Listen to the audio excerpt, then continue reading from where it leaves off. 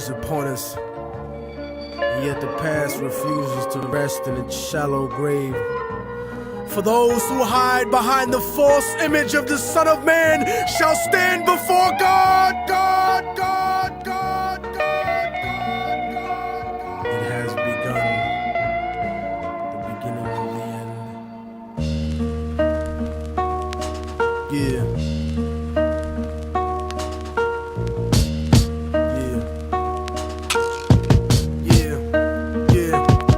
The voice of racism, preaching the gospel is devilish. A fake church called the Prophet Muhammad a terrorist, forgetting God is not religion but a spiritual bond, and Jesus is the most quoted prophet in the Quran. They bombed innocent people trying to murder Saddam when you gave them those chemical weapons to go to war with Iran. This is the information that they hold back from Peter Jennings, cause Condoleezza Rice is just a new age Sally Hemings. I break it down with critical language and spiritual anguish. The Judas I hang with, the guilt of betraying Christ, who murdered him, stole his religion and painted him white. Translated in psychologically tainted philosophy, conservative political right-wing ideology, glued together sloppily the blasphemy of a nation. Got my back to the wall cause I'm facing assassination, Guantanamo Bay, federal incarceration. How could this be the land of the free, home of the brave, indigenous Holocaust, and the home of the slaves? Corporate America dancing offbeat to the rhythm.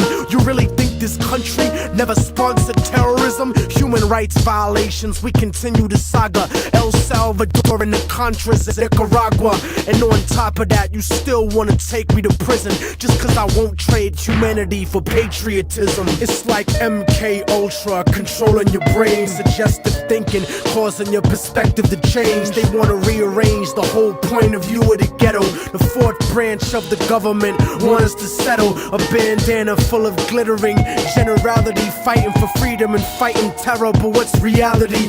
Read about the history of the place that we live in and stop letting corporate news tell lies to your children. Flow like the blood of Abraham through the Jews and the Arabs, broken apart like a woman's heart, abused in the marriage, the brink of holy war, bottled up like a miscarriage. Embedded correspondents don't tell the source of the tension, and they refuse to even mention European intervention or the massacres in Jenin. The innocent screams, US manufactured missiles and M16s, weapon contracts and corrupted American dreams. Media censorship blocking out the video screens. A continent of oil kingdoms bought for a bargain. Democracy is just a word when the people are starving. The average citizen made to be blind to the reason. A desert full of genocide where the bodies are freezing, and the world doesn't believe that you're fighting for freedom cause you fucked the Middle East and gave birth to a demon. It's open season with the CIA bugging my crib, trapped in a ghetto region like a Palestinian kid,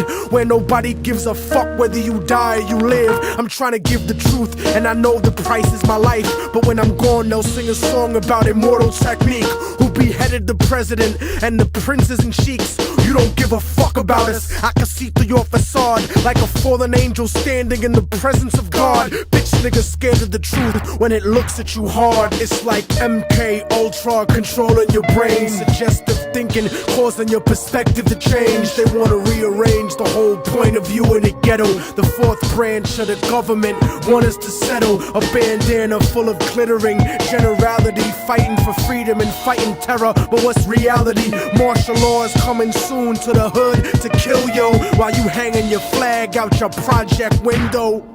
Yeah. The fourth branch of the government, aka the media, seems to now have a retirement plan for ex-military officials, as if their opinion was at all unbiased. A machine shouldn't speak for men, so shut the fuck up, you mindless drone. And you know it's serious when these same media outfits are spending millions of dollars on a PR campaign to try to convince you they're fair and balanced, when they're some of the most ignorant and racist people giving that type of mentality a safe haven. We act like we share in the spoils of war that they do. We die in wars, we don't get the contracts to make money off them afterwards. We don't get weapons contracts, nigga. We don't get cheap labor for our companies, nigga. We are cheap labor, nigga. Turn off the news and read, nigga. Read. Read. Read.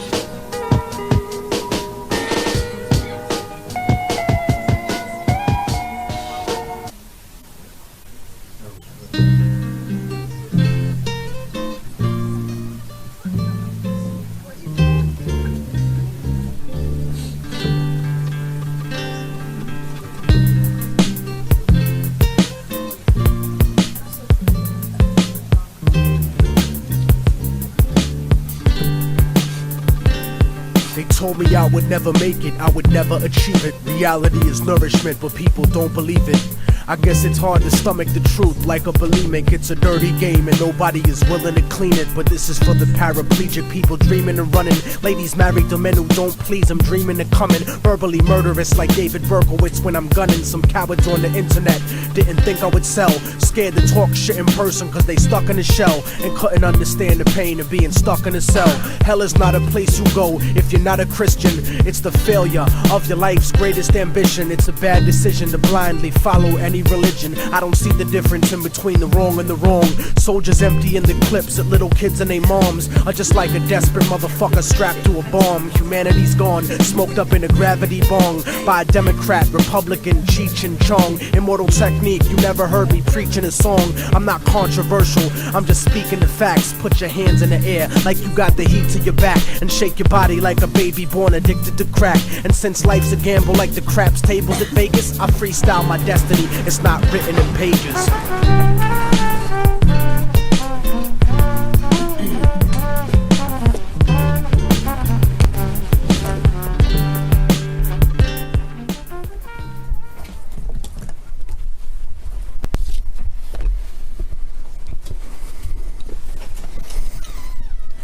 Well, good morning. And as you may have noticed, the chairman and I are joined today by the CENTCOM commander, Admiral Bradley Cooper. He just returned from the front lines to see the troops and meet with allies, and this morning briefed us, just before this briefing, on the latest on all aspects of Operation Epic Fury. So after the chairman concludes, we'll ask Admiral Cooper to share a quick update on the ground truth from his trip to the region as he continues to implement an ironclad blockade and ensures that our forces are maximally postured to restart combat operations should this new Iranian regime choose poorly and not agree to a deal. And that is what we urge this morning, that this new Iranian regime choose wisely, which is where we'll start with a message to Iran's military leadership, to the KH leadership and IRGC leadership. We're watching you. Our capabilities are not the same, our military and yours. Remember, this is not a fair fight. And we know what military assets you are moving and where you are moving them to. While you are digging out, which is exactly what you're doing, digging out of bombed out and devastated facilities, we are only getting stronger. You are digging out your remaining launchers and missiles with no ability to replace them. You have no defense industry, no ability to replenish your offensive or defensive capabilities. You only have what you have. You know that, and we know that. You can move things around, but you can't actually rebuild. You can dig out for now, but you can't reconstitute. But we can. We are reloading with more power than ever before, and better intelligence, even more importantly, better intelligence than ever before, as you expose yourself with your movement to our watchful eye. We are locked and loaded on your critical dual-use infrastructure, on your remaining power generation, and on your energy industry. We'd rather not have to do it, but we're ready to go at the command of our president and at the push of a button. This blockade, which the chairman will detail this morning, is the polite way that this can go. Your energy is not moving and will not move, and we can do this all day. But it's not destroyed yet. Your energy industry is not destroyed yet. You like to say publicly, Iran, that you control the Strait of Hormuz, but you don't have a navy or real domain awareness. You can't control anything. To be clear, threatening to shoot missiles and drones at ships, commercial ships that are lawfully transiting international waters, that is not control. That's piracy. That's terrorism. The United States Navy controls the traffic going in and out of the strait because we have real assets and real capabilities. And we're doing this blockade, performing it with less than 10% of America's naval power. The math is clear. We're using 10% of the world's most powerful navy, and you have 0% of your navy. That's real control. and we have a long track record of dealing with pirates and terrorists. But there is an alternative. As our negotiators have said, you, Iran, can choose a prosperous future, a golden bridge, and we hope that you do for the people of Iran. In the meantime, and for as long as it takes, we will maintain this blockade, successful blockade. But if Iran chooses poorly, then they will have a blockade and bombs dropping on infrastructure, power, and energy. And at the same time, Treasury Secretary Scott Bessent and our friends over at Treasury are launching Operation Economic Fury as well, maximizing economic pressure across the entirety of the government. To Iran, choose wisely. The world watched, and so did you, as the U.S. military moved seamlessly from major combat operations to a world-class blockade. We can make that transition again, very quickly, and even more powerfully than ever. At the direction of President Trump, the War Department will ensure that Iran never has a nuclear weapon. Never.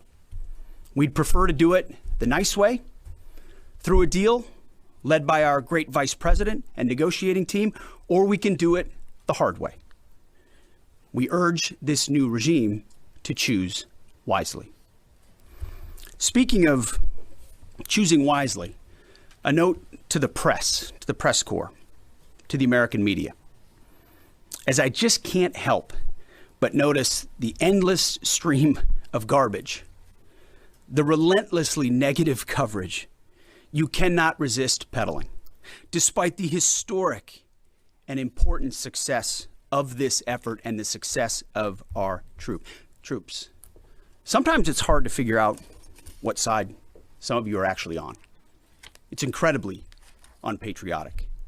This same press corps, not this exact same press corps, but at least an older press corps, bent over backwards during the Biden administration to explain away, the disastrous and disgraceful Afghanistan withdrawal. You called it the greatest airlift in American history.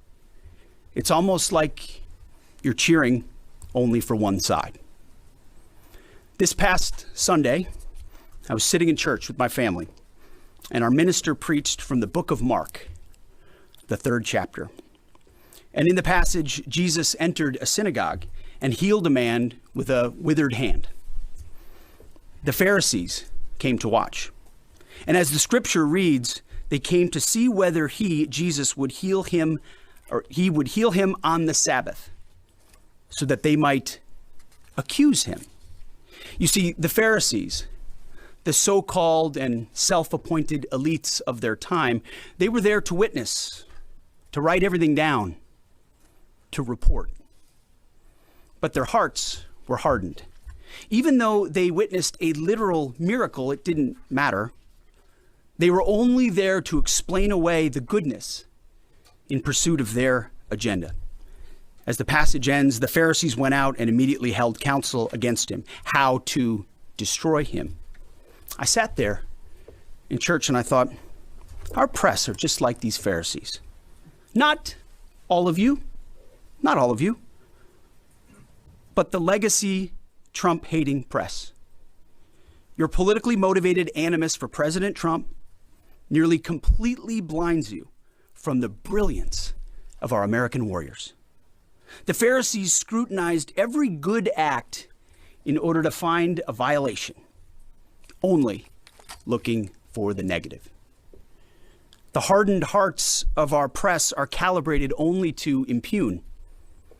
I would ask you to open your eyes to the goodness, the historic success of our troops, the courage of this president, and this historic moment for a deal that could end the Iranian nuclear threat, the incredible battlefield victory laid before your eyes, the not one, but 2 incredible rescue missions, miracles, you might say, or a locked-in blockade. Or how about historic recruiting numbers? Yesterday, we announced that the Air Force and the Space Force met new higher goals in FY26, 5 months in advance of the end of the fiscal year, five months ahead of time. The Marine Corps and the Army will soon do the same. 2-3 years ago, we couldn't meet lower recruiting numbers, not even close. Where are the reports on that? Where's the coverage of the new spirit in the country, the new spirit in the ranks, the surge of Americans wanting to join the greatest military in the world? Nothing from the fake news. We sense a pattern. You see, on the battlefield, these are demonstrations of uniquely American capabilities, strength and resolve. It's all around you each and every day. But in the press, you only seek the negative, earning each and every day the fake news label. But the American people, with goodness in their hearts, see past the Pharisees in our press. They see the goodness. You watching, you see the goodness. They see the success. They see the reality. And they don't demand perfection, and perfection is not possible on any battlefield. But they see the incredible feats that our troops accomplish every single day. So to those troops, stay focused, block out the noise, stay aggressive. You are showing the world what it means to be an American warrior. You are making this building and the American people proud. We pray for you every day, and we have your back in every way. And to Iran, choose wisely. I pray you choose a deal which is within your grasp for the betterment of your people and for the betterment of the world. In the meantime, the War Department is locked and loaded. Mr. Chairman, over to you. Thank you, Mr. Secretary, and good morning, ladies and gentlemen. Thank you for being here today. Last week, the President of the United States directed a ceasefire that temporarily paused major combat operations in Iran. The unprecedented effort by America's joint force during Operation Epic Fury set the conditions for this ceasefire. And as the Secretary said, I'd like to emphasize during this pause that the United States Joint Force remains postured and ready to resume major combat operations at literally a moment's notice. This morning, I'd like to give you an update on the ongoing blockade in the CENTCOM AOR area of responsibility. On Monday, 13 April at 10 a.m. Eastern Standard Time, at the direction of the President, America's joint force began implementing a blockade against Iran under the leadership of Admiral Cooper and the team at CENTCOM. Let me be clear, this blockade applies to all ships, regardless of nationality, heading into or from Iranian ports. The U.S. action is a blockade of Iran's ports and coastline, not a blockade of the Strait of Hormuz. Enforcement will occur inside Iran's territorial seas and in international waters. In addition to this blockade, the joint force, through operations and activities in other areas of responsibility, like the Pacific area of responsibility under the command of Admiral Paparo, will actively pursue any Iranian-flagged vessel or any vessel attempting to provide material support to Iran. This includes dark fleet vessels carrying Iranian oil. As most of you know, dark fleet vessels are those illicit or illegal ships evading international regulations, sanctions, or insurance requirements. More than 10,000 sailors, Marines, and airmen, over a dozen ships and dozens of aircraft are executing this mission. And let me walk you through this operation a little bit. Please go to the first slide. First to the graphic. This is taken before the blockade began. North is show up. the graphic. You can see the blockade line here in the center of the graphic, denoted by the red dashed line. This map is a pull from our common operating picture that we use to allow commanders and key leaders to see what is happening in near real time. We just grabbed screen grabs to highlight the actions and activities. What is not shown is how incredibly congested this area is and the incredible work that our sailors are doing to ensure that they can work in and around an incredibly busy water space. What is also not depicted here is the massive force of fighters, intelligence aircraft, helicopters, and other embarked forces, to include aerial refueling tankers that are up overhead this blockade area. You'll note that U.S. forces are in blue. Iranian ships are in red. And as we started this blockade, there were 7 ships of interest that were of concern for U.S. Central Command. Through a variety of intelligence tools and with the assistance of the Office of Naval Intelligence and other intelligence agencies, the force began to hunt for potential interdictors at 10 a.m. Eastern Standard Time. Next slide, please. It's now 12:40 Eastern Daylight Time, 2 hours and 40 minutes into the blockade, as attempted blockade runners attempt to hop the line. U.S. forces began to commit. Out in front of them was a range of intelligence, surveillance, reconnaissance, and tactical assets. And immediately these runners began to see, sense, and feel America's combat power compressing upon them. The lead ship, normally a destroyer as depicted here, along with air power off of the USS Abraham Lincoln Strike Group, began to move towards those ships. At each point, the United States Navy will transmit a warning. A young sailor, normally on the bridge of one of those destroyers, a junior officer, picks up that mic and transmits, and I quote, "Do not attempt to breach the blockade. Vessels will be boarded for interdiction and seizure transiting to or from Iranian ports. Turn around or prepare to be boarded. If you do not comply with this blockade, we will use force." And as this message is being transmitted, as I mentioned earlier, those shipmasters can literally see, sense, and feel the pressure around them. It's a finely tuned machine, rehearsed multiple times, and executed now 13 times since the blockade has begun. Next slide, please. We're now 24 hours plus into the blockade. You can see the turning around of multiple ships, 12 of which stayed inside the blockade line, one of which not depicted off to the eastern side, turned around before even attempting it.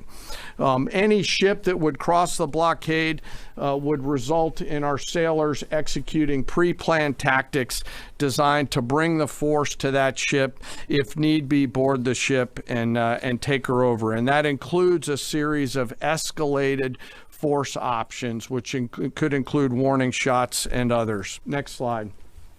The final graphic shows taken at 11:20 p.m. the night of 14 April. You can see that the captains of all these ships have made the wise decision not to move, transit, or run this blockade. As I mentioned, so far 13 ships have made the wise choice of turning around. And as we continue to hold this blockade at the order of the Secretary and the President, any vessel that compares to comply with our instructions will be dealt with accordingly. As of this morning, U.S. Central Command has not been required to board any particular ships. And I'll remind you that we are also conducting similar maritime interdiction actions and activities in the Pacific AOR against those ships that left that area before we began the blockade. Before I turn it over to Admiral Cooper, I want to talk briefly today about the men and women enforcing the blockade, America's sailors and Marines, and today particularly our destroyer and surface forces.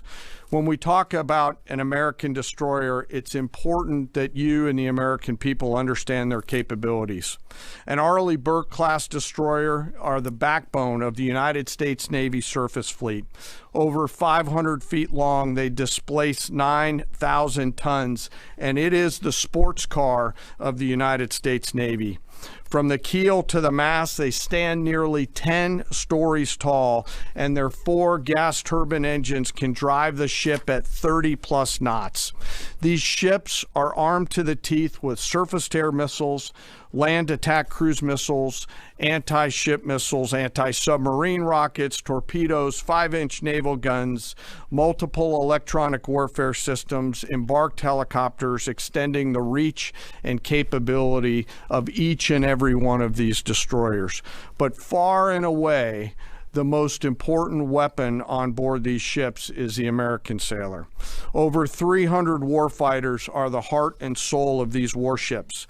At sea, sometimes for months, and these ships out in the CENTCOM AOR have been out there for months. They operate around the clock in a constant state of readiness, always delivering for our joint force. It's hot in the engine room. The engineering team keeps the lights on and the ship powered and able to respond to the orders from the bridge. On that bridge, our sailors maintain a constant watch, maneuvering the ship tactically and safely through always congested water space. And there is a lot out there. It is like driving a sports car through a supermarket parking lot on a payday weekend with thousands of kids in that parking lot as you attempt to maneuver through there to get to that ship that would attempt to run that blockade. Down in the Combat Information Center, the CIC, the Tactical Warfare Center of the ship, that is where the decisions are made. As threats appear, these young sailors are making real-time decisions on how to identify these threats and handle them, and they always deliver. These ships are run by the youngest sailors in our surface warfare Navy. The helmsman, the sailor on the watch at the bridge, is normally just between 18 to 19 years old, and they are trusted to drive this warship through that supermarket parking lot without hitting anything. The conning officer, an equally young commissioned officer who's normally just a few years out of college, is the ones that are giving that young helmsman the orders on where to take that American warship to execute the mission that the Secretary and the President has given us. These are incredibly well-trained sailors. They are led by incredible leaders, salty, experienced leaders, and trusted with deep responsibility. And I'm so humbled and proud of America's Navy. These sailors choose to take the road less traveled to go into the historic surface Navy, and they deliver every single day. Finally, as I often do, I want to highlight one of those surface sailors today and remember our fallen. Today, we remember Ensign Robert Thompson of the U.S. Laffey, who died on this day in 1945 in the Battle of Okinawa. He was killed while fighting a fire along with 31 others as 2 Japanese kamikaze aircraft hit their ship. He passed away 1 week after his 22nd birthday and was posthumously awarded the Navy Cross. We remember Ensign Thompson today and all of our World War II vets who continue to give us the gift of a great example. And those surface warfare sailors who are out there doing the job right now take the courage, grit, and determination that those World War II vets gave us into these actions and activities that they're tasked to do every single day. So now I'd like to turn it over to Admiral Cooper to give us a readout of his recent trip to the region. Well, good morning, and Mr. Secretary, thank you for the kind invitation, and Chairman, great to join you. It's a real honor to be here representing the more than 50,000 American service members deployed throughout the Middle East today, supporting operations. And it's great to have the opportunity to highlight the tremendous efforts our warfighters operating forward and the important partnerships with regional allies that continue to thrive. In fact, yesterday I returned from my second trip to the Middle East in the past 15 days. 2 very different visits. One during our offensive operations against Iran, and the second in this most recent trip during the ongoing ceasefire. Very different. During both of my recent trips, I visited with our troops who were deployed across the region in more than 70 different locations, in a distance that largely spans between Florida and Arizona. I've long believed that every success that we have starts and ends with our people, and boy, does this shine through brightly. During these visits, I had the privilege of personally recognizing more than 100 servicemen and women for their extraordinary valor, their courage, and their initiative under fire and delivering fire. And every time I interact with these young men and women downrange, I am deeply inspired by their courage, their resilience, and their unwavering commitment. The stories are remarkable. In many cases, you've seen this play out over TV. Fighter pilots who took out Iranian missile launchers in the moments prior to their launch against a... Whoa. The Lebanese president, Joseph Aoun, called Marco Rubio and said he won't speak to Benjamin Netanyahu. Oh my goodness, Hezbollah did it. Oh my goodness, they saved Lebanon. The Lebanese president was going to speak directly to the Israeli prime minister and become like a vassal state in an attempt. I think they were going to get like bribed in order to turn Lebanon over to Israel. Lebanon's government isn't real. Hezbollah is kind of the government. The point is, he won't do it. He won't talk to him. Oh, goodness. This is a big development. They were supposed to talk today, the president of Lebanon and the leader of Israel, mediated by America, because Iran is forcing America to force Israel to impose a ceasefire in Lebanon, and Bibi hates it. So America was going to get ahead of it by having Israel and the government of Lebanon, who's not really a party to the conflict. They're just kind of like, it's hard to explain. They're just kind of like a nominal, in-name-only government that just kind of pretends to be the government of Lebanon, and everyone else just goes along with it, but the real government is Hezbollah. So anyway, the point is, they were going to speak today to kind of get ahead of what was going to be a propaganda coup for the Iranians, who were going to say they did do this, they forced the Americans to force the Israelis to impose a ceasefire in Lebanon. Okay, so that was going to happen today.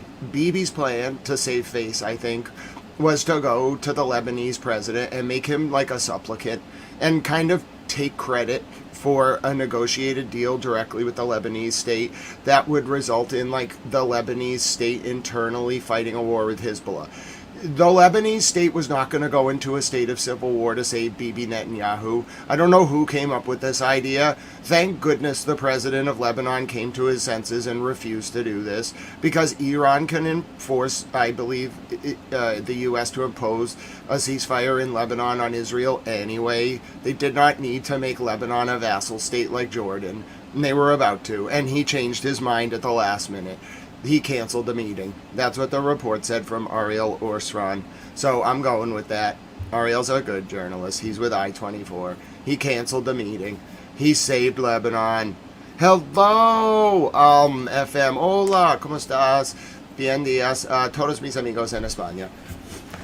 Oh, this is a big development. This is a huge change in the day. That was what today was supposed to be about.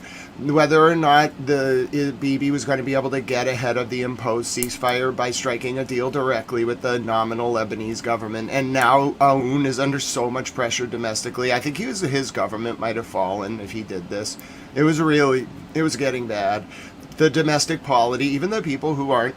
Lebanon's a complex country. It has like 15 different sects. It has Shia Islam, it has Sunni Islam, it has Maronite Catholic, it has Christian, it has like secular populations, it has a bunch of different nomadic tribes, it has the Bedouins, it's like the tents in Al-Qaim. It's very complicated.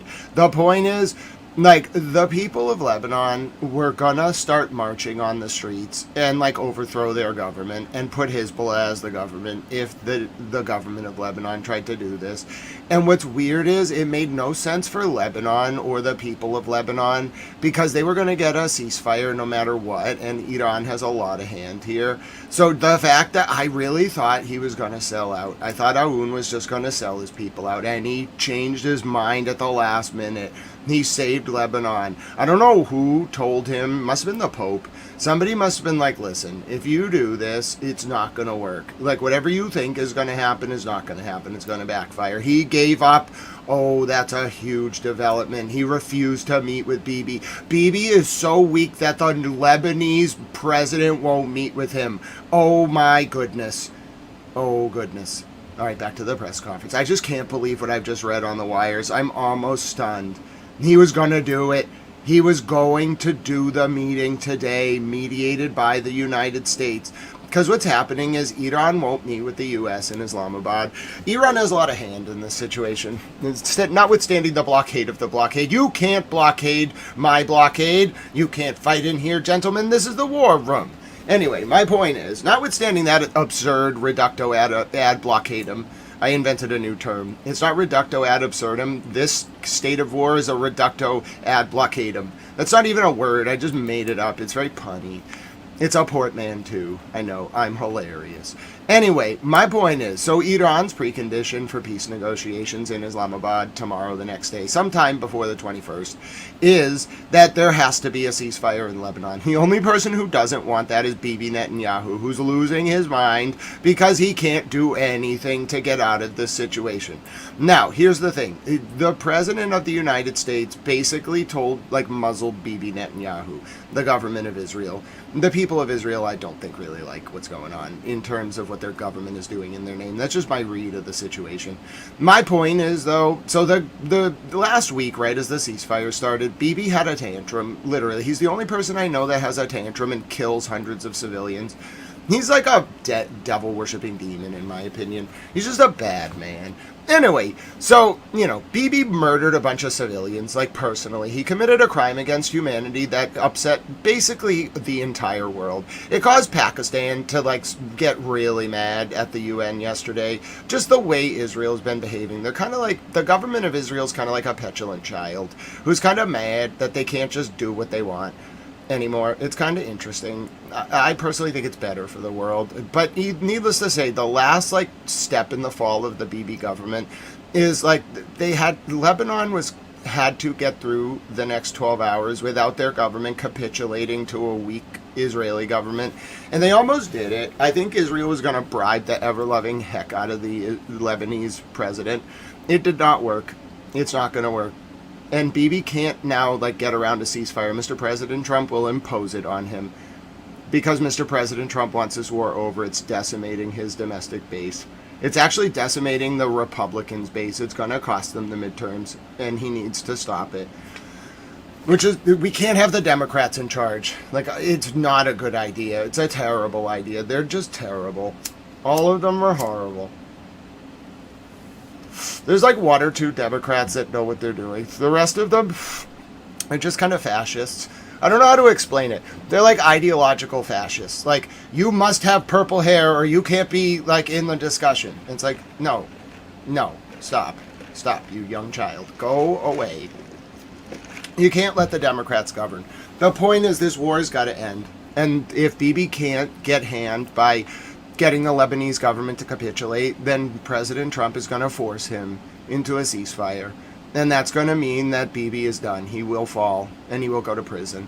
The only reason he's not on trial right now is because he's keeping up this war to save himself.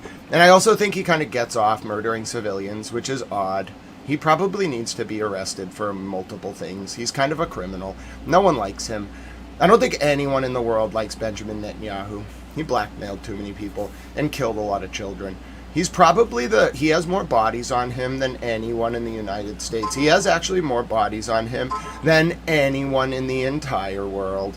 I've never heard of anyone murdering 300,000 people between the war in Gaza and this war and going to bed at night. I've heard of people with 30 bodies, just cashing out, just crashing out, posting themselves on IG Live so their ops will know where they are, just so they don't have to keep going every day. So, yeah, I don't know how Benjamin Netanyahu is even still, sleeping at night. They must drug him. He's got a lot of bodies. He's going right to hell. It's kind of, I don't know, divine poetic justice that this war is going to end with the government, hopefully Bibi's government, collapsing. But the point is, it could have actually gotten bad in Lebanon. It might have pushed Bibi might have tried to push Lebanon into a civil war just to kind of give himself a justification to keep some kind of conflict going. But it failed. It was all going to come down. The Lebanese people might have actually taken to the streets. They were already on the streets. They might have become extremely militant if they did this thing today, if they tried to get save face for Bibi. Bibi was not going to get to sacrifice the proud country of Lebanon to save his reputation. The ceasefire was imposed by Iran The West has to be humbled a little bit, and then we can have peace, and maybe the Republicans can stop the crazy Democrats from winning the primaries in like 6 months. That's basically what's going on. Let's go back to the press conference. I just can't believe what just came over the wires. I'm actually astounded. I like the Prime Minister of Spain. So the Prime Minister of Spain is very outspoken. I'm a little bit torn on Catalan succession. I really did not like that the Spanish government forced the Catalan leader to flee to Belgium. That reminded me of Hobbes having to flee to France during the English Civil War. I just didn't like it. So the government in Madrid is a little intense. I think that's the way to put it. But the Prime Minister of Spain, he's got a lot of confidence. He's got a way about him. He's kind of like Pakistan. Pakistan feels so empowered right now that they just go out there and say it how it is. That is what the Spanish Prime Minister is like. He does not mince his words at all. He's intense. The Italian Prime Minister is a little bit she's smart, but she's not that. She doesn't really cut to the point. The Spanish Prime Minister is what the Pope would be like if he wasn't the Pope. He's just listen, I got a problem with Israel and I'm going to say it. So I like the Spanish Prime Minister. I don't necessarily know if I agree with him on everything. I only know 3 of his policy positions. But he's smart. He's a young guy. He's probably 40. He's got slick black hair. And he speaks very good Spanish, of course. He speaks good English, too. I listened to him speak in English. I forget why he was talking in English. He was speaking to someone, maybe a press reporter. Anyway, my point is the Prime Minister of Spain, Pakistan, Finland, Iceland, the UK, Germany, Pakistan again, half the world is now very mad at Israel. But it really started with Spain and I would say France. France really holds Israel to account because France has this duty to Lebanon. France kind of colonialized Lebanon back in the day. So France kind of keeps an eye on Lebanon, not in a colonial way, more just if you mess with Lebanon, you're going to hear from France. And so, France and Spain were the first people last week to be why did you just murder 400 people in 10 minutes, Benjamin Netanyahu? Somebody called it a crime against humanity within 3 hours. I forget, maybe Turkey. Somebody was really upset. And then all the governments slowly got upset. Bibi's very weak. His government's going to fall. I don't know what the U.S. is doing right here, though. They're real. I don't know what this press conference is. We're going to go back to it. We're 3 minutes behind. Americans and our partners, and who hit key military targets in and around Tehran on the attack more than 13,000 times. I met with some of the teams that helped to bring our F-15 airmen home safely from Iran and heard first-person accounts of the stories. Absolute heroes. I spent time with our troops who are employing cutting-edge tactics and technology for the first time in warfare. I won't be able to talk about what those are, but these young men and women are breaking new ground. It's incredibly inspiring. I met with teams who launched our own one-way attack drones into Iran. These were originally Iranian-designed drones. We brought them back to America, took the guts out, put a Made American stamp on them, and fired them right back to Iran. Very effective. I met with teams who are employing AI every single day to help us sift through vast amounts of information to help us make decisions faster. And importantly, humans are always in the loop in this process. I met with our Space Force teams and our cyber specialists, whose work cannot be discussed, but who serve with indispensable impact. I met with our logisticians and sustainers all over the region. There is just no military that executes logistics like the U.S. military. This group is doing exceptional work, moving thousands of tons every single day. I met with our air defenders who shot down Iranian ballistic missiles. My message for this group in particular is that their actions most certainly saved thousands of lives across the Middle East during Epic Fury. And all told, my personal assessment is, after these couple of trips, is our troops are highly motivated, they're focused, they're vigilant, and they're ready. And they're using this time to do a couple of things. We're rearming, we're retooling, and we're adjusting our tactics, techniques, and procedures. There's no military in the world that adjusts like we do, and that's exactly what we're doing right now during the ceasefire. A little note about partners. My discussion with regional allies and partners, both at the senior civilian level and the senior military level, reinforced our shared commitment to regional security. But beyond that, having now fought together side by side, I assess that our military partnerships are stronger than ever. as we continue to maintain a very active defense posture across the region during this ceasefire. And that posture stretches across the entire Arabian Peninsula, and it runs from northern Iraq all the way down into the northern Arabian Gulf. In creating the largest air defense umbrella in the world across the Middle East, we embedded specially trained U.S. military air defenders alongside our partner nation soldiers, side by side, literally side by side. And to give you a sense of their contribution and impact, the King and Crown Prince of Bahrain both personally knew our soldiers by name. These leaders expressed appreciation for our service member who continue to stand shoulder to shoulder with our partners in support of regional defense. And this is a sentiment that is widely shared across every Gulf ally. I heard this message over and over again, which is, we stand with you.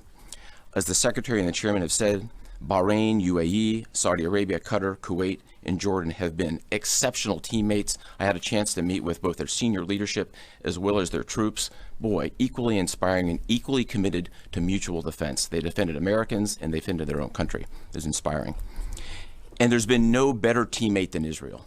Together, the four best air forces in the world, the Israeli Air Force, the U.S. Air Force, and the air forces of the U.S. Navy and U.S. Marine Corps, together met and exceeded our own military objectives over and over again.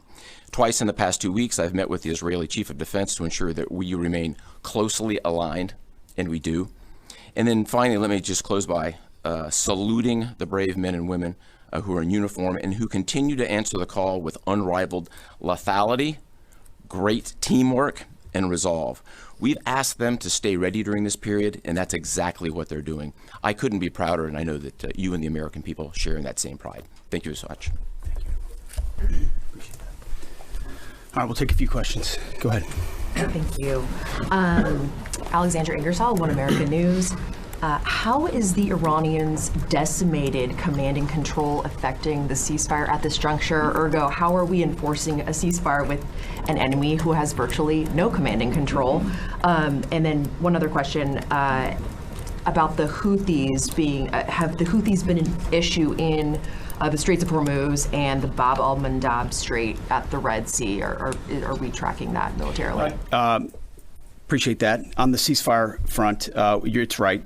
Their command and control capabilities are highly degraded. So their ability to talk, see, sense is at the worst it's ever been.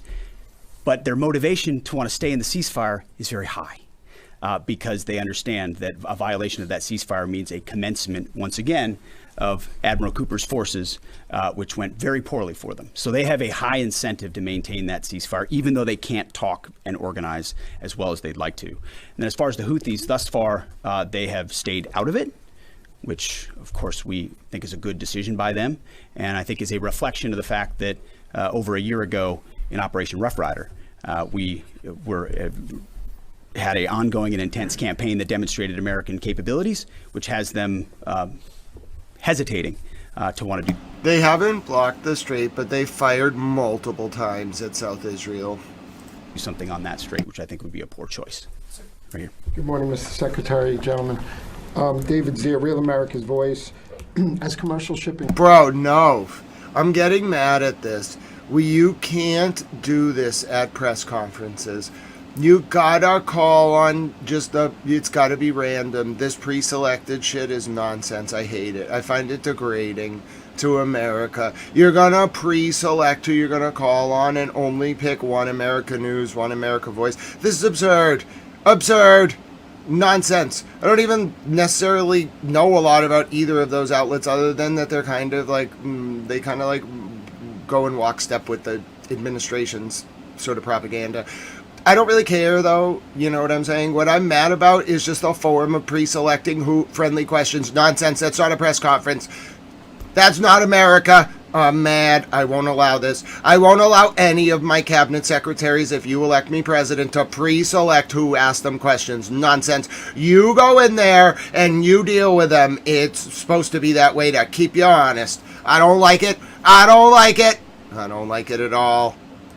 It ramps up. You know, there was 130 ships a day going through that. As that happens, ships have to anchor up, right, and wait to pass through the narrow strait. Is there any progress with an international force to phase out U.S. military-led escorts or other? Is anyone stepping up to do that? It's a great question. Long term. They should be. There's a lot of talk, and what we've seen in this conflict from allies and those is a lot of talk, except for the ones that were mentioned by Admiral Cooper in the region who've been phenomenal. Other allies have talked a lot and haven't done anything. And as the president has pointed out, this is a waterway that the American commerce doesn't use all that much. We don't rely on the energy coming out of the Strait of Hormuz, but Asia does, and Europe does, and large parts of the rest of the world do.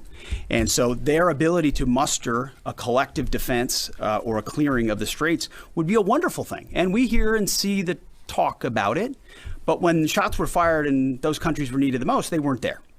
They weren't in the strait. They weren't alongside us. Their leaders weren't rallying what they have of their navies.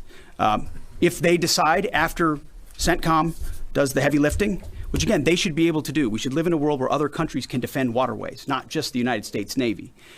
Should that conclude, which we believe it will, then we would welcome other countries coming in after the fact.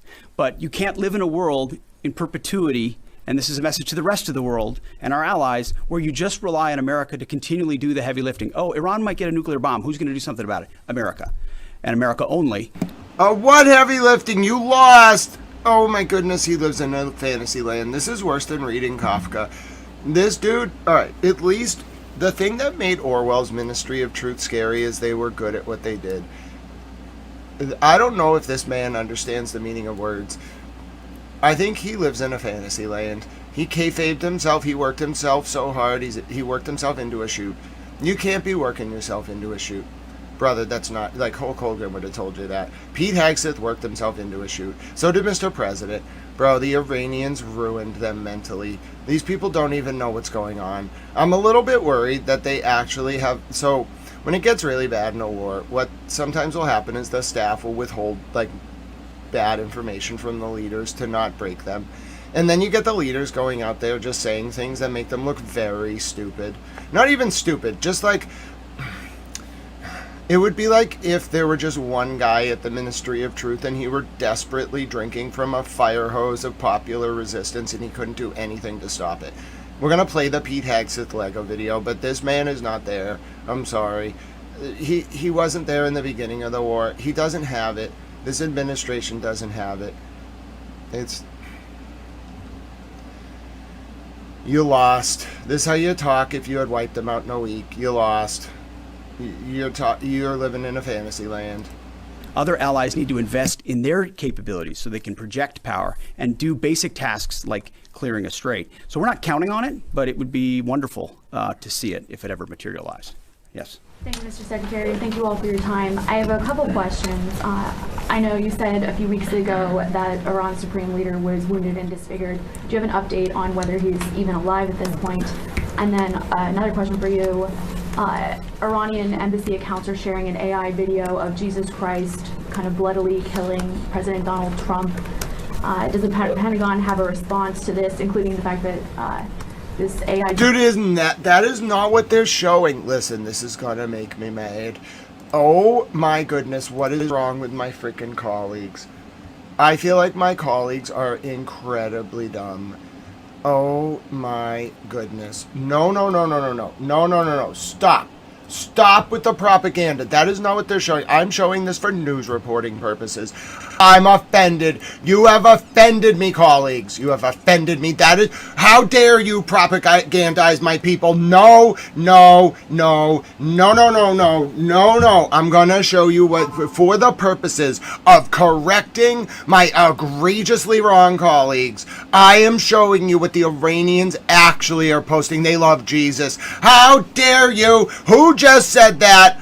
I'm writing a letter to her editor. Oh, ma'am, you are gonna get in trouble. How dare you? How dare you? How dare you? You know. Oh, this is so wrong. I'm offended. You want to see what the Iranians are actually putting out about? They love Jesus. Jesus is one of the most quoted prophets in the Quran. Okay? This is outrageous. The Iranians are making videos like talking about how much they love Jesus, and she's gonna get up there and say they're making videos about Jesus stabbing the president. Oh no. Oh, I'm mad.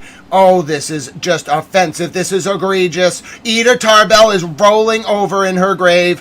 Oh, that woman, if she's in the White House press pool, I'm gonna troll her when I'm president. I'm gonna play these videos and I'm gonna be like, ma'am, now can you tell me, point to me on the doll where Jesus is stabbing the president? I'm offended. Oh, she's got me all mad. Oh, it's coming. No, she lied. I wouldn't have played this, but she is wrong. She lied to America. You don't do that to America.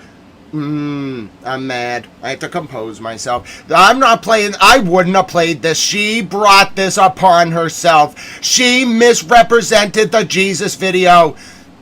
We're playing it. It's really the song. I like the beat. But it's a pro-Jesus song. Oh no, we're not having this, you propagandist woman. Not having it. This is what the Iranians think of Jesus.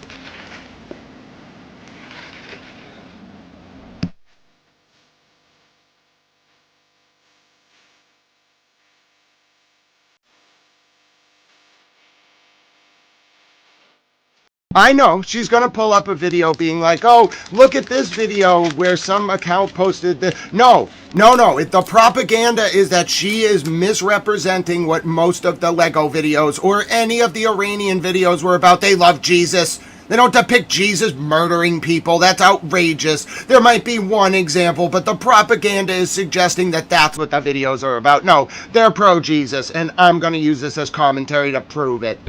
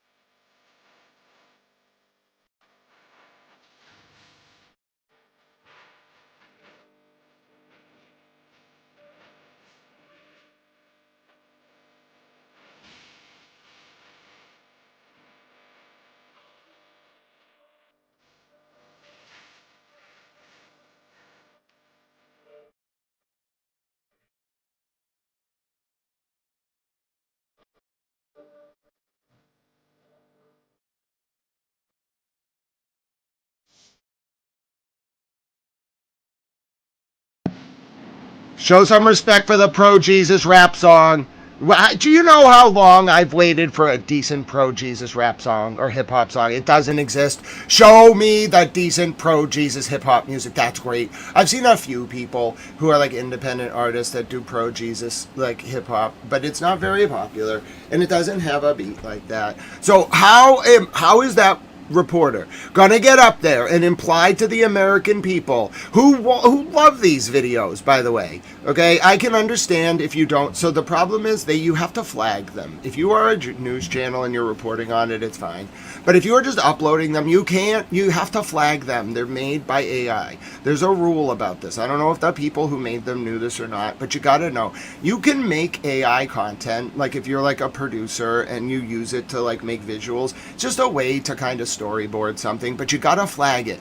There's a whole thing in the YouTube uploading section. It says, like, go to the bottom, it says declare. Like, you must declare it.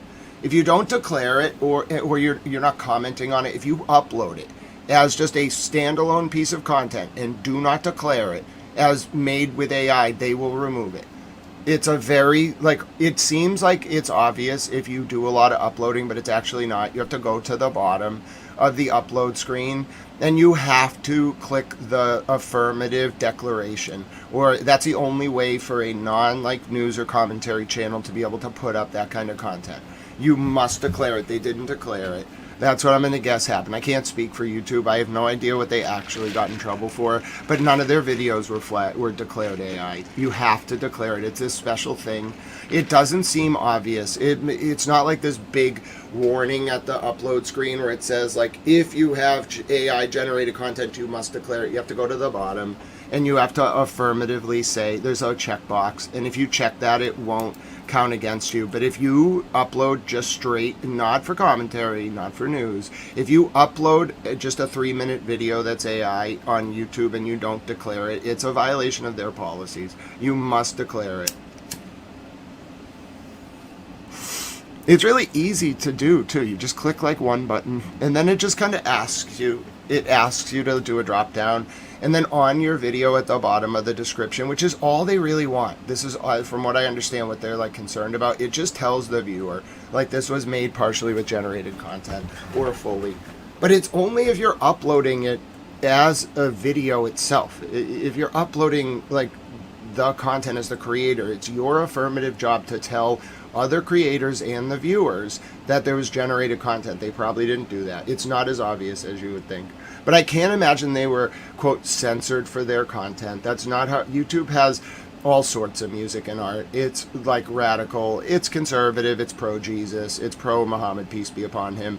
It's also, YouTube has everything, okay? So they are very open to art. I don't think it was the content. I think it was not declared generative, but I can't confirm or deny. I haven't asked YouTube, and I wouldn't. It's not my job. The channel has to ask. But overall, it's a meme style, and it's art. If you're expressing yourself artistically, most platforms are open to that. You just need to follow the rules. So, yeah, I don't really know. I don't know what to say about, like, the way people like to meme. So see down here where it says, like, generated. It is fair. I'll just talk a little bit about this. There is a difference between going to an AI program. Like, I've seen all these over the years. There's a difference between going to one and saying, please make me this, and actually storyboarding, where you are like video. It takes hours to storyboard, where you kind of like actually edit the whole thing. If you are doing that, and then you don't want to like pay an artist, like, you could just pay an AI to generate visuals, good ones. That's different. You still should be flagging it, but we gotta, as a society, think about how we're like categorizing this content, because like, what, you can just use up stock library of assets. You can buy them for games, for movies, for anything you want. That is not generative per se. Some of them are probably generative, but they're just assets someone else made that you're deploying, and you're buying the license or buying the asset and then storyboarding and taking a pre-made asset and putting it into a new composition. That is AI based, I suppose, but it is not the same as generative AI. They're two different things, and I don't think we've really conceptualized that difference yet as a society. And I just want to point out that might be where we're running into this issue. This type of video is not generative AI. It's generative to the extent that the visuals are created, but it's not a prompt. It's someone storyboarding a piece of art and then making a musical composition to like sync up with the imagery. Some of it is generative, but it's not a prompt and then creating a video. It's actually an artistic endeavor, and we got to separate that, or we're going to stifle like artistic innovation for no reason. People like this. They like expressing themselves by making songs, like, and then like taking the song and then making visuals that they think line up with the song. That's the art part of it. And then combining them. That's art. It doesn't matter how you make the visuals. It doesn't. It really doesn't. We're being ridiculous about that. Not we, just as a society, we don't understand the difference. So I just want to point out that's why this is different. It will be treated differently. I think YouTube and some of the other sites just need a little bit of time to kind of put together like a distinction. They already are doing a good job. The problem is no one knows to flag it. If you're uploading it as a standalone, you must flag it. And they don't flag it. I don't understand why. Jesus is but passing. That's just for her to represent like what is like actually a beautiful series. Like it's like an emergent mimetic culture based around like international tolerance, like the love of Jesus, you know, respect for the Prophet Muhammad, peace be upon him. Just like a very beautiful sort of artistic scene that's emerging. And she's like, don't you think it's weird the Lego videos are about the Iranians having Jesus kill President Trump? Ma'am, you're making me mad. Almost as mad as Katie Couric. I'm going to ask her about the clones. What clones have you seen, ma'am? Trump into hell. And then finally, for Admiral Cooper, could you speak to us about the morale of the American service members that you're seeing in the Middle East? I think Americans... Mr. Hagseth, insult these Lego videos at your peril. I'm going to play the Pete Hagseth video if you dare. And what their experiences and testimonies are like. As far as the status of the individual you mentioned, I believe it's the same. Not a lot coming from him right now, understandably so. A lot of fear. Believed to be alive, wounded, and disfigured. Status remains the same. As far as a video like that, of course, that's disgusting and detached from reality. Iran. Well, that was a good video. You know, I told Mr. Hagseth not to insult the Lego videos. I literally said, don't insult the Lego videos. He insulted. I told him, open your mouth about the Lego videos. I'm playing the Lego video about Mr. Pete Hagseth. I don't even like the sexuality. But then I realized they're not being sexual. They're calling him out for abusing a woman. So then I was like, okay, I don't love it, but I'm going to allow it. I really think there's one word in there that's gratuitously sexual, but it's art. What do you want me to do? I'm very torn about, like, gratuity. They've toned it down. They don't put sex as much in it. They don't really put sex in it at all anymore. I think they thought, like, that's what Americans wanted. But that we really don't. Like they force that on us. We're not really into gratuitous sexuality in our art. It's kind of uncouth. So they never did that again. Like that C word, they never used that word again in their songs. But I think they thought that's what we would relate to. But we really don't. It's more like political, like puns, and like you got to have a boss vibe to it. It's like you got to be just good at. You got to be good or good at it, and they're both. All right, let's go back. You shouldn't have run your mouth about the damn Lego videos. We love the Lego videos. Don't run your... Okay, listen. How is this that hard? Don't run your mouth about Jesus. Don't run your mouth about the Prophet Muhammad. Peace be upon him. Don't run your mouth about the Pope. And don't run your mouth about the Lego videos. It's really easy to not make people mad, okay? Just don't do those things. It says a lot of things. Ideally, don't kill civilians. Let's put that on the list. You know, those 5 things were good. Propaganda speech based on complete lies, and their actions have been lies. Oh, we don't target. We see missiles going into civilian facilities and hotels in the Gulf states. And they say we only target military targets as you walk. No, listen to me. Listen to me. They have different kind of missiles. They have hypersonics. You know this. They only used the hypersonic once on a civilian population. It was in Ahad. It was a 565 kilogram warhead, Mr. Secretary. I can tell you the exact dimensions of the impact crater. I can tell you the number of apartments. I can actually see in my eyes, because it's seared into my brain, the amount of damage from that one missile. That was 1/10. They could have caused... They could have leveled all of Israel to humble you, and they didn't. Stop talking this way.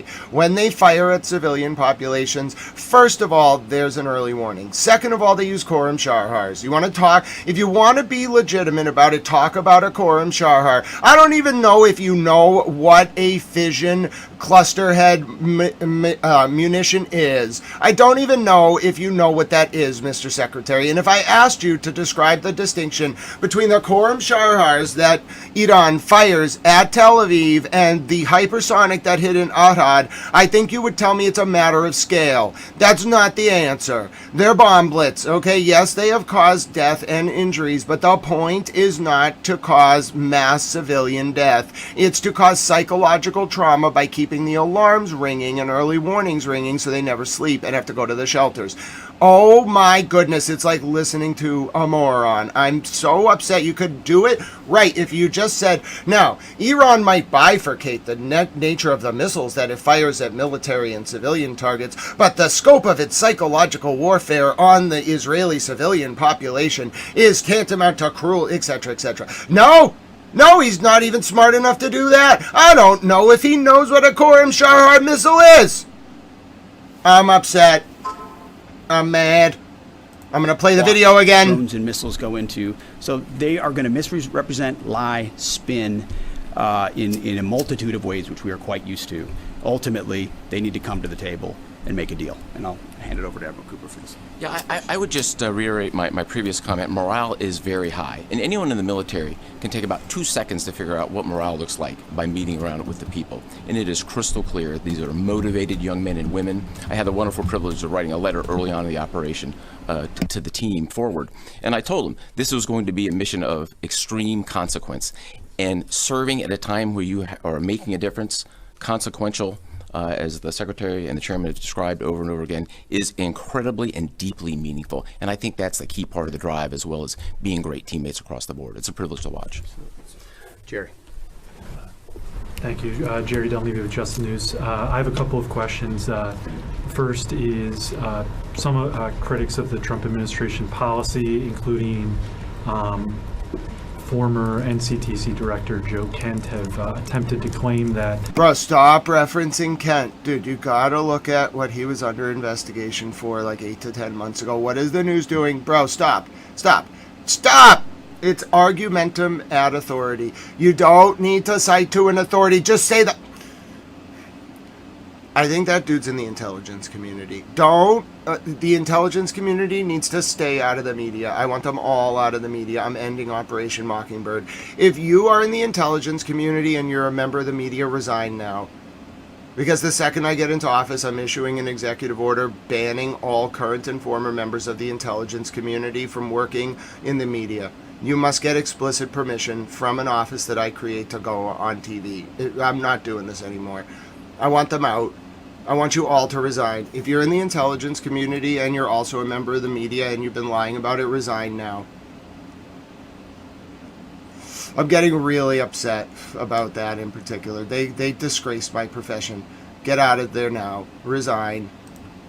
The Trump administration's policy of zero enrichment for the Iranians is not actually President Trump's policy, but was foisted upon him by the Israelis.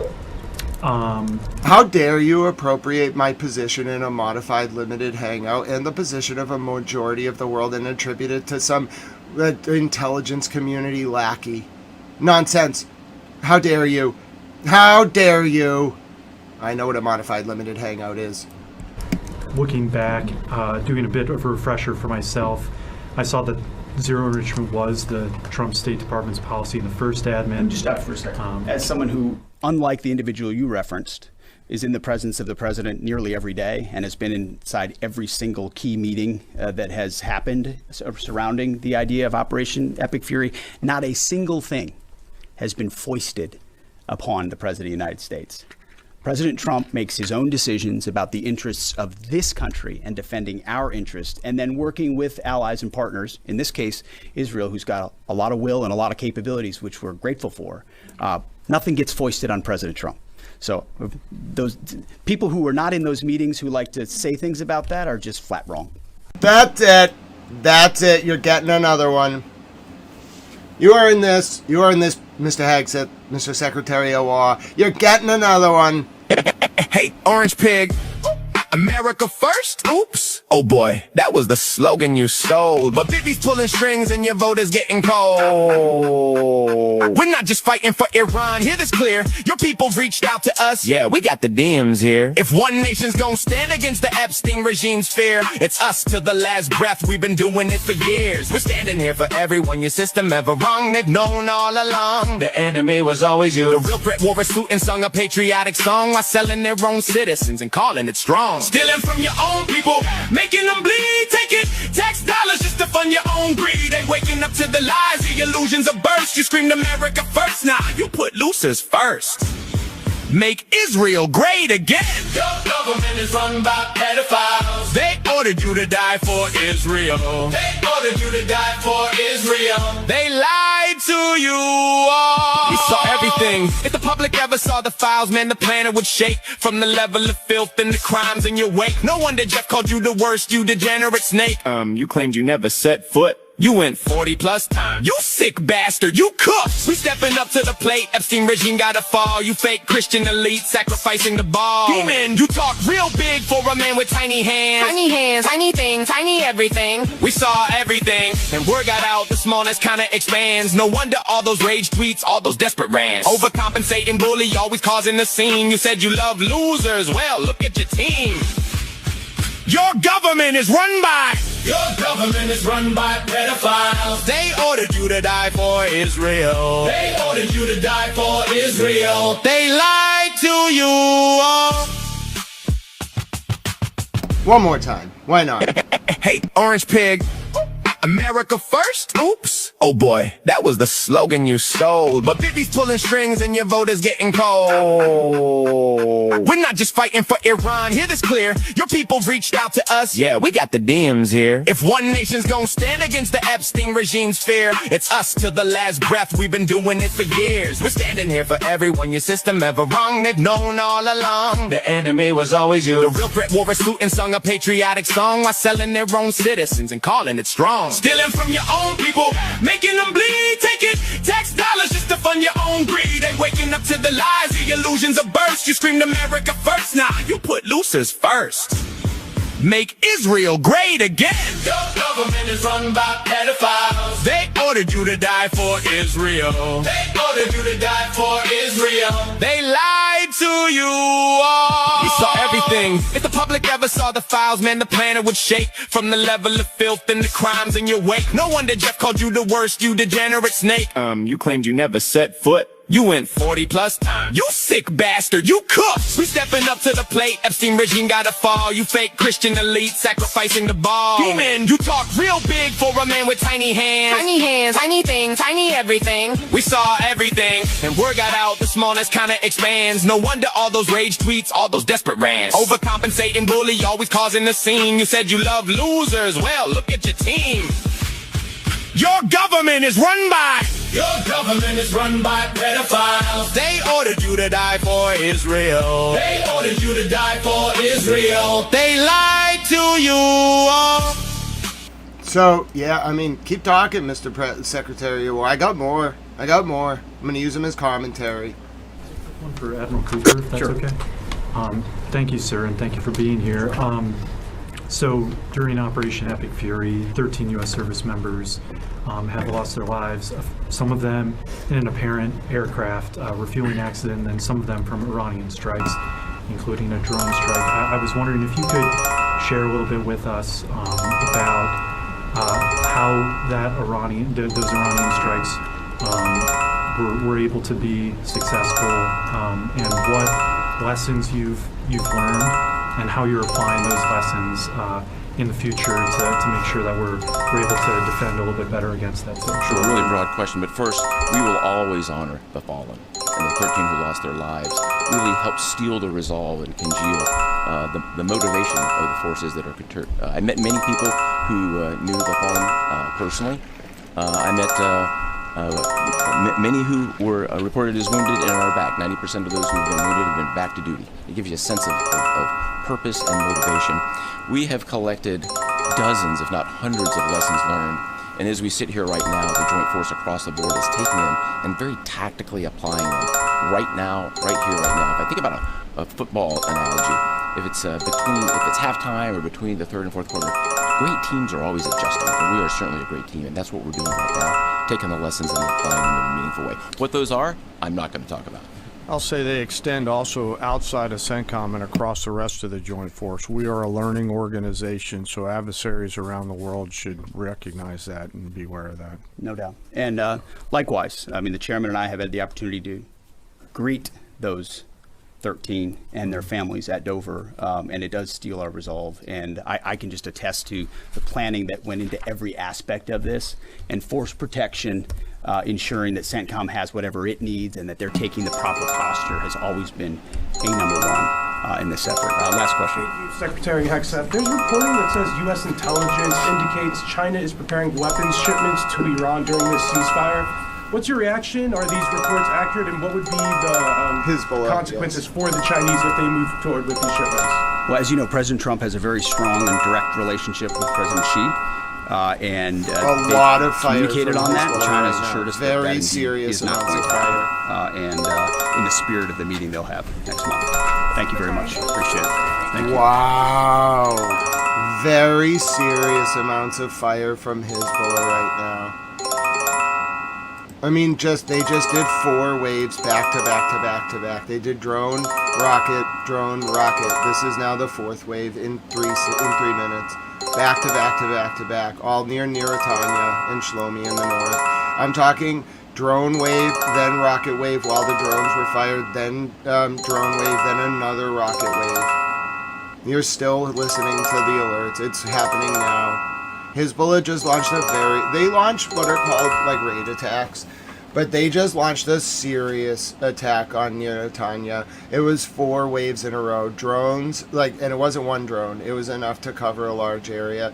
And then rockets, and then drones, and then rockets. It's because Israel just blew up a school. I don't know why Israel did this. I don't understand what, they're just going to piss Hezbollah off. And Hezbollah has a serious amount of weaponry. Israel blew up a school. I don't know why they did this. They just demolished the school. They're really dumb. Wow. Why would you blow up a school?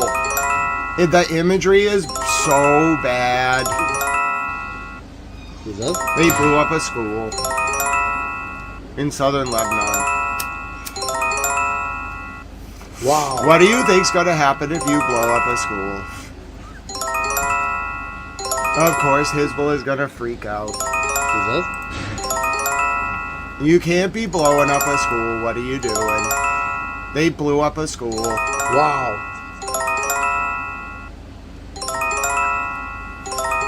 I was supposed to cover a regulatory hearing today, which I might do, but how am I supposed to not cover this? You can't blow up a school. Israel demolished the school because they're so petulant that they're going to be forced into a ceasefire. Mr. President Trump has to muzzle Bibi right now, or he's going to cause this war to spiral out of control. Iran is not going to let Bibi do this, and if Mr. President won't step up to stop Bibi, then Iran will. It's going to compromise the whole peace process because Bibi will not stop. He only listens to force. He's a child. He's killed hundreds of thousands of people. He only listens to force. He's a child. Israel is raising flags in South Lebanon. No wonder Hezbollah is losing their mind. That's South Lebanon. Israel is raising their flags over towns. They're so dumb. This is outrageous. They can't help themselves. They're trying to conquer Lebanese territory as they're about to be forced into a ceasefire. They have no control. What are they doing? This is outrageous. No wonder Hezbollah is pissed. You can't be doing that. Israel is trying to raise its flag over towns in southern Lebanon in the middle of their weakest point ever. They look dumb. They're literally just rubbing it in the faces of the world and saying do something, and the world is going to do something. Are you serious? You don't own southern Lebanon. Get out of there. The world, you are in such a weak position. This is absurd. They're just taunting the world. Bibi just is daring the world to stop him. Somebody better do it. If Mr. President Trump is so weak he can't stop Benjamin Netanyahu, then he can't negotiate peace. I'm sorry. This is outrageous. The Russian-Ukraine war is a little bit different. I will cover that in 2 minutes, but that situation has been going on for 5 years, so the attack that Ukraine did on Russia today is not in a violation of any ceasefire. They just dominate them because they have a lot of money from the Middle East right now. Here's the latest from Pope Leo. He was speaking today, I think it was in Senegal. Let me double check. He's doing a trip through Africa right now. He is in, where was he? Cameroon today. He is going to 11 African countries in 11 days. He was in Algeria. He's doing an apostolic journey. It's actually really interesting. So this is the Pope speaking in Cameroon just a few minutes ago. These regions of Cameroon has brought Christian and Muslim communities closer than ever before. Indeed, your religious leaders have come together to establish a movement for peace through which they seek to mediate between the opposing sides. I wish this would happen in so many other places of the world. Your witness, your work for peace can be a model for the whole world. Jesus told us, "Blessed are the peacemakers." But woe to those who manipulate religion in the very name of God for their own military, economic, or political gain, dragging that which is sacred into darkness and filth.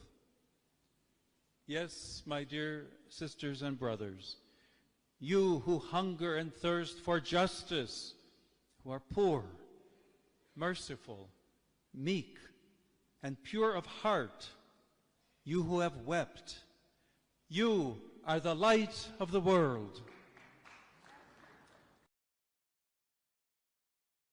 I really like listening to Pope Leo speak. It's so comforting. There's something very special about Pope Leo. He's a very nice man. Taking you now to earlier in Lebanon, where there were non-stop raids by Israel. I'll show you now the Tebine Governmental Hospital. This is Teb 9 in South Lebanon. This is a hospital that was demolished this morning. Israel conducted an airstrike on a hospital. Not Israel, Benjamin Netanyahu conducted an airstrike on a hospital. He just won't stop. I think he thinks if he commits so many crimes against humanity that we just become numb to it, we won't be mad. But I'm very mad.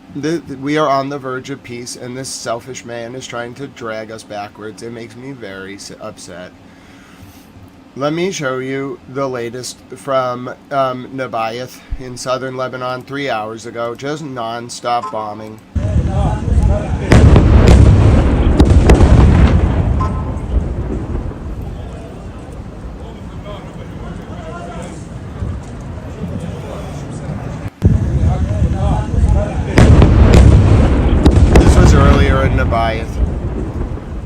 It was because the Lebanese president won't give Bibi like one last propaganda visit.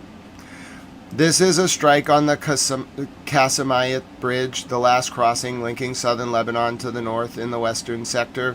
This is Nada Mankurant al-Tala. If this, says the reporter, is confirmed destroyed, it's a deeply worrying development that could trigger a humanitarian crisis for tens of thousands more who remain in the south. There's already been 1 million people displaced from the south of Lebanon. The only people that won't leave are the spattering of Christian communities, because the Pope basically said that those people need to be protected. But every other person in South Lebanon, a lot of the Shia communities in South Lebanon have just been completely evacuated. Millions of people, including our goats. On March 9th, this herd of 100 goats was forced to evacuate from southern Lebanon. They had to march through the streets of Beirut. There was a baby goat. Anyway, we don't know where the goats are. The point is, it's not just the 1 million people, it's also the goats. And we love the goats. So we're mad that the goats can't go home. And part of the reason that the goats can't go home is they can't use their bridge now. Think about it. This was the bridge that our goats probably used to flee. How are our goats supposed to go home? What are they going to do? Ford the river, their goats? They need a bridge. Hashtag build a goat bridge. They bombed the bridge. They took away our goat bridge. Our goats are stuck in northern Lebanon. How dare the Israelis? Benjamin Netanyahu didn't even think about our goats. He just bombed the bridge they were going to use to go home. How are they supposed to get home now? I don't even know if goats know how to swim. You want us to give swimming lessons to the goats just so they can ford the river? Well, I'm not putting them on a boat. Goats don't belong on boats. They're a goat. They just like to walk. My point is, Benjamin Netanyahu has prevented our goats from going home. I'm mad. He prevented our goats from going home. You want to see the goats? I'm going to show you the goats. They're adorable little baby goats. There's like a herd of 100 goats. They have been displaced from southern Lebanon. I demand that the goats be given their bridge. I'm building them a goat bridge. That's it. That's it. You are not stopping those goats from going home. I am upset now. They have personally offended me. Benjamin Netanyahu has taken my goats bridge away. Those are my goats. Look at the goats. I'm bringing the goats a stuffed animal, especially the baby goat. Wait till you see the baby goat. He's riding on a horsey. Now you tell me in what world it's acceptable to take my goats. Well, they're not my goats. They're the world's goats. They were seen fleeing southern Lebanon on March 9th. They were walking through the streets of Beirut. We have no idea where they are. I want that bridge back for those goats. Look at the baby goat. Oh, look at him. Look at the little baby goat. He's going really slow. Now look at the goat on the horsey. Wait for it. Wait for it. Wait for it. Wait for it. Wait for it. There he is. He was a little tired, so his shepherd put him on a horsey. Now listen to me. How are those goats supposed to get across a river without a bridge? Give them their bridge back. I demand that bridge be rebuilt immediately. We're calling it the Goat Bridge. I want my goats to be able to get back to southern Lebanon. They're all of our goats. They are the world's goats. That shepherd has no idea the movement he has inspired. Save the goats. Build that bridge. How are those goats supposed to get home? You took their home from them already. They're probably sad. They don't know where their friends are. Well, they have a lot of friends, I guess. But they don't know where their grass is that they like to eat. They don't understand. We need to save those goats, and we can only save them if you rebuild the damn bridge. We are going to save southern Lebanon so those goats can go home. I am inspired by those goats. Look at the baby goat. Look at him. You look at that baby goat. He deserves to go home. He's riding on a horsey. His shepherd loves him dearly. Now you tell me. I don't care. Everyone except for Benjamin Netanyahu, because he's killed hundreds of thousands of people and he doesn't count. You look into your hearts and you tell me whether we should rebuild that bridge to save those goats. They need to be able to go home. I'll start a charity myself to rebuild that bridge so those goats can go home. I'm going to build them goat bomb shelters. I'm going to build them a goat school. I don't think they actually need to go to school. We'll teach them how to swim. Just in case this happens again, then they can ford the river. That's it. That's it. You can't just stop my goats from going home now. I'm personally invested in this. You took away their bridge. No, I'm mad. I'm so mad. I now understand how people get radicalized because of their love of goats. You can't just bomb the bridge. The goats needed to go home. Everyone has their reasons for being upset, but I am personally invested in these goats. I've been invested in them since March 9th. I demand to know how we're going to get these goats home, and it's going to be via the rebuilding of that bridge. Don't make me go on ideological strike. I'm getting those goats home. Oh, I'm mad. I have to breathe a little bit. You can't take away the goats' bridge. They need that bridge. So many people need that bridge, but I am particularly interested in saving the goats. I want to save all the people too. But in order of importance, the people are first, I suppose. But we're still saving the goats. Damn goats. They took away the goats. How are the goats supposed to get home? Did anyone even think about this? Did someone tell Benjamin Netanyahu that by bombing that bridge, the goats can't get home? Was this not factored into the calculation? I'm mad. I demand more goat-based calculations before bridges are destroyed. Damn it, Benjamin Netanyahu. You've now personally offended me. You've taken away my goat's bridge. That was their bridge. They need that bridge to go home, and you're going to rebuild it. If you don't, I will. I will personally rebuild that bridge. Well, I don't know how to do construction, but I will raise the money. I'm rebuilding that bridge so the goats can go home. We're calling it the Goat Bridge. That's it. That's it. No, now I'm personally upset. I was very mad before about all the death, but I had to be dispassionate because I needed to report it so people would understand. Now I'm mad. Nope. Nobody died in the bombing, so I'm allowed to be just pure mad. Nobody died. They took away the goat's bridge. We're rebuilding the bridge. That's it. Somebody get me in contact with the Redevelopment Authority of Southern Lebanon.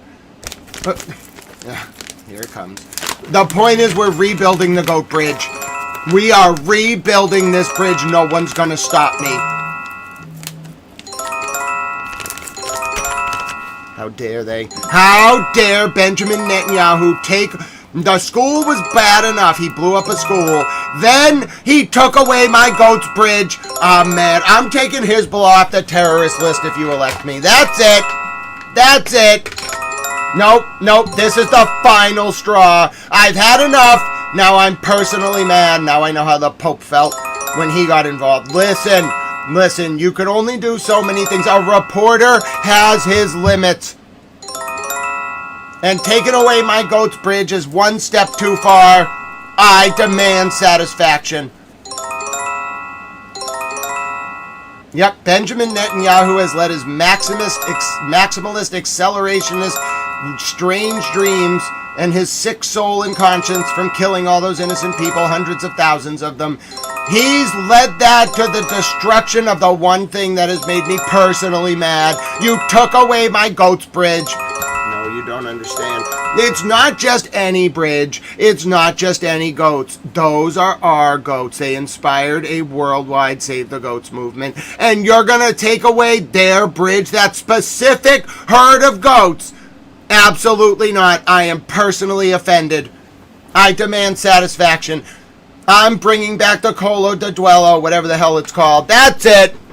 Nope. I will go to bat for those goats. I was not kidding. I love those goats. That's it. I'm building the... If somebody doesn't rebuild... If the French don't rebuild that bridge, I am personally going to do it. I won't stop until it's rebuilt. That's it. I'm mad. Pakistan can rebuild the bridge if they want.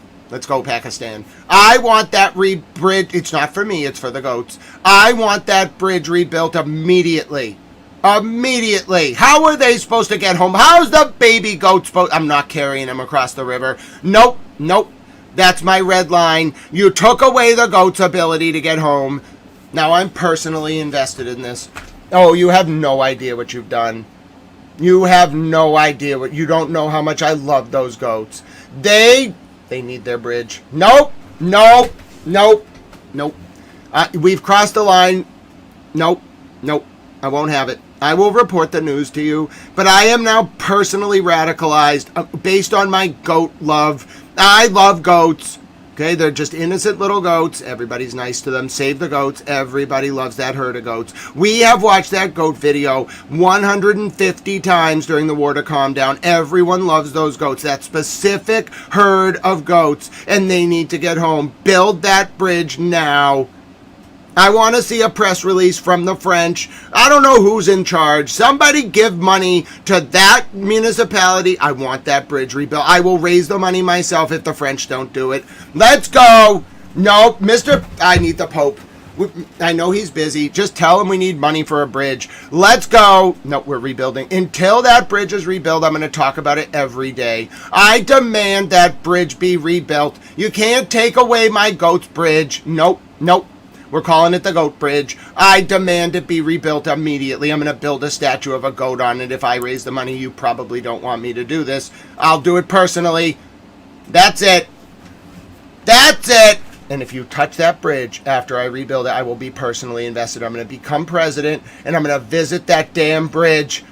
And then I'm going to meet my goats. Oh, it's going to be great. It's going to be awesome. We're going to have tea. Then we're going to go to Beirut, and we're going to meet the man from Lebanon Jets. I'm going to be like, I'm the president. I think you're wonderful. He's going to be like, oh, you're that guy. I'd be like, yeah. It's going to be great. We're going to listen to music.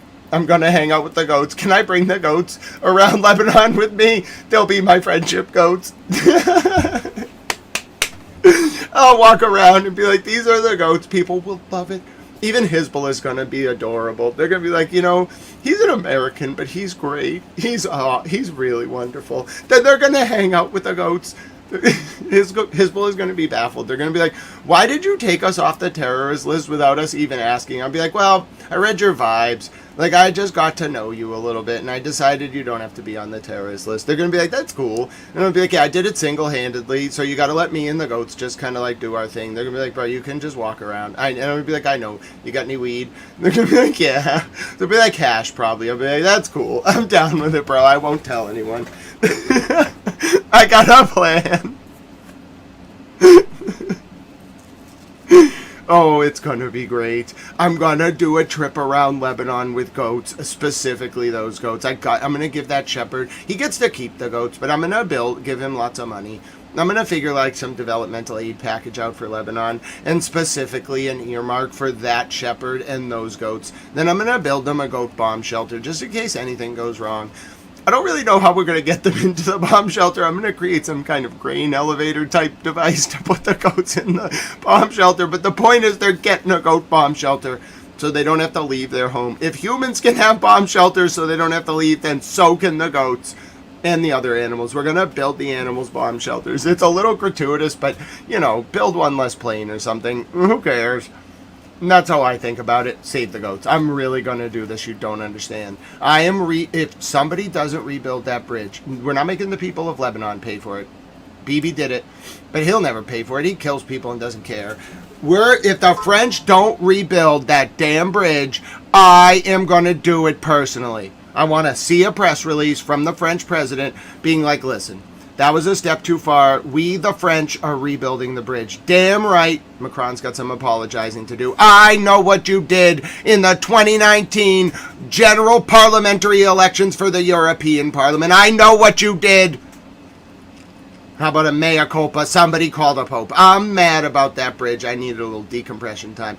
They didn't just blow up a bridge. They blew up the bridge. The goats need to go home. They've now personally offended me. I tried to be a dispassionate reporter and do my best, but now I'm offended. I have been radicalized. The goats have radicalized me. That's it. That's it. That's it.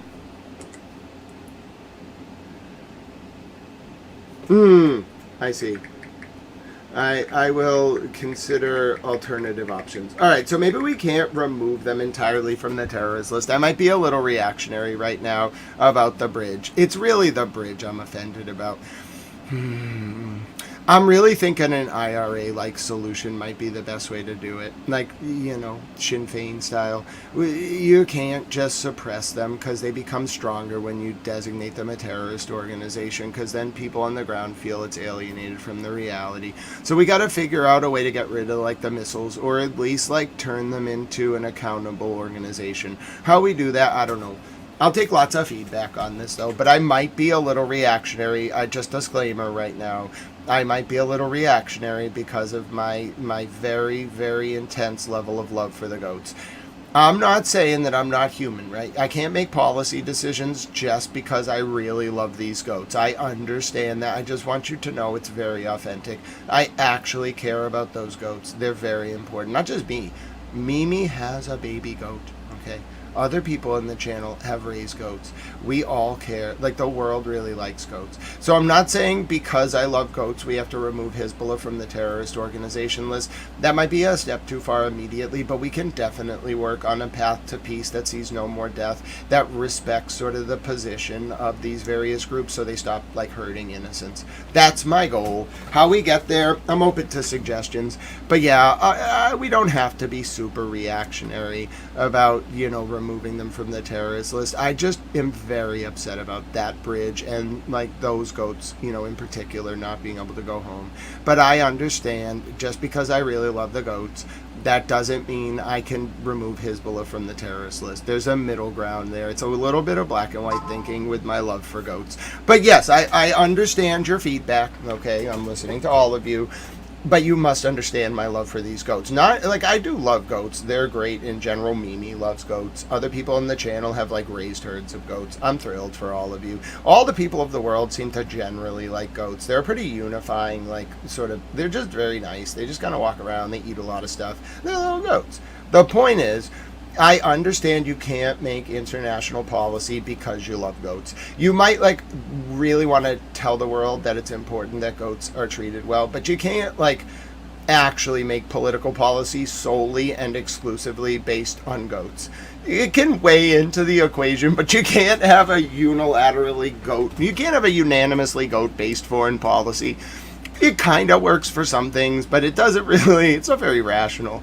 But I just really like the goats. So, middle ground. The goats get a little bit of say. How about that? That's more than they get now. So that makes me feel okay. We're going to put the goats on the table. Their interests will be represented. I don't know how they're going to talk, but we'll figure that part out later. I'll represent their interests. People will like it. Mimi will represent their interests. What am I talking about? Mimi has a goat. Mimi will just be like, this is what I think is best for the goats. We'll dedicate like a small percentage of our international policy to protecting goats. But it won't be the defining factor. I understand.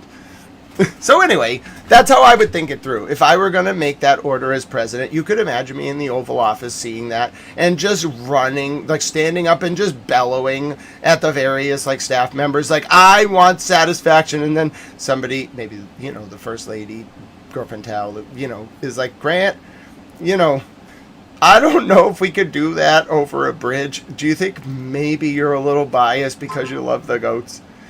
And I'm like, yeah, it's like, maybe. And then Nikki would be like, well, okay, we can probably off-ramp this without, taking Hezbollah off the terrorist list right away. They got to show 30 years of good faith, 50. That would calm me down. So my point is, that's how the decision-making process would go.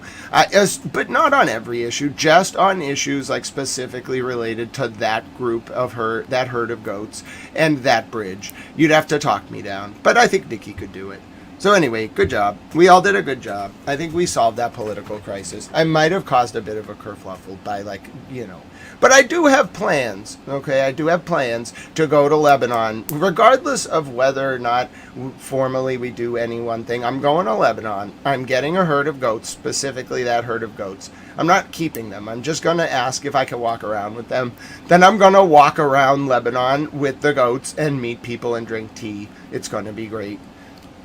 That part of the plan is absolutely happening. I want the goat that when you scare it, it passes out. I heard there is such a goat.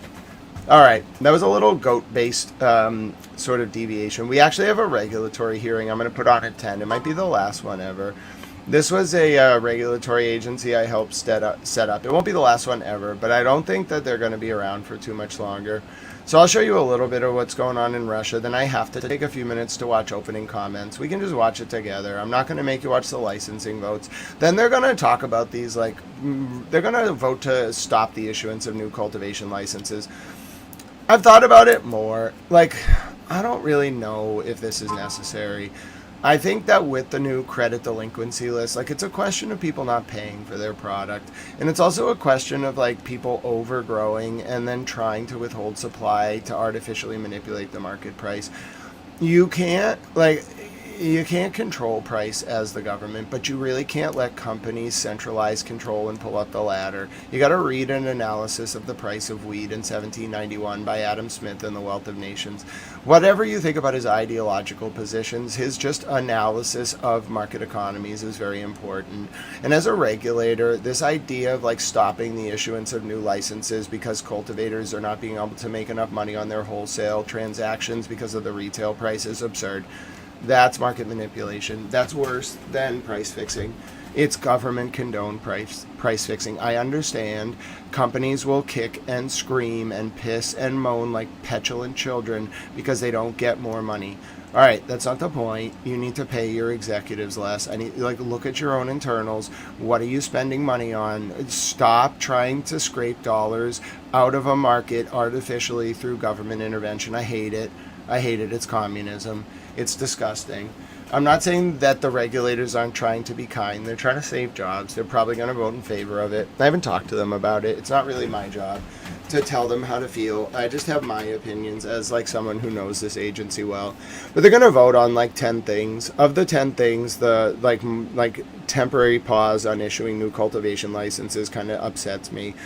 This agency is about to go away, though. It's going to be abolished, then they're going to rebuild it. It's the same agency, but just with new commissioners. There'll be 3 instead of 5. There's a lot of new rules. You can buy more weed now. You can buy 2 ounces at once instead of 1 for adult use, which is kind of cool.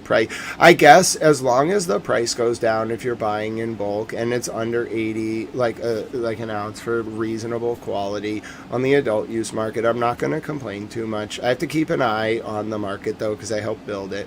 So it's important to me that consumers feel comfortable with the end price, regardless of the minutia of the regulatory apparatus. Anyway, so I want to watch a little bit of this meeting. I might go to the press conference later. I don't know if they're going to have more meetings before they disband. They can't really just get rid of them all. The agency wouldn't function. You got to have a transitional period. I hope they built that into the statute.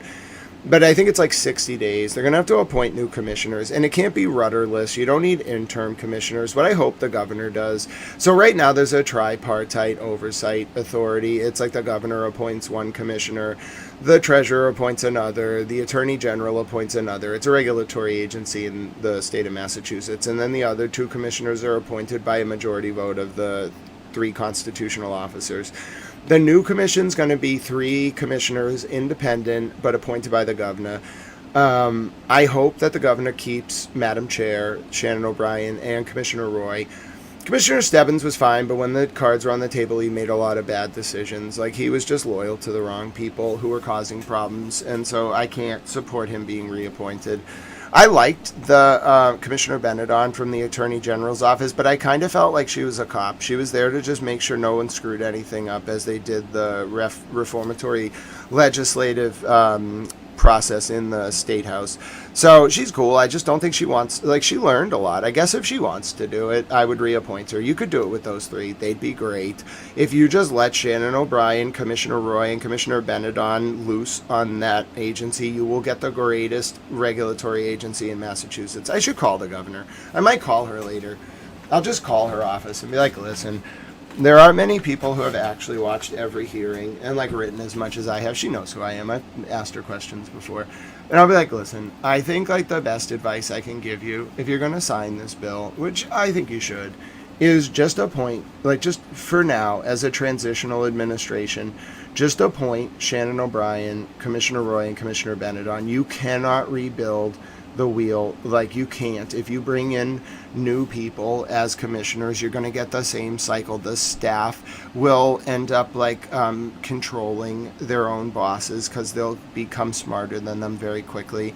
The best way to do it is leave bosses in there who have been battle tested allegorically for integrity under very pressing regulatory circumstances and political circumstances, and then let them define the relationship between the commissioners and the staff and then transition them out. And I would tell the governor, and I will call her staff and say this today, Chair O'Brien, Commissioner Roy, and Commissioner Benedon can do that for you. They're a great team. They're all very smart.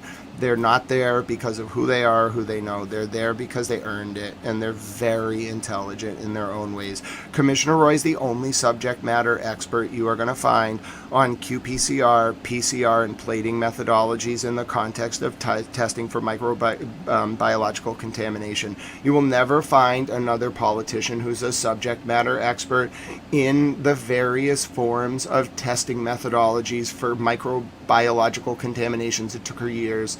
Do not get rid of her. She needs to finish the work she's doing. On the way, testing lab manipulation and sample manipulation occurs. Okay, you cannot get rid of her.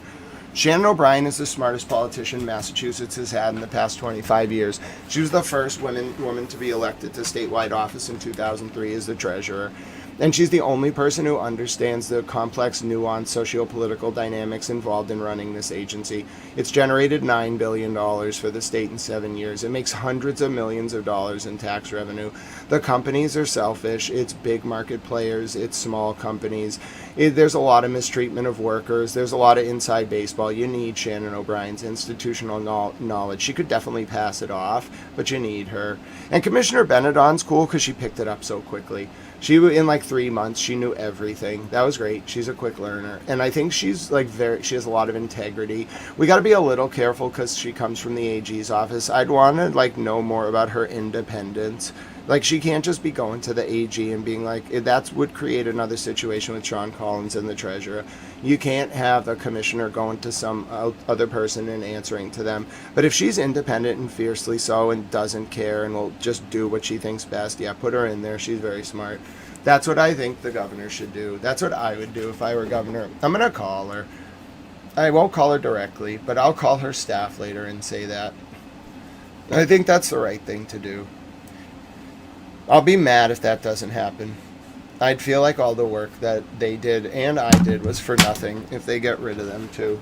O'Brien and Roy in particular. I'll be really upset. I'll get over it, but I'll be pissed. The meeting starts in like 5 minutes. We're going to watch it for a little bit. It's a regulatory meeting, but I spent a long time in my career covering this agency. I'm going to turn the volume off and just show you a little of what I have done. You can find the video on my YouTube channel with the volume on, but like it's in the database, but they sometimes review how you use it. So I'm just going to play. It's a great song by Luke Kelly. I wish they're not fully they're in the revenue sharing database, but not in the way that I like. It's like a mixed revenue sharing, so I don't know how they're going to do it. So this is like a history of my reporting. Oh, you know what I'm going to do? I'm going to play you this video before the meeting starts with a different song playing. I'm going to play one of the songs in the database. So I made this video. I have reported on this agency for probably 7 years. And I'm not trying to like toot my own horn, but a lot of my reporting like led to a lot of the reform. So I'm going to play you this video, which is like an homage, an ode to the agency, and I'm going to play a different song behind it that will allow me to like play it because the database is a little bit limited. So just give me 1 second. And the meeting starts at 10, but they're very rarely on time. Normally it's closer to, I don't know, like 10:15, but sometimes they start on time. So here's a tribute in ode to the CCC. I gotta find a really good song for this. What's the mood? It's like pensive. I don't know if it's celebratory or not celebratory. And how long's the video? 6 minutes and 31 seconds. I gotta think about this. What song do I want to play? It's not like refined. I think Medicine and Gasoline's a good song for this by Lucky Boys Confusion. But it's not very like... Yeah, it is kind of like pensive and reflective. We'll see how I feel. Let me listen to it for a second. So these are all the articles that I've written. And I'm going to play a song with it. The song's called Medicine and Gasoline. I've covered this agency. It really started me on the path to being a journalist. It has a very like special place in my heart. I'm glad to share it with you. Getting cloudy again. For a minute let's pretend. When I disappear the world stops turning. Getting hassled by my friends. They're telling me I'm changing for the worse. Another episode, I'm still pretending. I'm growing tired of holding out. Another open road is never ending time. Here's to you, the good life in me. Here's to handshakes and losers, medicine and gasoline. Here's to you, the good life to bear. The doubts, the misery and me.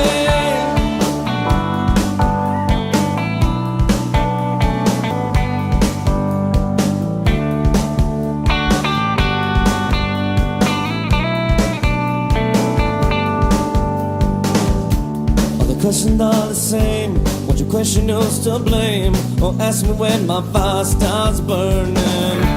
Throw more than just the game. Spitting back these answers well rehearsed. Another episode, I'm still pretending. I'm growing tired of holding out. Another open road is never ending time.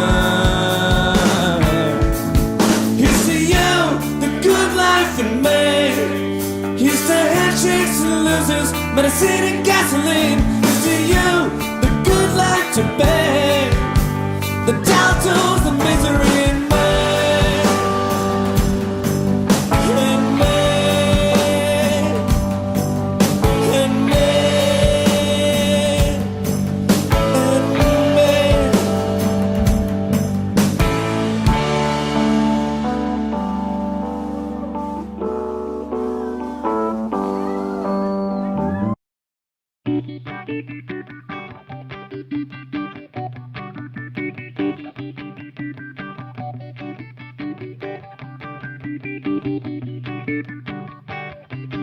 I waited 18 years to start a life. Should've waited 10 more and got it right alone. I spent most of my time alone. I spent most of my time. I gave so much for these applause. Yeah, I just fell in love with my own flaws alone. I spent most of my time alone. I spent most of my time.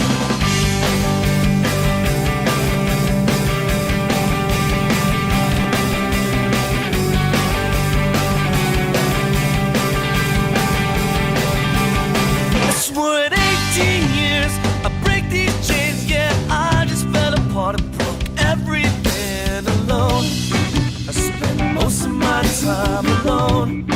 I spent most of my time.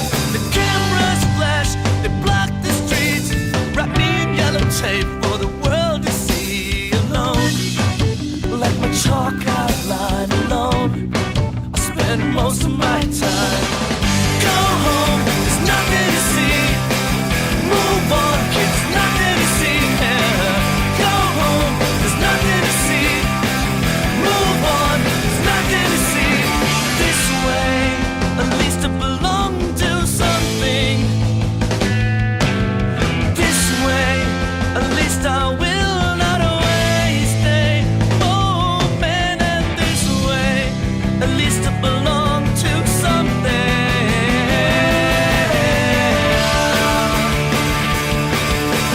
18 years to start a life, should've waited 10 more. You got it right alone. I spend most of my time alone. I spend most of my time alone. I spend most of my time alone. I spend most of my time alone. Like my chalk outline alone. I spend most of my time. Go home, there's nothing to see. Move on, kids, nothing to see. Yeah. Go home, there's nothing to see. Move on, nothing to see. Go home, there's nothing to see. Move on, kids, nothing to see. Yeah. Go home, there's nothing to see. Move on, nothing to see. Yeah, yeah.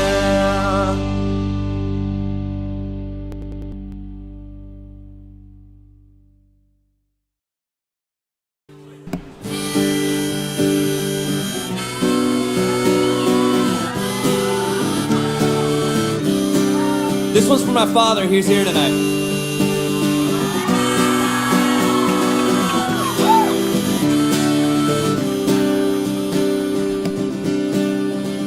Dreamed he shone like the sun, now your son is said, hey dad, grab another cigarette, ashes fall like an unpaid debt.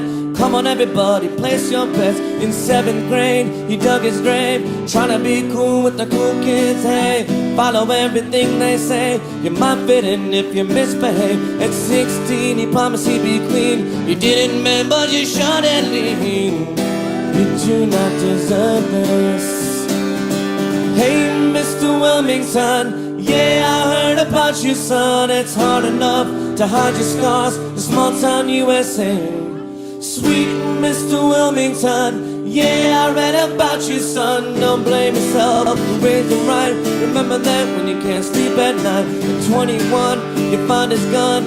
Hey, dad, it's just begun. The times that bond, they come on dawn. Come on everybody, just for fun. At 24, you find him on the floor. Decadence was all he wore. You do not deserve this. Hey, Mr. Wilmington, yeah, I heard about you, son. It's hard enough to hide your scars, small town USA. Sweet Mr. Wilmington, yeah, I read about you, son. Don't blame yourself, you raised them right. Remember that when you can't sleep at night. And na na na na na na na na na na na na na na na. Na na na na na.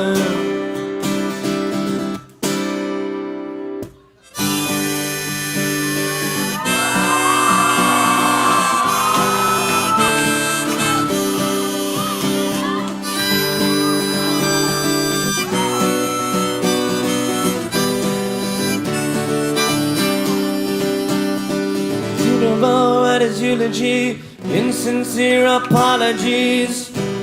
You do not deserve this. And all the papers and press decide, hey, just another suicide. You do not deserve this. Let's hear it, guys.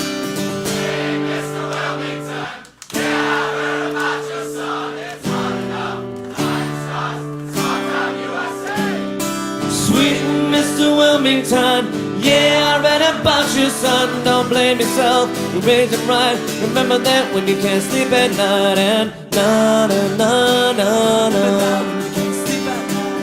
Na na na na na. Remember that when you can't sleep at night. Na na na na. Remember that when you can't sleep at night. Na na na na. Remember that when you can't sleep at night. Remember that when you can't sleep at night. Remember that when you can't sleep at night. Remember that when you can't sleep at night.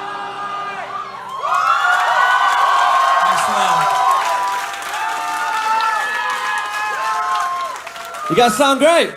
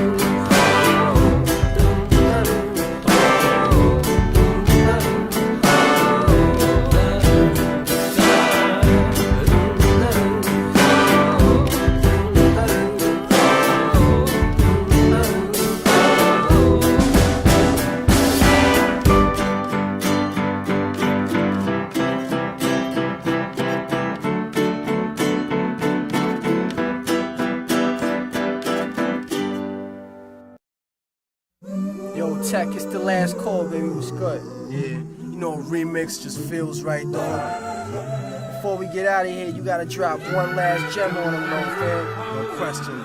It's like the elders told me, no one person can do everything, but everyone could do something. So we gotta rep for all them niggas that ain't here right now.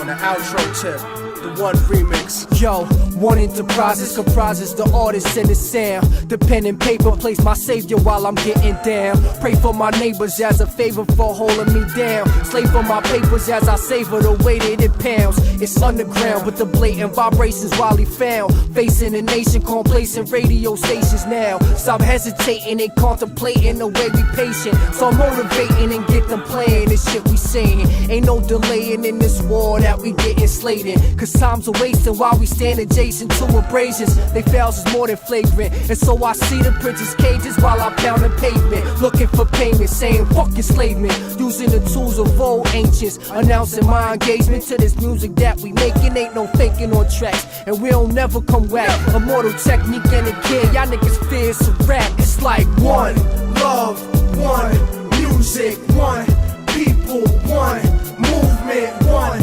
heart, one spark, one gift, one lift, one stance, one shift, one way, one day, one. Immortal technique in the trenches with my nigga Akir. A family survived the genocide so we could be here. And now we enterprise the aftermath, one and the same. Living the revolution till we catch one in the brain. And even then my spirit will return in heavenly form and wipe the chessboard clean on my enemies' pawns. The Red Dawn communist threat buried and gone. So they invented a war the government can carry on. It makes me wonder if the word of God is lost in a man. This is for the children of Iraq, lost in the sand. This is for the illest MCs that'll never be known. And this is for all the soldiers that'll never come home. I wrote this for Mumia, stuck in the beast. For people who march in the streets and struggle for peace. For hood niggas born rugged, never rockin' Versace. Eddie Ramirez, cousin George, and my old friend Sashi. Chris from the block, and all my niggas stuck in the cell. Paul Wolfowitz, motherfucker, I'll see you in hell. My destiny's to show the world that the music is real. Go back in time and play this shit for the slaves in the field. And for my children in the future that are waiting to breathe. People slowly dying, hanging on, waiting to leave. Believe when I'm gone and this album's on a library shelf, I'll be one with God and one with you and everything else. One love, one music, one people, one movement, one heart, one spark, one gift, one lift, one stance, one shift, one way, one day, one. Yeah. Revolutionary Volume 2 has been brought to you by the type of motherfuckers who ain't scared of shit. And if you playing this album and I'm no longer here, sometime far away from when I recorded this, remember that history isn't the way the corporate controlled media made it look like. Read between the lines and free your mind. Revolution is the birth of equality and the antithesis to oppression. But this is only built for real motherfuckers. So when I'm gone, don't let nobody I never got along with try to make songs kissing my ass, recycling my beats and my vocals. This shit is real over here, man. Thank you for listening, and thank you for supporting independent hip-hop, the heart and soul of our culture, keeping the truth alive. Good night, my people. Good night.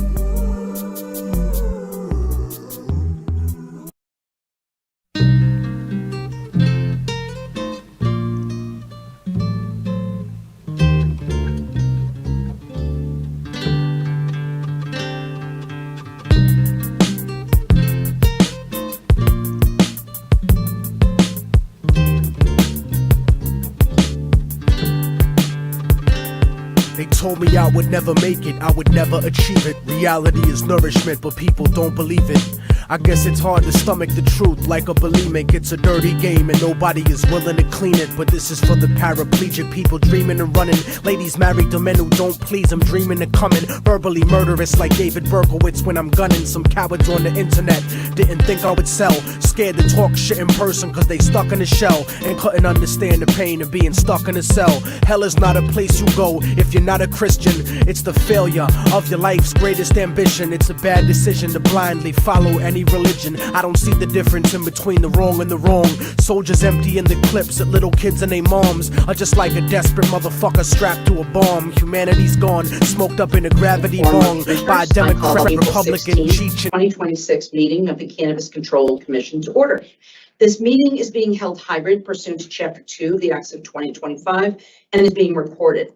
Commissioners Benedon, Stebbins, Roy, and myself are participating in today's meeting. All votes taken today will be by roll call. We have a full agenda today that I will generally summarize. We will not start with opening comments from commissioners. We will actually take that at the end of the meeting. I am going to be moving some of the agenda items around today because we have quite a bit of items to take care of, especially with 420 coming up on Monday. So some people may be looking earlier in our agenda and they will be pushed to the end. We will vote on meeting minutes.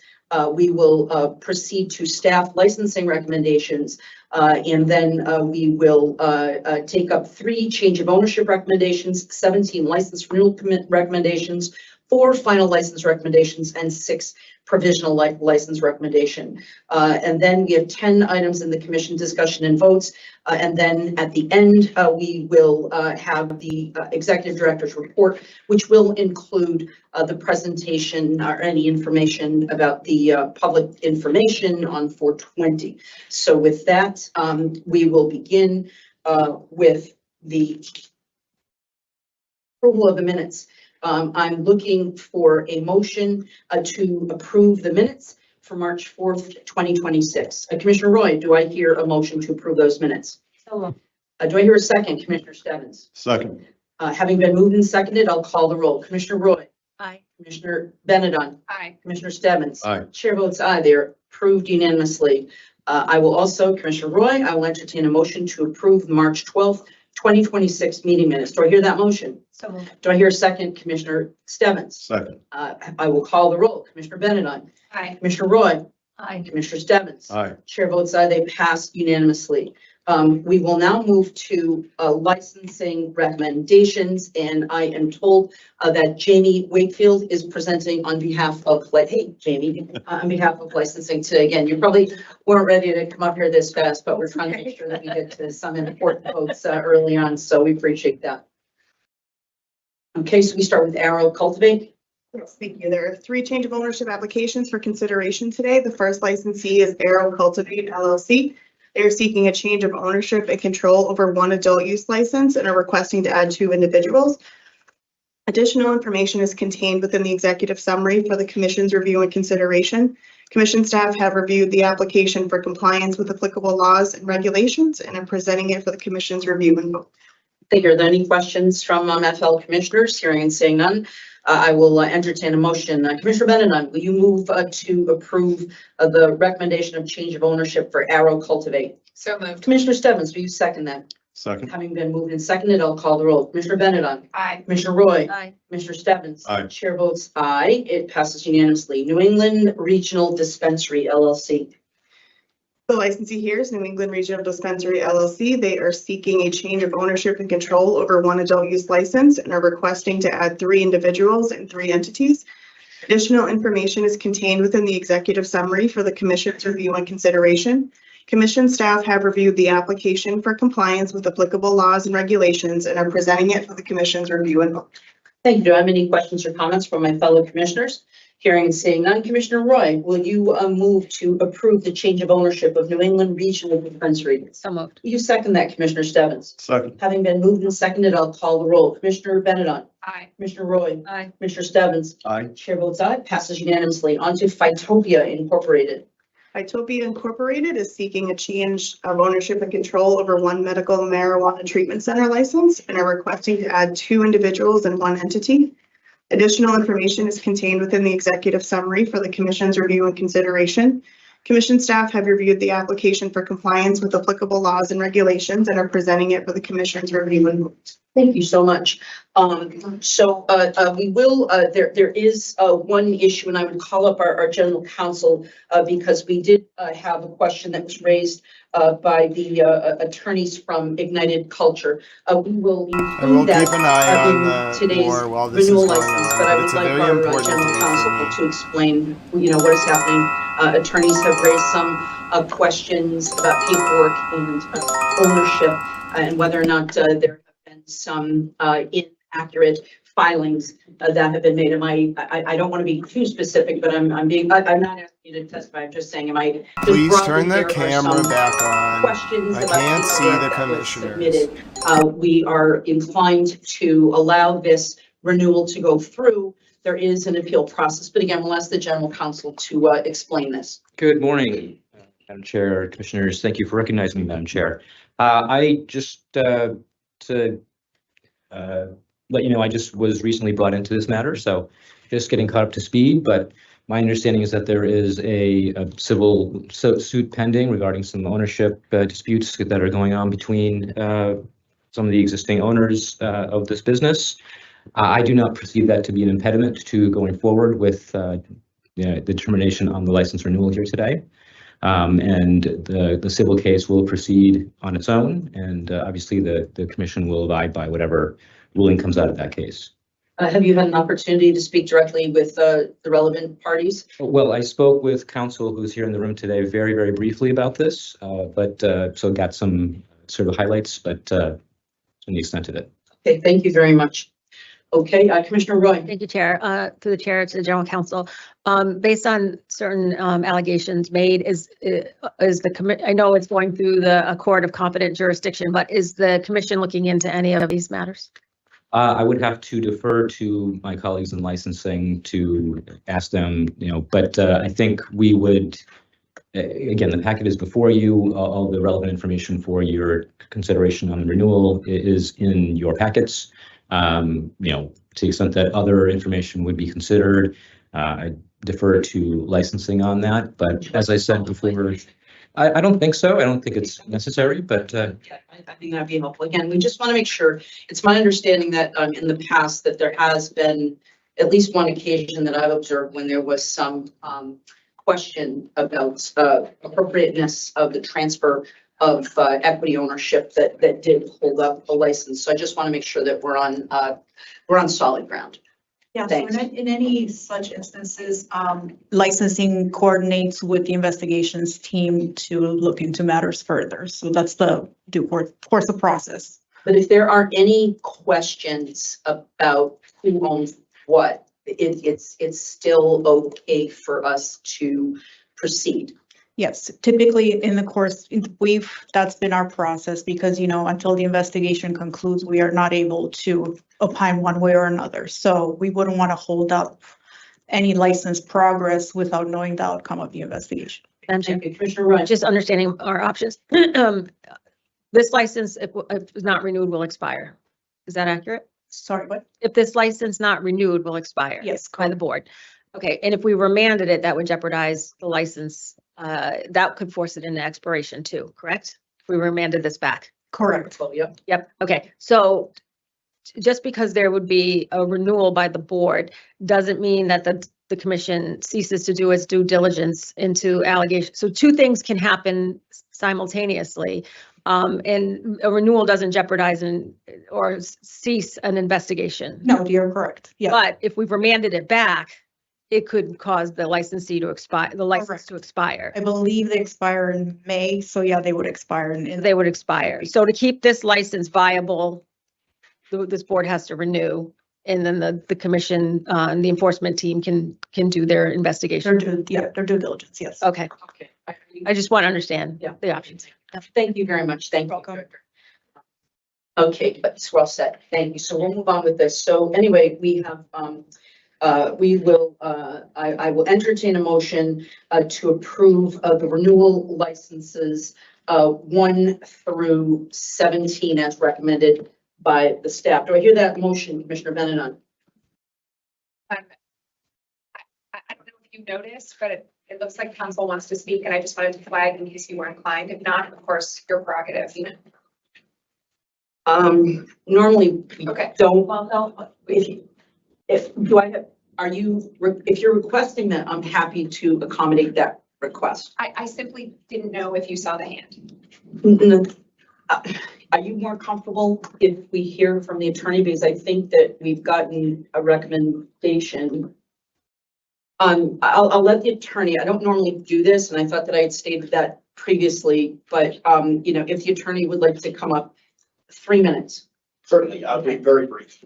Thank you.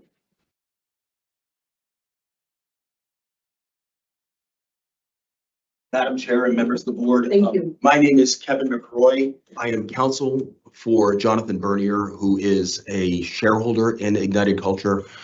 And he is acting in a way to try to protect the licensee and the corporation.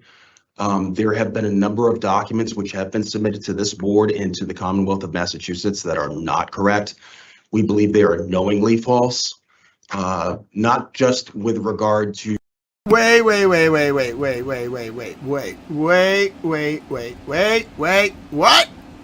What is going on here? 17 as recommended.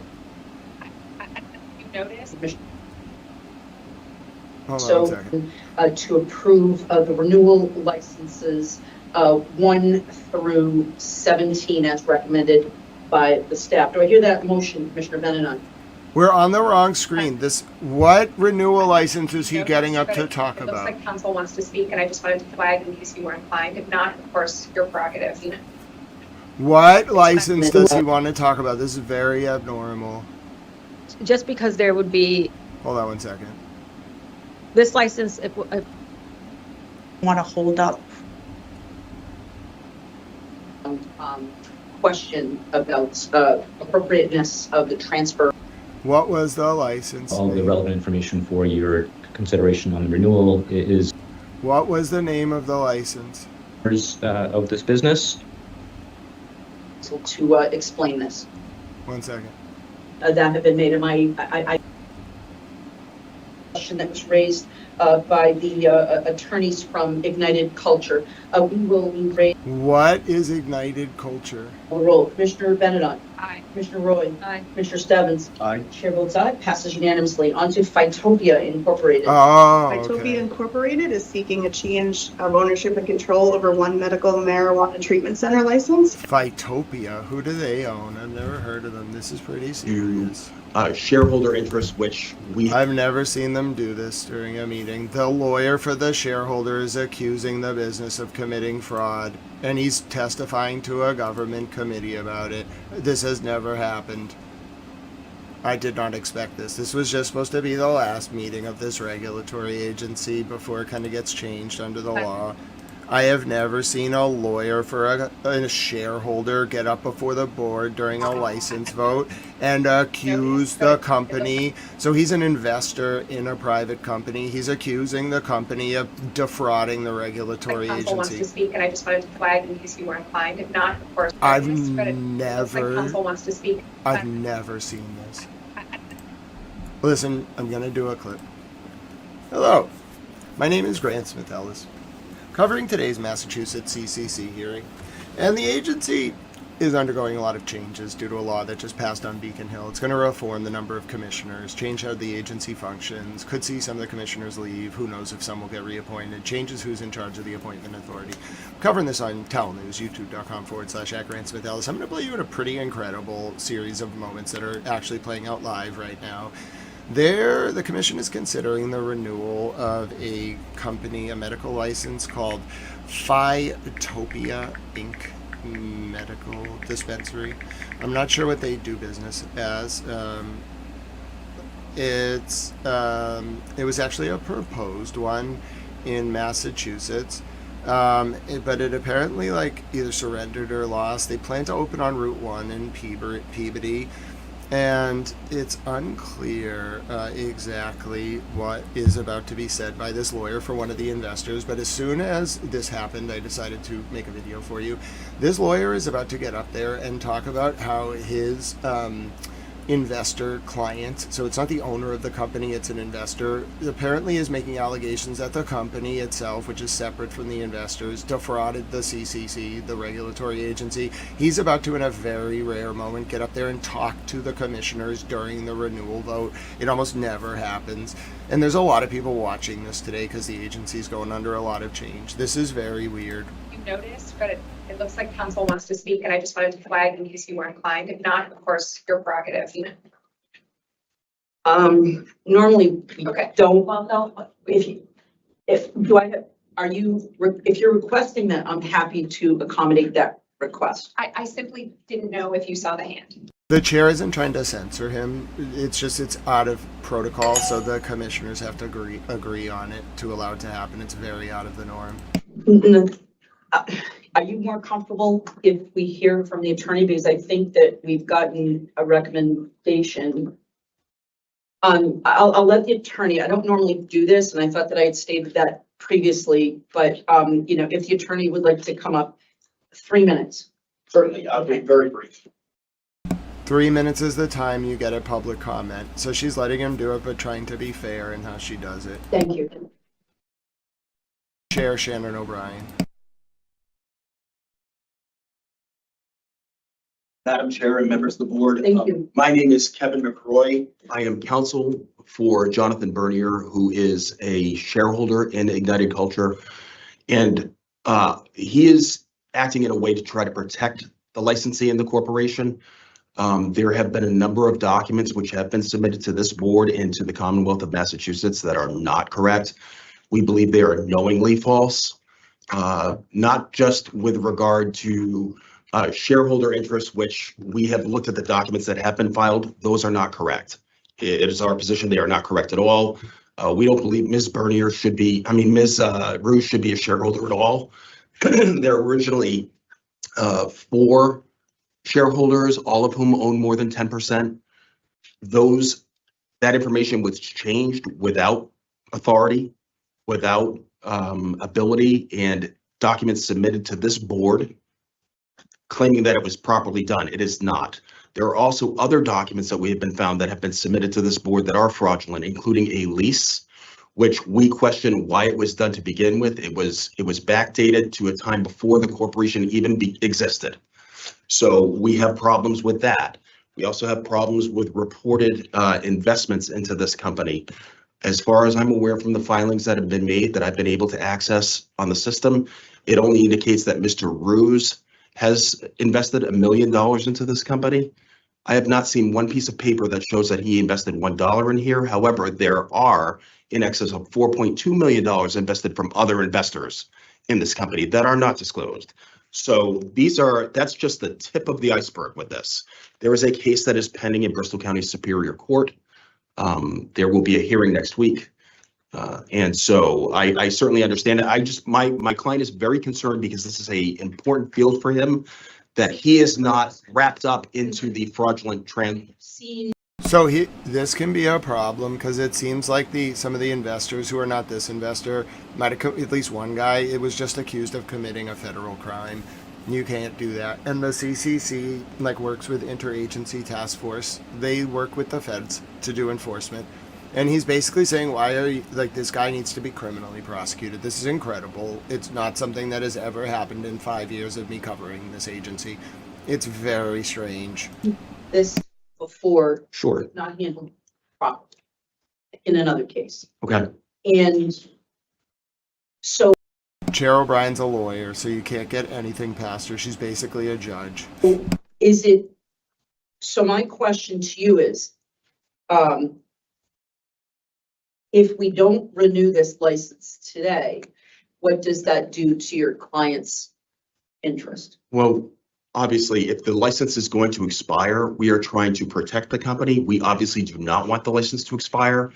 What we are requesting is that if it is allowed, to allow the extension to be further extended for renewal while an investigation takes place. I don't know if that's, but we do want to protect the company. I want that understood. Is it possible,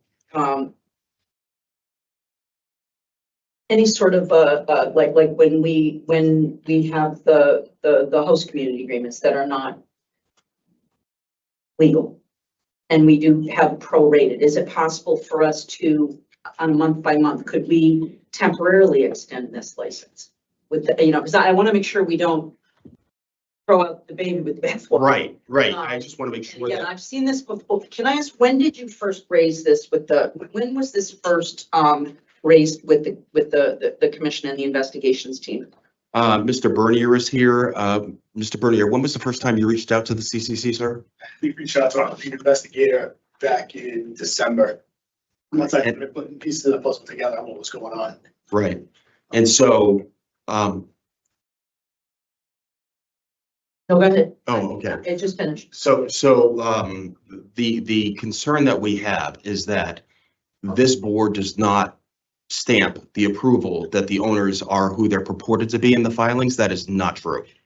And there are other issues that we have. For example, there was a build to suit lease that was done that's purportedly dated December 5. It's signed by both Gabriel and Sabrina Ruse, who we believe are the cause of all of this issue. And it's dated December 5, 2022. Ignited Culture didn't even exist then. The name hadn't even been thought up of.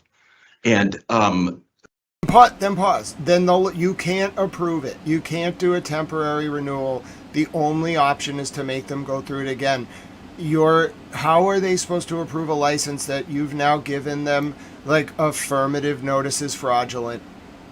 That's why this lawyer did this. They can't approve it. The only option, I think, they'll have to look at the regulations. There's probably some emergency clause. You can't approve it on the documents that were submitted. So how are you supposed to do a temporary renewal? No, you have to do the process again. Maybe they can prorate your fees. I don't know the rules, but the point is that you're stuck between a rock and a hard place. He's saying if you commissioners approve this license, then what you're in effect doing is saying that the documentation is valid pursuant to your regulatory review, and it's not valid. So you can't even temporarily renew it, but it puts the investor in a tough place because it would mean the license gets dissolved and the license is a valuable commodity. So they're trying to fashion a solution here that preserves the license without certifying the false documents. It's a tough position. I wonder what they're going to do. so that's, for example, that's a concern. And why that was done, we don't know. But there's no logical, good faith reason that is done. If documents have been submitted, that's problematic. If this is Right. January, February, March, April, that's 4 months. And we're, you know what I mean? If it was December. We don't know when that lease was submitted to What I'm us. saying is, when did you first notify the commission that this was a problem? December, Mr. Bernier reached out to the investigator in December. And what response did you get? I didn't get no phone call back. And Nothing. I continued doing that's I had already obtained counsel at that point, and I started putting all my information together. And then when I submitted my complaint to the Bruce's last week, they froze me out of the company, they kicked me out, the trust me. So, Okay. so just so you, just, Don't do something right. like this, but this is obviously. so just so you know, a copy of the draft complaint and all of the exhibits. So we're probably talking 250 pages of documentary proof showing that what has gone down here is not correct. Mr. Bernier handed it to Mr. Ruse on April 6th, just before 7 p.m. at the business premises. It was a demand for suitable action by the company to say, hey, here is a draft complaint, a verified draft complaint, saying of all the things that we know or at least believe are going on here that are wrong. Please take suitable action to protect the company. The next day, he was frozen out of the company. He had his CCC badge revoked. They are blocking all corporate records from him, and they served him with 2 no trespass orders. All right, this is actually an emergency situation, not like a life or death, but it's a regulatory emergency. The chair is going to be seriously tested here. If she gets this right, this will be great. She has a lawyer with her too. They have multiple lawyers on the commission. Commissioner Benedon's a lawyer from the Attorney General's office. They're going to get this right, but they can't get it wrong. It's an emergency situation for the license that puts a property interest at stake. And you can foreclose certain civil remedies if you do this wrong. You can't be wrong. They have to get this right. This is strangely fascinating. I did not expect this to happen. It's never happened before. And Hezbollah is attacking Israel.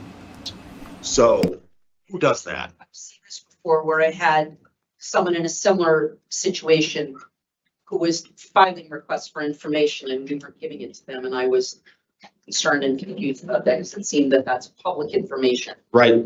That especially when someone has been on the license. So this is not the first time that I've seen this. Okay. Commissioner Roy. Well, no. Oh, Executive Director. Thank you, Madam Chair. Just a question on the extension possibility. One, we don't have a formal extension request, but to the question of where that would come into play, I believe there's 30 days of extensions within the general allowance of extensions that have been voted in the past that would be available. Obviously, the recommendation is to let the Do it to Bene.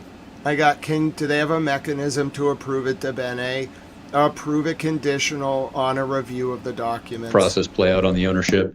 And if it is found to be that things have been presented fraudulently, obviously that will follow an investigative path. And that, but to the answer to the question of the waiver, the extension process, there are 30 days left on this licensee, but we do not have an extension request from the license holder. So what do we do if apparently this was first raised in December.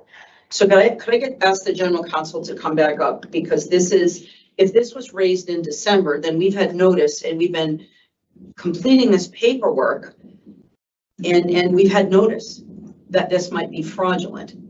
So if the general counsel, again, and I don't know if this is appropriate to the general counsel or enforcement counsel. So what do we do if we have had notice, prior to our staff completing this paperwork for the renewal today? Good morning again, Madam Chair and Commissioners. I have no prior knowledge of this information. I would have to defer to licensing. I will say that the previous recommendation that I had outlined still stands. I see this as being two separate processes. We have our own internal process, which has been gone through. I can let licensing speak to that process. The separate civil process that my brother has initiated in this period of court will play out, and obviously the commission would abide by any rulings that come out of that. As an agency, if we have notice that there may be fraud involved in the paperwork, what duty do we have under the law to ensure that the paperwork's not fraudulent? That's not, I don't need licensing. I'm trying to figure out what the law is. Well, I mean, that would defer to our process. And so licensing and the enforcement council have a process that they follow in these sorts of situations, and they would follow that process. I'm just going to repeat the question.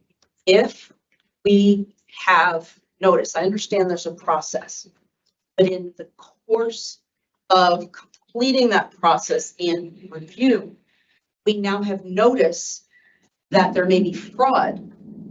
Does the commission, having notice of fraud, place any responsibility on us to do additional due diligence, or do we just ignore that? Well, I guess I have some issues with the phrasing of the question. These are allegations of fraud, so we must take them as such. So no determination has been made either way on this. So I'm trying to answer the question, but the question's a little bit difficult to answer the way it's been phrased. I don't know if you understand what I'm trying to get at. We have a process. We go through due diligence. I have observed this in another case, actually a couple of cases. And so what is the duty of the commission when they have been notified by someone who previously has been on the license and has been an agent, and there is notice of potential fraud? What is our duty as a commission to determine that what is being provided as evidence to allow this renewal? What's our duty as a commission? What do we have to do? Well, I mean, our duty would be to go through, whatever documentation we have and to complete the review on that in the normal course of affairs. I'm not sure I do understand the question further than that.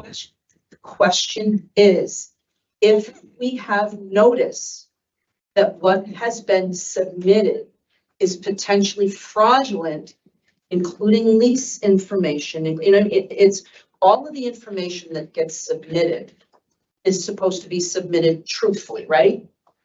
So what is our duty to ensure that it's truthful? Again, I'll defer to our duty would be to look into whatever is submitted, to, follow the process. Again, these are allegations of fraud. The licensing team would look at this initially, go through their normal process, and they would forward this to enforcement counsel to follow up and do their due diligence. Well, there's a separation of powers here, so and I can't speak to the licensing, what licensing is done here. Madam Chair, if I may, I'd just like to clarify, the communications that came across in November and December were not in regards to this topic. What was received was on 4/6. We need the time to look at the issue. If you'd like to discuss the extension possibility, it would be outside of our normal process. But we can have that conversation certainly. Otherwise, again, if there is something in what's in the packet in front of you and the staff that is inaccurate, that will be discovered through the process. And we'll also have the benefit of the outcome of what is apparently ongoing litigation. I put the motion language from 2022 in the chat, which was for compliance issues. So it's broad. It was worded broadly, and it was not germane. Oh, she's a genius. Commissioner Roy found a prior example where the commission ran into a similar issue and is going to use the similar motion language. She's a genius. I told you, Commissioner Roy, Chair O'Brien with Commissioner Benedon just hanging out. It's the perfect people to run this commission. I thought call the governor. The governor's watching this, though. Not this stream. She might be watching the stream, or her press people probably are, but they're definitely watching this meeting. And listen, if she doesn't realize, if the governor, this is a sign, okay, it's the Holy Father, it's God, I don't know what it is. It's somebody telling the governor, listen, these are the people you need to run this agency. Look how efficient they are. Shannon O'Brien is like a judge. She's a lawyer. She's sitting up there like, okay, like when she says the word, what is our duty? She's talking about the statutory duty in the civil context. What is our duty? What is the duty imposed upon us now that there's been a constructive allegation of fraud raised on the record? And the lawyer, the general counsel is like, he's pausing because he knows he's caught. And then the executive director in like 2 sentences does his job, which is, Madam Chair, this is outside the process. We have a way to do this, though, because it's come up a few times. We should investigate the allegation and then return to it. And then Commissioner Roy, right on cue, because she's reading the vibe, is like, oh, I have this language from 2022 that addressed a very similar situation. Let's use it. Genius. Into HCA's. That's how government is supposed to function. You have to really drill down. You don't take anybody at their word. You just do the right thing pursuant to your duty to the people and the Commonwealth and the laws, and they're great at it. They must be rehired. It's like going to become a passion project for me. At that time. So also want to read the language when a renewal is brought to the board by the staff. Is there any language that asserts, in other words, by us ratifying or us voting on this, are we saying everything is in compliance? And that's usually what we're saying when we vote in the affirmative. We're saying to the best of our knowledge, everything is in compliance based on the executive summaries we get. And so we don't know if everything is in compliance right now. And so that motion language is broad enough, perhaps, so the license doesn't expire, perhaps could get an extension, would allow our team to do its necessary due diligence into these allegations. Perhaps is an option, because I don't know if I'm personally comfortable saying this license is in compliance based on the testimony we just heard and the documents. Although these are assertions and allegations, they're still highly concerning. So, but what I'm seeing here from our executive director, it says, for the record, the letter was received on 4/6/26. But what I'm hearing is that the gentleman alerted the investigations team. So are you saying that the investigations team did not receive that? The prior communications from November and December did not relate to what was received in the letter. Can you clarify what was received? Received in the letter are the allegations that you brought the attorney up to. But what was received? It was related to, I'm not sure I understand the acronym. And maybe Attorney, yes. Thank you. Who was it received from? Because Mr. Berger made a telephone call to the investigator and left a voicemail, but never heard back. I will say that there was also an email sent from Mr. Bernier to pretty much everybody in this commission, first addressing his concerns probably a couple of weeks ago. And I, it was acknowledged it was received, but nothing ever happened from it, which, then brought on my letter.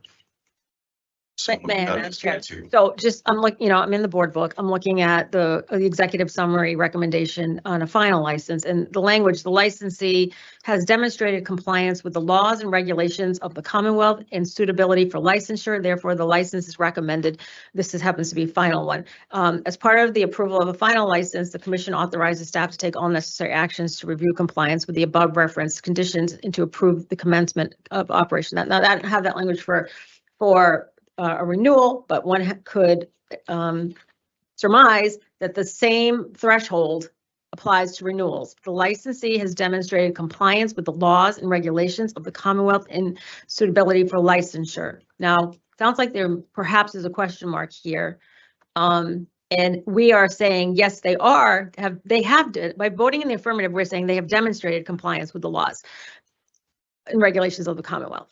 Now, I want to just ask, do you confirm what Commissioner Roy's interpretation of what we're doing by approving them? General Counsel Chodapane. Thank you, Madam Chair. What I can say is that the review of the material. It's a yes or no question. Would be an acknowledgement or a statement by the board that the conditions for renewal have been satisfied. I don't think that's the question. I think the question is, are we confirming that they are in compliance with all applicable laws? That's what we're saying. Well, you're complying that the licensee has satisfied the requirements for renewal. That is the nature of the review process and the renewal process is that you are reviewing those documents to ensure compliance with the requirements for renewal. Does compliance assume that all applicable laws and regulations are being appropriately followed? Well, I mean, I think that's a little bit beyond the scope. I mean, when you say all laws and regulations, again, there are allegations here that my brother has raised relating to the licensee. The licensee is not here in this room to present their side of the story. So, we're hearing one side of the story here, which is a separate matter entirely from the renewal license issue that is before the board today. Madam Chair, the Director of Investigations wanted to address some of what was stated previously. Thank you. I'm not sure, we might be running out of room. Thank you, Madam Chair. Again, sorry, this is The staff did something wrong here, and this is my read of this. The staff did something wrong, and they're trying to cover it up. I'm speaking this up. Yes, so from written records that we have, the lead investigator did not receive this complaint until April 6th. In terms of process, and we've received complaints, they're looked into. So we can't really speak about specific allegations or what was alleged. It's been summarized to an extent. In terms of whether a phone call was received, the lead confirms that he was made aware of this complaint on April 6th. So if there were voicemail sent, I'll have to check back in with the lead. The communications that were sent in November and December, by the way, I know that was asked, those are compliance matters. There were some alternative security provisions. Other alternative security provisions were submitted to the commission, so that was being reviewed by the lead, and we were in communication with the chief law enforcement officer regarding that request as per process. So that was just a routine compliance matter that they requested. Mr. Roy? So it sounds like we have some internal questions we need to suss out, and I don't have enough information to determine. I think that the issue that we're raising is that, and I'm not sure that I'm not sure. I'm hearing compliance, but I'm not confident in what I'm hearing about. Again, we have sort of conflicting evidence here, and again, I'm not questioning anything, but I've seen this before, so I just want to make sure that we're not voting on something that assumes that everything is compliant. If we did have some information that there might have been some violations of law. Commissioner Bennett. I want to state that I agree with Commissioner Roy. I too am uncomfortable given that these fairly serious allegations have been brought to light. The way that I see it is when we are considering a renewal, we look at the paperwork, the licensee who's applying for renewal signs that the information submitted is accurate. And so generally it is reasonable, in my opinion, for our team to accept that as at face value. So we are not independently determining that everything they say is true. We are taking what they submit to be true and then determining whether the conditions for renewal are met. In this case, though, we have received contrary information that calls into question. And so I do feel like in this case, some additional review is warranted. If nothing had been called into question, I would say our team can just accept at face value everything on the paperwork. I'm not comfortable doing that in this case and would rather go with some kind of administrative extension or whatever tool we have available to allow our team to look into this, given that they have only recently received the concerns. So I'm just trying to figure out, because again, we've done this with host community agreements when people weren't in compliance. Commissioner Roy. I think Director Colville said this will expire in May, right? Director of Income. Okay, so May what? May 13th. Okay, okay, and today's the 16th. So we cannot just grant that. You have to apply for the extension, correct? The licensee would apply for the extension. Okay, so that brings up a concern that I have, because the people who are purportedly speaking for the licensees are the peoples that we have alleged are committing. I see. So, or these activities and making statements that are not accurate, at least to the best of our knowledge and belief. So, that's my client's knowledge and belief. So he's saying that because he knows this is technically a formal proceeding. To the best of my knowledge and belief insulates you from perjury. You can't commit perjury if you say to the best of my knowledge and belief. That's what we were taught in law school. I'm not a lawyer. This is not legal advice. the concern here is he doesn't. Being involved with this commission is very important to my client, to Mr. Bernier, and he does not want to be grouped in with these other activities because he intends to continue to be involved in this industry.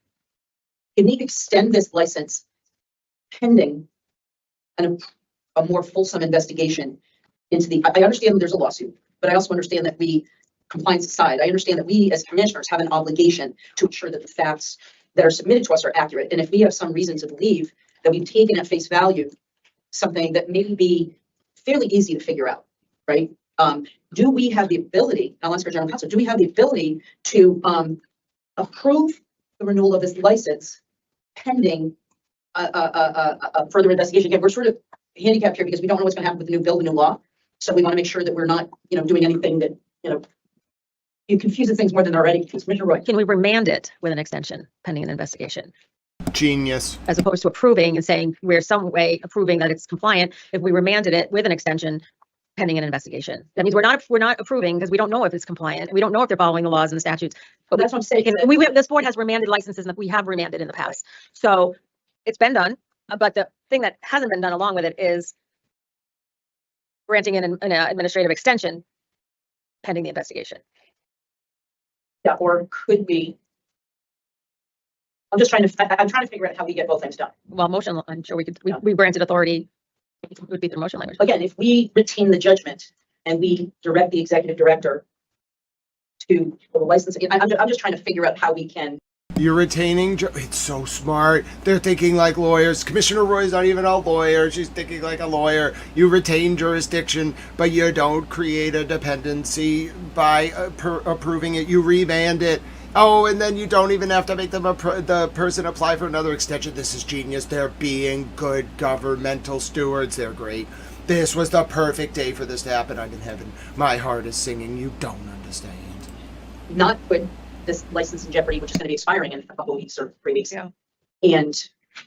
But allow us to be confident that we're not approving something that may be factually inaccurate. So yeah, thank you, Madam Chair. And again, I just want to note that we're trying to look out for the licensee and the corporation. We do not want the corporation to cease doing business. Right. We just don't want to be grouped in with the statements that have been made to this board, which we feel are knowingly incorrect, and documents which we didn't know. My client didn't know anything about any of this when it was being done. Everything was done by 1 or 2 individuals only. So he was not made aware of all of this before. If he was, we would have been here sooner. Okay. All right. So do we remand it? I mean, you say maybe we need a 5-minute legal break to huddle with legal because this is we have precedent for half of the equation. We don't have precedent for the other half. And I'm not comfortable with the opinion that I've heard that the paperwork's the paperwork. Yeah, no, and I'm not comfortable. I'd have to vote present because I'm not comfortable voting in the affirmative based on what I heard today. So I don't know, and I think Commissioner Benedon shares my sentiment. I appreciate your prodding me to hear from the attorney because I So I'm just wondering if there's motion language that can be constructed that would remand the license back pending an investigation, but put it on an administrative extension. I think it could be done. I think it can be done, but yeah. So why don't we ask our general counsel to huddle with his team and maybe draft a motion and we can we can vote on the renewal licenses. Not table, but we will not include Ignited Culture, and we'll try to figure out how we can do this in a way that ensures that all laws are being complied with, and that we're not voting on something that we may have reason to believe might not be. Did we vote on Vitopia? Listen, that is why you pay people. Okay, two of those people, Commissioner Chair O'Brien, her, and Commissioner Benedon, they are both lawyers. That is why you pay people to be in government. We can't skimp on it. You have to get good talent. The reason why people complain about government is we don't spend enough money to get good talent. Do you know how smart those three people are? Do you know how much shared knowledge? There's like 70 years of shared legal knowledge there. Commissioner Roy's not even a lawyer, and she knows about retaining jurisdiction, applying precedent, whether the precedent of this situation is distinguished or similar to a previous. We have the perfect commission. Why are we changing this? This is the only thing I'm so mad about. They just passed a law. They're going to make these commissioners get rehired. They must rehire these three people. The governor has to do it. You don't understand. They're so smart. What more can they do? They just prove to you in real time. They didn't know that was going to happen. That was perfect. We need to spend money to retain good talent because then they can problem solve and think like lawyers and be efficient. That was great government. Their job is to mediate in the middle of a complex situation in real time, knowing the decisions they make will recursively impact other parallel litigation and their own investigatory process and precedent. Boom. Perfect. They solved it. Remand, structure the motion language on remand to in a way that doesn't let the owners of the license let it expire as a form of spite because there was an issue raised, okay? And then make sure the remand doesn't create like a promissory estoppel-like situation where the commission has passively approved fraudulent documents. I love it. I am so proud of my government. See, they're so great. It's great. We've built a perfect commissioner structure. These three women need to stay on this commission. They're brilliant. You just saw pure brilliance. It's such a small thing. It may seem small. It may seem like it's just a mundane regulatory matter. It's not. You have to be very smart. It's like three judges. They're like an appellate panel, and they work so well together because Commissioner Benedon knew that this was not just a lawyer complaining. It was like a constructive, notice to the board of fraud. She noticed, and she's a lawyer. She knows what it means. So she told the chair to listen to the lawyer. The chair let the lawyer say what he had to say. She questioned him. She questioned her general counsel. She questioned the ED. She got everyone's input. Then Commissioner Roy listened very attentively and was like paying attention to the problem solving, and then fashioned a solution and got the chair to instruct the legal counsel to develop a motion that would work for everyone. That's efficient government. When people talk about the administrative state, they don't understand the value of it. You can't just complain about a bloated administrative state unless you know what an administrative state does when it functions correctly. We're supposed to have regulatory agencies with that level of subject matter expertise to efficiently deal with problems in their jurisdiction so that we can move on. And that's what they did. It was great. It took them maybe 30 to 40 minutes. They solved something that could have taken a court 7 months. It's efficient. It saves money. It saves time. It saves resources for the system. It's brilliant. We need an administrative state, but the people running it have to be absolutely impeccable morally. They can have ideological positions, but they need to know how to be arbiters, and they need to care about the work they're doing, and we need to pay them well. And you need to be very careful with who you pick. We have the perfect three people. Just stick with them. They're great. God delivered a message to the governor. Rehire these three people and make Shannon O'Brien the chair. They're great. They work well together. They're brilliant. They're not just there because they know someone or because they're this or that or that. No, they're qualified. They're smart. They're adaptive. They're intelligent. They can problem solve. They're heroes. As someone who loves administrative law, these three women are the greatest people we have in government. I just want them to be on every news channel. I want them to be featured in interviews. I want young girls and boys to look at them and say, I want to be Shannon O'Brien or Commissioner Roy or Commissioner Benedon one day. We will have a great country again. So anyway, that's my spiel. We can go back to the meeting now. I believe we did. Yeah, I remember saying. I always cross it out. Yeah, no. I did. I crossed it out. So yeah. One of us crossed it out. Thank you. All right. So why don't we? Thank you, Madam Chair, and members of the board. Why don't we figure that out? And Attorney Gooden and thank you. If you could just maybe help us. Thank you, Catherine. If you could just help us figure that out, I'd appreciate that. Thank you. I appreciate it. And again, I thank Commissioner Benedon for. Well. I'm pleased that we did this, because again, this is not the first time that I've seen this. And, you know, so, all right. So, I will entertain a motion, to, renew the licenses, recommended by the staff, 1 through 5, 7 through 17. Do I hear a motion to approve, Commissioner Roy? Do I hear a second, Commissioner Stebbins? Second. Having been moved and seconded, I'll call the roll. Commissioner Benedon? Aye. Commissioner Roy? Aye. Commissioner Stebbins? Aye. Chair O'Brien votes aye. It passes unanimously, and we will address ignited culture once we have additional motion language from our team. Right. So, sure. Okay. Recommendations on final licenses. Okay. Yes. Staff recommendations on final licenses. Sorry, I'm going back and forth, and I'm getting confused. Thank you. Sorry about that. There are 3 adult use and 1 medical marijuana treatment center licenses for consideration today. Commission staff have reviewed the applications for compliance with applicable laws and regulations and are presenting them for the commission's review and vote. Thank you. Are there any comments or questions from my fellow commissioners? Hearing none, I will entertain a motion to approve these 4 final licenses. Commissioner Roy, do I hear that motion? Do I hear a second? Commissioner Stebbins? Second. Having been moved and seconded, I'll call the roll. Commissioner Benedon? Aye. Commissioner Roy? Aye. Commissioner Stebbins? Aye. They are passed unanimously. Okay. Check. Okay. We have some provisional licenses here. But why don't we go first to sanctuary medicinals that I believe Commissioner Stebbins has a condition?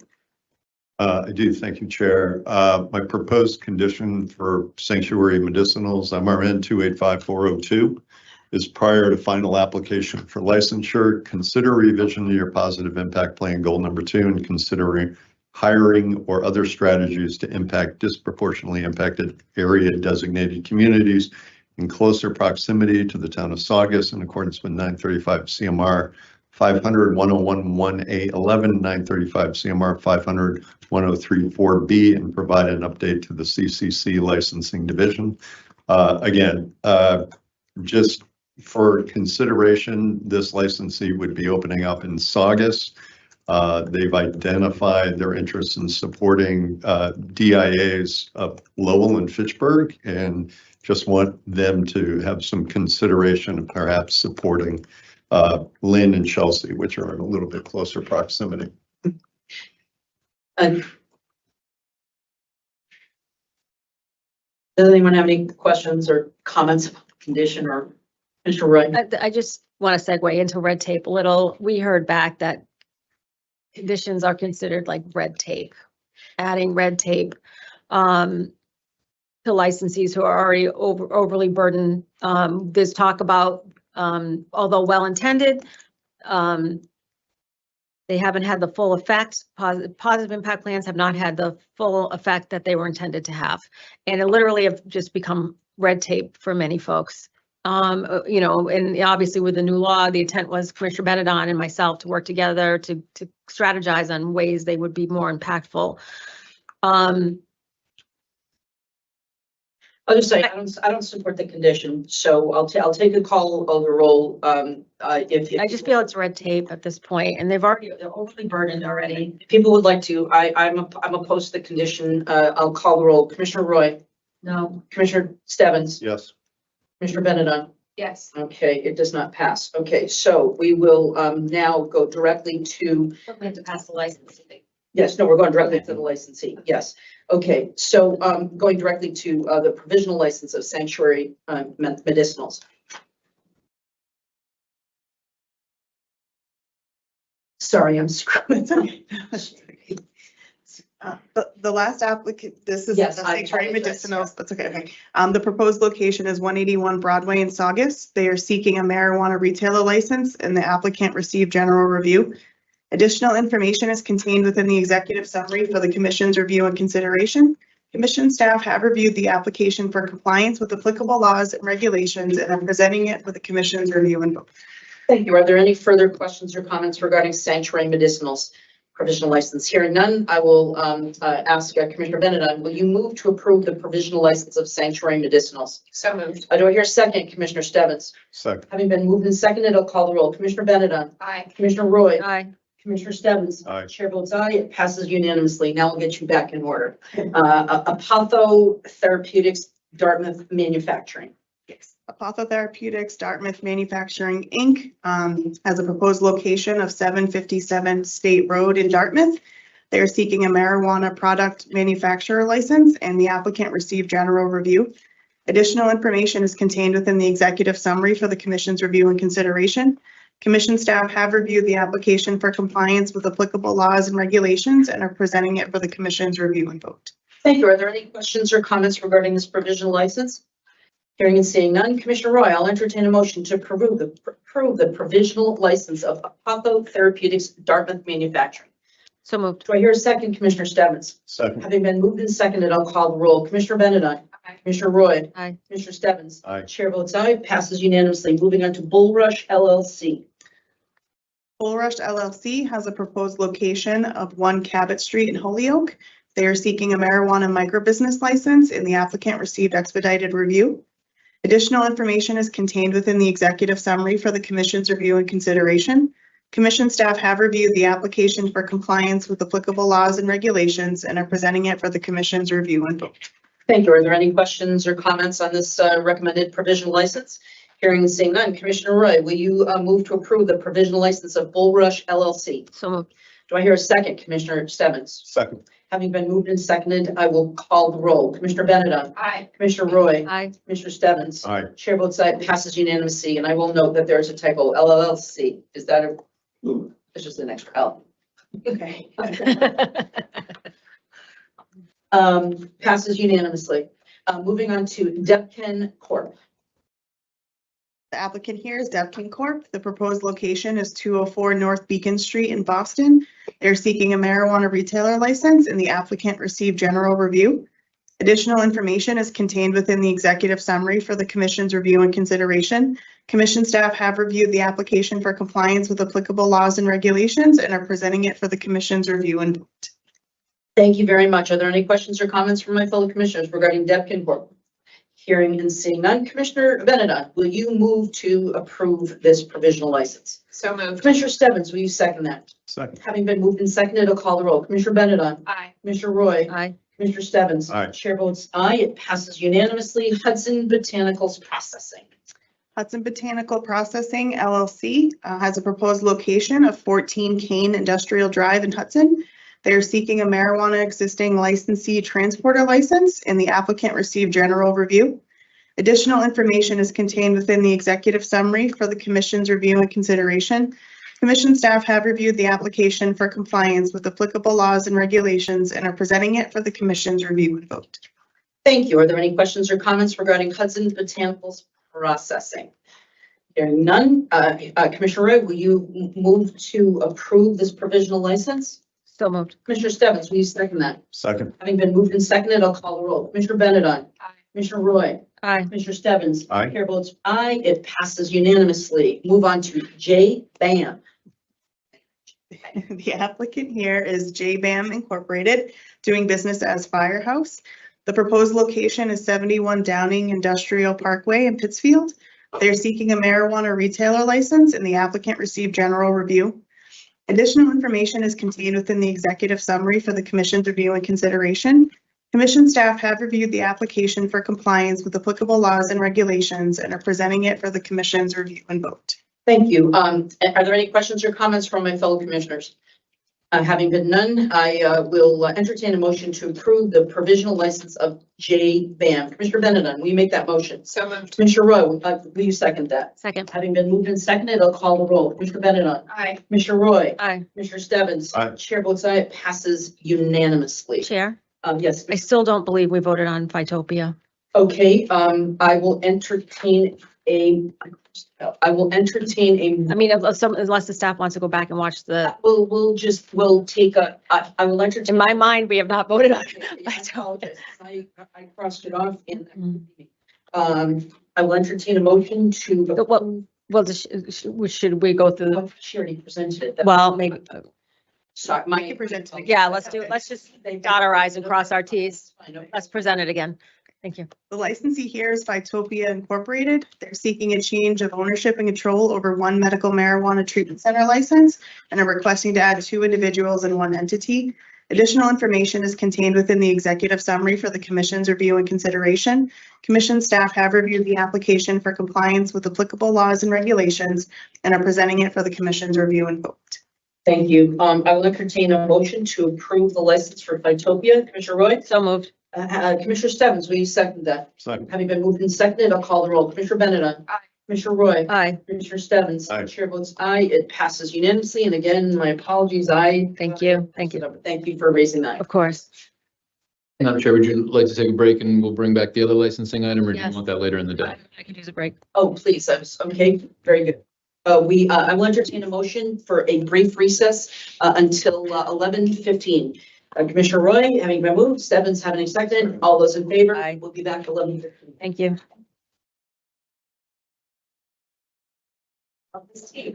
That's just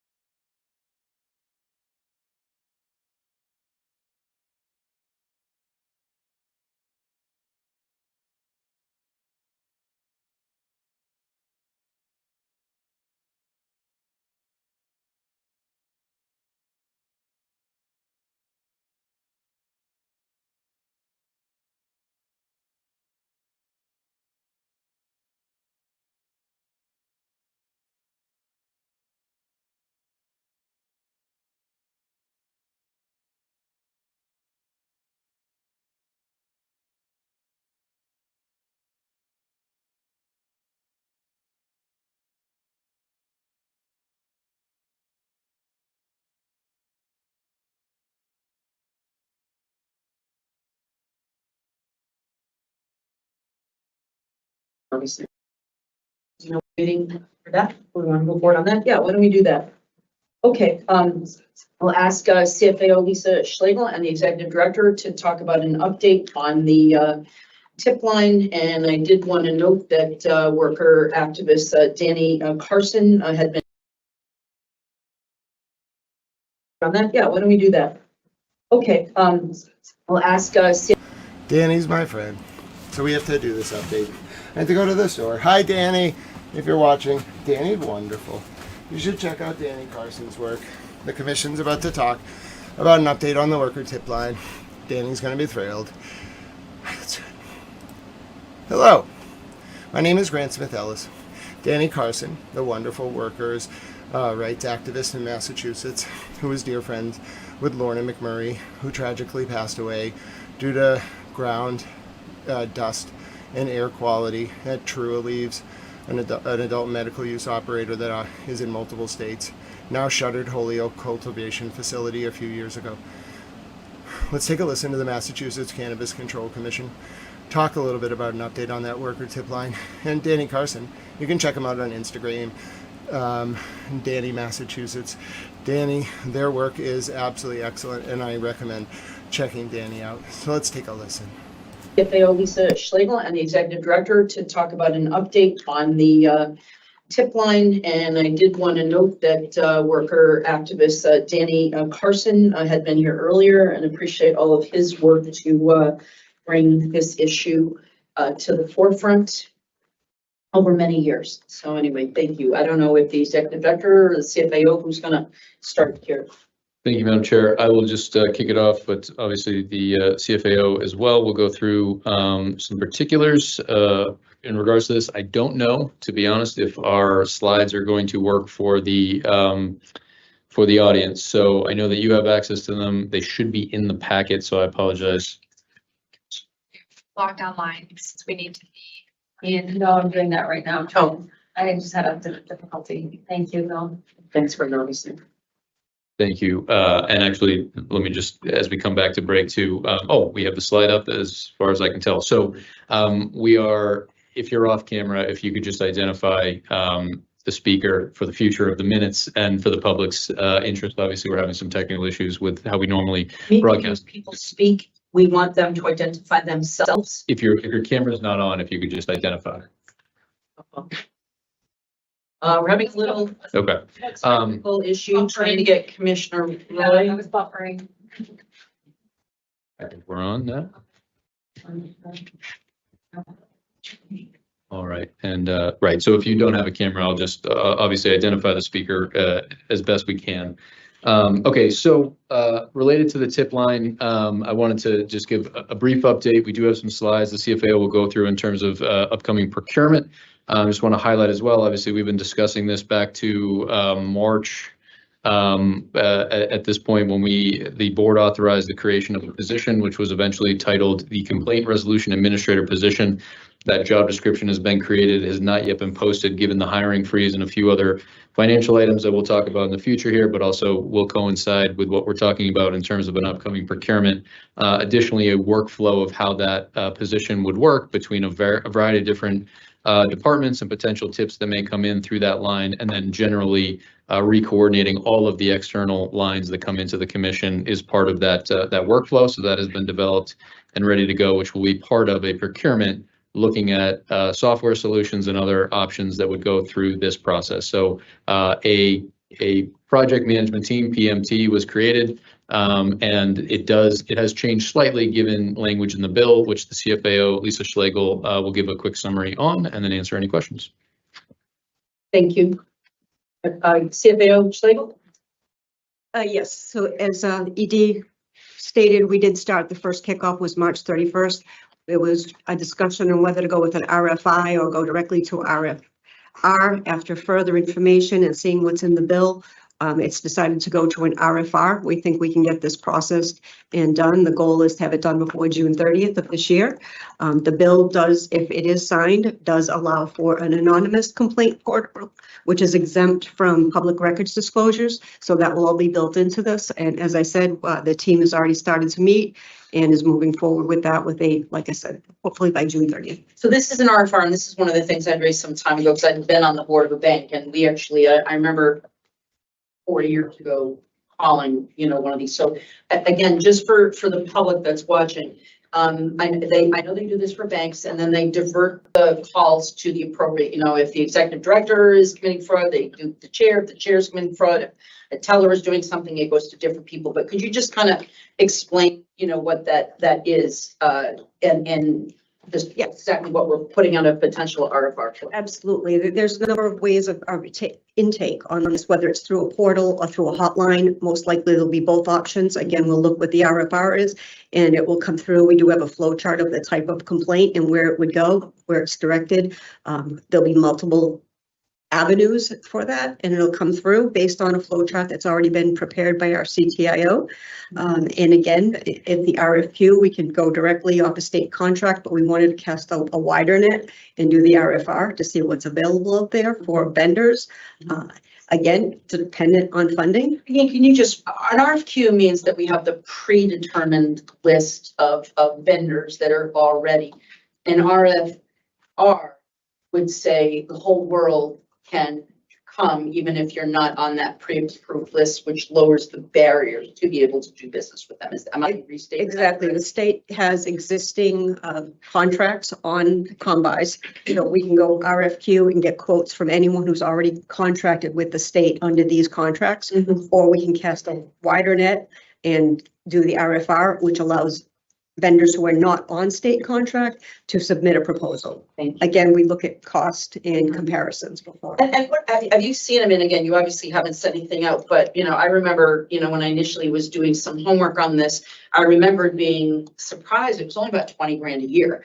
And it didn't seem to be very expensive. And it automates a process again that was still.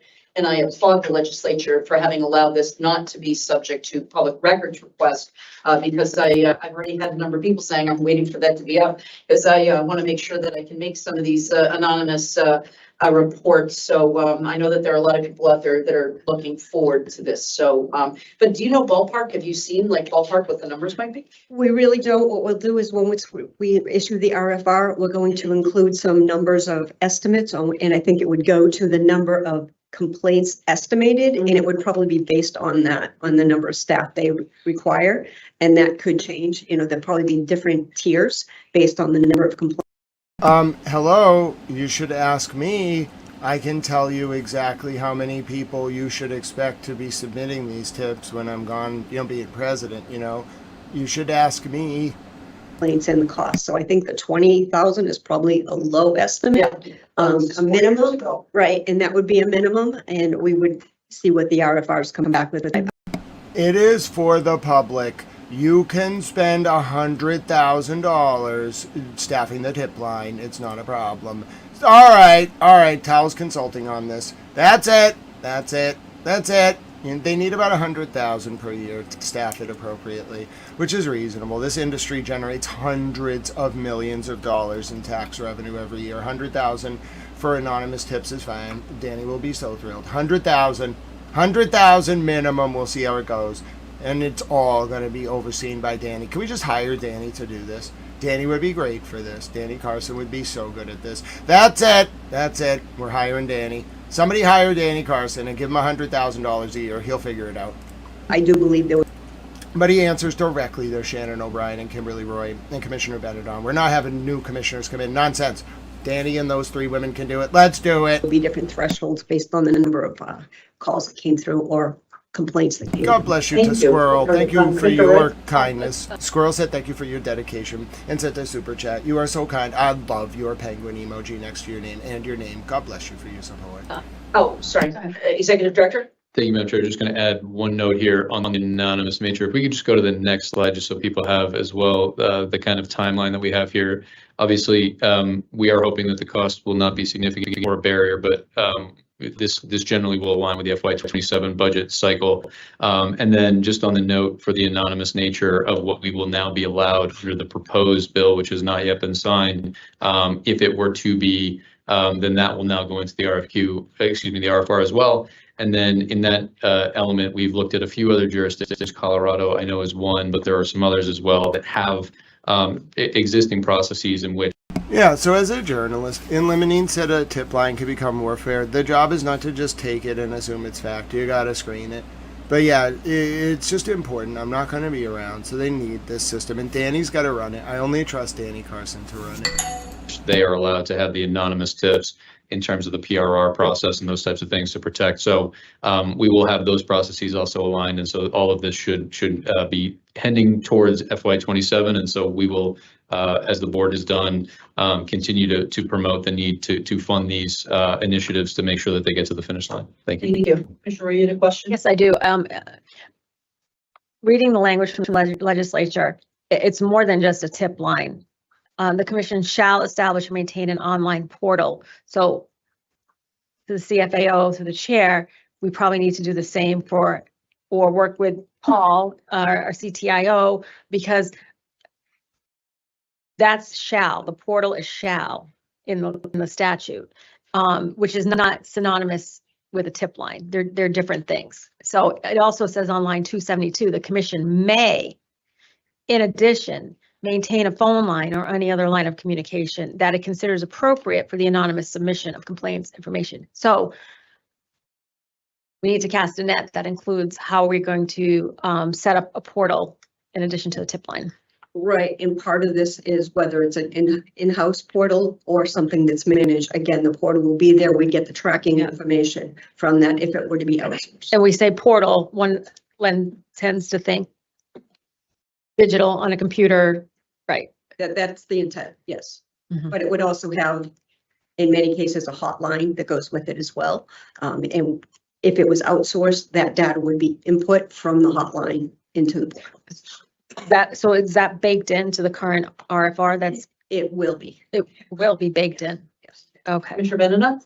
So is the expectation at this stage that the online portal would be done internally and would be cost neutral? And that's why we're not rolling that into this, or are we not considering that yet? We are looking at both options. Again, because there is some safeguards in doing this completely outsourced and the anonymity and getting the data tracking from that portal, we're looking at both options to see what the cost benefit is for each and what we get for any additional funding to be able to implement with an outsourced. And I think that it's also notable, and this is also, one of the things that I referenced, from my experience being on the board, sometimes you don't want anybody who's affiliated, connected, maybe has lunch with, doing that internally, and that's why the external process, helps to make it as independent as possible. Commissioner Roy? I know you said fiscal year 27. How granular can you go? Like the current process for the PMT team is to get vendor quotes in by June. So that's our timeline now. When you say granular, so most likely it would depend on. Like we approved this probably a year and a half ago in the tip line and the complaint resolution administrator. And, much to my frustration, which I repeated ad nauseum, that why isn't it up? And I understand there were factors like a hiring freeze and budget constraints. And that was in regulation. Now this sits in a higher perch. It's in statute. And so there is a sense of urgency. People want to see things happen immediately. And today we're going to talk about how we execute on the purchase limits and the advertising effective immediately. And so there are a lot of workers, spoken to workers anecdotally. Danny Carson was here, and people want the protections of anonymity. So all I can say is there is a sense of urgency with this one too. I think that this sort of takes it out of our discretion. And this is, one of the things that's going to be on the executive director to find.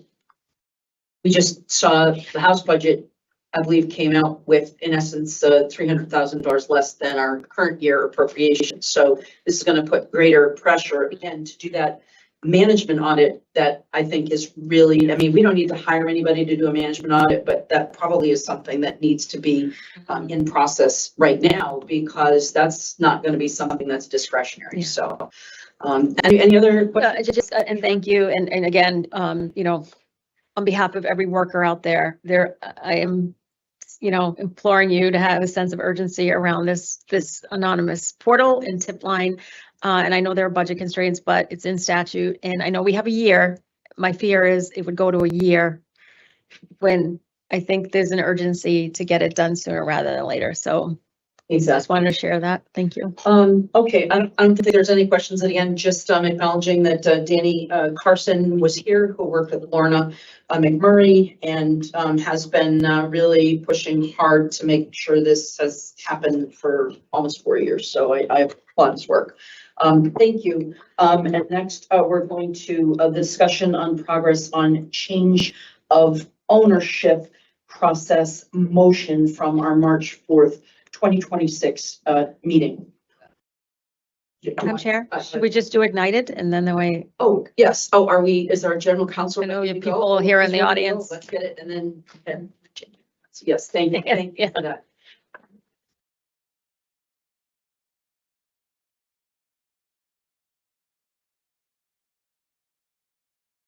Please, Thank you, Madam Chair. Thank you. And thank you for the time to discuss this with the team. As you know, we have had 2x2s with all the commissioners now, and I think we have a proposal here for your consideration. There is motion language in the group chat for you to consider, which I think we've already discussed. But the motion language references the statute, Chapter 94G, Section 4. Could you read the motion just for the benefit of the public? Because they have to do a PRR and that will take a long time. Yes.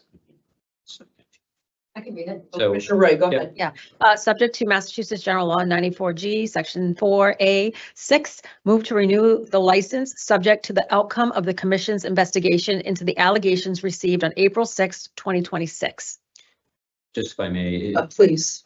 Just to correct Commissioner Roy, minor, it's Section 4A sub 11, not 6. Oh, I'm sorry. Yeah. Sorry. I had my Roman numerals mixed up. Thank you. Thank you, Chair. Appreciate the suggestion here from the staff. Obviously, all due respect to the folks in the room, we're mindful that these are allegations, hopefully to be proven out one way or the other. Obviously, if it is deemed to be their allegations are found to be truthful, obviously that brings this matter probably back for potential enforcement issues if they're found to have been fabricating information that was included in their renewal package. But I'm comfortable with the motion as it's written. Any further questions or comments? Commissioner Roy? If the general counsel could read from the statute, I think that would be helpful. Sure. Thank you. Read that. So Section 4A reads, the Commission shall have all the powers necessary or convenient to carry out and effectuate its purposes, including but not limited to the power to, sub 11 is, deny an application or limit, condition, restrict, revoke, or suspend a license. And you know what the word condition is explicitly in that language. Are you satisfied? Everybody comfortable? Thank you. Okay, so we have the motion. It's been read by Commissioner Roy. Commissioner Roy, I will entertain a motion to adopt that language. Are you comfortable with that? Yeah, as applicable to yes, MRR 207421, Ignited Culture Inc. Yes, the motion to approve Ignited Culture subject to the language read by Commissioner Roy. So moved. Okay, Commissioner Stebbins, do you second that? Second. Having been moved and seconded, I'll call the roll. Commissioner Benedon? Aye. Commissioner Roy? Aye. Commissioner Stebbins? Aye. Chair votes aye. It passes unanimously. That was the license from Thank earlier. you. And That's how again, they thank you, resolved Commissioner it. Benedon, That because was a good I do think resolution. that greater obligation, and I appreciate you raising that. Thank you. All right, so we've got. Thank you, Jamie. Tip line. All right, so we will go through a discussion, and I'm going to take some things that go next to discussions of project on progress on change of ownership process motion for March 4th, 2026, and that is Executive Director Ahern and myself. This had been raised. In limine, they were already in court. Those two parties are already in Superior Court, the investor and the owner. So they tried, they're way beyond talking. It's like allegations of crimes at this point. To me, regarding a licensee, well-established, vetted for many, many years, and given the article that was in the paper yesterday about Pure Oasis just suddenly going out of business. We had a business in Grafton just abandoned. We had Rasta Roots in December close. And we know that we are looking at the issue of receivership. Pure Oasis, apparently there are 60 jobs that are involved in that. So one of the things that we're trying to do, in addition to making the receivership process as seamless as possible so that we can save jobs, we're also looking to, again, reduce red tape when it comes to change of ownership. So Executive Director and I were talking about ways that we could, it's not a suitable licensee, but we were talking about language that we could put into place that if someone had previously been vetted, they're currently a licensee, we don't need to go through the same process. And so, maybe we can, just discuss if there's been any research done on that and what we can do within our current authority to make sure that these processes happen as quickly as possible, because that one licensee called me and said it was taking months. That person had been in business for some time, had no problems, and was trying to make sure that they saved jobs. So maybe you can comment on any, information that you find, Executive Director. Thank you, Madam Chair. So if we could go to the next slide, just want to reference, we're on agenda item number 2, which is the discussion of the progress. This is the motion.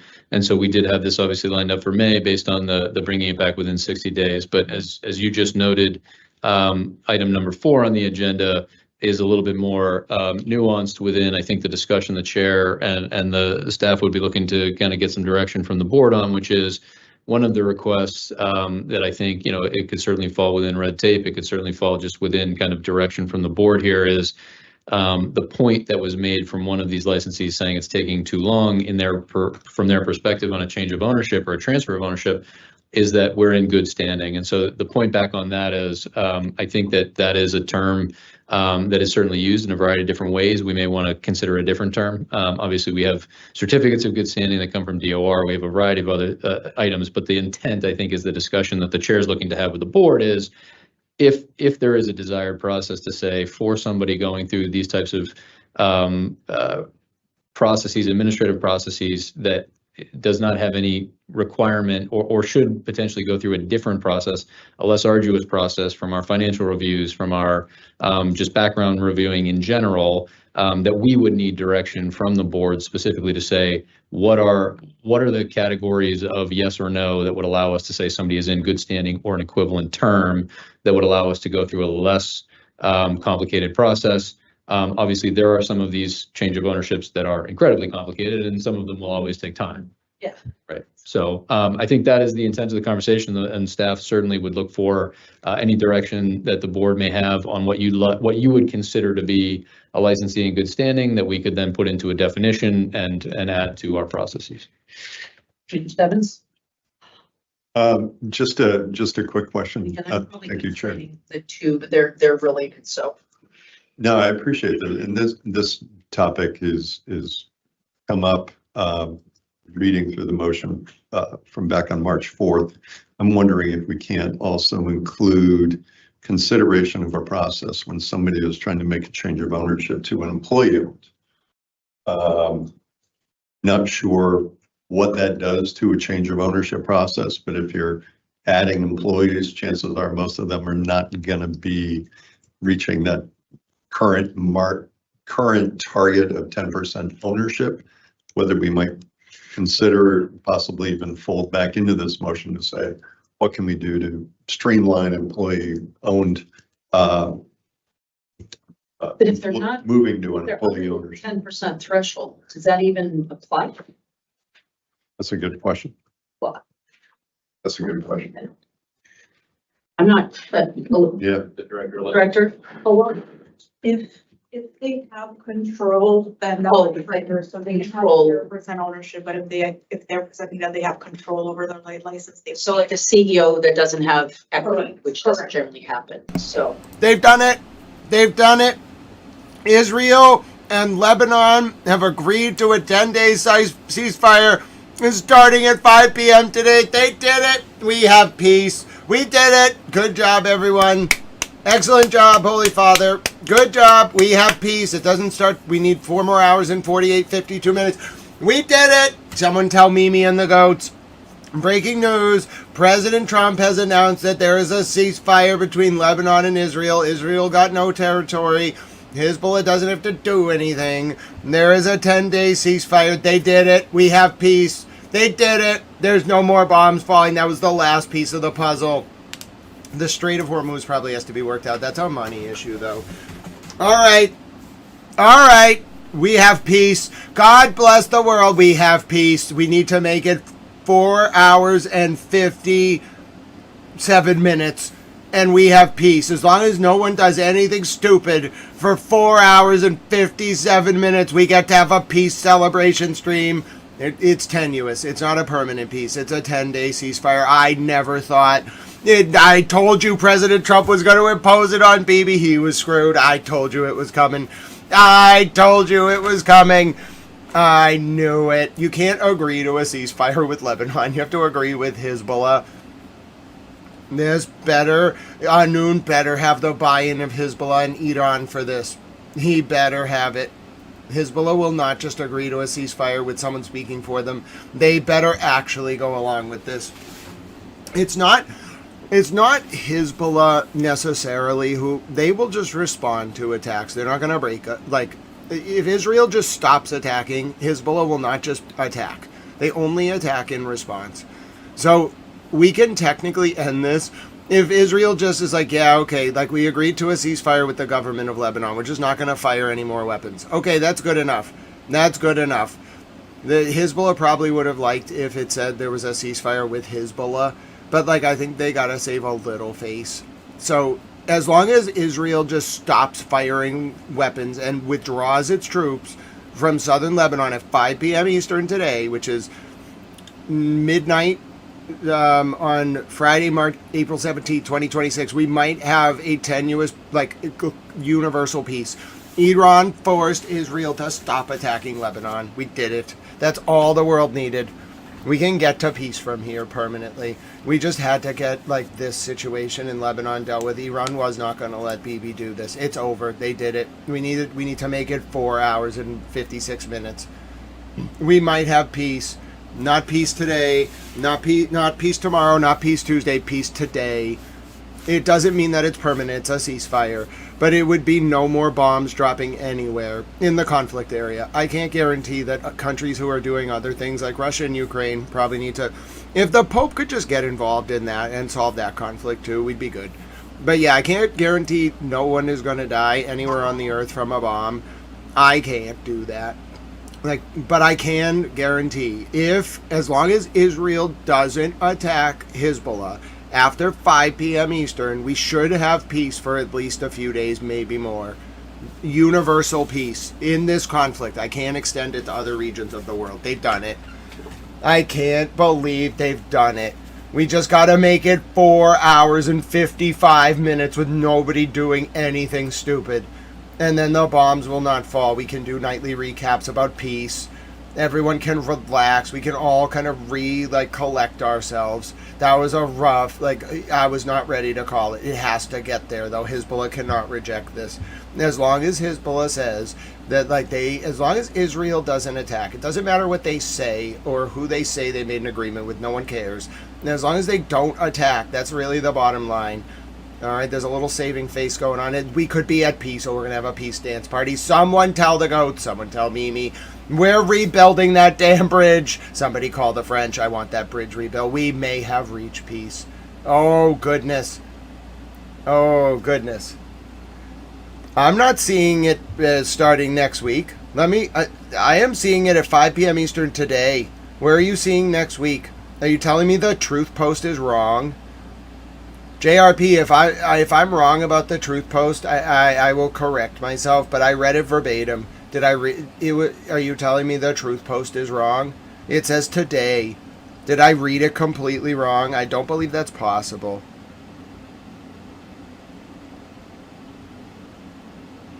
I don't believe I read it wrong. I'm going to read it again, JRP. I did not read it wrong.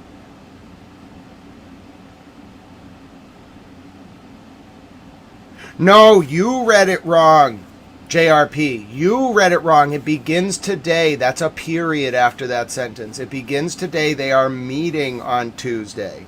Or they met Tuesday. It begins today at 5 p.m. Eastern. You read it wrong, JRP. You read it too quickly. I'm reading it again. It begins today. He just didn't write the word today, and then he started a new sentence with the word Tuesday. It begins today at 5 p.m. Eastern. No, Mohammed, you're reading it wrong. You're reading it wrong. I'm reading the tweet. Unless it says 5 p.m. Eastern. Let me read you the exact sentence. The two leaders have agreed in order to achieve peace, they will formally begin a 10-day ceasefire at 5 p.m. Eastern, period.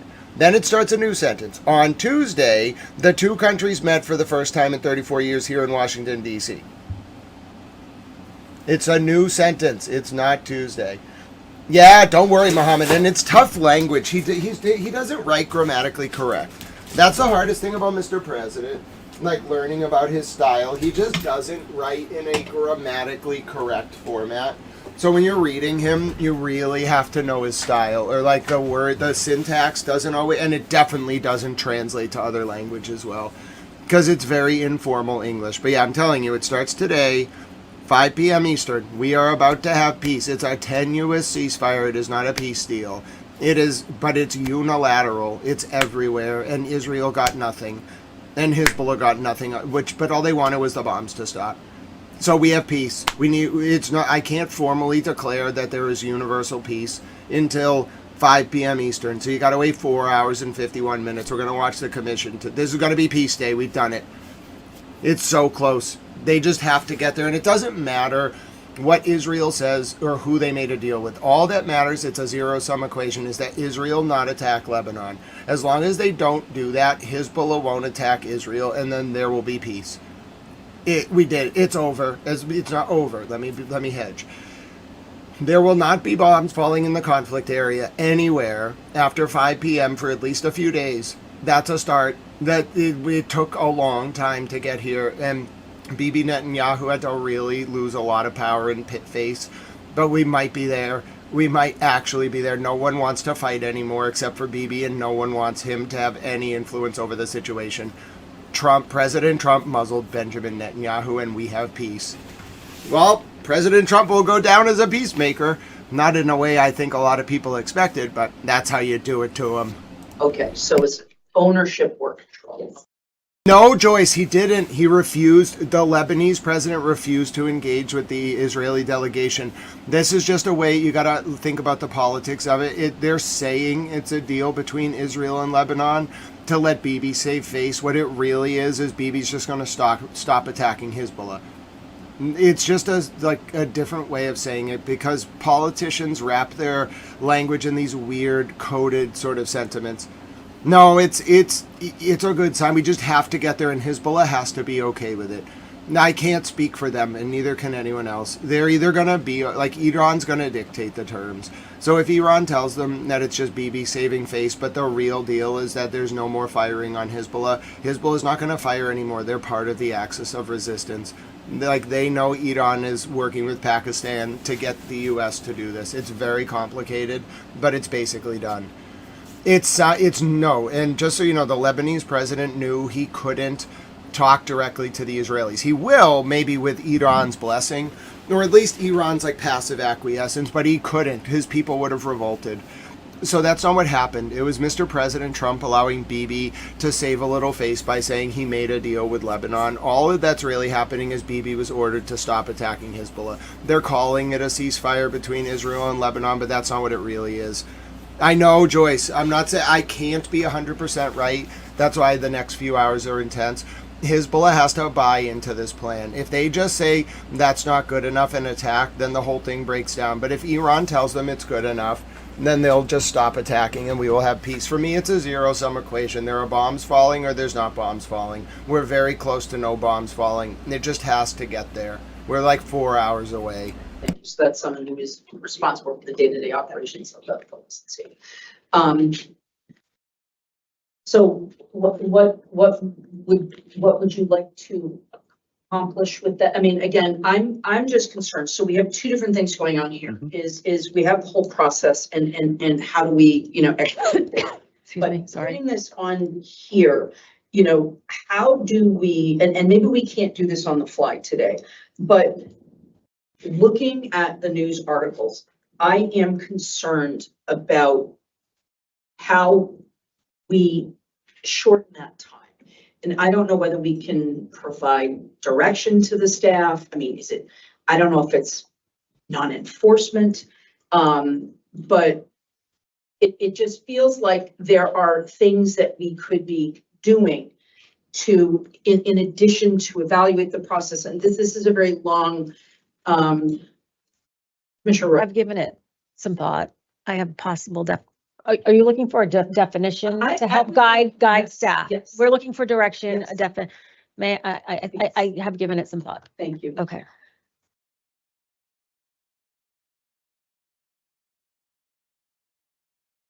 I put it in the chat. Okay.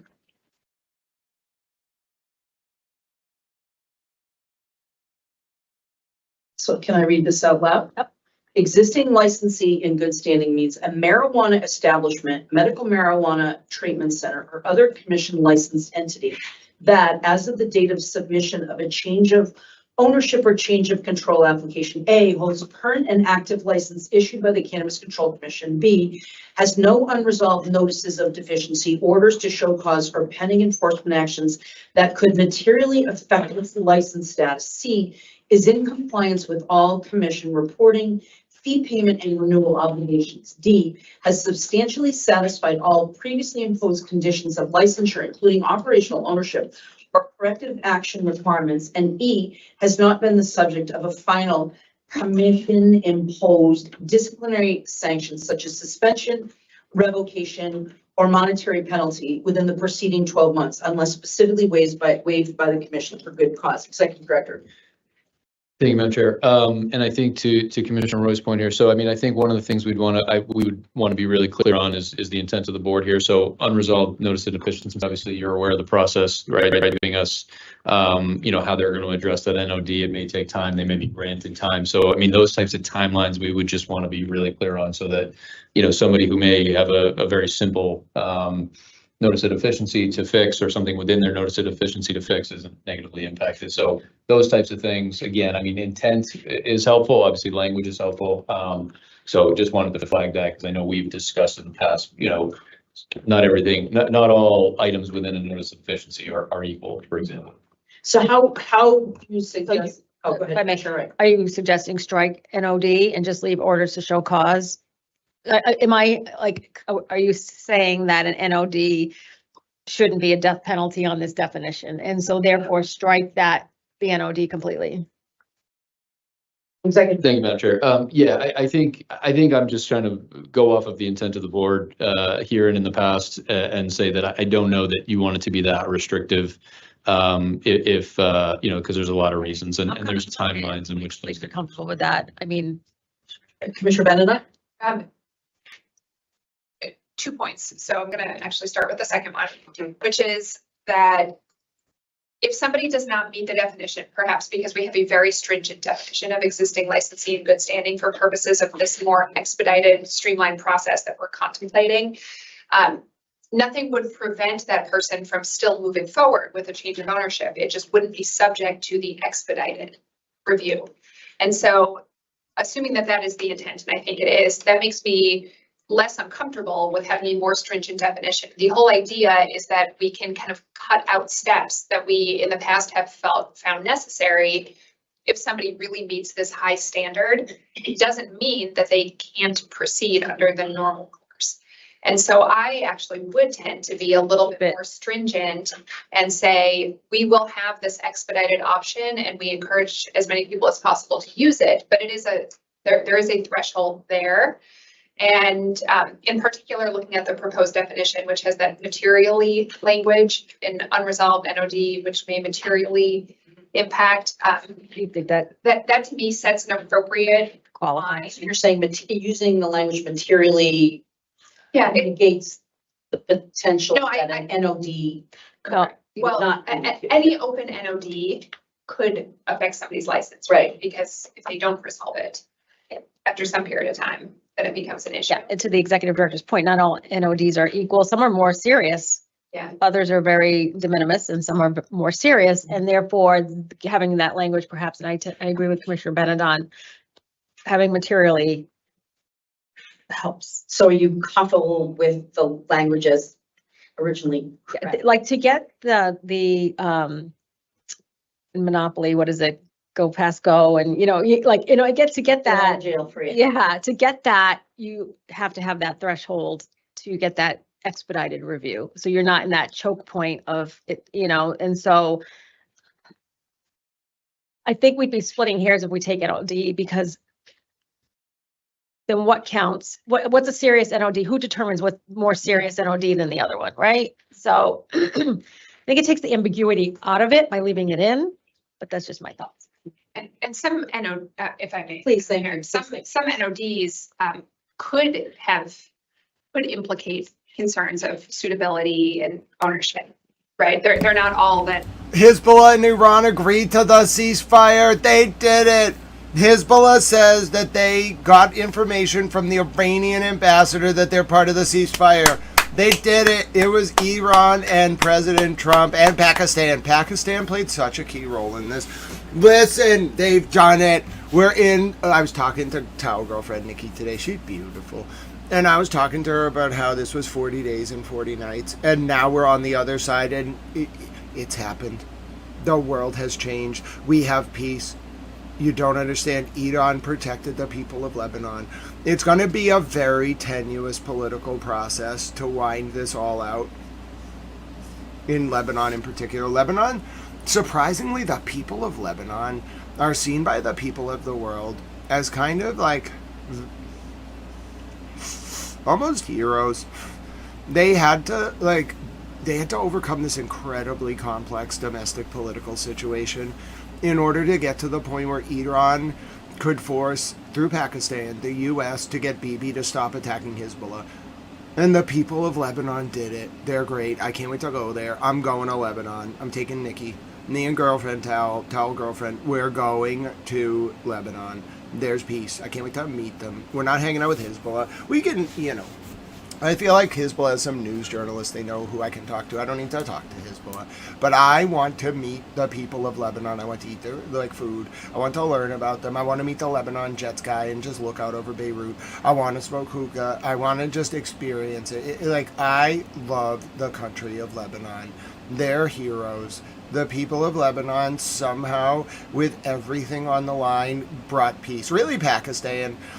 Iran is really probably the moral leader here. It's a very strange... It's like the reality, though. They were never really belligerent. They kind of use this to point out that, they cut through the propaganda really effectively. Definitely with God's help. I don't know if God loves missiles, but I think God does really, favor people who just authentically talk. And you have to be a good person. But really, I really believe that, because Iran's moral leadership, they could have easily destroyed Israel. I want you to understand, I tracked those missiles very closely. I know exactly what was going on and how powerful they were. They were not firing on all cylinders, and they had a lot more to come. They chose to exercise restraint. They used a very mediated... I want to talk to someone from if we get over this war and I'm allowed to, I want to interview someone from within the chain of command. Like, I want to interview the people who are watching this channel within the IRGC and the political leadership of Iran, and I want to ask them, why, like, how tactical was your mediated response? You could have absolutely annihilated Israel. I saw what you did in Ahad. Why did you, like, were you tactically angling to show the world moral leadership and bring down Bibi? Were you like, did you do this all intentionally? If they did that, they pulled off the greatest geopolitical, like, pursuit of peace of all time. They'll be known as peacemakers, as will Pakistan. And the people of Lebanon will now think completely differently about the way the Middle East works. They're going to feel safe. Like, a feeling of safety is priceless. And Iran gave that feeling to a lot of people. Iran's going to be looked at as like this big brother of, not in a negative way, like a protective big brother. Big brother has a negative connotation in the West of like a paternalistic government that overreaches. Iran's going to be seen as like the person who swings at you if you hurt a woman. It's great. We needed that. We needed somebody who was just who had the tools. You had to risk a lot, though. They took a lot of damage to earn this. They earned their position. It's great. This is great. We got peace, and like, the world has to like make the Bibi Netanyahu can't just be a jerk. The people of Israel are going to be free soon. He's going to go to jail. They're going to get him. Trump, Mr. President Trump and the Iranians are going to force Bibi to fall, and they're going to then arrest him. This is great. This is great. The future is so bright. If we can just make this is going to be great.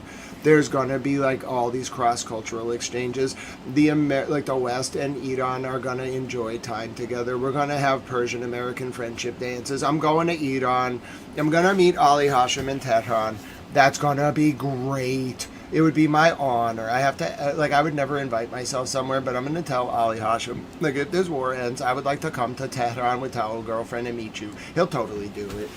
He's so cool. I can't wait. I want to learn all about Iran. I want to go around. I want to visit. We got to do, like, some fundraising to help them rebuild. I think you can do that. I got to look into the law, but I think you can help them rebuild. Why not? It'll be a sign of friendship. We just got to make sure, we got to lift the sanctions. We got to help. And then I want to go, like, listen to Iranian music. I want to eat Iranian food. It's going to be great. Nikki's going to love it. We're going to have a great time. But, you know, there are Jewish people in Iran, too. So I feel like the Jewish people in Iran are probably thrilled. Everyone is thrilled. We have peace. I bet God's very happy. God's smiling down, like, okay, they figured it out. Good for them. He acted through the Pope. Well, that's what he does. I know that God acts through a lot of people, but in this situation, I truly believe God heard all our prayers and was like, you know, I got the Pope down there. Like, I got a lot of people who can help, but like, the Pope is definitely key. And the Pope did it. And he didn't take credit. He's such a G. The easiest way to get something done is just not take credit. And take a few bumps. Like, just throw yourself on the fire. He brought the entire Catholic Church to bear. He had his bishops and cardinals on every news station in every country in the world. It was the greatest thing I've ever seen. I love the Pope. Can I just talk about how happy I am that we have peace? I also can talk for like a little bit during this because they're going to take a lunch, and then I can just skip the lunch for you. And I kind of want to go to the press conference today. I got to think about it. Like, I already said my thank yous. I don't really have any questions for them. They're working hard. I got to think about whether I want to go. I imagine the Globe will be there. It just depends on if my colleagues are going. I'll take the press conference live. Like, we've done that before. And, like, frankly, press conferences are supposed to be live. And it's up to the press whether they take it live, not the agency. So maybe we'll take the press conference live. You can see me kind of asking questions to the commissioners. It's kind of fun. Anyway, my point is we have peace. Imagine, I would never do this, but imagine if I was like, Chair O'Brien, do you think it's a good thing we have peace in Lebanon? Grant, that's not really within the remit of the Cannabis Commission, but thank you for asking, Grant. The security cameras at the wrong age. Right. And so I am comfortable with that higher threshold if you want the opportunity, and maybe that will even be a motivation to resolve NODs quickly. I'm comfortable with that. Okay. All right. So, I don't know if you're thinking about raising your hand or interested, you're. No. Okay. It's just a movement. Well, I'm trying to, because sometimes. May I ask, Mr. do we need motion like to the chair, to the executive director? Provide the intent of the board. What do you need us to do besides this definition? I'd be comfortable, Madam Chair. But I'd be comfortable if you'd like to make this motion, or if you'd like to just sort of indicate that there is a consensus that we are going in this direction with putting together an expedited process should folks not fall within these categories. I'm comfortable either way. Mr. Stebbins? Do we need to incorporate this definition into our regs at a future promulgation? I did not, Joyce. I'll look I right believe now. that this language will be brought forward, and most likely, if this is kind of the intent and we're going to be relying on this, that may be a future reg conversation. But I think right now, giving staff the expectation of the board, we can start to create this process and the expedited process, so to speak. So again, I think that that's a potential outcome, but. This may also be part of, when we do get to red tape reduction regulations, that this, you know what I mean? This may be a longer discussion in terms of new regulations or changes in regulations. So, but I do think that having the sense, I don't know, I don't think that it hurts us to take a vote of the board. And again, whatever configuration of the new board is out there may decide this is not a good idea. But I think that it sends a strong message that we are trying to do everything that we can, again, in the situation of, you know, the closures, the closures that we've seen, knowledge that there are 30 businesses that are in receivership now, anecdotal information that there's another 30 that we're getting a sense of the board. Again, maybe it's just consensus, I don't know, but I Executive Director. Thanks. Thank you, Madam Chair. Maybe one suggestion between what was just sort of discussed there is the motion to enter this into the red tape sort of product as a priority of the board. Might be a middle ground there. I'm not sure. What's that? I'm sorry, what'd you say? To take what you have here and make the motion that this is being entered in as the intent of the board into the red tape process. Okay, Commissioner Roy, why don't you just read that motion? It's on the fly, so might need some edits, but all right. Hold on. Okay, here we go. Want me to read it? Please do.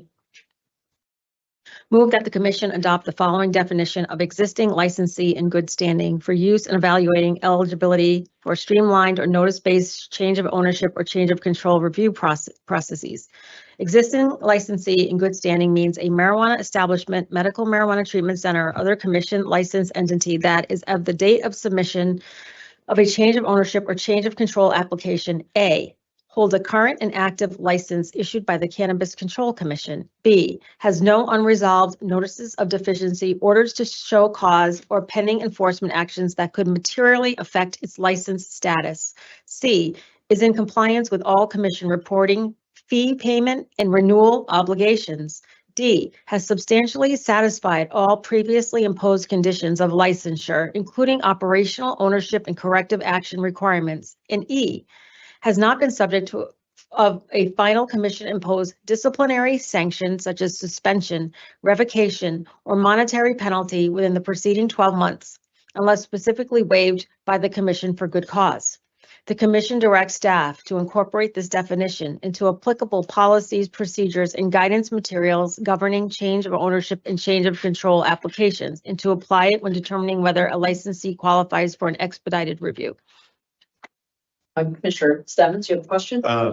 No, I appreciate the motion. I'm just wondering if in that last part, we would say commission directs staff to incorporate this definition into applicable policies, regulations, procedures, and guidance materials. Again, understanding what the regulatory process is, but I think putting this definition in regulation, I think is good. Yeah, in theory, it would be, but the commission's the only ones that can do this. The commissioner is the only one that can do it in regulation.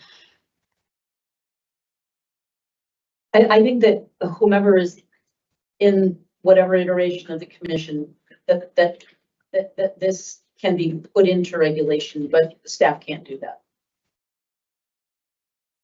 Unless it's the working groups or something, but I think that keeping it cleaner might make sure that we're containing it to the authority that we're requesting them to exercise. Executive Director, did you have your hand up? Thank you, Madam Chair. Yeah, I think the point I was making, I think between those two things was that the beginning of the motion is basically to say that this is the definition the board is comfortable with going into what will be reg processes that are coming, as well as then, the associated processes that will come out of it that we'll have to be developing as staff. So I think that the beginning of the motion indicating that this is going towards eventually a reg, I think is kind of the middle ground there. But I think overall, obviously there may be some questions on how we actually operationalize it, and we'll have to go through those. But I think otherwise, I think the intent is clear. My only question is I like to put timelines and there's none in here. So 90 days, 60 days, or do we leave it open? Because we may or may not be here to hold people accountable. If I may. Well, no, wait a minute. If I may. Yeah, please. No, Mr. Executive Director, what is a reasonable ramp to get the 60 days? I would say, given everything that we currently have as unknowns at the moment for everybody in the room, 90 days would probably make more sense if you're looking to add a time frame to it. And then again, I think we can start the processes, because we're going to have to develop and not just develop internally what the process is. There's going to have to be communications on the expectation of everybody will feel like they're a license in good standing. And so I think on a number of these items, yeah, I think the development of the process alone will be in the 60-day range, and then there's going to be a significant communication element to this, as well as what I think probably ends up becoming part of a reg process. Although I think it can, again, the 90 days could be in there. Should I just put 90 days, or do you want the date certain, like 90 days out from today's the 16th? So May, June, July, by July 16th. Just put July 16th, and again, this can be voted again. Sure, it's not acceptable.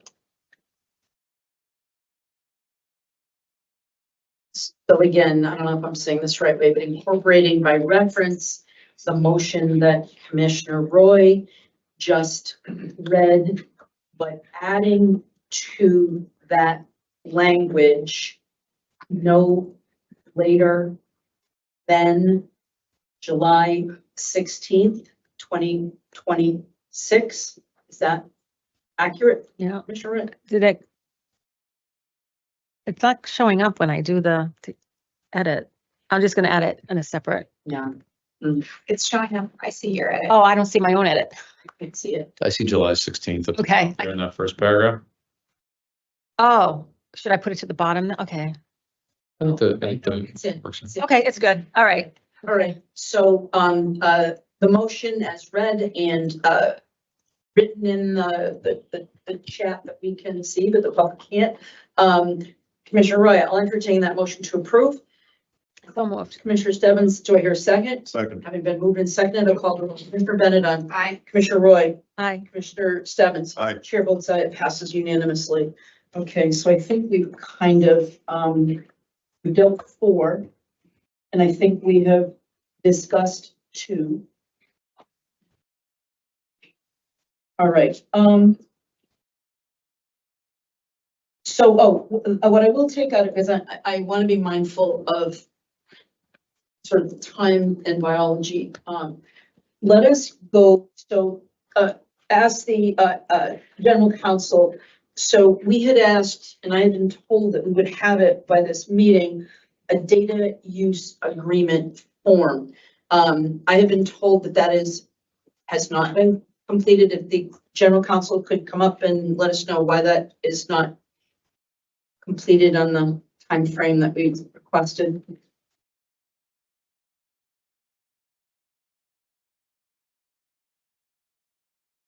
Thank you, Madam Chair. Yes, with respect to the data use agreement form, it is not ready for the board's review or consideration today. The reason for that, a bunch of different things, but mostly, well, chiefly I would say is really simply bandwidth. The legal department is understaffed to start off with at baseline. We have 2 attorneys who are just returning from leave at this point and just getting back up to speed. So we have been constrained in our bandwidth. We also have, as you're aware, 1 attorney who has been commandeered by the chair to act as purportedly as her personal attorney. So again, Outrageous, outrageous, outrageous for him to say that. You were assigned a task and you're going to talk about the chair having an attorney on the staff working to oversee corruption. Outrageous, outrageous, outrageous. What? It's the staff that are the problem. Can you believe he just said that to the chair of a commission? She is a constitutionally appointed officer. Oh, this is disgusting. I'm really, like, she's going to be very politically and diplomatically kind. I would have unloaded. Are you kidding me? You were ordered to create a data use agreement form. It's probably about, like, testing data. And your response is that the chair has a ooh, this is very disrespectful. Oh, goodness. So, all right, I want to record this. Hold on.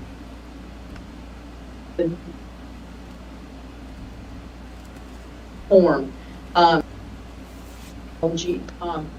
Let us go, so ask the general counsel. So we had asked, and I had been told that we would have it by this meeting, a data use agreement form. I have been told that has not been completed. If the general counsel could come up and let us know why that is not completed on the time frame that we requested.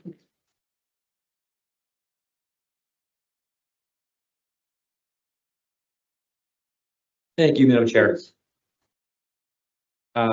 Yes, with respect to the data use agreement form, it is not ready for the board's review or consideration today. The reason for that, a bunch of different things, but mostly, well, chiefly I would say is really simply bandwidth. The legal department is understaffed to start off with at baseline. We have 2 attorneys who are just returning from leave at this point and just getting back up to speed. So we have been constrained in our bandwidth. We also have, as you're aware, 1 attorney who has been commandeered by the chair to act as purportedly as her personal attorney. So again, thank you. All right, thank you. The answer is adequate. Thank you. Thank you. So anyway, what I will say is this was requested by the meeting here. And I will note that the chair has requested from the general counsel because it sounds like a lot of stuff, including public records requests, are not moving forward at a timely pace because work is not being appropriately assigned. I had asked for a memo that outlined how legal work was being distributed, and apparently it's not being distributed in a fashion that allows work to get done in a timely fashion. So to that end, what I will do is perhaps we have a motion where we give the team enough time because I have been extremely concerned about open data. I'm going to tell you, I had a meeting yesterday with some folks who are very concerned about data fraud. I have been told by our previous director of testing who quit because he was prevented from saying the term data fraud. It is there. It is across the Commonwealth. It allows cheaters to cheat. It allows public health hazards to be presented to consumers. We have had our legal team prevent this from being spoken about by our former director of testing. We have had language removed from our report to the legislature that talks about the economic incentive. One of the conversations I had yesterday about why it is so important for us to have open data. And it was a very interesting analogy because there have been hundreds of thousands, if not millions of dollars that have been brought against grocery stores. And imagine when you go and you buy a pound of hamburger You buy a pound, you think you're going to get a pound, but you're only getting 3/4 of a pound. You are not getting what you paid for. I have been told that the difference for some operators who are cheating, who are getting higher THC levels than science or logic would allow, it is hundreds of thousands of extra dollars that are going into the coffers of operators who are cheating. And so the people who are not cheating are begging for us to not only talk about testing fraud, but also resolve it. And so this is why I applaud the work of Commissioner Roy, who has really been leading on this issue of open data. And we have already received significant feedback from a number of different people looking at that open data, pointing directly at what appears to be financial trends leading to fraud. So this is probably the most central obligation that we have as commissioners to protect public health and safety. So I'm extremely disappointed. Again, I've asked to understand how legal work has been distributed. I have not gotten a memo on that. I don't believe that legal work is being appropriately distributed. So that is why it's especially disappointing to not have this here today. But Commissioner Benedon has an alternative, because I think that this is one of those things that we must get done. It cannot wait, and the public cannot wait. Mr. Benedon? I wanted to note that on March 12th, the board voted, I'm reading from the minutes here, of March 12th, Commissioner Roy moved to direct the executive director and commission staff to develop a draft data use agreement, or DUA, to permit end users to access de-anonymized identified data from the open data platform, and to provide the draft DUA to the commission for review and vote within 60 days. So that would have been 60 days from March 12th. So is the team on track to do that within 60 days from March 12th? Apparently they don't know. So, well, we're not there yet. And so I'm just questioning whether we need to take any action, or whether the deadline that we already asked for on March 12th. I had asked because of what has transpired with the legislature passing its bills, that this is not something that can wait.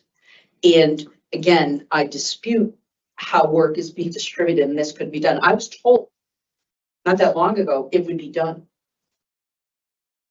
And then at the last minute, I was told it's not done. So that's my concern. I was literally told that this would be done in time. I put it on the agenda. I talked about putting this on the agenda, and I was told it would be done by today. And at the last minute, it was not done. So if people are comfortable waiting that additional time, I'm okay with that. But I think that knowing that the public health and safety, that millions of dollars of added costs are being presented to the consumers in Massachusetts, I think that this is important that we move quickly. But if there is not support to move this more quickly, I'm okay with that. But I was told that this would be done by today's meeting. So, but anyway, Commissioner Roy? To Commissioner Benedon's point, do we have a sense that this is on track? Do we have a sense? I don't at all. And this is, yeah, okay. Is this on track? Thank you, Madam Chair. But the document that we currently have is approximately 20 pages in terms of the going through a data use agreement, which we've been through with other folks in the past. So it's a complicated and significant document.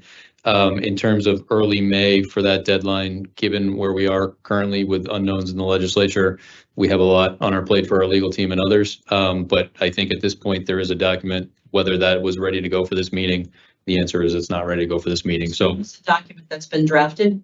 There have been data use agreements that have been reviewed, in the past, and we have that document now under review. In the past.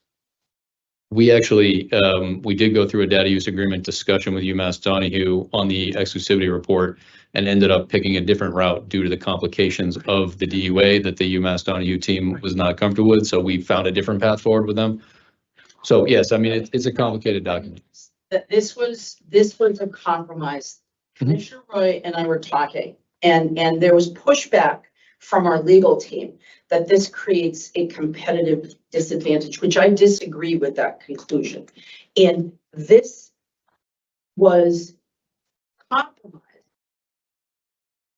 to say, but to say how we would, and we do have models which could be amended, or maybe we should have been given some of those drafts that we've seen before so that we could take a look at them and discuss that. But that was never given to me.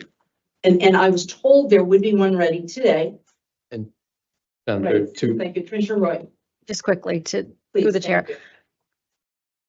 The executive director, when you say you're reviewing it, is it the reviewing multiple models, or do you have a draft for this open testing data? Is there a draft, or are you just looking at models right now? There is a significant amount of work to be done on the draft that would be for this particular purpose. And the intent, so everybody's aware, the information currently is up online on our open data platform. Obviously, people have been using that. We've had discussions on it. The question of getting access to an end user that is looking for that to be de-anonymized would be the compromise, as the chair noted, would be the DUA, would be the process to shift the liability to the person who is requesting the de-anonymized data. So that document is a sizable document, is not ready for today. To the question of whether that will be ready in early May, I certainly, again, want to hit all of these timelines. As we've noted on a variety of different meetings, we have been pumping out a significant amount of work for these meetings. And so while I understand the frustration that one item is not ready for this particular meeting, I also would applaud the team who has been hitting all of these other milestones on behalf of the board. That we ended the debate about de-anonymized data and greater transparency because we were told that this was the solution, this was the compromise. I would have preferred a draft so that maybe we could talk about it. Maybe we could see what some of the weaknesses are. But I literally found out at the last minute that it was not going to be here. So again, I reject the fact that work is being appropriately distributed among attorneys. I already raised that question.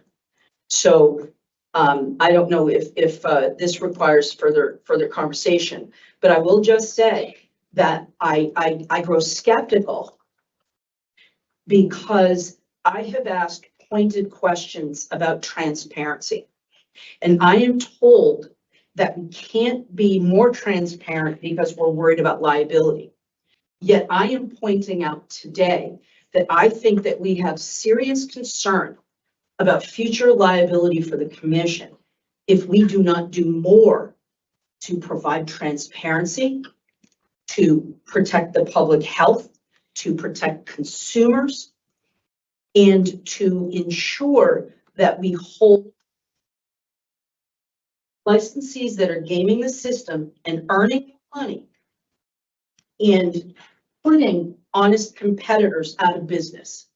So that is central to what we can and should be doing. And I am just concerned that the head of our legal team has on multiple different occasions appeared to be in opposition to transparency. So I thank all of the people, especially the independent testing labs who've been reaching out. I thank the amateur scientists, the real scientists who've been looking at some of the data that's out there. And I do think that there will be actions, and I will, and again, I don't know if anybody has any others, but one of the things that, I did want to raise here, because I do think that it's in scope, because it deals with the overall problem with consumers purchasing items that have, and again, I use the butcher model where you think you're buying a pound of hamburger and they put the thumb on the scale and you're only getting 3/4 of a pound. Commissioner Roy and I had a conversation with the Attorney General's office. And one of the items that we raised is that when an independent testing lab or one of the operators that is attempting to seek out independent testing labs that are not providing us with honest data, especially as it pertains to THC, which impacts price, that this potentially is a violation of Chapter 93A. And I don't think that it's necessarily in scope right now, but it is something that I will be sending a letter to the Attorney General after this meeting today to request. And again, we met with the folks from the Consumer Affairs. That really is when individual people reach out to them. They've had approximately 20 persons that have gone through their website or others and have raised consumer protection issues with them. And about 15 of them have been like, you know, they advertised $18, they charged me 20, something like that. And then they rectified it or addressed it. There were another 5 that had more to do with potential testing fraud, you know, inappropriately labeled products. And what they do is there is no direct communication with the commission. It is a soft referral, as they explained, where they suggest to the consumer that they reach out to the Cannabis Commission. So I will be, you know, after this meeting, I will be sending a letter to the Attorney General and raising this as a broader consumer protection need, that when an ITO signs a certificate of analysis and that does not accurately reflect what is contained in the product. Again, there can be mistakes, but when there appears to be willful manipulation of certificates of analysis, and this was Commissioner Roy's thought, you know, I believe that the Attorney General should be protecting the consumers of Massachusetts. So I'm just letting my fellow board members know that I'll be sending that letter, you know, at the end of this meeting. Are there any further questions and comments about the data use agreement form, Commissioner Roy? Thank you, Madam Chair. I just like to bring it back to Commissioner Benedon's point. That motion language was voted on unanimously on March 12th, 2026. I will read the motion language. The commission approved the motion to direct the executive director and commission staff to develop and draft data use agreement, or DUA, to permit end users to access de-anonymized identified data from the open data platform, and to provide the draft DUA to the commission for review and vote within 60 days. So that would bring us approximately to May 12th.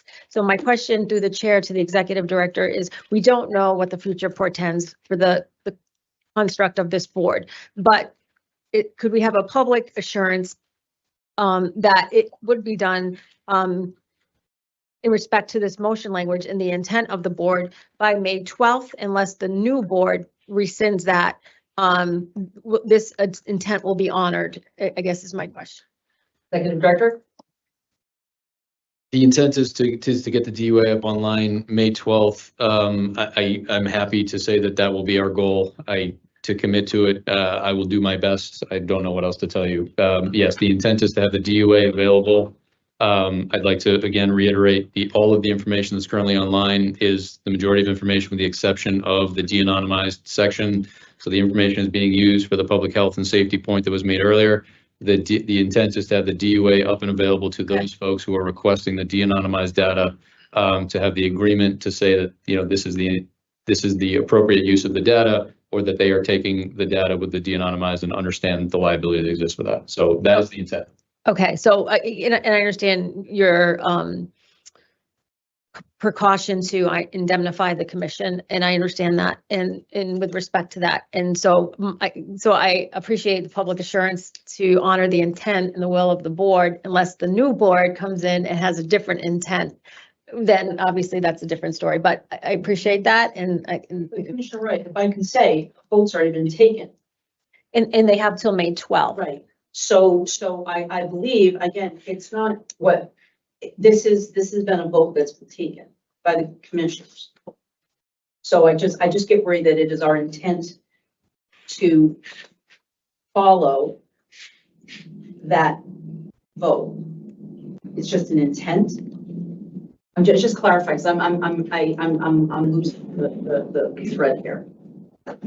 We are looking to get the DUA available to those folks who are looking for the de-anonymized section of the information that's currently up on the website, and that that is the intent that I'm talking about, of us following through with the motion of the board. Okay, so you're saying that it will be up by May 12th? Again, we're discussing the capacity issues, but that we are going to do our best to get that up online by May 12th. Okay. Hang on. All right, so it is 12:25. Executive Director. Could I just ask, just for the record, so I know Commissioner Benedon had spoken with one unit at the AG's office, and then we were going to set up commissioner discussions. Was that with the card unit specifically, just so folks understand? That was not the correct unit for us to be talking to. Okay. That's small bore. This Commissioner Benedon. Yeah, so Commissioner Stebbins and I initially had a very brief introductory meeting with the Consumer Protection Division, which is more the Investigation and Enforcement Division. Right. All 4 commissioners in 2x2s, maybe it was 2 1-on-1, met with the CARD, the Consumer Advocacy, as Commissioner, or as the chair noted. So it may be that if we were to follow up again, it would be with the team that Commissioner Stebbins and I initially met with. Thank you.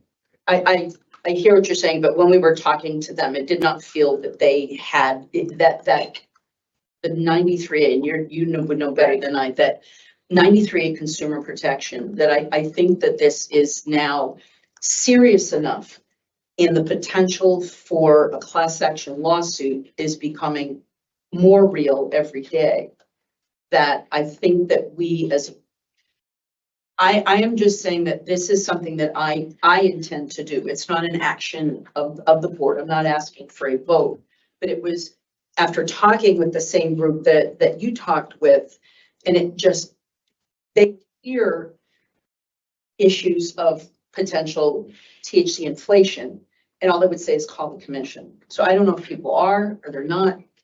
And maybe we need to wait for the anonymous tip line. I don't know, but I do think that all of the evidence that I have received from operators, from licensees, from businesses that are not facing bankruptcy and facing receivership, are telling me that they cannot compete with cheaters. We recognize that there's a significant problem, public health and safety. So when we met with the same group that you met with, it did not feel like that was the appropriate level at the Attorney General's office to make sure that we're protecting the public. Commissioner Roy. Thank you. And so this came up, I think last meeting with the update on the enforcement actions. And I want to thank our acting CIE, co-acting CIE, EC, Tim Gooden. I did bring up the issue of 93A with consumer protections, especially around certificates of analysis, and perhaps in hindsight, it could have been applied to Assured, but I appreciate Enforcement Council saying they will apply this lens moving forward, if appropriate around that with 93A. So I do want to recognize that, and that is the lens, perhaps if appropriate, we will be applying if we do suspect that there is consumer fraud. To working with the Attorney General's office, which has not, I don't think we've taken that step in the past. No, but if there is potency inflation and folks are paying for 32% THC when in reality it's 20 or 20%, that is consumer fraud. Right. And so it should be treated as such. So I just want to thank Enforcement Council, and and hopefully this is a lens that we will apply when appropriate moving forward. Thank you. Second Director, are you hearing these same anecdotal stories that we are? I mean, obviously we had the issue with Assured, and there was a reason that there was a serious and substantial payment that was made, a fine, and their license was suspended for a while. Are you looking at the trends that we have seen from the open data and taking any action on them? Thank you, Madam Chair. And noting obviously that I've joined you and Commissioner Roy and others on some calls for that effect. And obviously we've had our individuals as well. Yes, I mean, obviously the team came about the enforcement action that you referenced by looking at the metric data, also going in and looking at a variety of other data, including data that is not always input into metric, and that comes through LIMS systems and these types of things. So there's some sections that we're looking at right now of how we maximize, and obviously you've discussed in the testing protocols as well, how we can maximize what we can do remotely and identify the areas which lead into investigations. There's also, once those are triggered, then there's the investigations that follow. So I guess what I would say is there are a number of items that will be coming in front of the board in the future that have relation to this, but also, we are looking for, within those testing protocol change recommendations, ways in which we can maximize how we can flag things even sooner in the process. And then, to your point as well, the action that was taken is not the end of the line that was taken over the summer. So we know that there will be other actions taken, and we want folks in the industry to understand that we are looking at that. And that's, again, just goes back to my point, just to kind of close the loop on the anonymized versus de-anonymized. Totally understand the interest in having the de-anonymized data. I just want to make people aware that the information that's up online in the open data platform that is de-anonymized, the nature of each of the labs is obviously known to the investigations team. And so while I understand the interest in it, I also want to make people understand that, yes, we are looking at this, we're taking this very seriously. And while last summer was a very significant step, that is not the end of the line, I think, to the point that you've made in the past. So the team is actively looking at that data because I know obviously 30A, we have to be, and everyone has due process rights and data is data. But, so is that coloring some investigative work right now? Yes, Madam Chair. And I think the other thing I would state too is a lot of work coming to the board as well will be based on and kind of in concert with testing protocols in terms of the enforcement actions that are outside of the public health and safety realm, more in the consumer protection realm. Enforcement council staff has been working diligently as well with the investigations team and others, and review by legal in terms of setting thresholds to bring to the board for regards to the THC that is presented on a product. Again, outside more of a consumer protection issue than a public health and safety issue, but one that we take very seriously as well. So again, sharpening all the tools at the moment. The board has been very active in that as well. And yes, that data that is available online is data that is also available to our team in the de-anonymized fashion. Thank you. All right, thank you. All right, so unless there are any further questions or comments about this, again, we've already taken a vote. So the intent of this board is that this should be made available publicly by May 12th. So just asking my fellow commissioners, it's 12:30 now. I am wondering if we take about just shy of 45 minutes, if that is a long enough time to grab lunch. 12:15, does that make sense? And we can come right back. I'm just wondering. Yeah, Chair. 1:15. Just Do you want to quick housekeeping issue, because it ties into what we just, we had consensus on establishing the testing task force as a standing permanent body, but we forgot to vote on it. So if I may, that would tie that together. Motion, get that done. Yep. Okay, move that the commission direct the executive director to take the necessary steps to establish the testing task force as a standing permanent body of the commission. The permanent testing task force shall include the chief of research or their delegee and the director of data analytics or their delegee as members in addition to its existing composition. Further, the testing task force shall expand its scope to include an examination of cannabis testing yields, including but not limited to dry, wet weight, for the purpose of identifying and addressing potential instances of fraud. Additionally, the testing task force shall develop and present to the commission within 60 days a standing operating procedure to initiate auditing of ethanol for the purpose of detecting inversion or other related anomalies. So moved. Thank you. Do I hear a second, Commissioner Bendina? I have a comment. Oh, please, thank you. Go ahead. Sorry. This vote is not something that I support, and the reason for that is, although we discussed it previously, and we have been so far moving forward and continuing to do work without regard to the changes that may be coming on something like this, that is a policy decision, requires devotion of resources. We've just heard from our executive director about how much is currently on the team's plate and how much more is likely to come. And given how close we are to a likely transition, I don't feel that this is the time to formally approve and require something. And I would be inclined to leave this as a policy decision to a future iteration of the board, which again is imminent at this point. Commissioner Roy? Yeah, and thank you, Commissioner Bennett. And I hear your point. I just feel this is a public health issue, and the 60-day ramp would allow enough time if the new iteration of the board feels it's not worthy to allocate resources. We had consensus. It was just we didn't vote on it at the time. So if we, had voted on it, it would have already been in the books. So I'm inclined to move forward with it, knowing that there's 60 days and the new iteration of the board could say, we don't feel that this warrants an allocation of resources. But I sit in the public health seat. I have been consistent on advocating for consumer protections, open data, transparency, and I applaud the work of the testing task force, what they were able to accomplish in a matter of 4 months.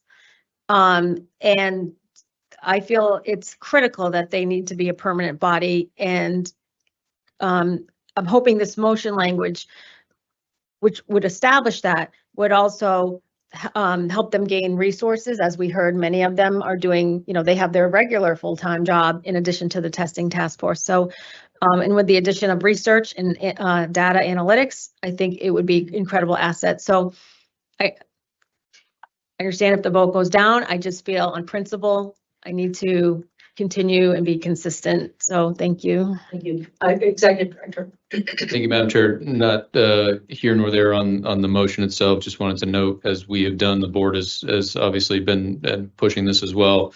Within our expansionary request for FY27, there are funds in there that would have the specific intent of increasing our ability to leverage the excellent work that Commissioner Roy noted from the non-permanent testing task force that was started last year, and we just discussed the outcome of. So just wanted to note as well, obviously, this is in the request that the board has approved. This is something that we know that we need, and we need to continue to make sure that, Commissioner Roy's point on its importance for public health and safety lands with the legislature in terms of the final budget. So just wanted to note that. Thank you. And if I may, I think it aligns with the legislature because they've advocated that we prioritize worker safety. They've advocated we shall establish an anonymous portal, and so this aligns very much so with the focus on public health. I also want to thank Armin and Tim, our co-CIEs. They flagged for my attention that originally we had said test the ethanol, and no one here really has, that I'm aware of, has a hazmat license.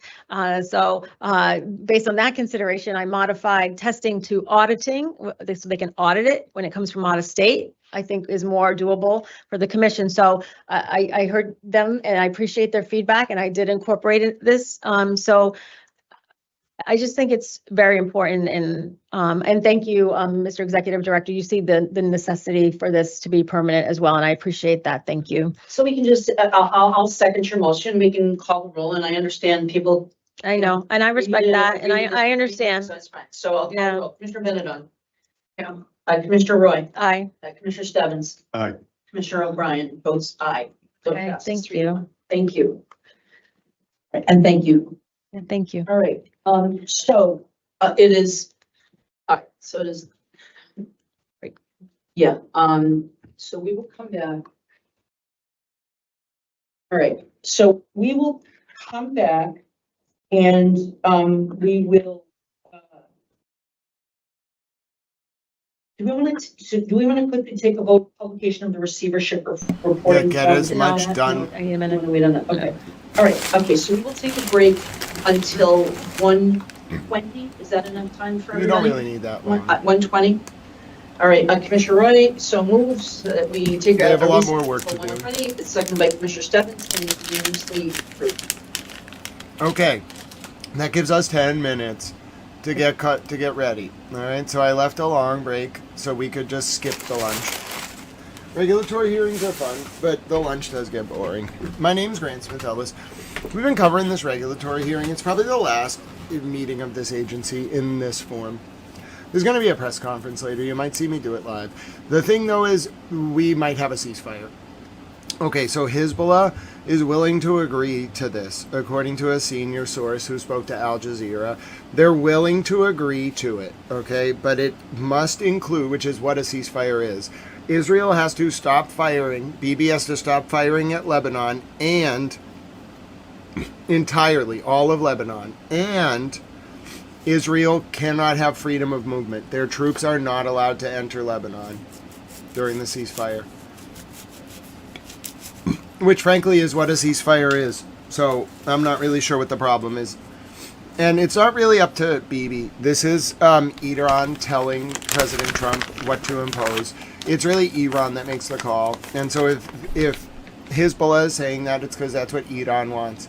We have 3 hours. 3 hours and 49 minutes. And there might actually be at least a multiple day universal in the conflict area peace. We're very, very close. It's very, very precarious right now. Like, it has to all go right. But as long as Iran can get Mr. President to force Bibi to not attack southern Lebanon and to get his troops out of there and to agree not to go back into Lebanon, that should be enough. That's all Hezbollah wants.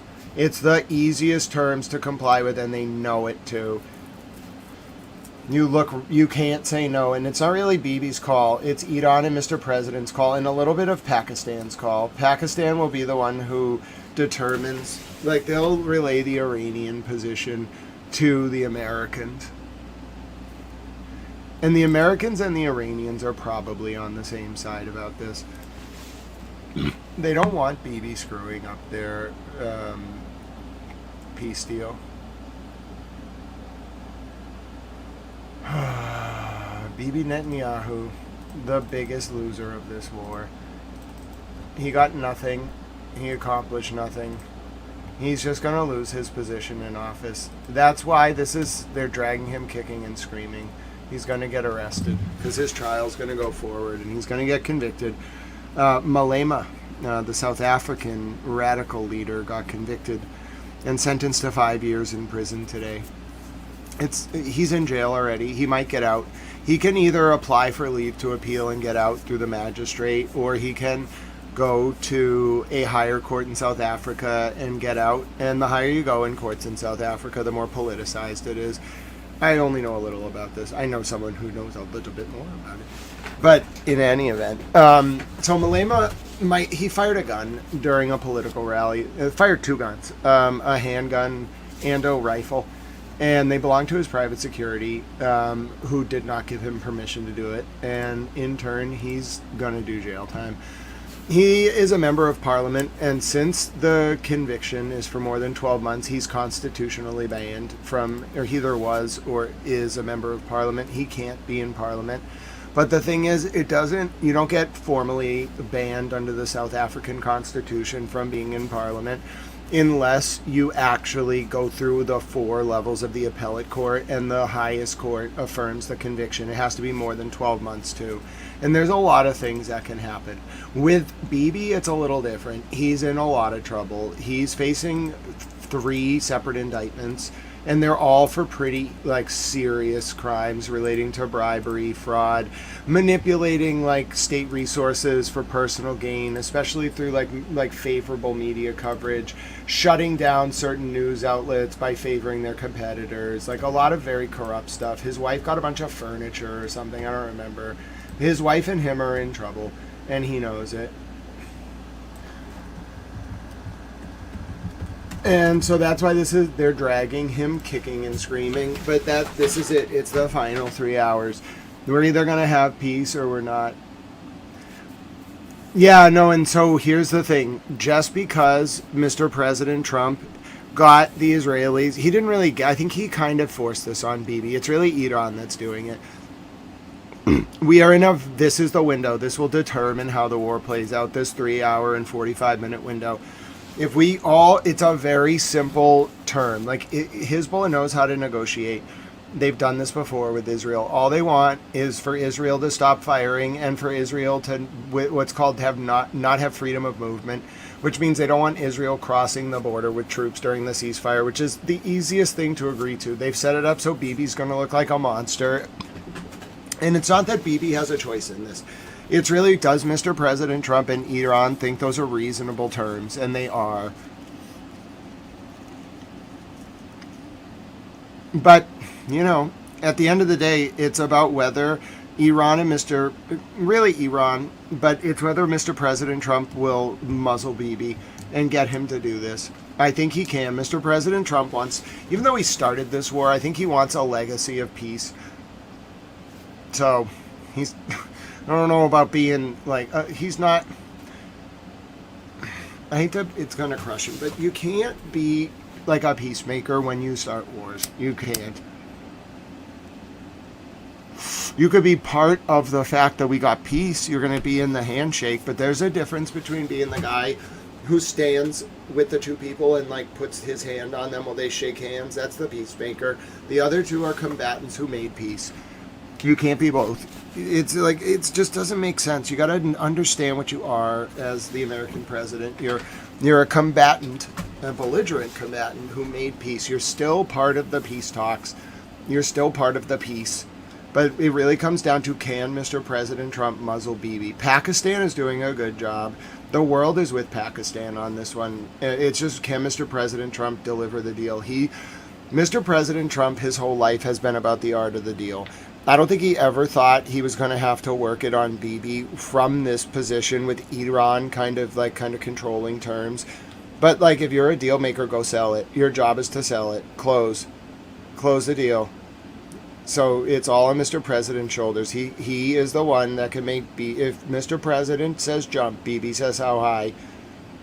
So do it. Close it. Make the deal happen. We're very close. The bombs are not going to fall if they can close this deal. Everything Mr. President Trump has done his entire life is leading up to this moment. He has to close this deal. It's not really him that made it happen, it's Iran. And there are consequences to this deal geopolitically, but we're close, we're there. He's got to close. If he can't close this deal, that's more of a commentary on his ability to deal make. He'll be crushed by that. He's going to close. He always closes. He has to make Bibi do it, though. It's going to be the toughest deal he's ever struck because money doesn't matter. It's sheer force of will.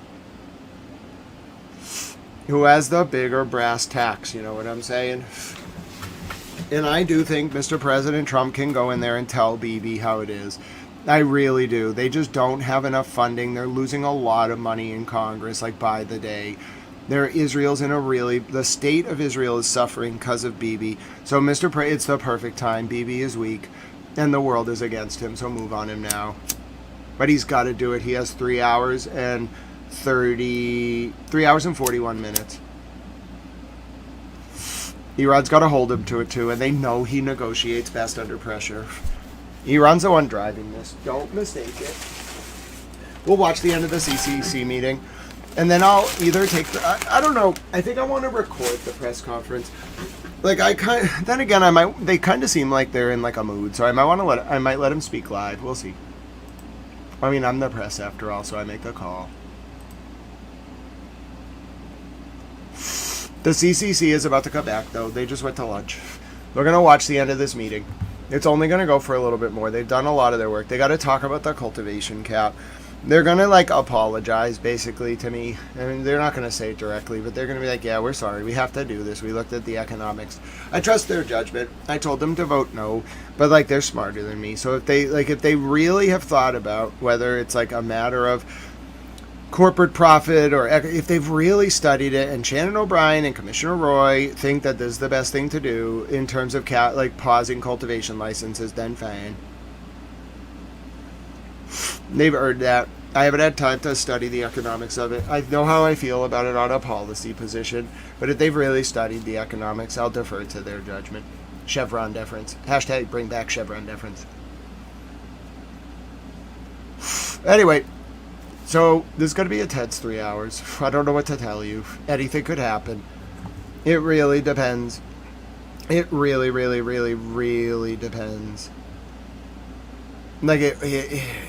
Oh, goodness. It's so intense. Oh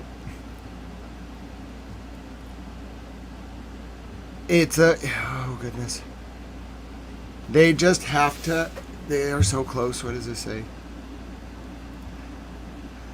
It's so close. They're so close. All sides of the Lebanese equation, the parliament, the president, and Hezbollah, they all want the same thing. Cessation of hostilities by Israel, so no firing on Lebanon, and no invading, no freedom of movement for troops across the border. That's all they want. They want territorial integrity. It's such reasonable terms. We can do this. Impose it on him, Mr. President. Just make Bibi do it. He has no option. He has no power. He's weak. He's losing money by the day. They cut off his funding. They wouldn't even sell him bulldozers yesterday. He lost a lot of support in the Congress. Who was up there? Tim Kaine, the senator from West Virginia, maybe? The one who ran for vice president with Hillary. He was up there being like, listen, a few years ago, I could only get like 14 people to vote against the offensive weapons. I'm okay with the interceptors, but not the offensive weapons. He was like, yesterday I got 40. He was shocked. He went on CNN and was just baffled that 40 people voted with him in the Senate against supplying offensive weapons to Israel. It was a package of like dumb bombs and bulldozers, and they lost a lot of support. So this is it. This is the culmination. I think what we're going to do is finish this meeting. I'm going to take the press conference live. They deserve it. I'm just going to let Shannon O'Brien or whoever comes to the press conference, Kim Roy, I'm just going to let them say what they have to say. Then after that, we'll take a break. And then we'll come back. I'm going to start a new stream later after like 4:30, just to count down to the peace deal. They should be done by 3. They shouldn't go for more than another hour or two. They're working through their work, but they're never like, they're a little slow. Like they have a lot of people to coordinate, so getting like 50 people ready takes a little bit, but they're normally pretty on time. The chair is very efficient. But yeah, my opinion is that this is the moment. Mr. President's entire life, whether he realized it or not, has led up to this moment. If you really are about the art of the deal, you close. This is the toughest deal ever to close because you have to force Bibi to basically be arrested, but he can do it. Bibi, the price of this war is going to be Bibi going to jail. God willing. We got this. We got this. I know they can do it. The Pope's involved too. I know the Holy Father is watching this very closely. Not the stream, I mean the situation. They got this. They gotta do it. They have like 3 hours and 37 minutes. I know the first 48, it's because President Trump is forcing Bibi to do this. JRP, you have to read the Truth Social post. It's not, the media takes a little bit to catch up. Al Jazeera is already on it. I'm reading Al Mayadeen's reports about Hezbollah's response. I just see it first because it starts in Arabic. Mr. President obviously said it in English, but the response is always going to come in Arabic. Hezbollah doesn't speak English. They will translate some stuff to English if they're proud of it. They don't speak English. They speak Arabic and they're proud of it. And they're not going to translate it. So they talk to Arabic reporters who speak Arabic-speaking reporters who speak Arabic. And then the Arabic-speaking reporters post in Arabic. You have to follow them. And then you translate it. And then it will get to the Western news a little later. But yeah, it's definitely on Al Mayadeen and Al Manah. It's not a question of that. We can watch Al Manah for a little bit if you want. I like Al Manah. Let me see. Lebanon. You want to watch TV in Lebanon? What's up? Why am I getting yelled at? I love today. Wait, now I demand to be able to watch my shows.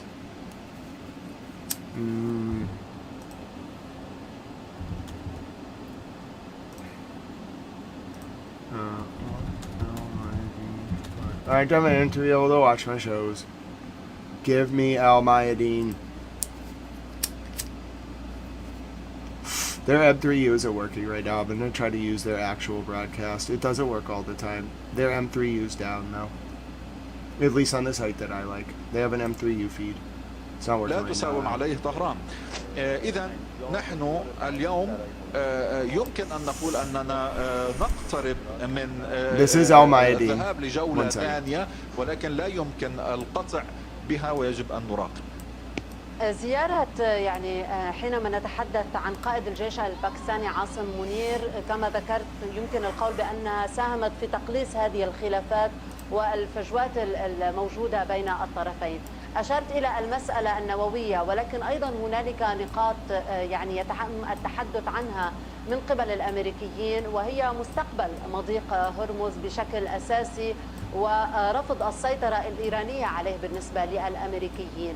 هل يمكن الحديث أيضا بأنه هذه جزئية اليوم خلافية لا تزال بين الطرفين أساسية؟ وماذا عن علاقة إيران مع حلفائها بالمنطقة؟ وحينما تقول إيران وتربط مسار الملف التفاوضي مع الأمريكيين بالجبهة اللبنانية وباتفاق وقف إطلاق نار شامل في المنطقة، كيف يمكن أن نفهم الرؤية التي ستضعها إيران بعلاقتها مع حلفائها؟ Hi, Granny Towel. Hi, it's so good to see you. Granny Towel, DACA-LA2, you gotta come on the Discord. طبعا بخصوص مضيق هرمز، الجمهورية الإسلامية أكدت مرارا بأنه قبل الحرب كان كل شيء على ما يرام، وكانت الأمور تجري بشكل طبيعي. كانت كل الدول تعبر سفنها بأي علم كانت تعبر بشكل طبيعي ولم يكن يعترضها أحد نهائيا.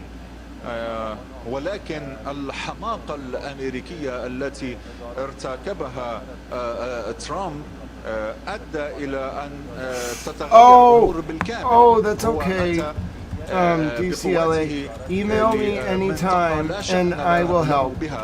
وهدد أمن المنطقة بالكامل، وهو أربك الحسابات في كل المنطقة، وعليه أن يدفع ثمن هذا الأمر. Grammy Towel and Bunny Towel are all there. They can help you. Oh, so you got it. So Bunny Towel might not be here right now. Let me get her. لا يمكن أن تتجاوزها بهذه البساطة، ولذلك موضوع مضيق هرمز هو أمر أيضا غير قابل للتفاوض. ولكن السؤال هنا هل يمكن Hi, water under the fridge. How you doing? مرة أخرى إمكانية حل هذا الأمر؟ أنا أعتقد بأنه يمكن خلال المفاوضات وصول إلى صيغة ما تناسب الجميع في المنطقة، ولكن قطعا إدارة مضيق هرمز ستكون بعيدة عن أيادي الولايات المتحدة الأمريكية. اسمح لي فقط Okay, I let Bunny Towel know. DCALA2, Granny Towel, I let Bunny know. You're gonna click the link and you're gonna sign up. So let me just mute this. ورئيس مجلس الشورى في إيران محمد باقر قليبوف بعد قليل سوف يكون هنالك. You're gonna mute this. I'm gonna mute this. You're gonna click when Bunny Towel arrives if she figures this out. Yep. So I know what President Trump's doing. I'll explain in a second. But to join the Discord, all you have to do, DCALA2 Granny Towel, you're gonna click the link when the Nightbot says like Discord. You click it. It's gonna say sign up. Just click sign up with Google. It should be pretty evil. It should be pretty easy. Not evil. Canceled? What? I'm confused. Wait a minute. Maybe it just moved to a different time. Maybe they just moved it up. What time did you move it to? Yeah, I think they just moved it to a different time. Doesn't say what time it starts at though. Okay, anyway, my point is, yeah, so there was a question about the Discord. I'm doing good. I had some lunch, water under the fridge. We're a few hours away. I know what President Trump's doing with the ceasefire with Israel and Lebanon. I'll explain it in a second. In terms of getting on the Discord, you're going to click the link. I'll bring the Discord link again. The bot's going to say like Discord and then a link. Click it. it'll say like sign up with an account. You can just click like sign up with Google. It'll either ask you to put in like a password, or you can make a new account, put in your Gmail, make a Discord account. It's going to take you right into the server. You'll see all your friends. Bunny's there. A lot of people are there. You can just say hi. It's like an AOL chat room, but it's public. So just everything you say there is just like chatting on the stream. It's very public. But it's fun. I hope you make it, Granny Towel. If you can't, just email me, grantsmithellis@gmail.com. I'll route you to either Nikki Towel, Towel Girlfriend, or like Bonnie Towel. We'll get you onto the Discord. I'll figure it out. I'm a towel. All right. With that said, let's take a listen to El Mayadeen until the CCC's back. ساعات حاسمة تفصلنا عن منتصف الليل فعلا لتؤكد لنا مدى التزام الجانب الإسرائيلي بوقف إطلاق النار. أستاذ رحيمي، أعود إليك بنقطة أساسية خصوصا ردود الأفعال بالداخل الإسرائيلي. كيف تفهم وما دلالة حينما يقول المجلس الإقليمي بشمال إسرائيل من غير المعقول أن يقحم ترامب الساحة اللبنانية بالإيرانية؟ حالة من الغضب حتى داخل الوزراء في ظل الصمت الذي كان والتام لدى مكتب رئيس الوزراء بنيامين نتنياهو، خصوصا في جزئية لابد من يعني التطرق إليها. يعني الجيش يقول الإسرائيلي بأنه لن ينسحب من المناطق التي وصل إليها في لبنان، ومن هنا يمكن نفهم كذلك هذه الدعوات التحذيرية بفترة وقف إطلاق النار. كيف يمكن فهم الآن الموقف الإسرائيلي داخليا أستاذ رحيمي في ظل ما فرضته إيران، في ظل ما فرضته الجهود الدبلوماسية، حتى إذا ما ذهبنا فعلا بالتواصل الدبلوماسي اللبناني مع الأمريكيين والاتصال الهاتفي بين الرئيسين ترامب وعون؟ ببینید به هر حال اگر مقامات رژیم صهیونی نعم طبعا Hi, Standing Stones. We have a ceasefire, but we don't know if everyone's agreed. كذلك المستوطنين هناك المهجرين الذين أتوا من دول العالم ليستوطنوا في أرض يحتلونها، طبعا هم اليوم يدركون بأن هذا الأمر وقف إطلاق النار هو هزيمة جديدة لهم ولنتنياهو، وهم عليهم أن يدركوا بأنه هذه الهزيمة التي تكبدوها هي نتيجة السياسات الخاطئة لرئيس كيانهم نتنياهو وكذلك رئيس الولايات المتحدة الأمريكية. Okay, so here's what I think is going on. I think what has happened is President Trump basically is cornering Bibi into accepting the ceasefire. It was a plan. I know, JRP, I'm kind of confused, but in the sense of Israel losing prestige, or the government of Israel, Bibi's government losing prestige and power, I mean, that already happened. So it's just a question of if Iran and the U.S. can impose a ceasefire on Israel, which is how President Trump works. He announces something and then makes you look like a jerk for going back on it, even if you didn't agree to it first. That's his style. But he usually only normally would use it. Here we go. They're going to go back to their meeting. But just so you understand, President Trump would only normally do something like that to an enemy. He's doing it to Bibi. You announce something and sandbag him. Because then you're like, well, bro, you didn't do it. CCC's back. Here after lunch and received a number of, obviously this was something that was already on the agenda, but with the passage or potential passage of the legislation enacted by the House and the Senate recently, pending the governor's signature, one of the issues that was raised to us is that obviously 420 is a big day for sales.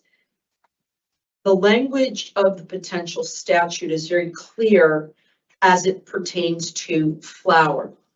But as it pertains to things like edibles and concentrates, it literally reverts back to prior statute that requires the commission, and that is assuming that needs to be some sort of approval by the board, that we would establish what those levels are. I want to thank some of the folks from Dutchy and other places, Dr. Jeff Rawson, for providing us some information, because initially it was thought, and I also want to thank Commissioner Roy for having raised this with the executive director either earlier in the week or last week, that this would require, this is not just something that just goes into effect with the statute. It requires something additional for the board to do to define this. And also just putting out a memo that references a regulation, I think it's going to be very confusing for a number. Breaking: Benjamin Netanyahu refused to allow a vote in his war cabinet regarding the ceasefire, but informed them of the decision of a ceasefire and instructed the army of Israel to stop firing. In the next few days, Israel will destroy all houses in the south of Lebanon under its current occupation. However, any attempt to target assassination will trigger an immediate response. Hezbollah will not tolerate any violation of the ceasefire this time and will remain south of the Litani River. Repeat, this is translated, Benjamin Netanyahu refused to allow a vote in his war cabinet on the ceasefire, but informed them of the decision of a ceasefire and instructed the army to stop firing. In the next few days, Israel will destroy all houses in the south of Lebanon under its current occupation, which is, I'm not really sure how much they actually occupy. However, any attempt to target assassination will trigger an immediate response. Hezbollah will not tolerate any violation of the ceasefire this time around and will remain south of the Litani River. According to Israeli media, Israeli cabinet ministers were furious that they had to learn about the ceasefire in Lebanon via an announcement from President Trump before they were supposed to have voted on it. Prime Minister Benjamin Netanyahu, quoting Israeli media, Prime Minister Benjamin Netanyahu's phone call with cabinet ministers was interrupted due to a technical glitch and had to be restarted.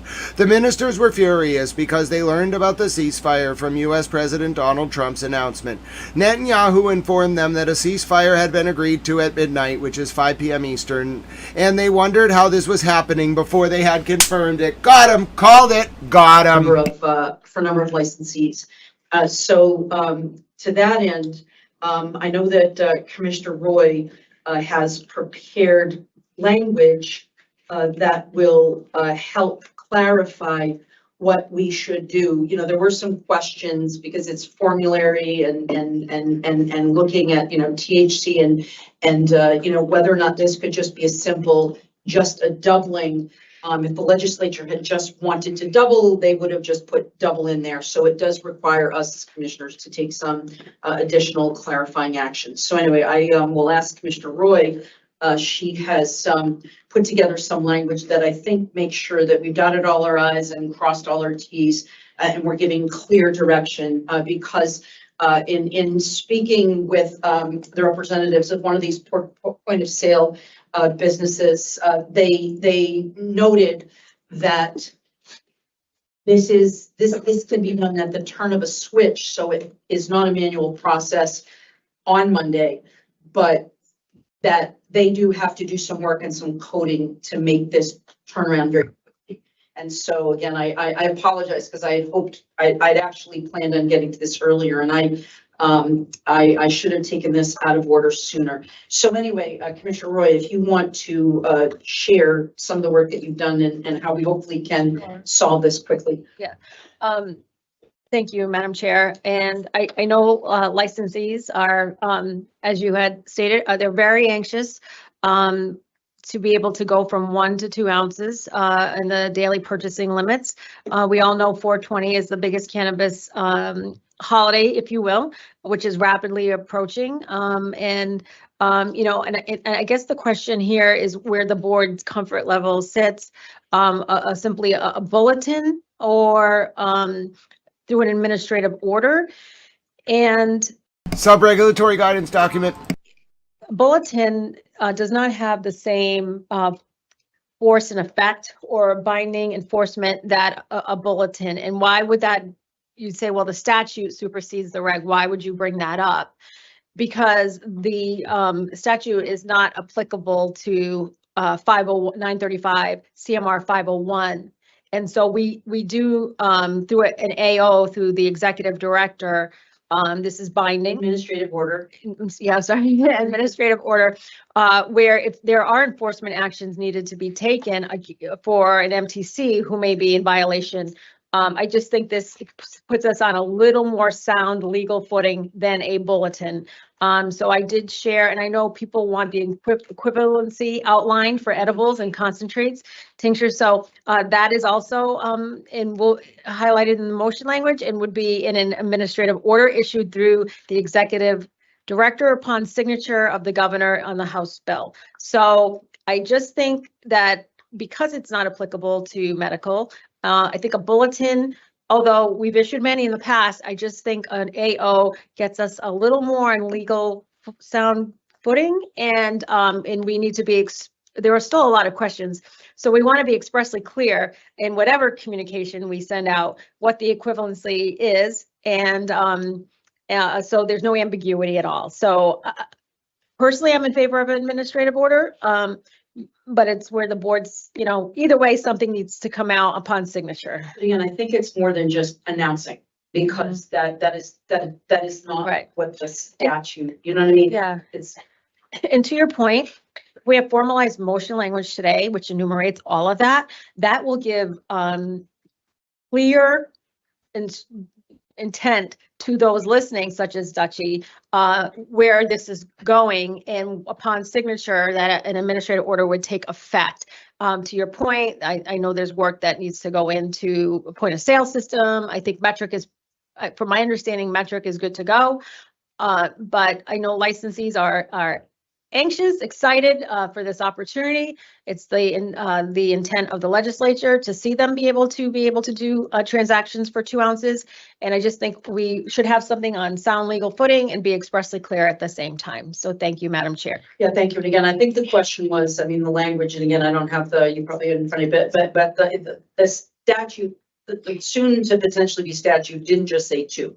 And there's a reason, because that references, other language within prior statute and also requirements of the commission. So I think that the administrative order is safer, but also just stating what it is, I think will be easier for licensees. So Doran, Executive Director. Thank you, Madam Chair. Obviously, we had been preparing the bulletin, which you have a draft of. I think that we can certainly take that and easily reformat into an administrative order if that's the intent of the board. I'm comfortable in either scenario personally, but obviously the discussion can continue, and I'm happy to discuss that if there's any questions. I think Commissioner Roy specifically highlighted what I think we want to make sure there's no confusion on, which is that this is not something that we are preempting. This would only go into effect with the governor's signature, so we can try to provide information ahead of time so that people can prepare. But ultimately, we'll have staff prepared to send out additional information should this be signed over the weekend. So I'd like to first thank staff who've obviously prepared the bulletin that you were provided yesterday, and we'll update that to include specifically enumerating the application of 2 ounces to other products. And then again, just to kind of reiterate here, the medical program has a different limit. And so what we would be putting in there is specific to the adult use. And then again, at any given point, if the governor will sign this, we would be looking to get this out immediately. So if that ends up happening on Sunday, which appears to be the deadline, then theoretically we would be sending that out to the industry on Sunday that has been finalized, and get that ready so that the POS systems are live on 4/20. Take a vote today. I think that, and again, I'm for sure left my file folder in the other office, but the equivalence, Commissioner, do you have that? In the language, it is in the language. Okay. So again, rather than directing people to look up, regulations, just to make sure that we're clarifying the grams, and so it's just much easier for people to understand. So do we have that? So I'll also thank CTIO and others who had done a lot of prep work with a lot of these platforms ahead of time. So a lot of staff getting prepared to work on the weekends to make sure that all these things can be done, and I appreciate that. And also the staff who put work into this to date. Thank you. Thank you. Commissioner, do you want to read that? Well, I'd like to hear. Oh, sure. Well, I'm just saying, do you want to read it so people can ask? Yeah, why don't you read it so people have. Sure. I mean, again, it's in the chat, but just because the public has to file a public records request to see this, I just want to make sure that people listening or watching know what we're talking about. Okay, thank you, Madam Chair. Move that the Cannabis Control Commission direct the Executive Director to issue an immediate administrative order number 6, authorizing the daily purchase of 2 ounces or less of marijuana or the equivalent amount of marijuana products as determined by the Commission, consistent with Massachusetts General Law, Chapter 94G, Section 7A1, as amended by House Bill 5350 in the Commission's equivalency and potency standards under 935 CMR 500-143. For purposes of this administrative order, 2 ounces of marijuana flower shall be equivalent to 10 grams of active tetrahydrocannabinol, THC, in marijuana concentrate, including tinctures, and 1,000 milligrams of active THC in marijuana edibles, and that such equivalencies shall govern the calculation of combined dry weight equivalents for marijuana concentrate and edibles in retail purchases, effective immediately upon the governor's signature, enacting House Bill 5350 into law. This administrative order shall apply solely to adult use regulations under 935 CMR 500 et sec and shall not be applicable to medical use regulations under 935 CMR 501. Thank you. All right, Commissioner Benedon, you had your hand up first, and I don't know if you're ready to. Sure. So I just wanted to clarify primarily for the public, when we have used administrative orders in the past, I think we have issued 5 or 6 administrative orders, 5. So this would not, oh, I see, this would be 6.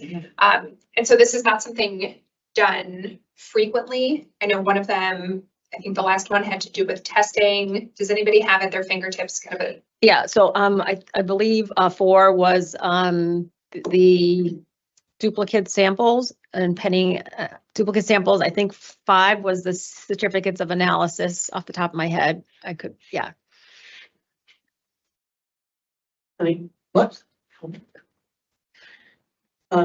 Commissioner Stebbins, do you have any questions or comments? Yeah, I had a question, but I think it's covered in the motion.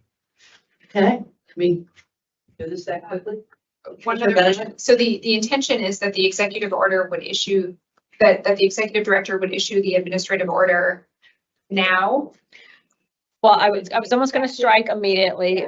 That's what I was going to ask you about that. Can I ask why? I know he's already pledged work over the weekend. I'll get rid of immediate. I think that's right. But why couldn't we do that? Because it states pending passage of the bill. Oh, I see what you're saying. See, I don't know why we would wait, because it's the condition precedent is the bill being signed by the governor. And so the sooner he sends this out, and that's ultimately what I thought I was hearing, is that they want to hear, they want to know, and they want to know, because as I read that bill, it's not just turn it on, it requires an action of a commission. So we're taking this action, and then it's conditioned upon the signage of this bill. So yeah, so I feel like, again, he's pretty good. We have to take action, and I don't see why we would wait, because then it just allows him to do it. The bill gets signed tomorrow, if it gets Saturday, you know what I mean? Whatever. Oh, I see. If you have, okay. Go ahead. My concern, I think, is just in the language. So in the 2 paragraphs that you just read aloud and that we're looking at on our screen. Yes. The first paragraph says issue the administrative order immediately authorizing the purchase of 2 ounces of marijuana. And then the second paragraph says the equivalencies and says the effective immediately upon the governor's signature, suggesting that the equivalencies portion is I see what you're saying. On the governor. Yeah, that makes sense. But it makes it seem like the 2 ounces is immediate. And okay, that's not the intent. And it's not the intent. So, but that's just a draft. So do you have a friendly amendment? Yeah. So let me. Is the 2 ounces is immediate? We're not weighing in on that. No, it's not immediate now. It's until she signs, until the governor upon signature. Right. But the way this is drafted is, as I read it, is telling the executive order right now, like today, issue an immediate administrative order. I agree with Commissioner Benedon. It's just a wording issue. They're saying the same thing, which is it doesn't go into effect until the governor signs it, but then it goes into effect immediately. Want to do the friendly amendment? Yeah, we'll do that. Okay, Commissioner Benedict. Can I just ask the question, because, so are you saying that if we issue this administrative order, that it goes up to, we have no power to? No, that's not what she's saying. The way it reads, it's almost like prior to a signature, we are authorizing the daily purchase of two ounces, and then the signature is contingent upon the edibles. So it's, yes, it's just wordsmithing it, so it's a little more clear. So thank you, Commissioner Benedict. Okay, I just misunderstood. Yeah, it does need to be wordsmithed a little bit. Can I just offer, Executive Director? since we have, and we'll have two versions here, perhaps the bulletin to go out notifying folks that this would be coming would be the proper thing now, to not be ahead of the governor. And then should a governor's signature be ready, the administrative order would then go out at that point. So that, I mean, we have it in both forms, so it's not a heavy lift, that the administrative order wouldn't go out, because there's the governor has the right to veto. The governor has the right to veto, and she could also say, I don't like these increase in. Right. So if we do a bulletin now saying, should this come at some point, we will be issuing an administrative order at that time. That may just be a more appropriate, but we have it in both forms, so we can do that easily. It just might be a middle ground. I knew you've been working on this, and I knew you were the first one to raise it, so I leave it. Yeah. Let's give Commissioner Benedict a minute to wordsmith. And so you, when would the bulletin, if I may, Madam? When did you anticipate a bulletin? Today, tomorrow? So the issue has always been that we can't be ahead of, and obviously we've discussed that today quite a few times. So ultimately we don't control whether or not this bill passes as currently written, or when it does, although we know that there's a general deadline on the 19th. So we'll be prepared to send out something on the 19th when it's official. But we could, I guess, to the conversation going on now, send the bulletin now saying that we are tracking this. This is the anticipation. If it is signed with this language, then we would be issuing an administrative order, and then that could also be ready to go over the weekend if signed as currently written. So that we're not issuing an administrative order prior to a governor's signature, but that the administrative order would be then sent at the time of a signature. So that we're giving folks what we know at the moment by a bulletin, but not providing an official administrative order until such time that it's appropriate to do so. On signature. Exactly. Are you comfortable? I'm okay with that. Sure. Yeah, I'm comfortable with that as well. Just saying this could happen. We can explain the deadline by which the governor has to sign the bill, and if it does, please be on the lookout for an administrative order.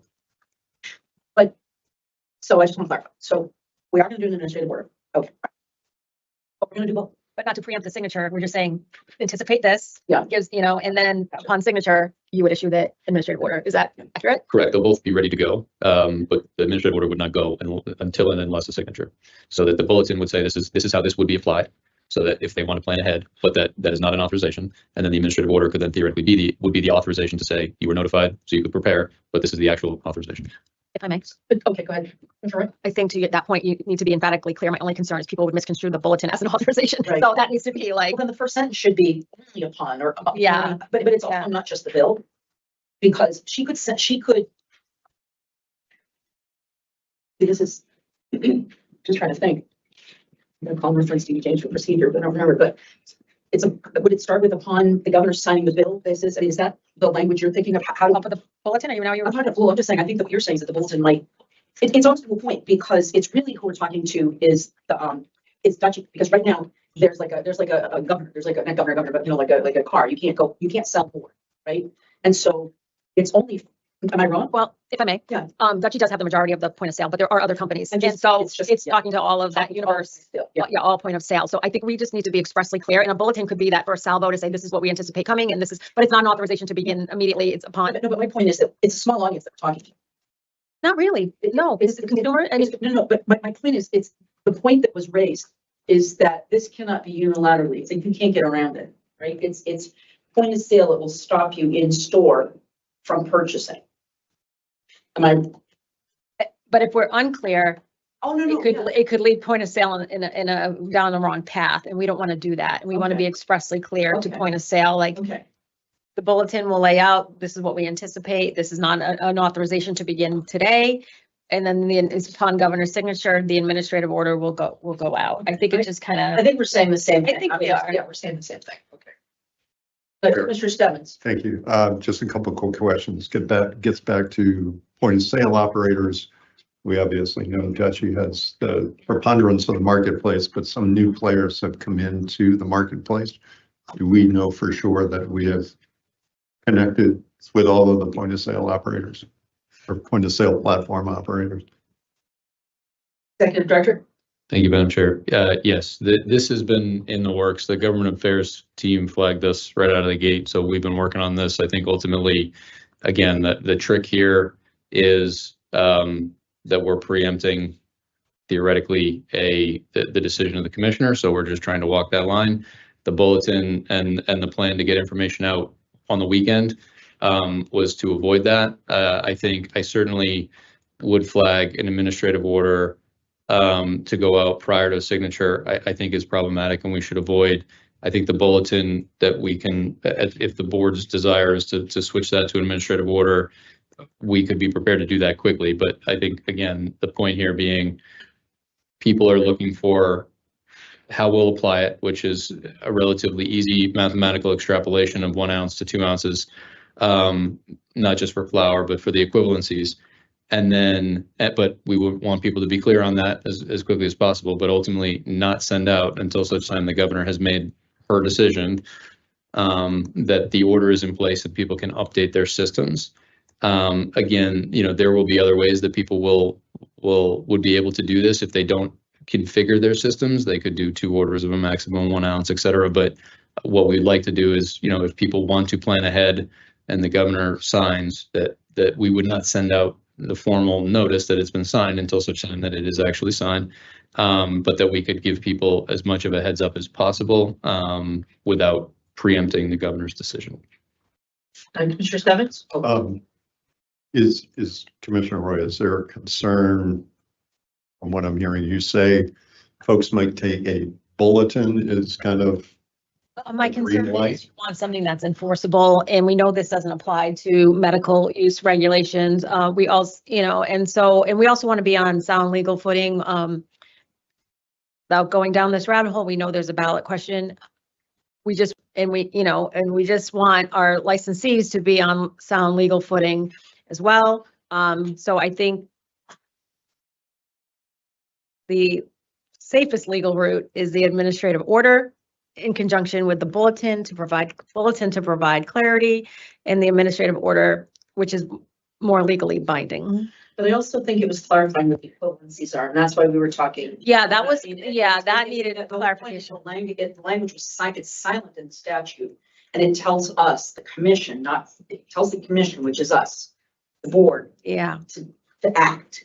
So that's where I get a little bit concerned that if we don't do something official, I mean, again, we can direct them to, a bulletin can be sent out, but we need to, I'm just not legally sure that a bulletin can just go out unless we actually take a vote on something. I may be wrong. I don't know. You should vote. It had bulletin. No, but you know what I'm saying? I mean, because it was, the equivalencies was not defined in the statute. It's not that hard to vote. Just vote. Just vote. You already did all the work. Just equivalency as defined by the commission. And one of the so you must vote. She's right. Is it 1-1? And we were just trying to make sure that whatever that equivalency scientifically vote on it is appropriate. And is it just 1 for 1? So just double it. So that was a question that we were. That's right. Raising. Right. So, and just not leaving people to go and look and read the regulation to That's right. I think the more expressly clear we are, I think it's to the industry's benefit. Yeah, flour is going to be easy to figure out. This is just requires a little more finesse. So do you have another question? Are you comfortable with that, Commissioner Stebbins? Yeah, what I was trying to suggest is maybe issuing bulletin. I do like the approach of the administrative order for the reasons that you've outlined. The bulletin going out first, kind of signaling our intention. If I heard you raise a cause for concern that might be confusing to some of our licensees, right? We've cautioned everybody before, don't do this until the regulations are promulgated. I'm wondering if it's something less formal than a bulletin, that kind of notification might come from the ED. And then we follow up with the administrative order if and when the governor signs that provision of the bill. I don't know how that.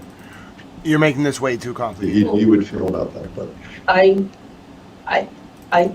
think that makes sense. I mean, I think it makes sense. It makes sense, but it's just they're listening to the meeting. They know they're listening to the meeting. I'm not sure I caught it all. Go ahead, Commissioner. Sure. In just having a conversation about a bulletin, hey, this could be coming to you on Sunday, to be followed up by an administrative order, to move away from any Let's send a confusion carrier bulletin pigeon. might Let's convey. put a carrier If there pigeon was in a the budget. message We'll send it to simply them from the via ED carrier saying, pigeon. It's going to be official government Commission carrier is prepared pigeon. to, however you It'll want to tell word them it, the email's but coming. essentially a message That coming tells from them about the ED on change. behalf of the Don't forget commission the to say, carrier pigeon. It's if very this important. provision of the House Bill, House 5350 is included, anticipate that we would be issuing an administrative order to allow for the increased amounts of cannabis available for purchase. Again, stepping away from confusing people with a bulletin, then administrative order, just more of a general pronouncement of what our licensees and our point of sale platform folks might expect over the weekend.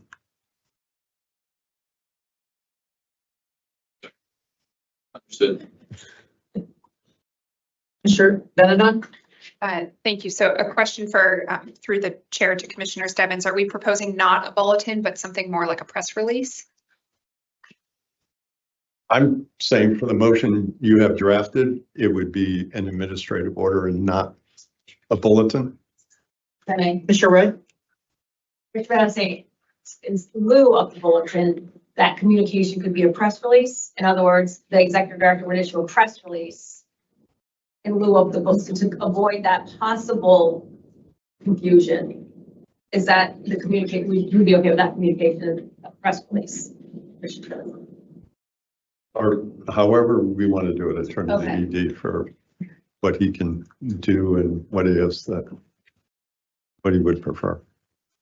Press release. I got this ready to go as soon Executive as you Director? vote. Thank you, Madam Chair. Yeah, again, I think we'll bulletin press release. We'll obviously be very careful in any instance where we're preempting a decision that's the governor's, and we can message that out so people understand how it would be applied, and note that nothing is effective as obviously would be done prior to signature until such time that there is a signature, in which case there would be official communication at that point.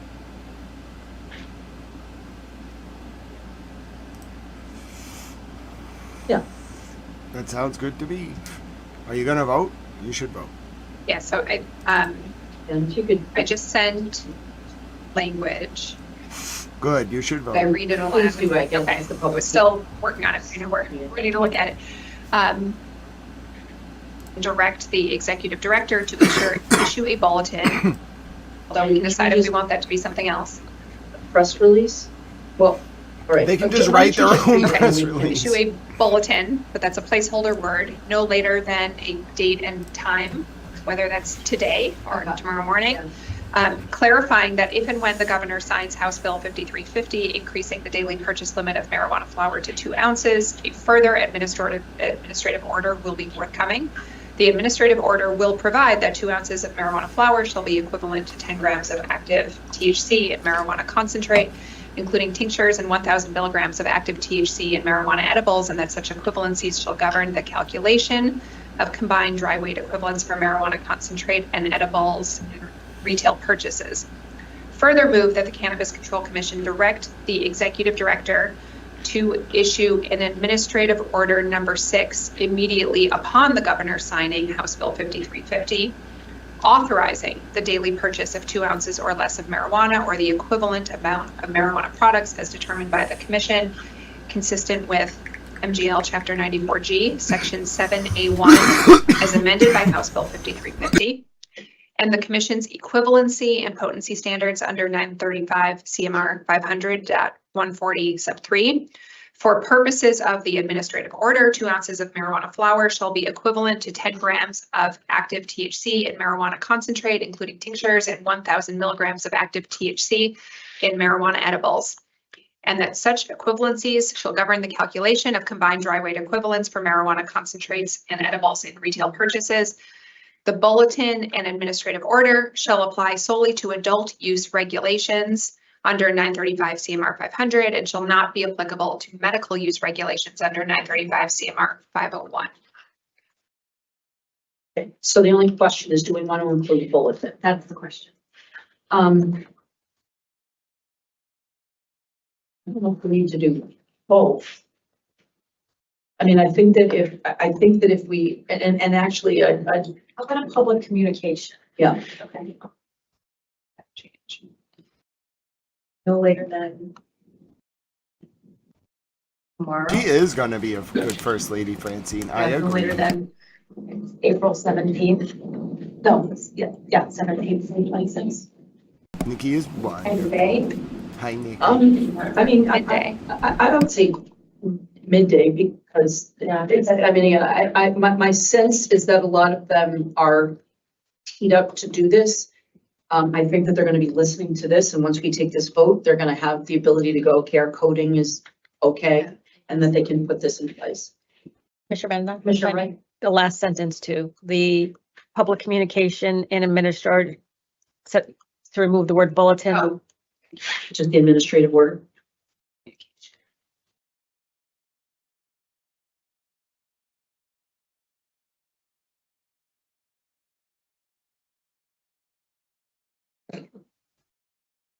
That makes sense. So essentially what this does is say that we will very soon, I put in tomorrow at noon, That's right. issue a communication advising what the executive order would say in the event that the executive order needs to be issued because the bill is signed.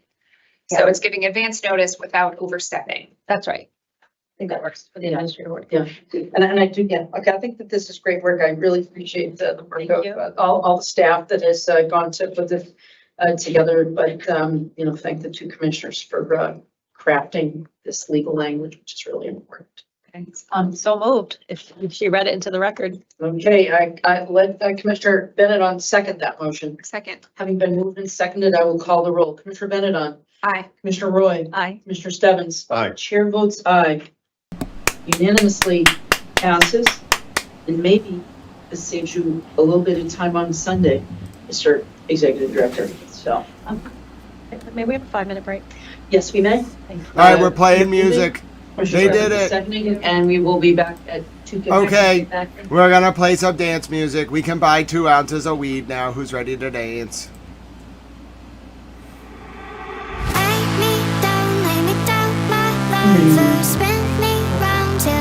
I know, this is the music you play when you get to buy 2 ounces of weed now per day. Isn't that great? Just to watch you leaving. I've been running on fumes. You are the only Hi, Nikki. one You want to I'm dance a running little bit? I've been chasing that high. 2 hours and 52 minutes. We got this.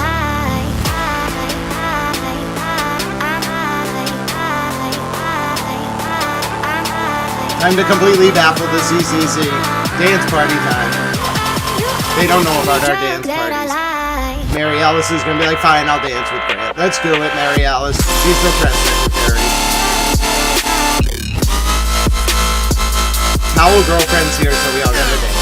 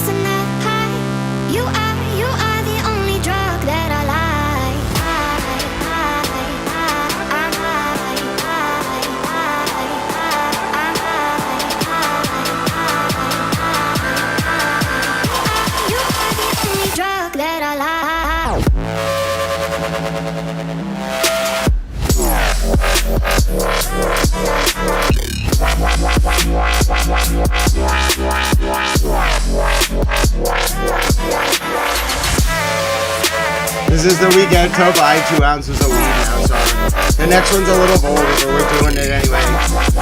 Towel girlfriend's here, so I'm allowed to play it. It is a little vulgar, but it's a really good song.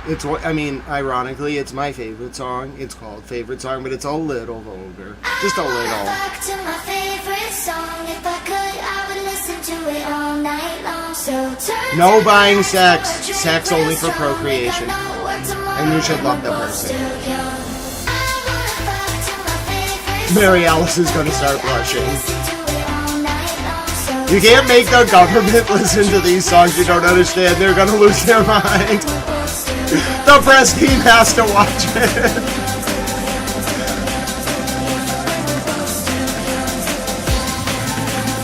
Oh yeah, we're going back in time. We're resetting history. Towel girlfriend, we got it.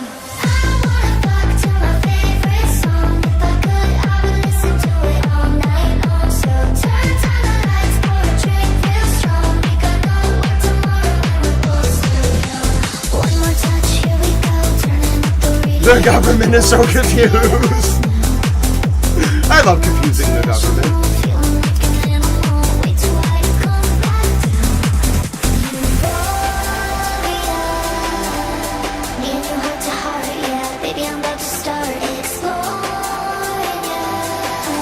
It's art.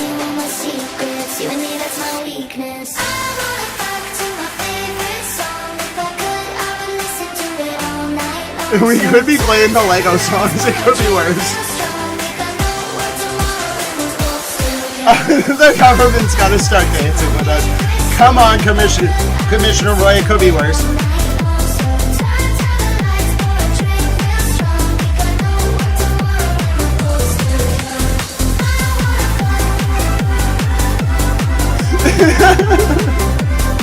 You don't understand. The government has to listen.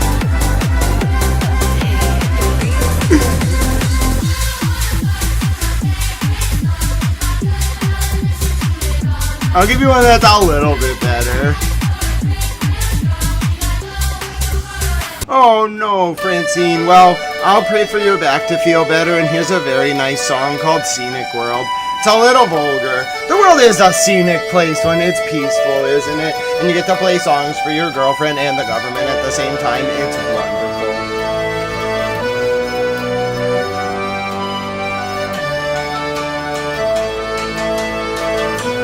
It's all gonna be alright. The lights go on, the lights go off. When things don't feel right,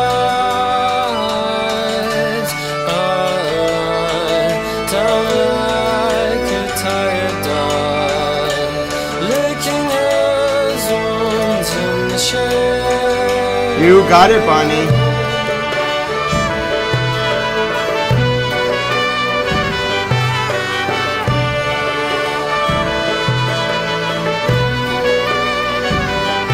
Yeah, BB was the big loser. Peace won today, and we get to buy more weed now. Thanks God, I'm very grateful. I've always wanted to buy more weed. I mean, I like how much weed I can buy now, but I can buy more weed now. This is great. I have a girlfriend. She's beautiful and intelligent. It's the greatest thing ever. And I get to buy more weed, and there's peace. Oh, it's the greatest day ever. We're gonna make Francine's back feel better. We got you, Francine. I'm gonna send you a Pete Bunny towel stuff. I'm gonna send you a Pete Bunny towel. I got a plan. We're sending Francine a Pete Bunny towel.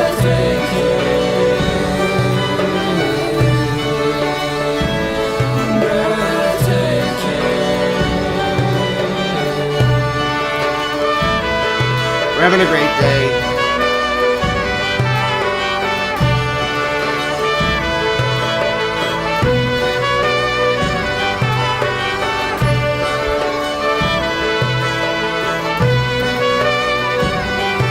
Great time for a celebration break.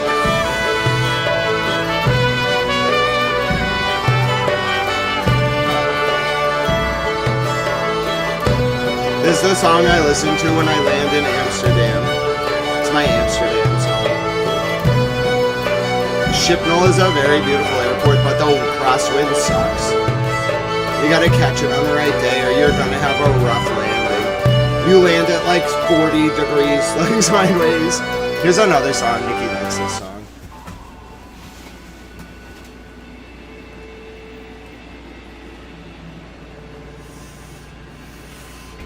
I'm so glad got banners.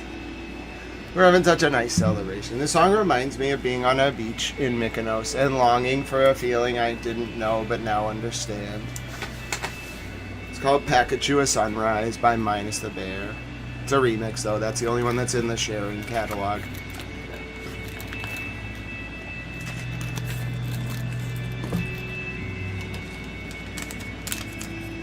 I love this song. Here it comes.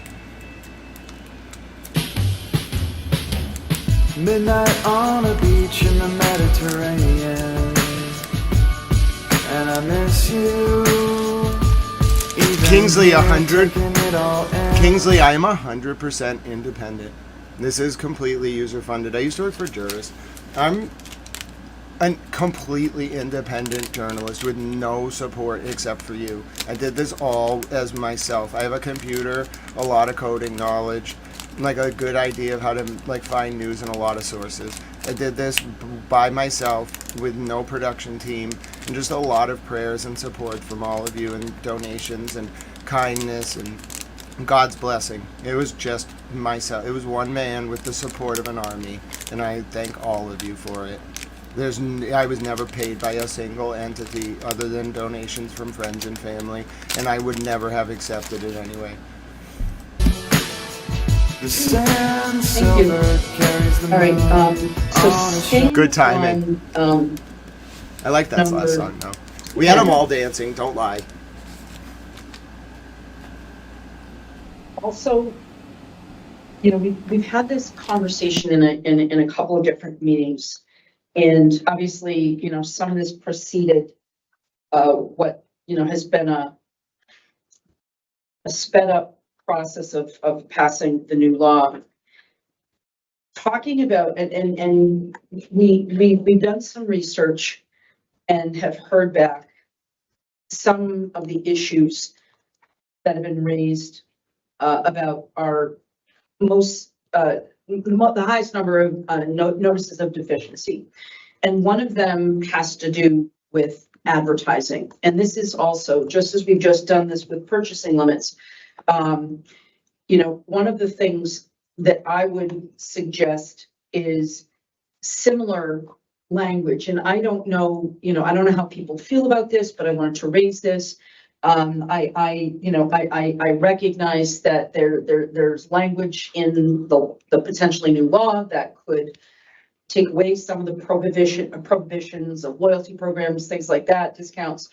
So I just wanted to raise this with my fellow commissioners to determine, just as we've just done, to in advance allow the increases in the purchasing limit regulations, to see how people feel about directing our staff to consistent with the language of the new law, but you know, that we would not be enforcing the current prohibitions on advertising, but in particular the discount and loyalty programs. And I just want to see what people are thinking about that.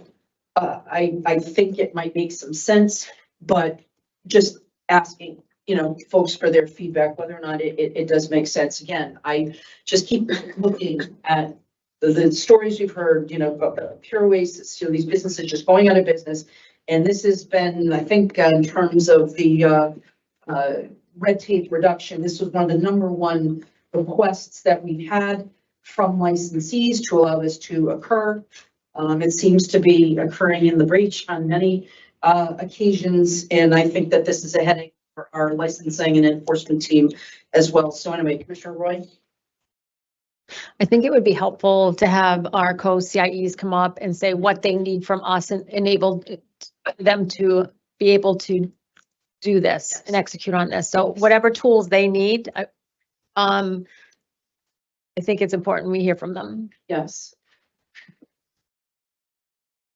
And maybe Olivia as well.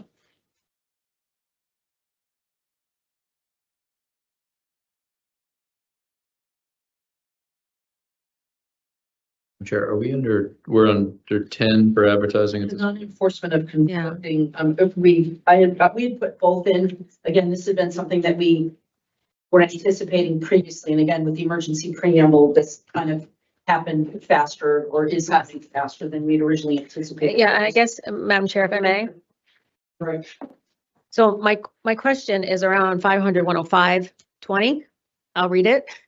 Advertising through marketing of free promotional items, including but not limited to gifts, giveaways, discounts, points-based reward systems, customer loyalty programs, coupons, and free and donated marijuana, except as otherwise permitted by 935 CMR 500-105-4A9, and except for the provision of brand name takeaway bags by MEs for the benefit of customers after a retail purchase is completed.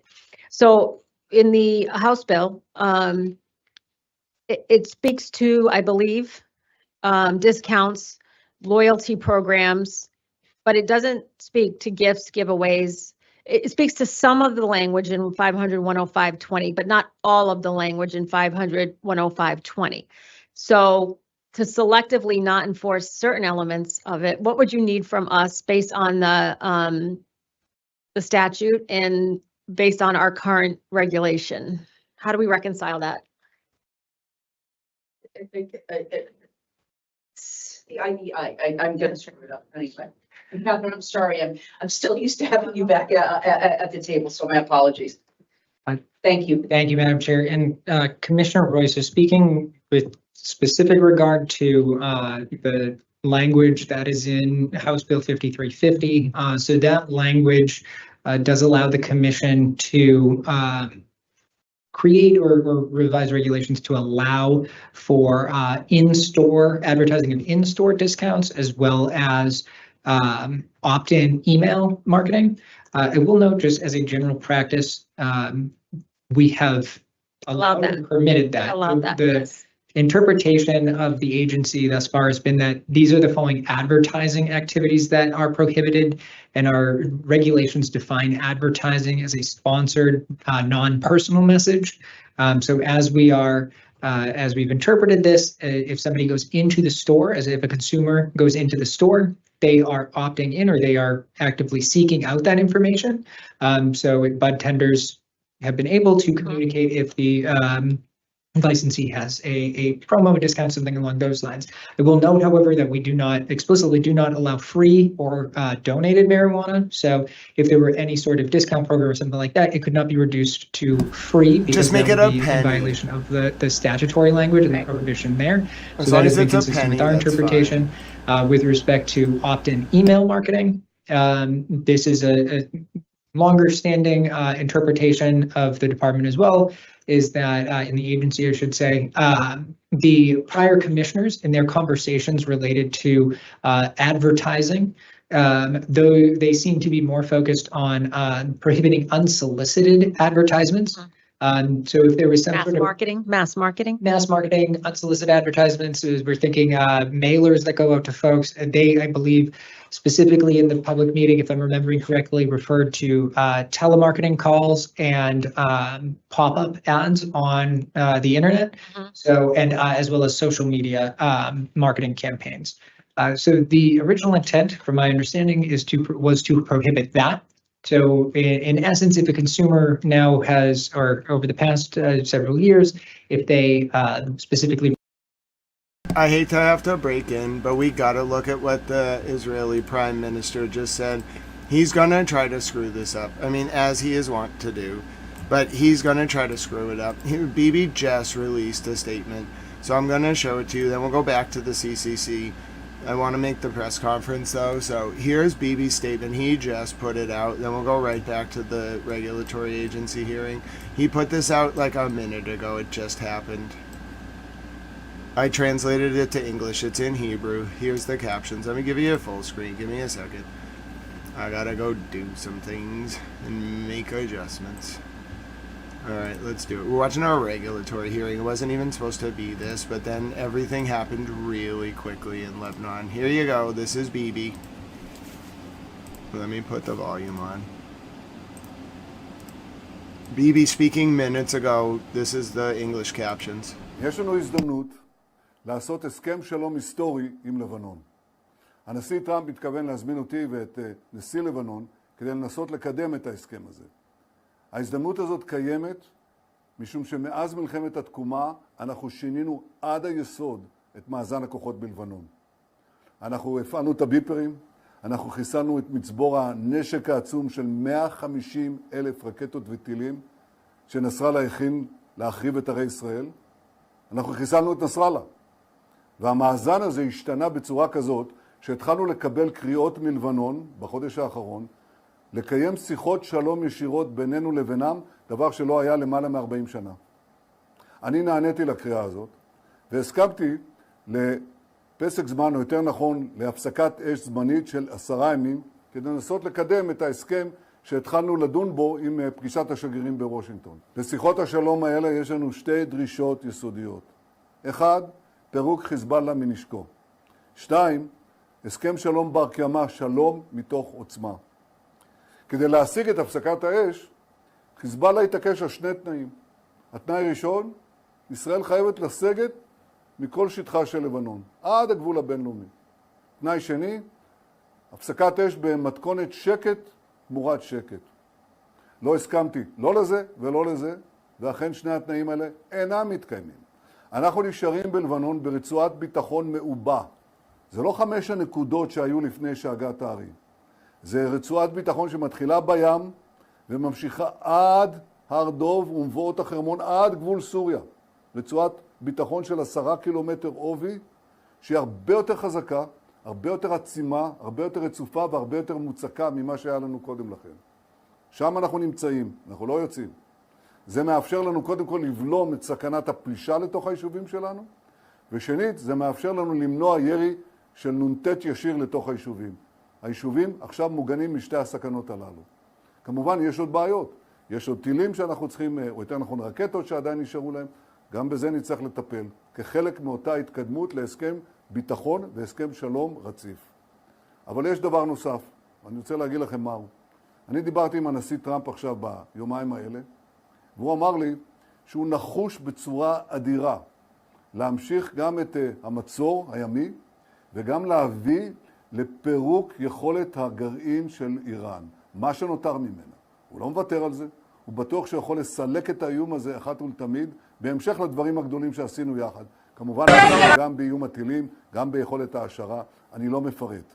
יש פה 2 מהלכים חשובים מאוד, שיכולים לשנות את מצבנו הביטחוני והמדיני באופן יסודי לשנים הבאות. בעזרת השם נעשה, בעזרת השם גם נצליח. He's going to try to go for the same thing as 2024, but he doesn't have nearly the same power. So right after he spoke, Mr. President then got up and spoke. Let me show you. And then we'll go back to the CCC played at 2x speed. I got to get caught up there. This was Mr. President minutes ago. Well, don't criticize people who, quote, manipulate religion for political or military gain. Do you think that he's talking about you, sir? Very important that the Pope understands. Very, very important. It would be nice not to say it. Iran killed 42,000 people that were totally innocuous protesters. Iran cannot have a nuclear weapon. If they did, every country, including Italy, where he's stationed, every single country in the world would be in trouble. So we're doing very well with respect to that, having to do with the whole situation on Iran. The blockade is amazing. It's holding up very strong, very powerfully. And I think we're making a lot of progress in that. But the Pope has to understand Iran, very simple. Iran cannot have a nuclear weapon. The world would be in great danger. Mr. President, would you meet with the Pope to even out your differences with Catholics or torn? I don't think it's necessary. Mr. President, you spoke with Prime Minister Modi just a couple of days ago. What was the conversation like? What is it that is on the table now? I had a very good talk with him, and he's a friend of mine from India, and he's doing great. We had a very good conversation. Are you considering extending the ceasefire with Iran? With who? With Iran. We're doing very well, I can tell you. Maybe it'll happen before that. I'm not sure it needs to be extended. Just so you know, Iran wants to make a deal, and we're dealing very nicely with them. We've got to have no nuclear weapons. If we do, that's a big factor. And they're willing to do things today that they weren't willing to do 2 months ago. Do you have any news about Ukraine? Do you have any news regarding peace in Ukraine? Will Hezbollah stick to the ceasefire? Are you confident about that? I think they will. I think it's going to be, actually it's very exciting because it's 48 years. We're going to be meeting with Bibi Netanyahu, as you know, and the president of Lebanon. And I had a great talk with both of them today. They're going to be having a ceasefire, and that'll include Hezbollah. And I think it could be number 10 for me. Mr. President, do you have any news regarding peace in Ukraine? Do you have any news regarding peace in Ukraine? Ukraine is moving along. I wish they could get along, frankly. A lot of people are dying in Ukraine. We'll see what happens. There's things happening there. We're focused so much right now in Iran, seeing if we can get that completed. And I think we're going to. And I think if you look, the stock market is good. The oil prices are coming down, and it's looking very good that we're going to make a deal with Iran, and it's going to be a good deal. It's going to be a deal with no nuclear weapons. When is the next in-person round of negotiations on the war in Iran? When will They're that all take place? important. I mean, it's not a question of around. All of them are When will important. the next in-person Probably, meeting take maybe place? over the weekend. Will you send the vice president? Mr. President, will you send the vice Just so you president? understand, the blockade has been incredible. It's held. They're not doing any business. They're unable to do any business because of the blockade.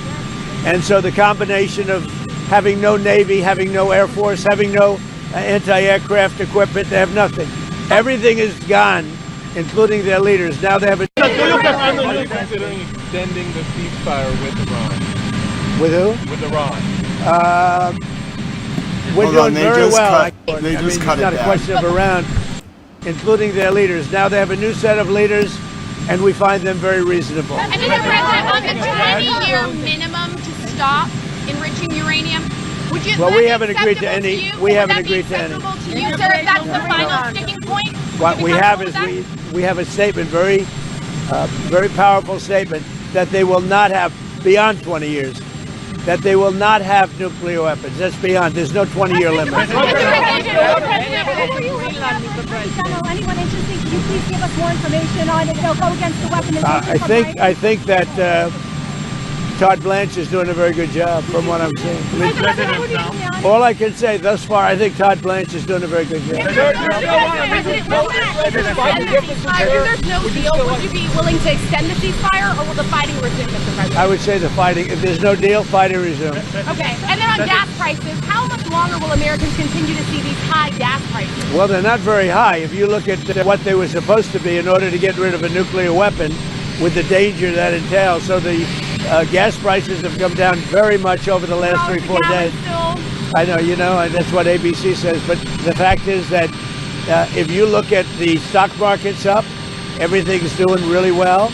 And the big thing we have to do is we have to make sure that Iran does not have a nuclear weapon, because if they do, you want to talk about problems, you'd have problems. So very important is that Iran does not have a nuclear weapon, and they've agreed to that.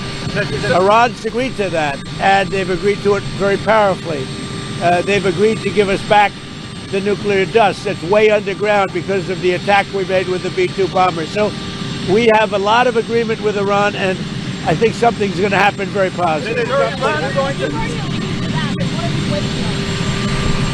Very complicated subject. I don't think we're waiting. I think we're moving very fast. It could happen pretty quickly. Regarding Lebanon. Say it. How long you could sustain the blockade on the Strait of Hormuz? The what? How long you could keep the blockade on the Strait of Hormuz? We're doing very well with the blockade. It's very routine for us. The Navy is incredible. And I think the blockade is doing very well. It's no ship is even thinking about entering. No ship is going past our Navy. Why are you fighting with the Pope? And are you worried it's upsetting your No, I don't. I have to do what's right. The Pope has to understand that. Very simple. I have nothing against the Pope. His brother's MAGA all the way. I like his brother, Louis. I'm not fighting with him. The Pope made a statement. He says Iran can have a nuclear weapon. I say Iran cannot have a nuclear weapon. And if the Pope looked at the 42,000 people that were killed over the last 2 or 3 months as a protester with no weapons, no nothing. I mean, you take a look at that. So I can disagree with the Pope. I have a right to disagree. I have a right to disagree with the Pope. What do you say to people who see that, who see your criticism of the... Nothing.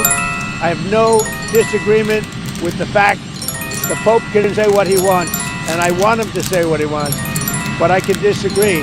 I think that Iran cannot have a nuclear weapon. If they do, the whole world would be at jeopardy. The Middle East will be blown up and the whole world will be at jeopardy.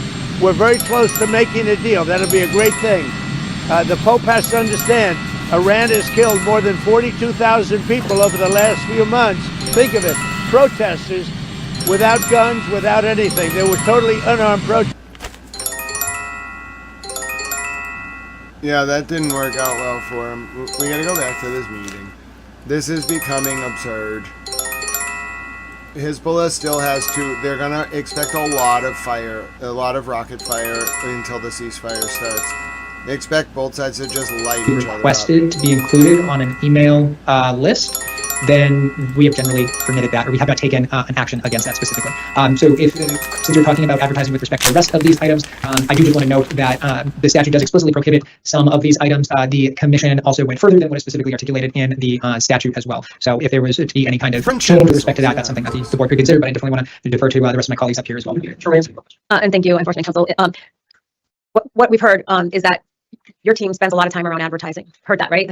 And so that was on your list of things to address. And what I hear from licensees is because of, and I've gone on podcasts and I've explained just the way you explained it, I explained it, but the enforcement hasn't been completely uniform because there's a lot of gray area and it's very nuanced and there's ambiguity. And so I heard from licensee last week that said, I got an NOD and the guy down the road doing the same thing didn't. So what we're trying to say is this language, some of it, like obviously we're not gonna allow free and donated. So a part of this language, we could say no longer enforce, which with the law, the statute will supersede this upon effect, correct? So do we need to do anything to help you so it's not ambiguous anymore? Madam Chair, and I definitely ask for my co-CIE Armeninos and Director of Investigations Catherine Minkowski to kind of weigh in on this as well. But my understanding of the bigger hang-up with respect to this regulation is advertising on licensee websites is what takes up a lot of time here. So I know I know that the language in the bill is a may, so it is not kind of declarative, or directive rather. But as we're looking into this too, I think one thing for us to generally consider is whether in-store advertising or whether the website effectively functions as an extension of the store. So that is something just for consideration here, because I know website advertising is really where a lot of the work comes in. Someone going to the website almost be like opting in. That's how I was gonna ask. I'm 21, you're opting in. You opt in, yeah, go ahead. Thank you, Madam Chair. Yes, just to build on our co-CIE Gooden statements. Yes, so we do require that our websites have an age gate on them. I think the reality, though, the potential challenge with solely relying upon that is anyone with an internet connection can click that button that I am over 21, but it does not mean, in fact, you are 21. As co-CIE Gooden also said, he's absolutely correct. During previous public meetings, I had raised some of those most commonly cited NODs.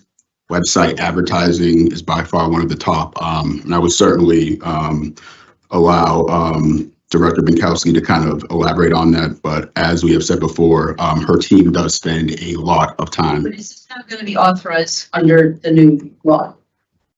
Mr. Roy? Or did you want to? Sorry. Okay. So someone hits the button, they're 18, they say they're 21, and they look at the sales. But they can't get into the store if they're 18. So they can look and they can order, but they can't because they have to show ID. So that's the ultimate gate, is they cannot get the products. And so is it an extension of the sales floor? Are folks opting in? They are opting in. Now, if they're 18 and they're opting in, I don't know ultimately how they get the product, discounted product, because they're not 21. So I think we need to address it because I think it's a gray area and you guys spend a lot of time on it and we want to help you so you don't have to. And so if the board's intent is let them advertise on the website, how much time, effort, and energy would this save your team? Forget everyone's titles. Catherine's perfectly fine. Thank you, Madam Chair. This would alleviate a huge burden off my team, and I think allow my team to focus on more pertinent investigatory compliance matters. Like you mentioned, we do get, frankly, daily, probably, emails from licensees complaining they received an NOD and, of course, it will be disparate treatment. A lot of the time, it's just because we haven't received a complaint from that other. That's right.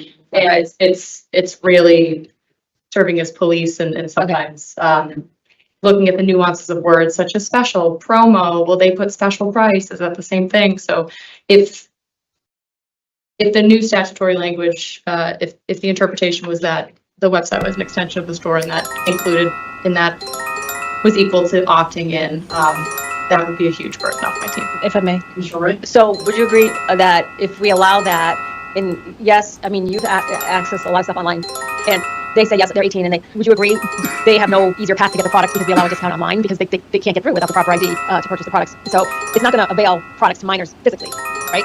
The same ID protection will still be That's right. So we're not putting you at risk to physically access the product is what I'm trying to get. They can look at a discount, right? 3 free rolls for whatever.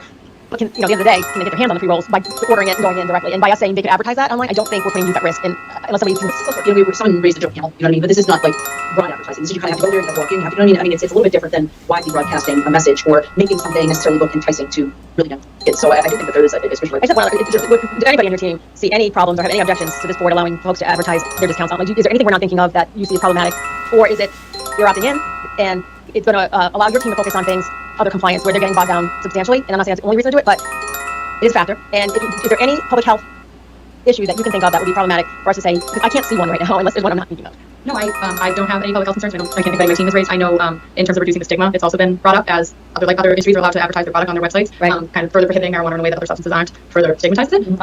Billboards are different part of the regulations that have its own restrictions. That's right. But it would be maybe exposure for an underage person to see what's on the website, but frankly, they're saying the product is like not the discount that's harmful. The discount itself is not harmful. Yeah. No, I mean, a billboard or TV advertising, it is from this is someone has to find it. And attorney couldn't have spent.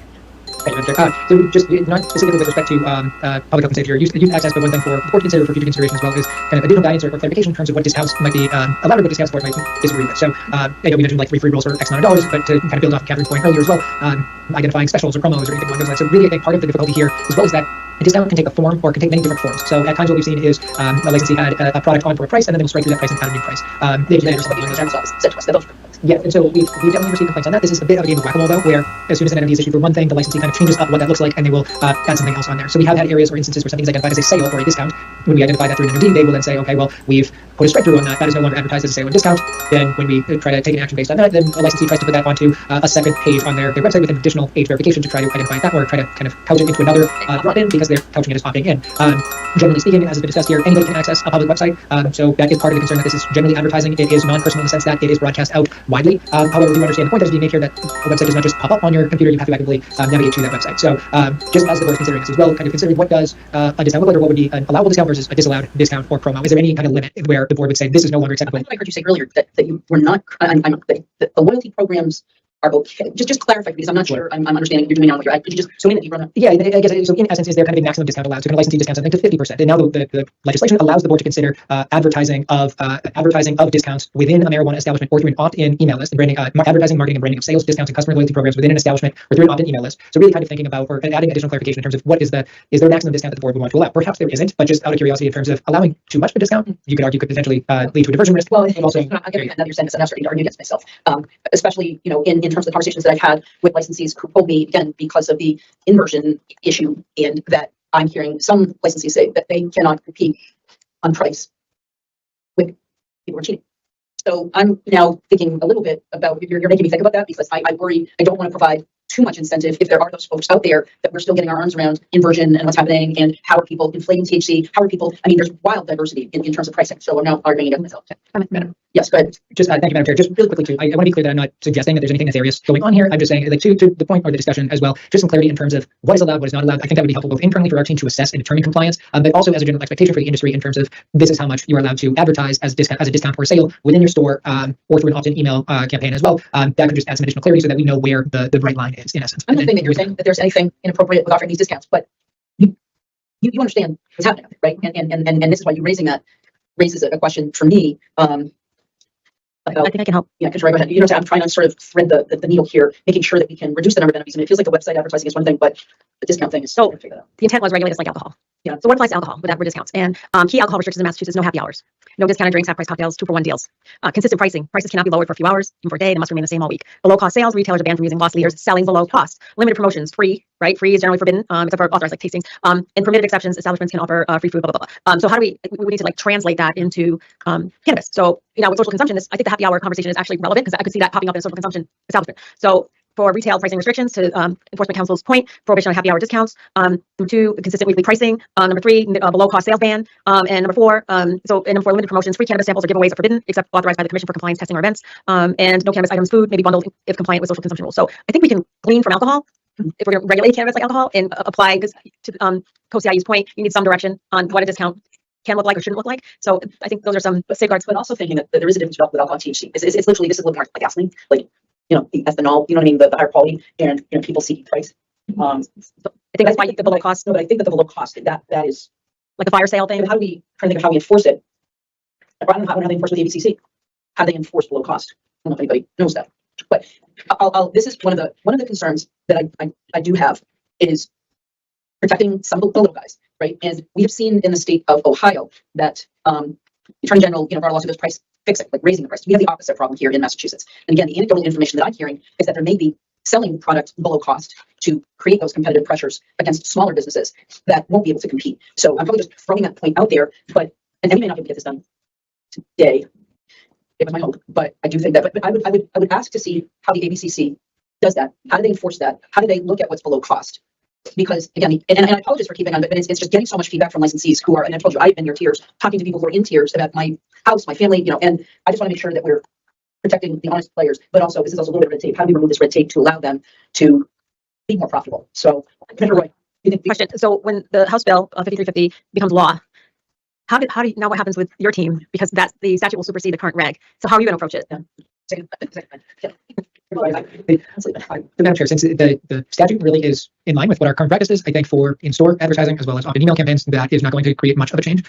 As we were identifying though, I think we will definitely take a look to see whether that also could apply to websites. However, I'm not committing to anything on that right now. I think we need additional time to look into what impacts the new law, the change in the law would have towards our compliance processes. I would also definitely invite any of my colleagues to weigh in on that as well. But I think for this, it makes sense as we are moving forward with this, it would have not a substantive impact in our process, but we would be able to actually point to the statute. I do want to just note with alcohol sales as well. And again, just want to note that this is something that I would request additional time to look into to just make sure. But my understanding is that pursuant to ABCC regulations, alcoholic beverages are not allowed to be sold at a price less than the invoice cost. So I believe that would be consistent with the wholesale price.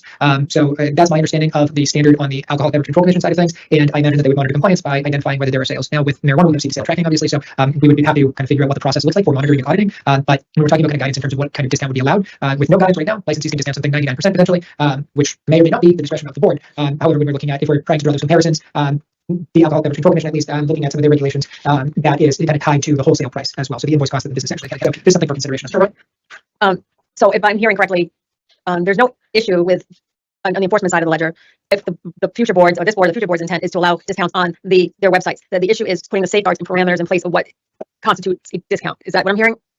Madam Chair. Yes, Commissioner Roy, that is my understanding. And just to kind of hit another point that was brought earlier, as Director Mikowski said again, if we're talking about strictly advertising on NODs and our staff issuing those NODs, as you said before, if we were moved by the board to stop that again, we are not increasing the likelihood that anyone under the age of 21 is physically going to be able to obtain that. So I just want to hammer that home because that was a very important point. So I think these are really good. So one of the things I might suggest is maybe we deal with, we're not going to be able to come to a conclusion about discounts, right? Today.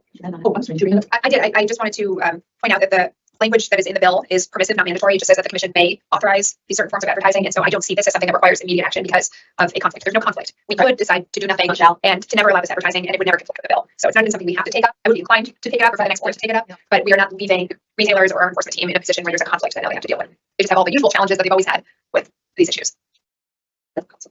All right, Commissioner Stebbins. No, I would like to give our licensees a little more clarity, as you pointed out, and Enforcement Council, you pointed out with respect to what we define as discounts. I am still not necessarily in agreement or want clarity on whether a website is part of a marijuana establishment or an extension of a marijuana establishment. So my hope is things move along. You have the opportunity. I know you've expressed an interest in clarifying a lot so that maybe our licensees don't get as many NODs if we clarify our regs, but for me, those would be answers kind of going forward that I hope you could address. So, right. So So you're saying you went, so are we then stating, I mean, do we think that Commissioner Roy, because I would be comfortable with the website. I would too, and if I may, Madam Chair, I think to be to parity with the alcohol industry, just doing a cursory search, Massachusetts liquor stores can advertise their prices and general promotions on their websites. But it says they're prohibited from advertising, offering short-term discounts, coupons, or loyalty programs.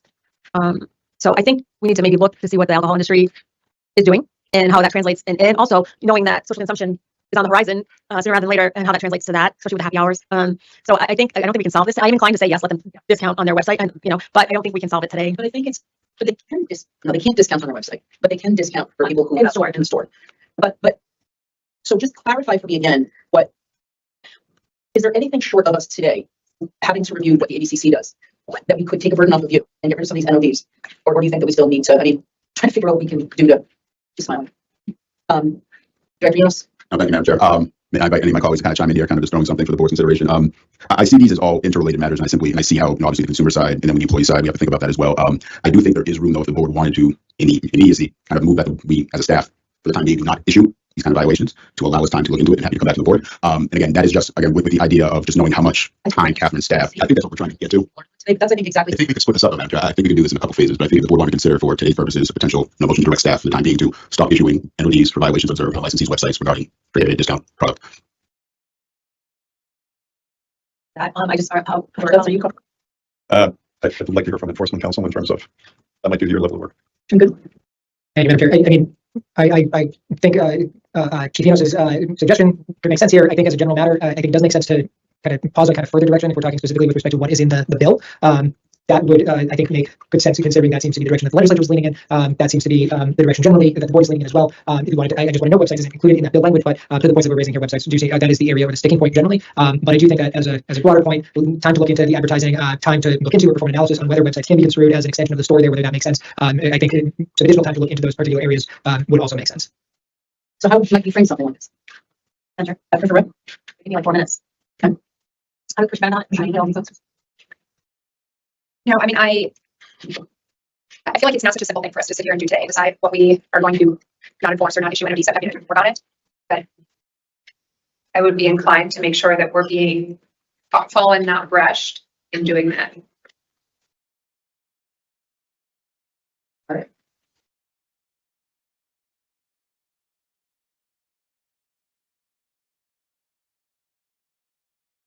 Commissioner Wright? I'm inclined. So no, I am inclined to, but I also hear the other side of the argument. So how much time through the chair, please, would you need to suss out what the alcohol industry is doing for safeguards on the websites and what they're allowing and what they're prohibiting? And how that your cup runneth over in a million ways, all of you, and I know that. But the industry is struggling. We know that. We've seen closures. We've just read about it in the Boston Globe, and I think this would be a welcomed change, course correct, if you will, for licensees. And I want to say there's a sense of urgency, but for them there is a sense of urgency, and so I'm inclined to allow it, but Commissioner Bennett makes a great point, right? We're trying to solve all the problems today. It feels like, it kind of feels that way, right? But things are new. We've been talking about this for many months, right? Yeah. We've been talking about, I mean, we literally asked the team to put together the NODs specifically, to inform our, and this is my concern, is that the emergency preamble has shaken up everything that we have had in process trying to be responsive to the industry. And what I worry about is not doing something when I see 30 licensees in receivership and another 30 queued up in. Pure Oasis wasn't even in receivership. So that's my sense of urgency. So, Commissioner Wright? And I know the executive. In the medical treatment centers, they can they discount on their websites? Director McCuskey? The 501 regulations do not have the same not permitted prohibitions. No. So they can. That's what you're saying. Medical patients. So it's happening now. So there are discounts on websites now and under MTCs. Yes. Happening now. Okay. Breaking. Jennifer McCabe, Brian Albert, Colin Albert, and Brian Higgins have announced in a press release that they filed a civil lawsuit against Karen Reed and Aidan Turtleboy Carney for defamation, civil conspiracy, and other claims. Breaking. Karen Reed and Aidan Carney have been sued by Jennifer McCabe, Brian Albert, Colin Albert, and Brian Higgins. I repeat, Karen Reed and Aidan Carney have been sued. I repeat. Thank you, Hezbollah. I repeat. I'll try to get that case for you. This has become a whole Madam Chair, can I thing. just clarify? I think Goodness. the point that was made was kind of breaking up into chunks. Is the specific question right now, in terms of when it could be accomplished, related to essentially treating the website like a continuation of the business? Is that kind of the intent to move as quickly as possible on, or was it? Okay. And so I think for that, the question, I would say, if we're ready to answer that right now, which I don't know, would be whether or not that is as simple as that determination right now by vote, because I think that's the question. I would just suggest it's a non-enforcement, and in a week, if there's a completely new board, they can say, get back to work, right? Let me answer this. Yeah. May we just say, allow. Sorry, that was great. Poor phrase, Like if sorry. we had motion language that said, the allowances under 501 around that could apply to adult use. Are allowed a discount on there? Could we lift language out of 501 into? And if I could just rephrase, it's put back extra hats, okay? I don't want to be so flip, I apologize, so. And I'll draft the language. Yeah, but so we do allow that for medical. I'd say it's happening now, right? Sky hasn't fallen. Yes, the 105 4B20, which is the prohibition on certain promotional activities by adult use, is not a regulation that 501 has. So I defer to the lawyers in the room, but whether 20 would need to be struck in order to do that, I'm not sure. Commissioner Benedon, did you? I was just going to point out that I'm not sure it's so simple as borrowing from 501, because 501 doesn't have the prohibition. It's not that there's language there we can borrow. It's silent. Whereas the prohibition is in. But I think that right now it's the direction that we want to do with people wearing so many hats, to allow them the ability to focus on what I consider higher priority public health and safety issues. And we know, we're hopefully going to start doing, more stuff around seat shopper, that there's going to be a lot on your plate, that there's a lot of pressure on you guys. So that would be my only sense, is that it really comes down to just a consensus and a direction from the commissioners. And then if it's not, and with further review, you're going to go, there might be some way to say, oh, this is ridiculous, don't do that. It's not like alcohol. I mean, that would be my only, so I just want to, I would like to also question right now, unless anybody has any further, questions, and I don't know if you would like to make the motion that I can't do it, Enos, has suggested that it's direction to the staff to not enforce what is currently there, because we are in sort of an emergency situation. I mean, one of the conversations that I've had recently is we do have some emergency public health issues out there, and we have an arduous process, and you have an arduous process. Whatever happens to us, you have an arduous process ahead to move forward on testing protocols, to move forward on, and so that's on you, okay? It might not be on us, but it's going to be on you. And so, I had thought about, should there be some emergency regulations and do a new process? That's obviously, we don't even have time to do that. So that might be just, if you want to take 5 minutes, and again, you may not think that this is timely, and I don't know if, what your thoughts are, Commissioner. I don't want Commissioner Roy to say, spend 5 minutes drafting something, It goes down. our best JD without JD. But, you know, are you inclined to go along with taking a couple of hats off so that they can focus on higher priority health and safety issues? Or are you not comfortable? You know, as I look at this, is the pending statute language, right? It does say may, I mean, for me, and again, all of us, me, whoever may not be here for the next consideration of this, but, you know, it's may, I still have a concern about within a marijuana establishment. I don't necessarily agree with Director Anos about, you know, a general context of us deciding what should be enforced and what shouldn't be enforced. These regulations are on our books.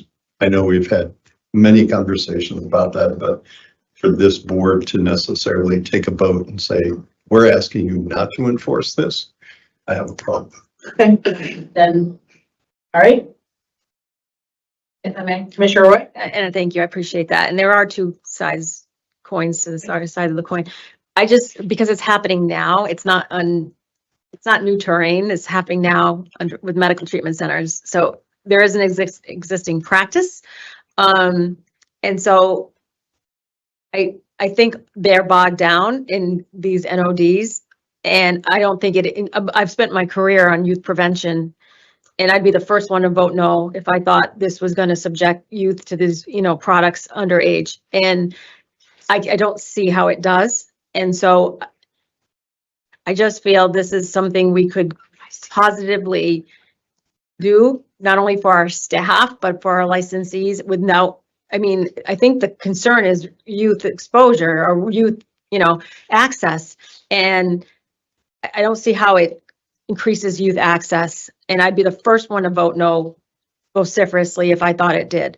So then if they're not 3 votes, then it is for the next board to decide, although I would be in favor today to support what Director Enos said. But I don't want you to waste. No, I don't want to get tired. So I don't want you to have to do the legal work. So anyway, all right. Thank you. This was a great conversation. I learned a lot. This is actually Commissioner Stevens's issue, the non-enforcement of property control for provisional licensees. So I don't know if your posture is consistent, but I put this on because I thought this was something that you were concerned about. No, and I appreciate that, Chair. You know, we've talked about this issue before, or I have, I think, Chair, you've echoed this. Support it 100%. You know, I would love to see us move to a system where property HCA requirements, which are under the provisional license, get moved to a final license phase. And I know that probably comes with a lot of homework to figure that out.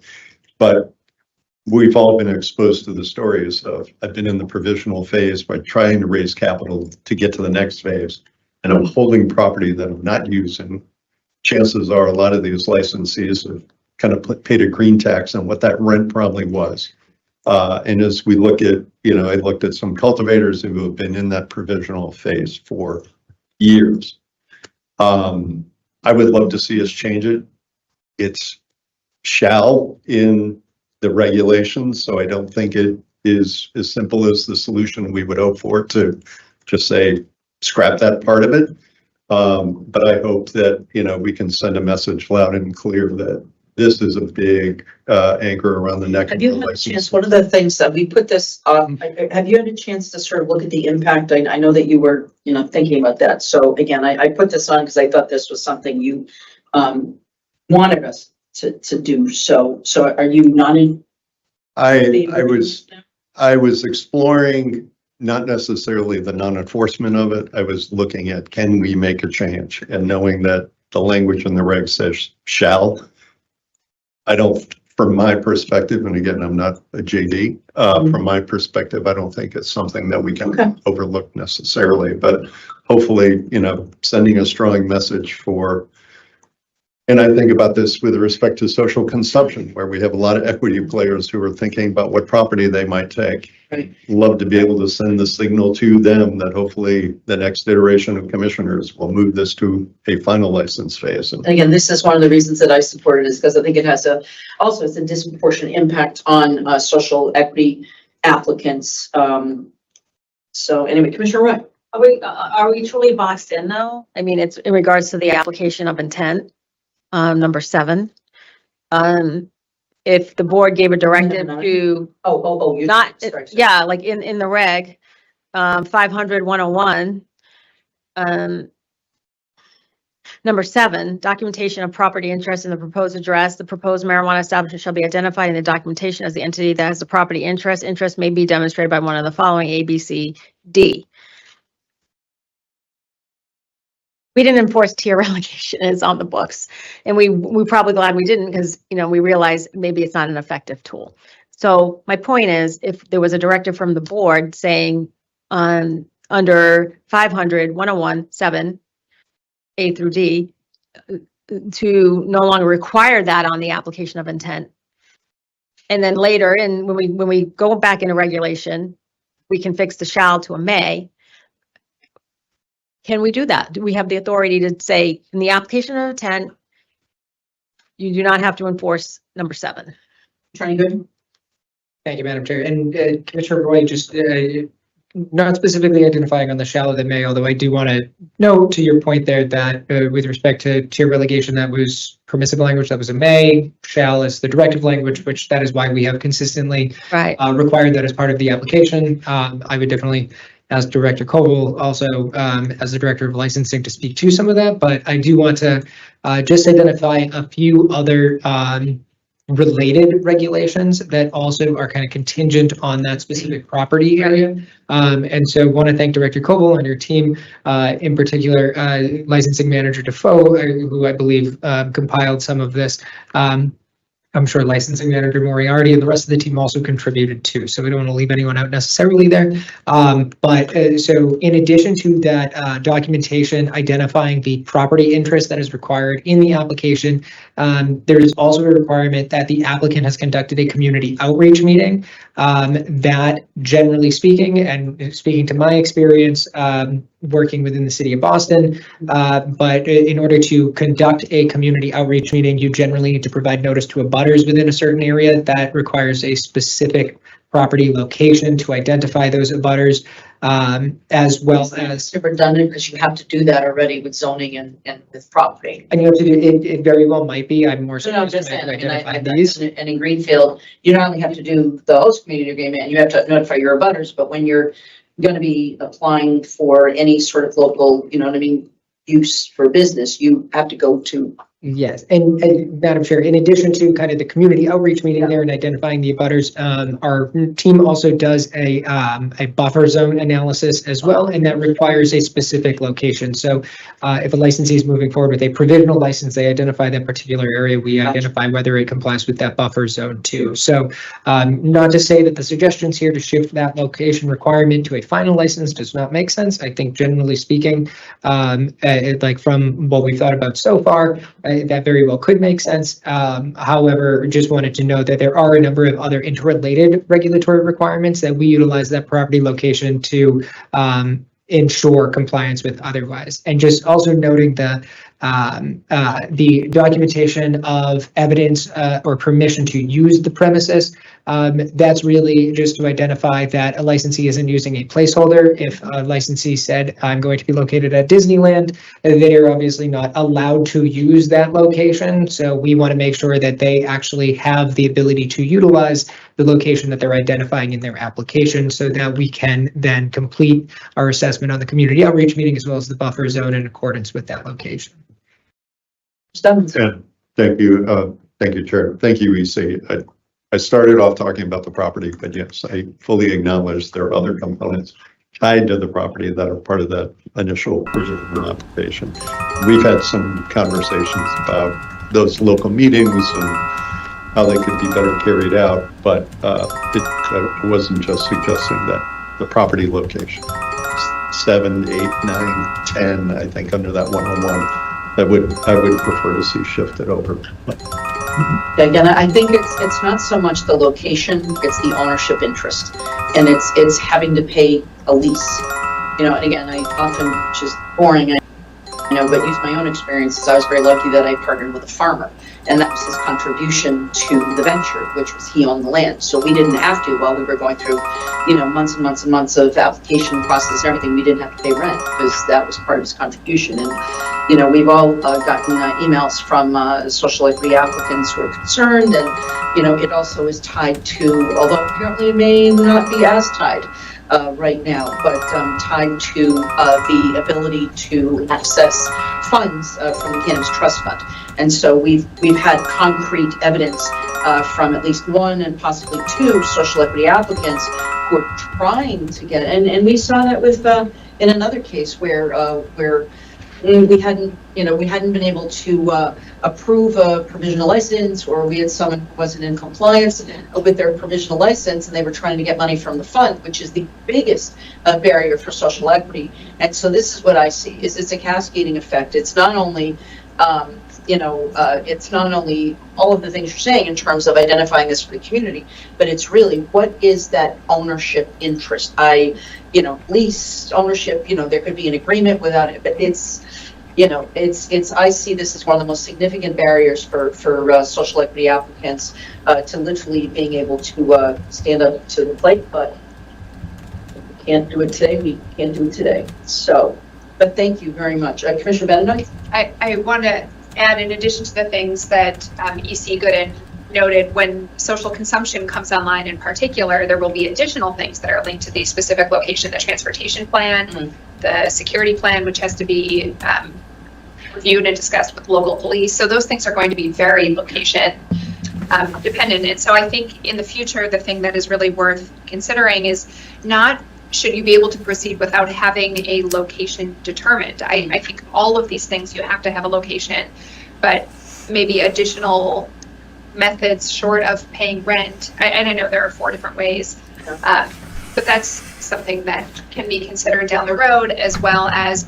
can you proceed with a specific address that you don't actually own or have the right to use, but then if it turns out you don't end up getting that address and have to go to a different address, you have to restart the process. I think there are a lot of considerations here, and I would like to make it easier and lower cost, but so much is tied to the location. I agree with you, but I do think that with the social consumption, the property is going to be so tied to the function. It's so tied to the local. You know what I mean? It's, again, having been through the process, you can go and apply. There were several farms that we were looking at. So we had to wait until we identified the farm. We were talking to different farmers, but we had put together the team. We had put together all of our, our policies and everything. But getting that piece of property for cultivation, for retail, I think that I agree with you, but on the other hand, I think that it's going to be sort of different because A, it's going to be very, very limited. B, there's going to be a lot more local. And, as I was pointing out, EC Gooden worked in the city of Boston. A lot of this already people are already protected by the local zoning law. So, but anyway, it looks like we may not have votes to do this. So we had a good conversation, and I think that we are making some progress here. So thank you very much. I'm just trying to think. Let us go to the publication of the receivership reporting form, and I think the legal team is going to be presenting that about publishing, or did they say that they couldn't get that done? I can't remember. Do we not have that done? Madam Chair, we do not have that ready to go as of today, but I do think in discussions with Commissioner Roy, we're certainly approaching that point. I know the EC has put thought into that, and that it still needs some final reviews so that everybody gets what they need out of it. But I believe Commissioner Roy did have a thought on a next step for that. Thank you, Madam Chair. Thank you, Mr. Executive Director. If you could give us an update. So I did an initial iteration of the form, and I shared it with enforcement, and so we're in good shape, right? The form is not far off, right, on the horizon? Madam Chair. Please, thank you. Thank you. Yes, and obviously EC can go through the work that was done as well, and so some of the final reviews. But ultimately, I think we had discussed when you had provided that it was going to be culled down. We're going to focus on what we can require somebody to provide us, which is one of the checks that we went through. What is the information that obviously the most helpful for all parties involved, whether it be the legal side of the house or licensing, et cetera, the commissioners for information that they'd be looking for. And so to make sure that everything that we're asking for is either clarified that they must provide it, or we're asking for it because it's good for information, and that the report is as succinct as possible, but also as helpful as possible. And then we would do that continuous for posterity and then have that data moving forward. So just really kind of in final stages. Okay. Thank you, if I may. And so I crafted some motion language. I shared it with the executive director. And any concerns with the motion language? Or you think it's something we can? I think that form by the end of the month is fine. So no objections to anything in the motion language? No, I don't see anything. Okay. And yes, if I may read it. You want to put that, you're going to, is it in the chat? Oh, sorry. Did I not put it? Did I? You may have, I just haven't. Oh, I'm sorry. Let me do it right now.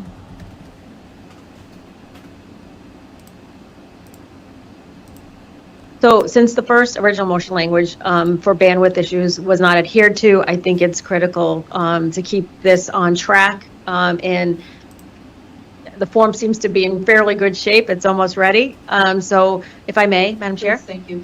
Move that the Cannabis Control Commission direct commission staff to develop, finalize, and publish a standard receivership reporting form and corresponding monitoring process for cannabis business receiverships under the Commission's jurisdiction, and to present the completed form and process proposal to the Commission no later than April 30th, 2026, or within 14 days of adoption of this motion, whichever occurs first. So the new iteration of the board will have the final say on what the form will look like. We just want to keep the forward progress going. Thank you. All right, I will second. So moved. I will second that motion. Commissioner Roy, any questions or comments? Commissioner Benedon? No. Commissioner Stephens? Having been moved and seconded, I'll call the roll. Commissioner Benedon? Aye. Commissioner Roy? Aye. Commissioner Stephens? Aye. Chair votes aye. It is unanimously passed. Thank you very much. And this is going to be, I just want to raise this. We not only have the form, but this is going to be with a conversation about publishing this on the website. There was some question, unless that is, you have published. Okay, published. Okay, great. But we had published, but we had some questions about how many we were going to publish at one time. No, it was, I think we wanted to hit a number of receivers, but Yeah. I think that we decided, No, but this is the point, is it's not our job to determine, well, plus the new law, Right. the caps are gonna go up on retail, so that is also a different, right? dynamic. But I think it's, from our perspective, it's whether, the caps go up or not, I don't think it's our job to police that. It's really got to be the receivers.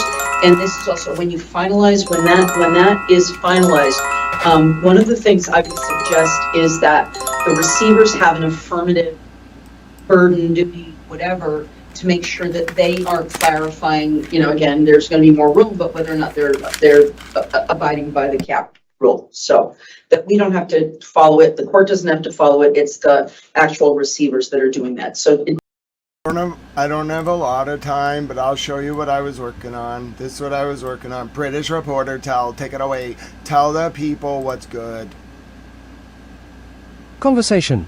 Breaking news. : In a shocking development, while John O'Keefe's killer remains unknown, multiple members of the McCabe and Albert families, along with Brian Higgins, have filed a 14-count lawsuit against Karen Reed and journalist Aidan Turtleboy Kearney for violations of the Massachusetts Fair Trade Practices Act. Claims were also made for conspiracy, allied, and various forms of aiding and abetting same. The complaint itself is 50 pages.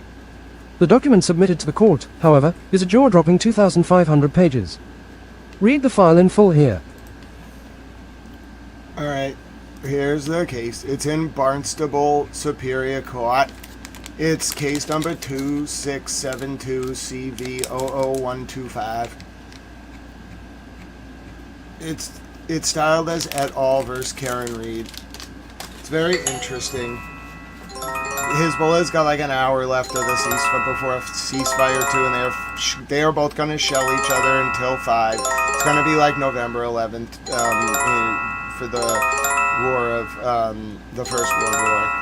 All right, I don't have time to talk about the Karen Reed case. The file's 2,500 pages. The complaint's only 50. It's a regular lawsuit with just somebody just I haven't looked at the documents. Here's my prediction. It's going to be like Kate Peters' Discord spent treated this like it was the most serious thing they've ever done in their life, and they compiled this meticulous documentation of stuff, and the court's just going to be like, why are they doing this? It was going to end. This is wild, especially when Deutsch gets in there. It's crazy to have an open civil case while there could be a concurrent new criminal prosecution under Deutsch for people who investigated the first case.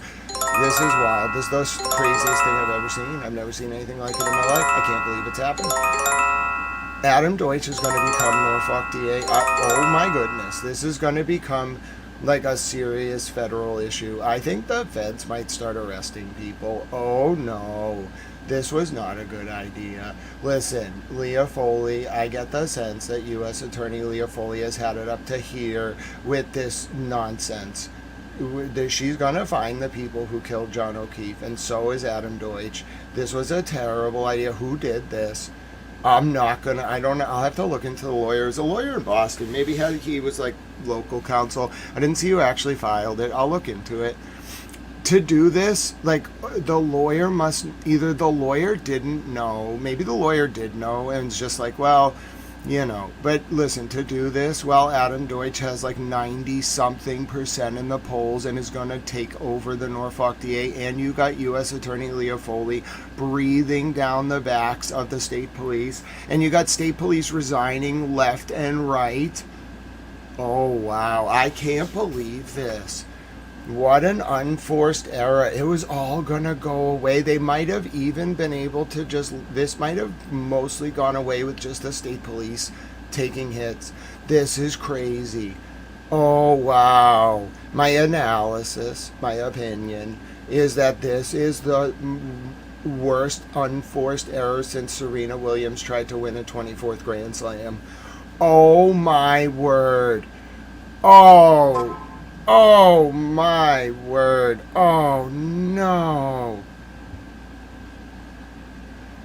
And there might be a terror attack on the Israeli embassy in London. I'm checking. Oh no, why would you ever do this? Oh, Israel's going to try to sabotage the ceasefire too. Oh, this is wild. It was going to end. Why would you want to bring it back? Why would you want to make us? I'm leaving. I'm not doing this again. Oh my goodness. I can't believe they want to do it again. It was going to be bad enough when Deutsch got in there and started arresting the cops. Are you kidding me? You want to bring this circus again? Oh my God. Massachusetts is stuck. I am leaving. I don't want to deal with this. This is ridiculous. I am so mad. The court system is going to lose it. Oh my goodness. Listen, the SJC is going to have a meeting and just start screaming. This is outrageous. I can't believe this has happened. It's not like the Alex Jones situation. It's so different. People don't understand. Oh no, what have you done? You don't know what's coming. Oh no, they don't know what's coming. Oh, this is so bad.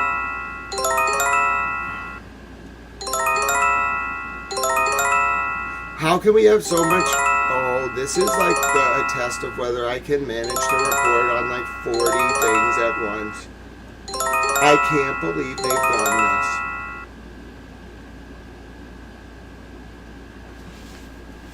I didn't really think about the implications of this until right now.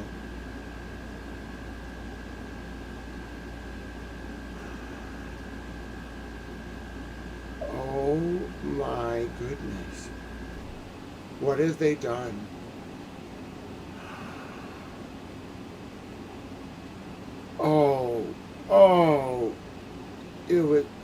How could you do this? It was so...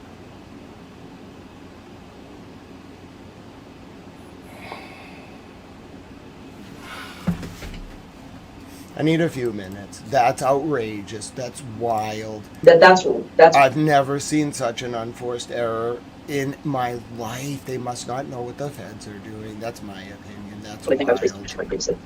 All right, Commissioner Roy. If we could go to the licensing freeze, if you don't mind. Okay, You're 700. You're 700. Thank you. All right, so we're moving on to the cultivation licensing freeze. One of the things I want to clarify, and again, I know that we have motion language, but I got an email today, and I just want to clarify. This is basically new entrants. It's not going to impact moving tiers. If someone wants to move up a tier, this is not going to be. Is there a prohibition within this? I don't believe so. I think it's again. We know that this is a small tool. It's not going to have huge impact. But if someone. Wait a minute! Wait a minute! Wait a minute! Wait a minute! I didn't get to read the 2,500-page document. Christina Rex says the 2,500-page document is just the same thing repeated 50 times. No!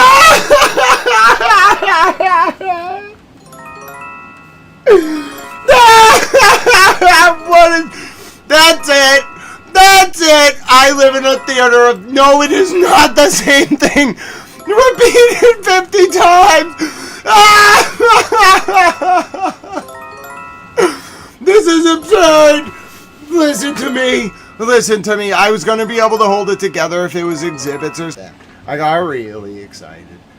There is no way if this happens, you don't understand. As people who go to law school, they occasionally get excited over ridiculous things. Never in your life. You don't understand. They did not I thought this was rightful. I think even Tower Girlfriend would have. They submitted the same thing 50 times.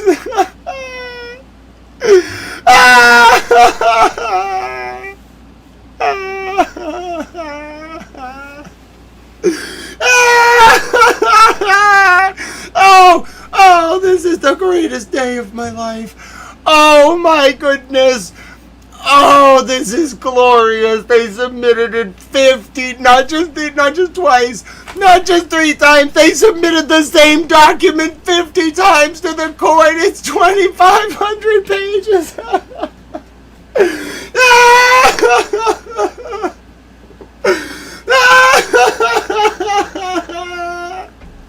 I can't. Oh, how is it possible? This is the greatest thing possible. Oh my goodness. They submitted the Christina Rex was like, upon further inspection, it's a 50-page document and it's the same thing 50 times.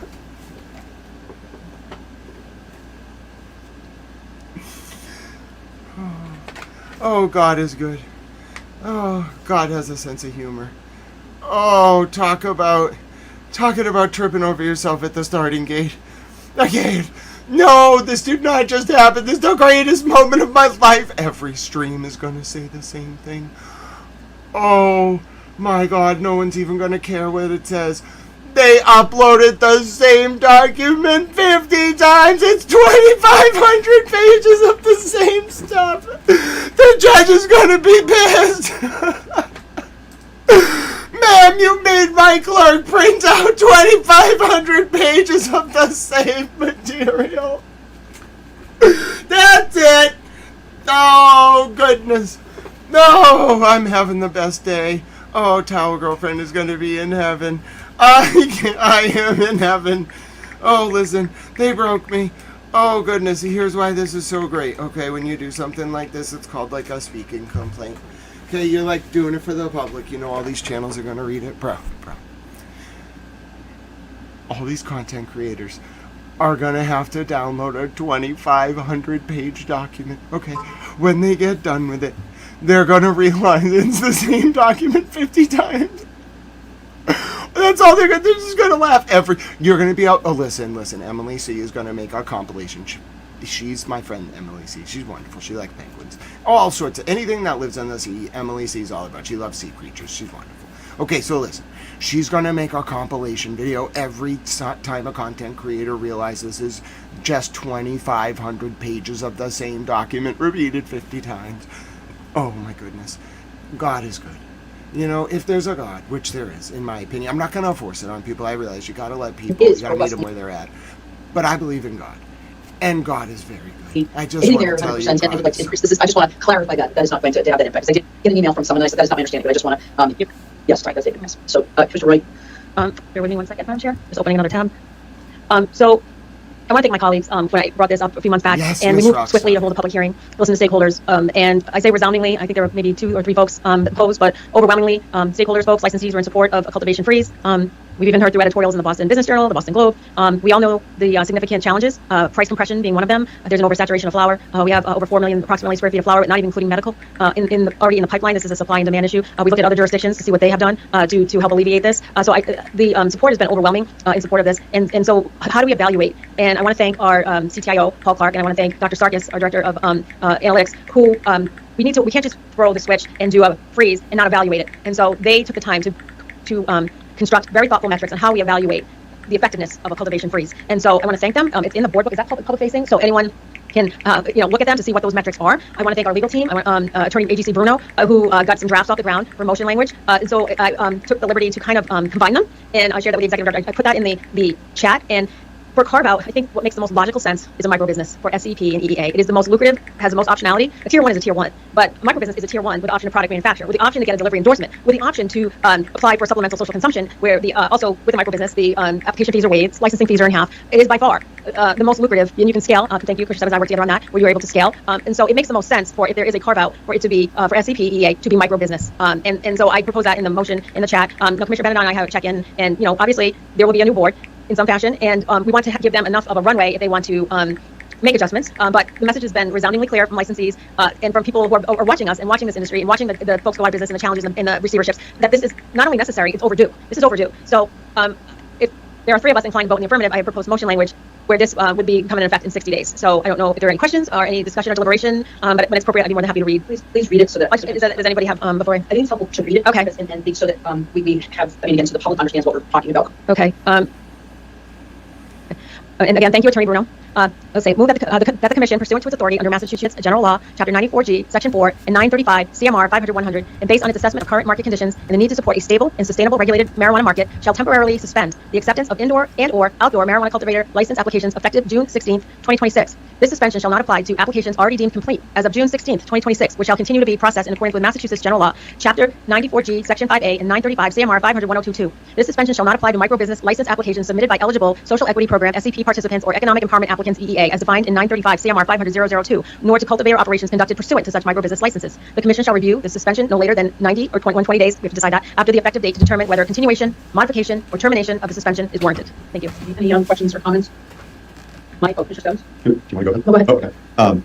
Thank you, Commissioner. I appreciate it. I know you've been doing a lot of work on it. When I had a call with somebody who I regard as call him a geek. He was helpful to us. And he's been helpful to us on some other topics in the past. So, apologize. These are questions obviously related to the motion. But this might go back to some of the point the chair was raising. So, if I have I'm a current cultivator, I think about expanding, but I don't have my application in to move to a different tier by June 16th, 2026. Would I not be allowed to pursue it? I mean, I think that's the point that I was just, that is the same person. It's the same person. It's the same person, and I think they've already said it. But if they're in the queue, I'm just going off the motion. If they're not in the queue at that June 16th deadline. So my understanding is that everyone who's already in the queue, they're not impacted by this motion. No, but my question was if they are expansions. Yeah, you said it wouldn't impact anyone that's doing a tier expansion. That's why I think we all got the same emails. Right? We did from. Yes, it wasn't clear. Yeah. And if Madam Chair, if I may, please, thank you, Commissioner. So the metrics, if I can take a minute again, thank you, Dr. Sarkis. The metrics that the Commission will be analyzing is supply, demand, equilibrium metrics, pricing and economic health, operational utilization, the ghost canopy metric. Number 4, business viability and attrition. Number 5, inventory velocity. So again, thank you to Dr. Sarkis. So we will be evaluating, monitoring this. We haven't always done that as a commission. We're supposed to be monitoring, but we will be monitoring this as the cultivation freeze in real time. So again, thank you, and I did get that email too, and it would not affect anybody who wants to adjust their canopy, a current licensee. Thank you, Commissioner Stebbins. Thank you, Chair. Quick question: we're creating a carve-out again for any microbusiness license applicants or social equity folks. Again, we all want to be supportive. My question is: are we creating a disparate treatment in how we're accepting applications from essentially one group of applicants but not others in this period? Sorry, I can't, but go ahead. No, please. Well, I would say the legislature does similar carve-outs for the new medical license. They'll be exclusive to social equity Canada for I believe 2 years. So the legislature has, in its own wisdom, done similar carve-outs as well. I don't know if you're going to say anything similar. I was going to note as well on that point that where part of the goal of doing this is to really enable us to look at the data and get a handle on it and look at canopy and look at sales. Microbusinesses are the smallest tier and would have such a minor impact on that. That even setting aside the preferential consideration of SEP applicants, it seems to me that where our goal is to get a handle on canopy, the addition perhaps of 1 or 2 microbusinesses is just a small impact. That for that additional reason, I would be comfortable. I agree. Director Vogel? Just one small clarification where it says, sorry. This is a suspension shall not apply to applications already deemed complete as of June 16, 2026. So we may have a lot of cultivation applicants in the queue. Yeah, I was going to ask that too, actually, because that was from Attorney Bruno, and I don't think she's here today. That was language recommended by legal, and that was a question I had too. So my concern with that is, we may have individuals that have started the application process like 2 years ago and they're working towards getting it deemed complete, and it might just be. If I may, so can we wordsmith that, like in the queue or in the, so if they're in the queue, we're in the queue. They're not in Might the queue be complete, but they're in the queue. yes, by June 16, 2026. Okay, so would that suffice in the queue? Sorry? Like in other words, we Submitted an application. Okay, all right, I'll work on that. Oh, sorry. While we are wordsmithing, I have one other thought related to the final line. The commission shall review the suspension 94G Section 4, 935 CMR 500-100, based on its assessment of current market conditions and the need to support a stable and sustainable regulated marijuana market, shall temporarily suspend the acceptance of indoor and/or outdoor marijuana cultivator license applications effective June 16th, 2026. This suspension shall not apply to applications already submitted to the Commission as of June 16th, 2026, which shall continue to be processed in accordance with Massachusetts General Law, Chapter 94G, Section 5, Subsection A, and 935 CMR 500-102, Subsection 2. This suspension shall not apply to micro-business license applications submitted by eligible Social Equity Program SCP participants or Economic Empowerment Applicants, EEA, as defined in 935 CMR 500-002, nor to cultivator operations conducted pursuant to such micro-business licenses. This temporary suspension of acceptance of marijuana cultivator license applications shall remain in effect for 120 days, after which time the suspension shall terminate if not further extended. Thank you. Thank you. So moved. So moved. Do I hear a second? Commissioner Stebbins? Second for the purposes of voting. Having been moved and seconded, I'll call the roll. Commissioner Benedon? Aye. Commissioner Roy? Aye. Commissioner Stebbins? No. Commissioner O'Brien votes yes. It passes 3-1. Thank you. Thank you very much, and everybody. Thank you for your work on this. Thank you. I do want to, and we will get to we will get to the cultivation freeze, means the red tape removal working group, and manager of government affairs and policy, Attorney Jessica Porter, will be joining us. And I want to thank As long as this has the same exception, I'm fine. thank you all, because I've learned so much, and I appreciate it. And again, sorry we couldn't take another hat off of you, but anyway, I really appreciate all the hard work and all the feedback. It's really been a pleasure. Thank you very much. Thank you. Hi, And Bill. thank you for taking I've the been tough praying for you, my questions, dear because you always do, and you always do it with a smile, and I want you to know it does not go unnoticed. Thank you. My pleasure. Thank you. Thank you.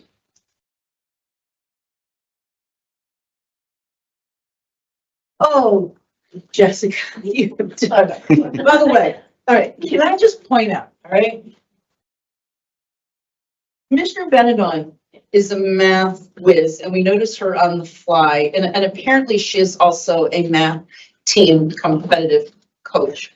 But I want to point out. Fourth grader. that Fourth Jessica- graders. Fourth graders. So that the new math is hard. He's right. Attorney Proctor, the math that you have done I had no idea you were going to do this. And I haven't had a chance to really applaud and thank you for this, because incredible. I know, but it's like my mother, actually went into quote math. She took a course. She'd been a school teacher in the Roxbury schools when I was born, and wanted to be able to help me, and literally took a course at Hoyt Community College. I never, even though I was the state treasurer, I could never do math. I just hired really smart people who could. But I got to tell you, the work that you've done to put this together, but more importantly, the vetting and the numbers, it was extremely helpful. So I want to applaud you, and I want to really thank you for that, because it was a ton of work. So I will turn it over to you now, but thank you very much. Thank you, Chair, and thank you to the internal working group who helped with all that math. So we can go to the next slide, please. The red tape removal working group began in December, as you all know, with the purpose of reviewing commission regulations and policies to find opportunities to streamline red tape where appropriate. The external working group members, some of them were announced in public meeting, were selected to participate by you, the chair, and Commissioner Roy, based on their license type, the organizations, to make sure that we got a variety of stakeholders. Next slide, please.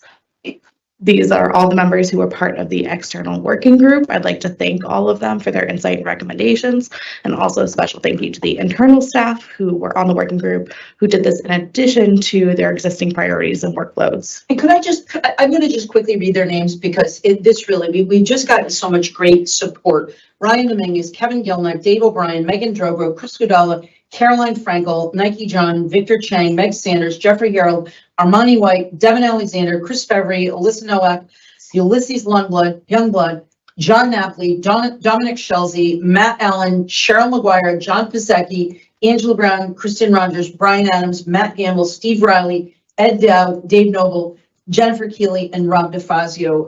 And there are many more people who. Here's the problem.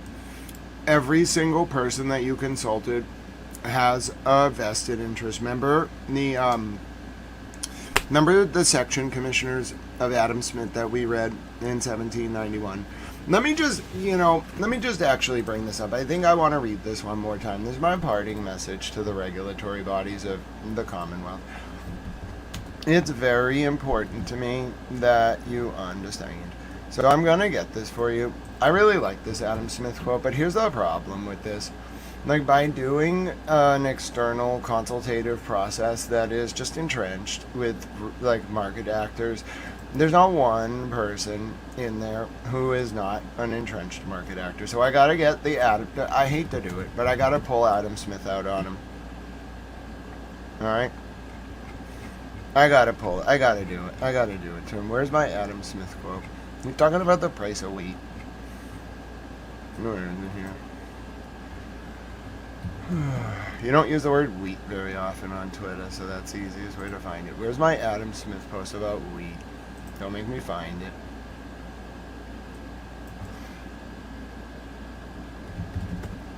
The point is, he's talking about wheat, and he says it's a very odious sort of group of people that present these kind of policies.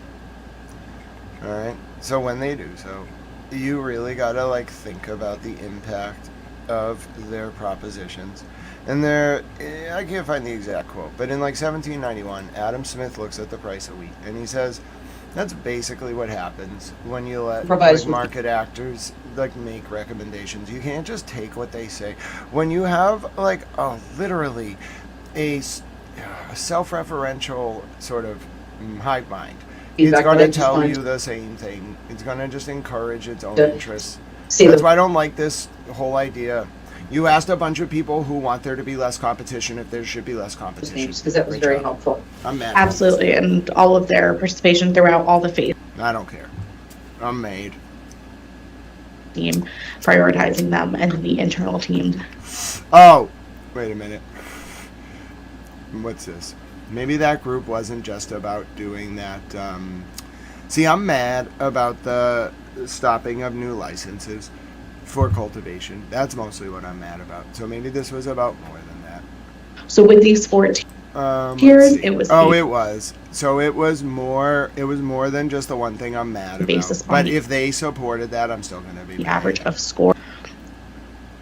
All right. So what are the things you want? You want RVT improved by ending unnecessary repetition of identical trainings. No.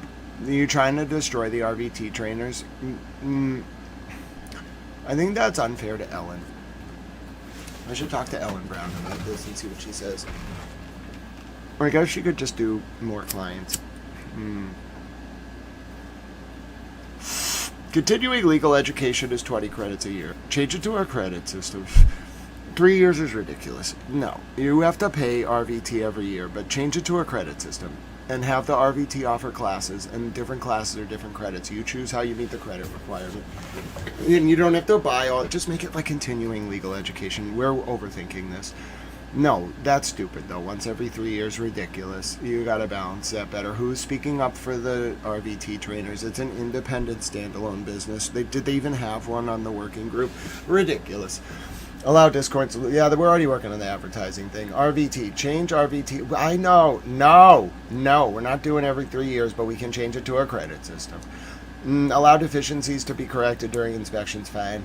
Establish a metric outline. All that's fine. All right, fine. I'm not that mad. Which is allow deficiencies to be corrected during inspections. All of this is pretty reasonable. I was going to blame them for the stopping of the issuing of new cultivation licenses, which I might still blame some people for, it depends. But this isn't that bad. I get really mad. I'm very protective of these regulations. So, quickly. Hi, Tal Momlin. We're watching the last meeting of the regulatory body I've been watching for 7 years. The ceasefire potentially starts in a matter of, I don't know, maybe an hour. I've been on tours. Actually, was one on a tour in Holyoke when the investigative team showed up. We always get the question, why do 5 or 6 people descend on us? I think you've explained it previously that it helps us get through the process quicker. Hopefully, it takes up less time for our licensees. But this question around, if you're going to hit me on a deficiency that I don't have, like an authorized personnel sign, and I have one and I can put it up, getting back to our concern about what can we take off your plate, what can we hopefully expedite for our licensees. Because you're usually on site with more than 2 people, if I got the sign in back, can I go put it on the door, still acknowledge in our records that recommendation is something that you all could figure out? Would it require a reg change, or is it just, it might involve a reg change because I know the dates and times are built into the reg change, but what would be your thoughts on that? Please. Recommendation. Please, thank you. Thank you, Madam Chair. Thank you, Commissioner Stebbins. I absolutely think, and obviously we'd have to kind of talk with our team and kind of, put our heads together there, but kind of speaking generally, I absolutely think there are some violations that absolutely would be suitable to be fixed on site. So I think your example again of the limited access area signage, again, if a licensee has an extra sign, it just hasn't been put up, that is absolutely something they could fix in a moment. I think kind of historically where our staff not has been hung up, but obviously the regs require for notices of deficiency that if we see a violation, we obviously have to report it, we have to document it. And again, NOD service also kind of informational, educational tools to licensees. So in that instance, our staff would still have to take the time likely to draw up that NOD. But if the licensee wants to get ahead of that and the corrective action has already been completed, then I think that would then save licensees time on the plan of correction. Now, again, there are varying levels of different violations. Some are easy to fix, some aren't, some would require some time, some aren't. But I think in the example that you raised, Commissioner Stebbins, that's absolutely something I think we could cut down time with. Again, our staff would still have to go through the exercise of drafting the NOD, submitting the NOD. We would still expect that written plan of correction back. But if the licensee could get a jump and already correct everything, then that's just the actual creation of the document. I absolutely think there is room for that. But we certainly would need time, to your point, to kind of go through just the varying kind of degrees of violations we have. But there absolutely, I think, is space for us to consider that. Okay. Thank you. And again, thank you, Attorney Porter, to the whole working group. You can see how much time, effort, and energy went into this. And we just touched on the strongest consensus ones today, but there are 84 items on this list for red tape. Now, some of them, I think we... Oh, yes, Tal Momlin. The ceasefire between Hezbollah and Israel is scheduled to start in 1 hour and 10 minutes and 11 minutes and 11 seconds when I said that. That was very nice for you, Tal Momlin. And there has been a lot of shelling, but I'm trying to get to this meeting. Said, not so much, and a few of them that deserve consideration in this list of 84 recommendations. And so, I guess for today, we're passing the baton, if you will, and, hopefully this work will continue. There has been so much collective enthusiasm about this, the red tape removal, and my sincerest wish that the momentum keeps going with this. And, the RVT, I think we came up with, we could do a shall to a may on the RVT till we're able to freshen it up, so to speak. And, it makes sense. Maybe it's the new initial hires that take it. And so there's room there, and a lot of work to do. But I'm grateful to everyone, Chair, that you read, and everybody that participated in this. And it's my sincerest hope that this red tape removal keeps going at a robust pace. So thank you. the industry can't wait. No, they can't. Yeah. Commissioner Stebbins. Thank you. Just a quick question for my two colleagues. Were there recommendations that were new to you or jumped off the page? Yeah, I think the positive impact plan one was because, again, I've said this, it was well intended, but alcohol industry doesn't have positive impact plans. And what's happening is it's becoming a lot of red tape. And I think there's a way that we can make it quality impact plans that positively impact people. I think there's a way to streamline it.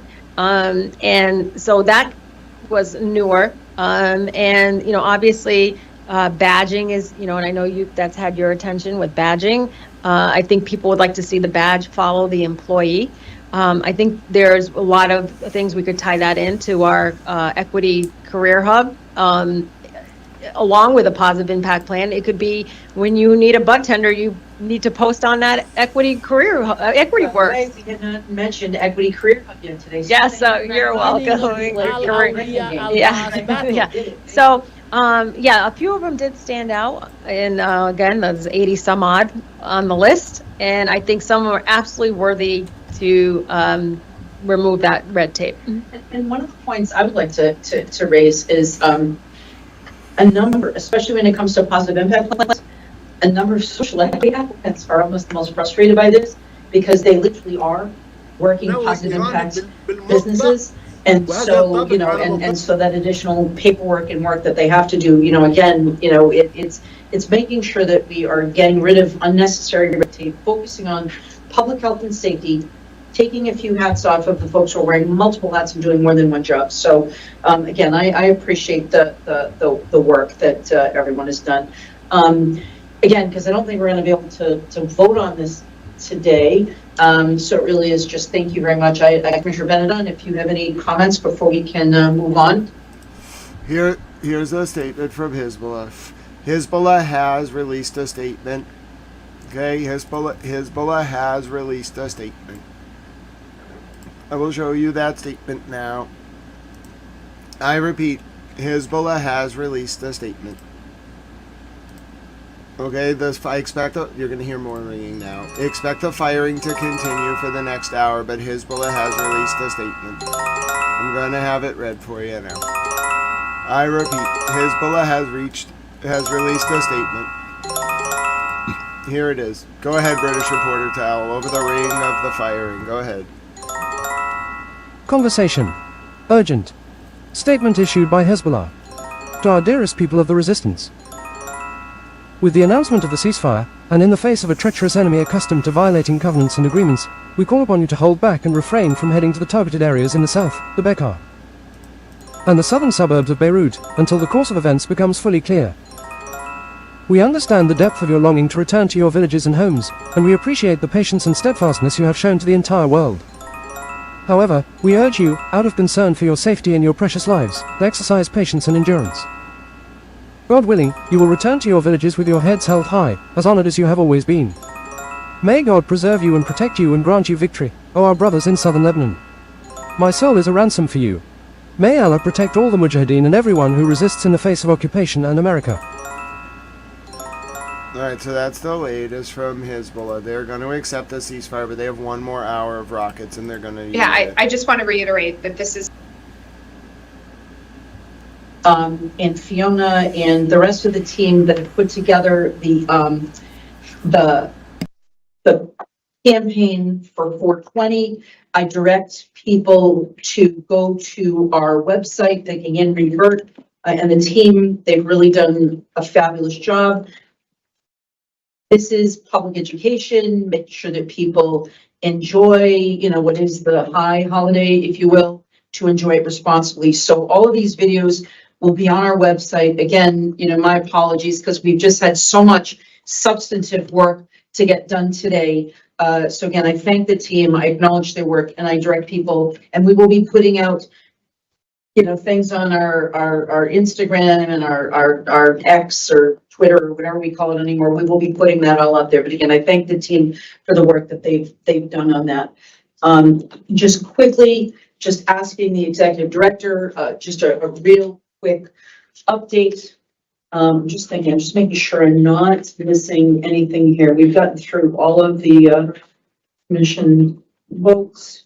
Madam Chair, I'll just review what's in the packet and Yeah, not go thank through it. you. Does that Yeah, work? thank Okay, great. So just a couple quick notes. Deadline today, 5 p.m. to get feedback into the form stack on the testing protocols. We've got a lot of feedback already, so that'll be collated, but still some time here. Wanted to note as well, it did just come up, but the Equity Works Career Hub designed year-round hiring and workforce development platform supporting the Commonwealth's legal cannabis industry will host its first virtual cannabis career fair on May 20th, 2026 from 10 a.m. to 4 p.m. That information is also in the slide deck in the packet. In the packet, you'll find also the first of what would be the consistent ED report updates on the progress of the social consumption working groups, which was put together by Juliana in the project management team. So that is in that packet if anybody's interested for an update on social consumption. 420 awareness campaign, as the chair just mentioned, is information there, and a press release will be coming as well. Videos and links will be available. Lastly, just as we always do on the licensing update, want to note that those slides that are consistently in there and some updates on those slides that were requested previously are in the public facing packet. And then just two notes just for people's awareness. We have had a couple folks voice concern about potential licensing if this bill goes into effect, if their date is after today, and obviously the commissioners got through quite a bit of licensing today. The licensing team will work with anybody on any sort of short-term impacts. That we don't believe that anybody will be negatively impacted looking ahead at dates, but the licensing team is here to make sure that nobody feels like they may be impacted by a potential bill or transition period. And additionally, we've had a couple folks note the medical use or as. So just telling people will be able to call in. I mean, yes. How do we want, I mean, obviously, what's the email that people should be using if they have any questions around, who do they send an email to? The licensing staff that they would normally be working with will be on top of anybody who's in an interim period, and will. Saying is people who are not, you know, maybe they're about to be in the queue. You know what I mean? Like we're doing a couple of different things right now. We're doing the changes that we're making right now. So what is a licensing at cccmass.com? Absolutely. So, yep. Again, licensing at cccmass.com. Just if anybody has any particular questions about, you know, any of the votes that we've taken today, what's going on with the bill or the law. So any, I'm just trying, any other places that people should be reaching out or asking questions? Yes, Madam Chair. So just one other item. So anybody concerned on the medical side, the medical use of marijuana program will continue to register and renew patients and caregivers without interruption. Certifying healthcare providers will be continued to issue certifications. And if anybody has any questions, they reach out 833-869-6820 or commission@cccmass.com. 833-869-6820 or commission@cccmass.com would be the other option. Thank you.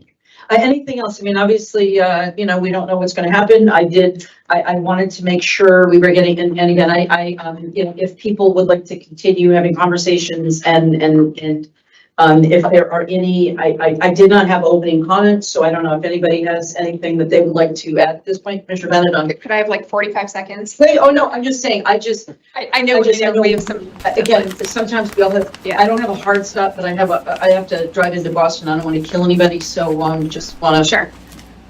Please. So we do usually have that time at the beginning, and during that time, usually what I do and what others do is just report on what we've been working on, external meetings that we've had, acknowledging the incredible work of the staff, which there is never enough time to do. But I do just want to use this opportunity, given that this could be our last public meeting with this makeup of commissioners, and I want to thank my fellow commissioners. That's something that I think I don't do often enough. Madam Chair, Commissioner Stebbins, and Commissioner Roy, you welcomed me when I was appointed 5 months ago. You've mentored me. You've been open to my ideas. You've shown respect for my ideas, even when I've been a stickler about the open meeting law. And it's really just been a privilege to work alongside all of you. We all come from different backgrounds. We have a lot. So I really, and And we truly don't get a chance to talk outside of meetings. One-on-one, we can talk, but not about the same thing. And so I just wanted to use this public forum to say thank you to my colleagues because it's really been a great experience. Thank you. And thank you. And I would be very happy to violate open meeting law to say thank you off the record. So thank you very much. Commissioner Roy, do you have any? Yeah, I'll be very short and you know, just to echo on Commissioner Benedon, it's been a real honor to serve with all of you. Truly, this has been an experience of a lifetime. I'm proud of the work we've done together, and I think we've got a lot accomplished. And, you know, I want to thank the executive director. I want to thank the incredible staff. It's been a real honor for me to work with all of you. I hope to continue in some capacity in this space, and proud of the work we've done together. And we've done so much together, and just keep moving ahead. Let's just keep the momentum going. There's so much work to do. And everybody works so hard and wears so many hats. And again, thank you. And thank you to all of you. It's been a real honor for me. Commissioner Stebbins?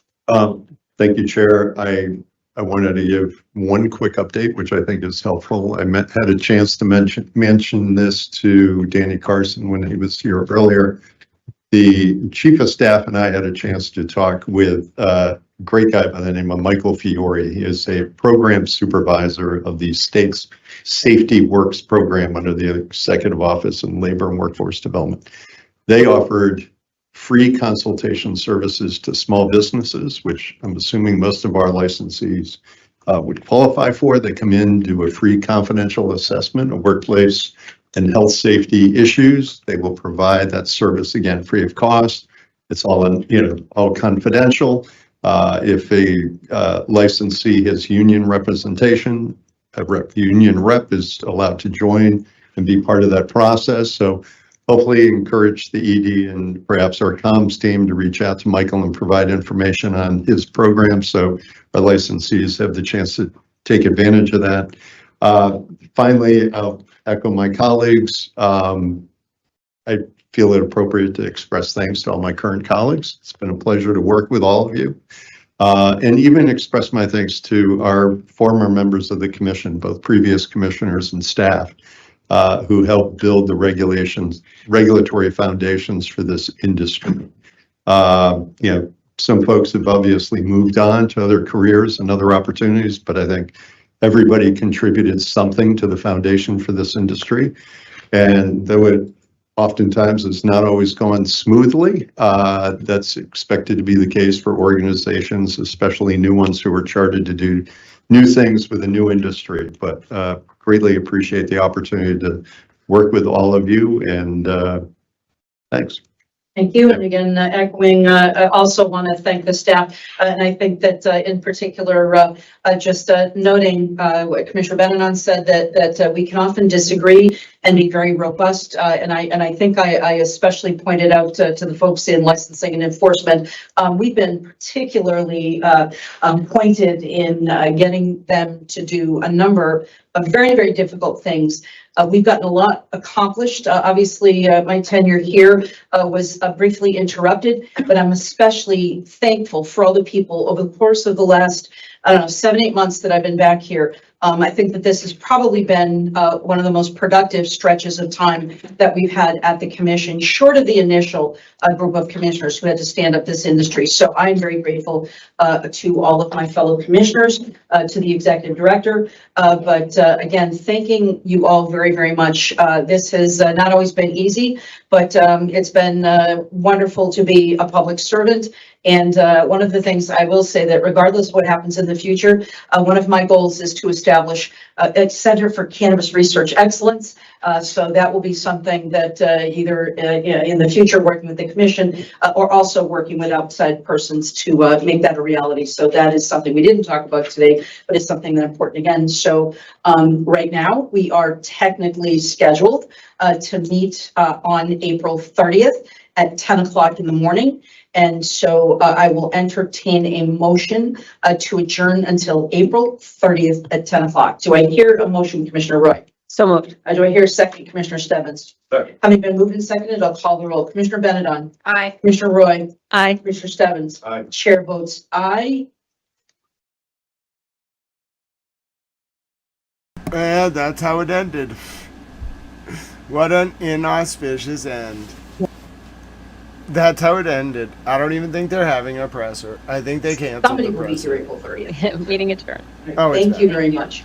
Oh, they just ran out of bandwidth. I don't even think they're having a presser. I'm waiting to hear back. I don't even think they're having a presser. I liked the ending, though. Good comments. I liked Commissioner Stebbins' recommendation. If they don't have a presser, we're going to start the next stream. I don't think they're having a presser. I think it's canceled. It says it's canceled. I don't know. The government's weird. The best way to describe the government is they just do what they want. And you just kind of go with it. I think it's canceled, though, which is cool. Because they didn't, like, provide an update on that time. And it just says canceled. So, you know, it's cool. I did ask them if it's canceled. I think they should tell me. I think he should just be like, yeah, it's canceled. In which case, that's cool. And then I'll just kind of finish up this stream. Then I gotta start a new one. If he tells me it's still on, I'll go. But I really think it's canceled. Which would be fine. I wouldn't say any. Frankly, I was like, should they even do a presser right now? Like, they shouldn't. If they want to get reappointed, they should just talk to the governor. The governor should talk to them. I'm going to call the governor. I bet that's where Chair's going. I'm going to call the governor's office tomorrow in the morning. I want to talk to her staff. But yeah, my like, I wish they didn't tell me yet, but I don't think there is actually a press conference. I guess I could just try to join to see if it loads. That would be kind of funny. I mean, they didn't get back to me, so this can be their punishment. I'll keep it muted, but I'm just gonna load. You won't actually hear anything. Because I mean, it does say canceled though, so it's not even on my calendar, and he never does it this way. I don't understand. I'm so confused. Is it happening or not? If it's the last one ever, I can't risk it though. I want to see if it loads. You won't hear what they say. I just want to see if they actually have it.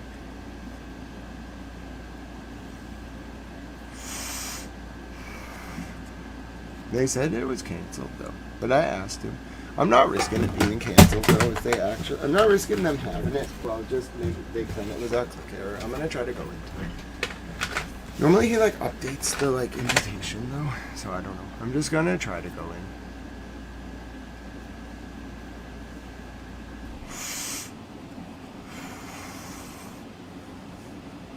And if it works, it works. Who knows? You have to use this like special thing. It's all complicated. Let me get rid of this. Maybe they are doing it. Who knows? We'll just wing it. Alright, let's see.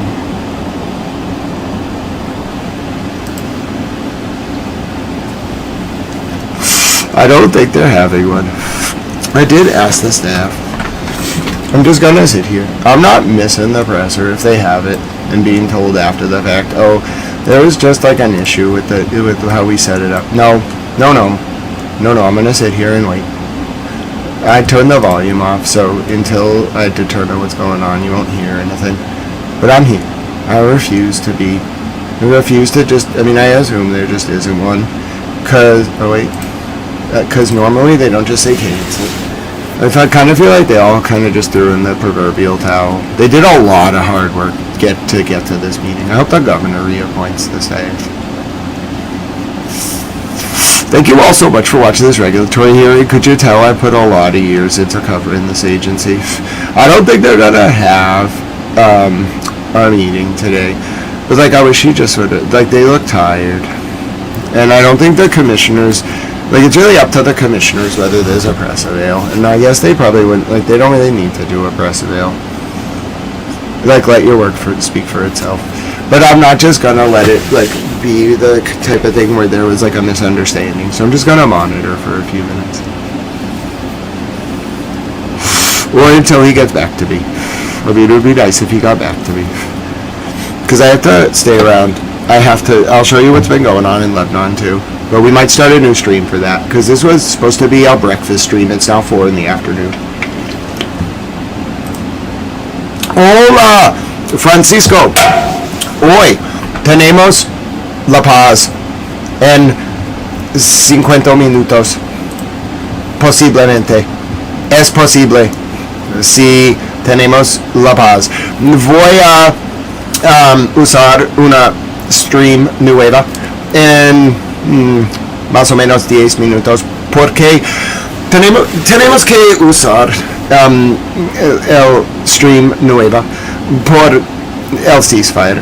Este stream fue del breakfast. No, what is it? It's a weird word. The word breakfast in Spanish is weird. Can you please tell me if we're not having a press conference? I just want to move on to my next thing I gotta do. No, hold on one second. All right. What was I doing here? Well, I was looking for breakfast. It's a really weird word. It means like in the morning. Desayuno. Este stream fue del desayuno hace 8 horas. Tengo que begin a new stream. But I just want to make sure there's no press conference. Like, I just have to know for a fact, and then I can move on with my life. And we can do like the countdown. Is this them? No, I want to know. Tell me if there is a press conference or not. I imagine there is no press conference, but I'm gonna sit here. I refuse to be tricked.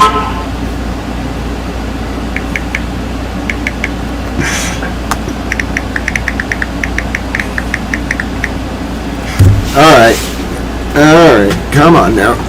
Like, what's going on? You can email me and just tell me there's no press conference. It does say canceled. But, like, that's not a way to communicate that the press conference is canceled. It would be ideal if you, like, updated. So, I'm gonna sit here for a few minutes.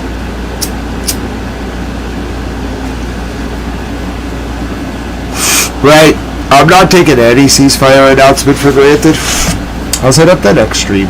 What part are we on? We're in like part 46 or something. We have done a lot of streams about this war. It's finally gonna end. I'm so excited for peace. I know they can do this. The next stream we do is gonna be stream 46.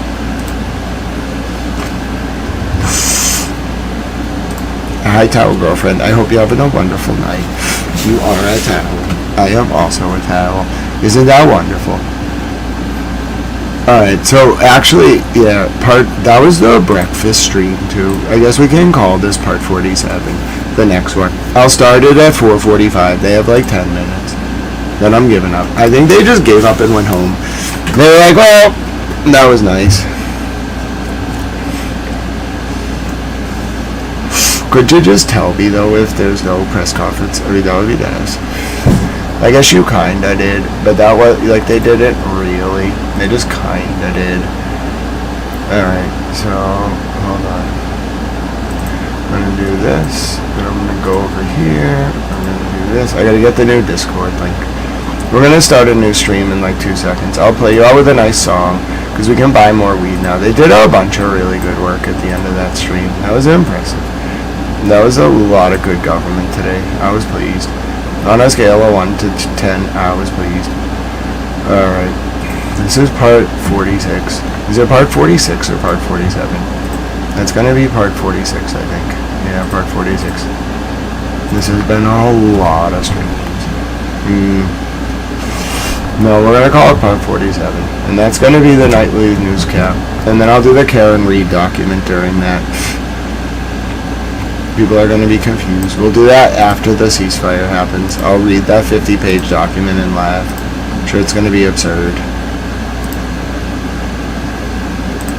Alright, it's set up. So there's another one that'll start at 4:45. I don't think they're doing a press conference today. I think they felt that wasn't a good life decision. Which, I mean, yeah. So, you know. Alright, so I got the next stream ready. I'm not going to go right to it. I'm going to turn this one off, but I don't think they're doing a press conference. Like they normally are. Bang, bang. What was that noise? Hold on. Maybe they are doing one. Yeah, they are.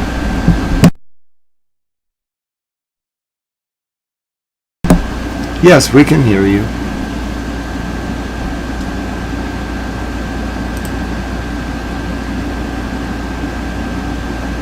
Yes, we can hear you.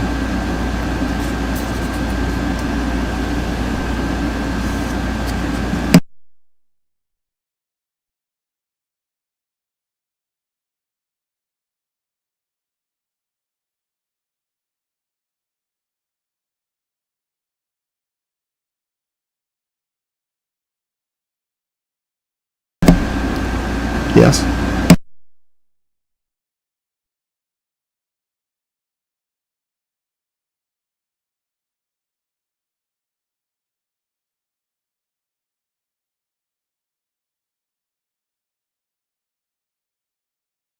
I can hear you, Chris.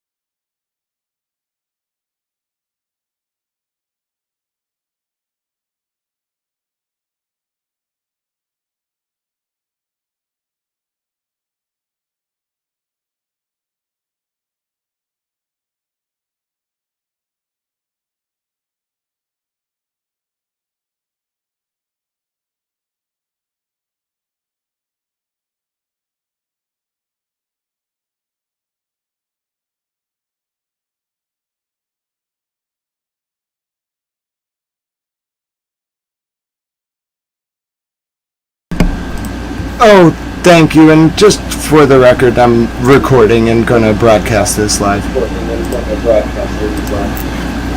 Thank you, Commissioner. You mentioned you enjoyed and learned from your time on the Commission. As you prepare for a transition, what is your opinion on the state of the Cannabis Control Commission? I'm so sorry, our connection is breaking up. Could you ask the last part of that question again? Of course, Commissioner.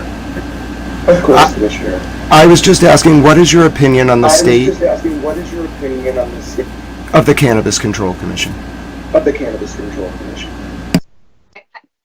think the question is, what is my opinion on the state of the Cannabis Control Commission?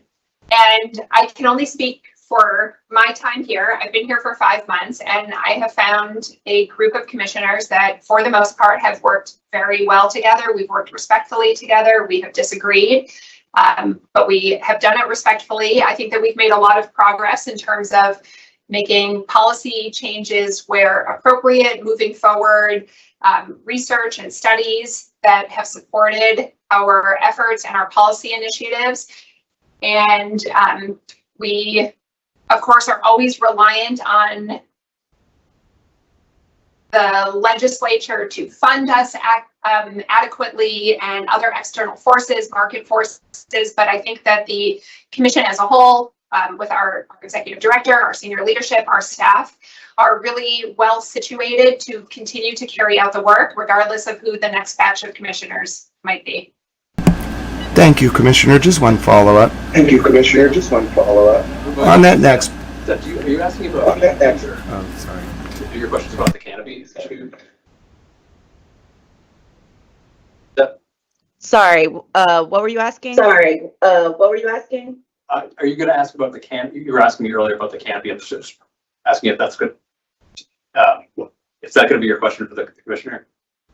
I have a few different questions, but that's probably one. I just don't know if that's more of a you question or a commissioner question. Yeah, whatever questions you have, I asked. Understood. Okay, so this is a little in the weeds, but just to clarify, whoever can answer, can you sort of do you have an estimate of the current canopy in use statewide? Like, is 3 million square feet an accurate estimate right now, or a different number? And then I have a couple of other questions related to the cannabis bill that's on the governor's desk. Our licensing team has that data, but I don't have it at my fingertips, so I think that's something that Neil perhaps could follow up on. If I mean, if you want to flip to Commissioner Stebbins right now and go, that's fine. Sure, I could take another question or two. Grant, sorry to have cut you off, but Commissioner Bendon has a time issue. But if you want to ask your follow-up, I'm happy to take another question. Oh, sorry, Commissioner. I understand. It was just going to be have any advice for any of the new potential commissioners.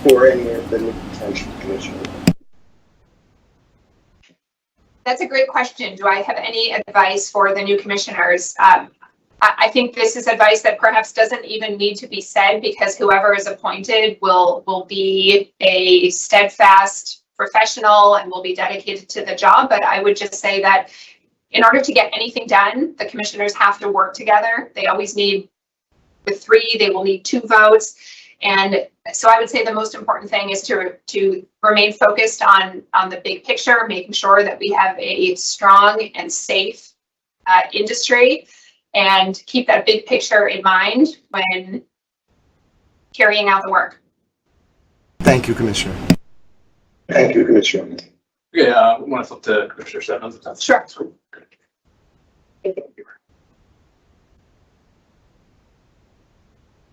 And Chris, if you want to start off, and after Commissioner Stebbins, we'll let Commissioner Roy. Hello, Commissioner Stebbins. Chris, how are you?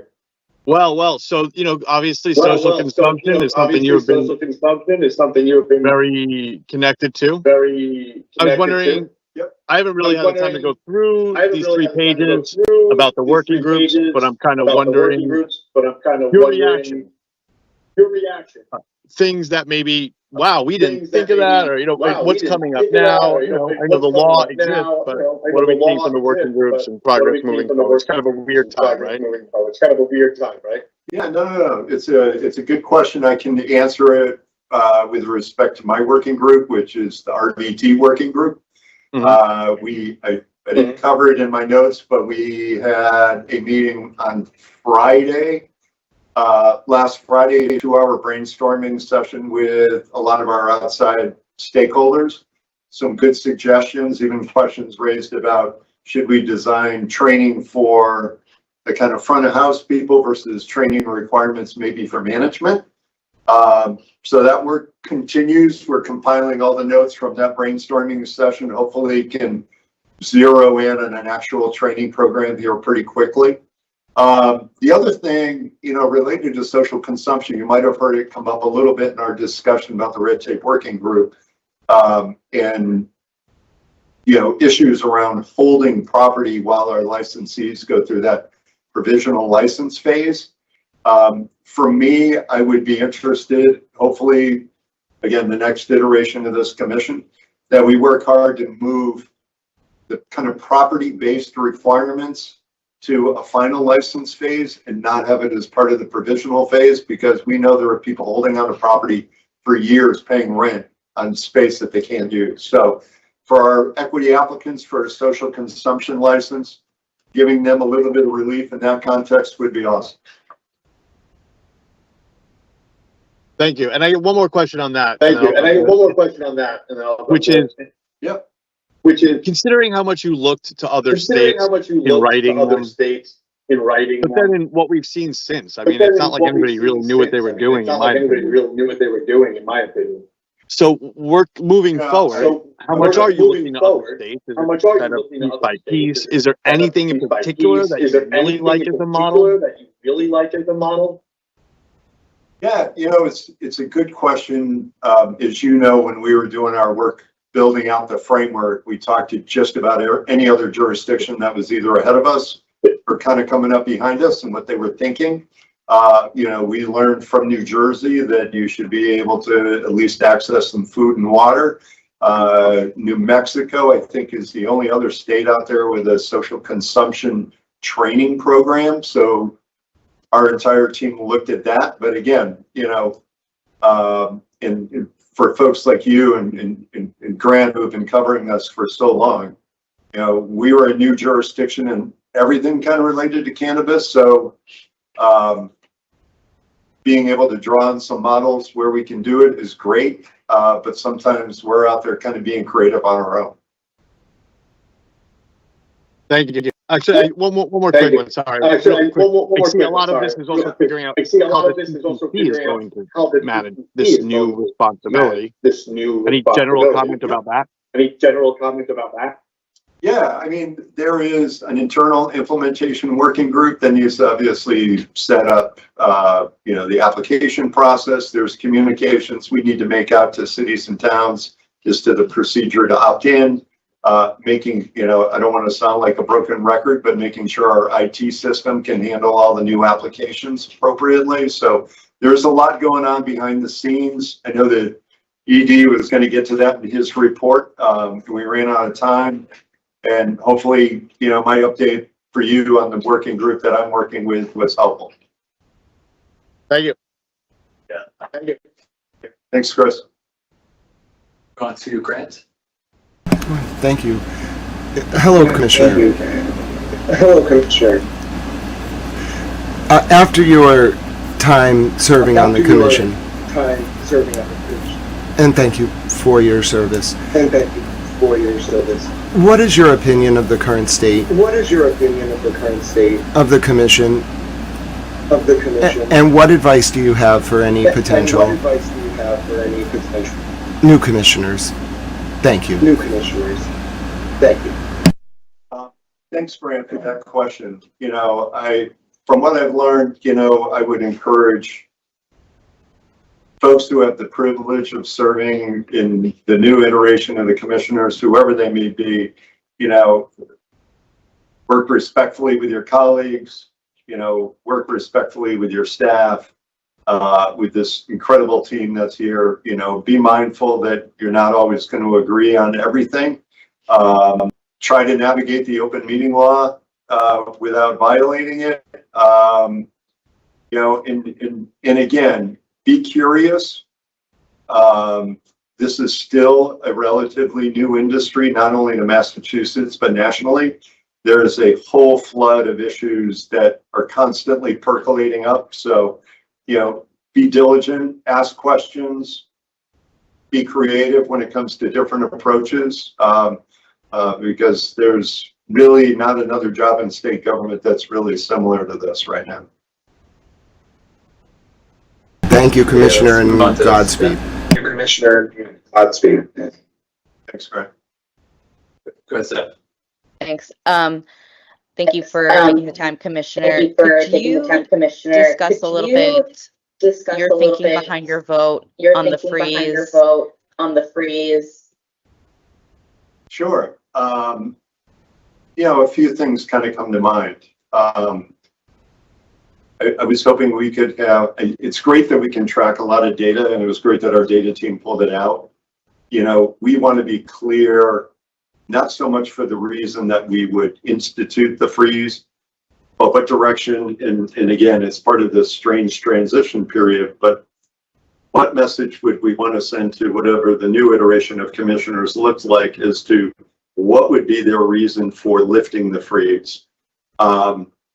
I do think back to the exclusivity that we offered delivery licensees. We were pretty specific with the data that we were going to look at and the data that we would review. And for me, that was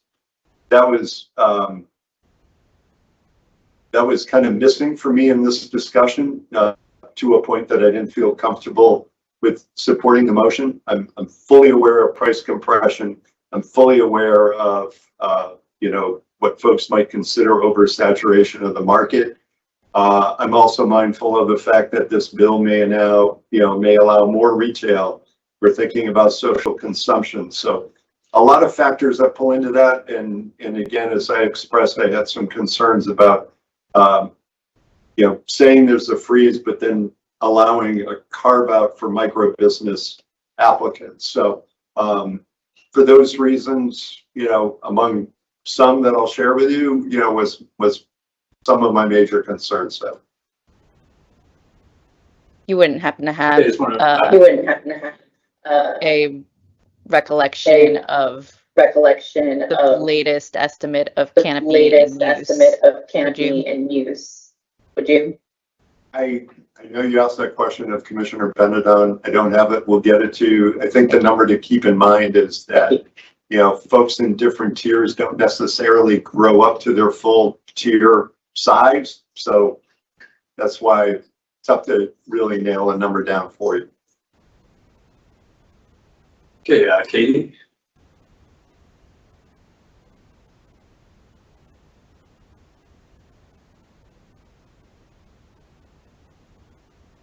We can't hear you, Katie. Can't hear you, Katie.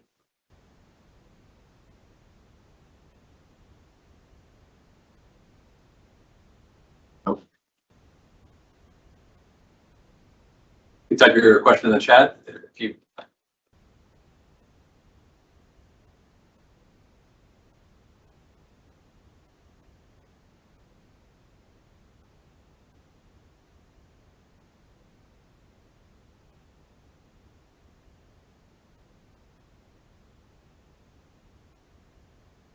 Can you clarify the carve out the cultivation freeze? Sure. Katie, there was an exception that the freeze would not apply to social equity, economic empowerment applicants who would be applying for a micro business license. Micro business can grow up to 5,000 square feet of cannabis, plus product manufacturing and a number of other opportunities.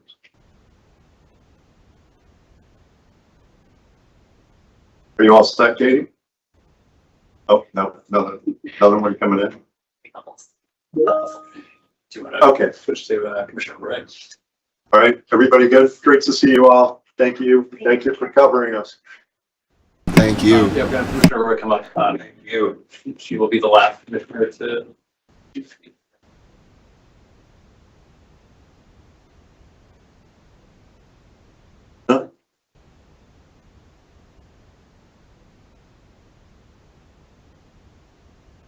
Everyone. Okay, Chris, go ahead.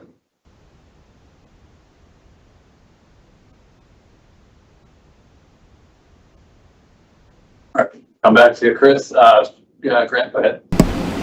Oh, thank you. Hello, Commissioner. Commissioner, my question is, what did you see during your time at the commission that inspired you? And what is your message to the potential new commissioners? Thank you. A lot of things that inspired me, and in an evolving and emerging industry, there are a lot of needs and challenges, and I think the work that I've done around consumer safety and transparency, and the work I did around HCAs to help level the playing field, the regulations I drafted on secret shopper to provide further protections for consumers, and the work I've done in testing, just to name a few. I'm really proud of all of that, and I can hold my head high, and I'm just grateful for the opportunity to be here. And whoever may comprise the next iteration of the board, I wish them nothing but the best. And I think we've had a lot of momentum.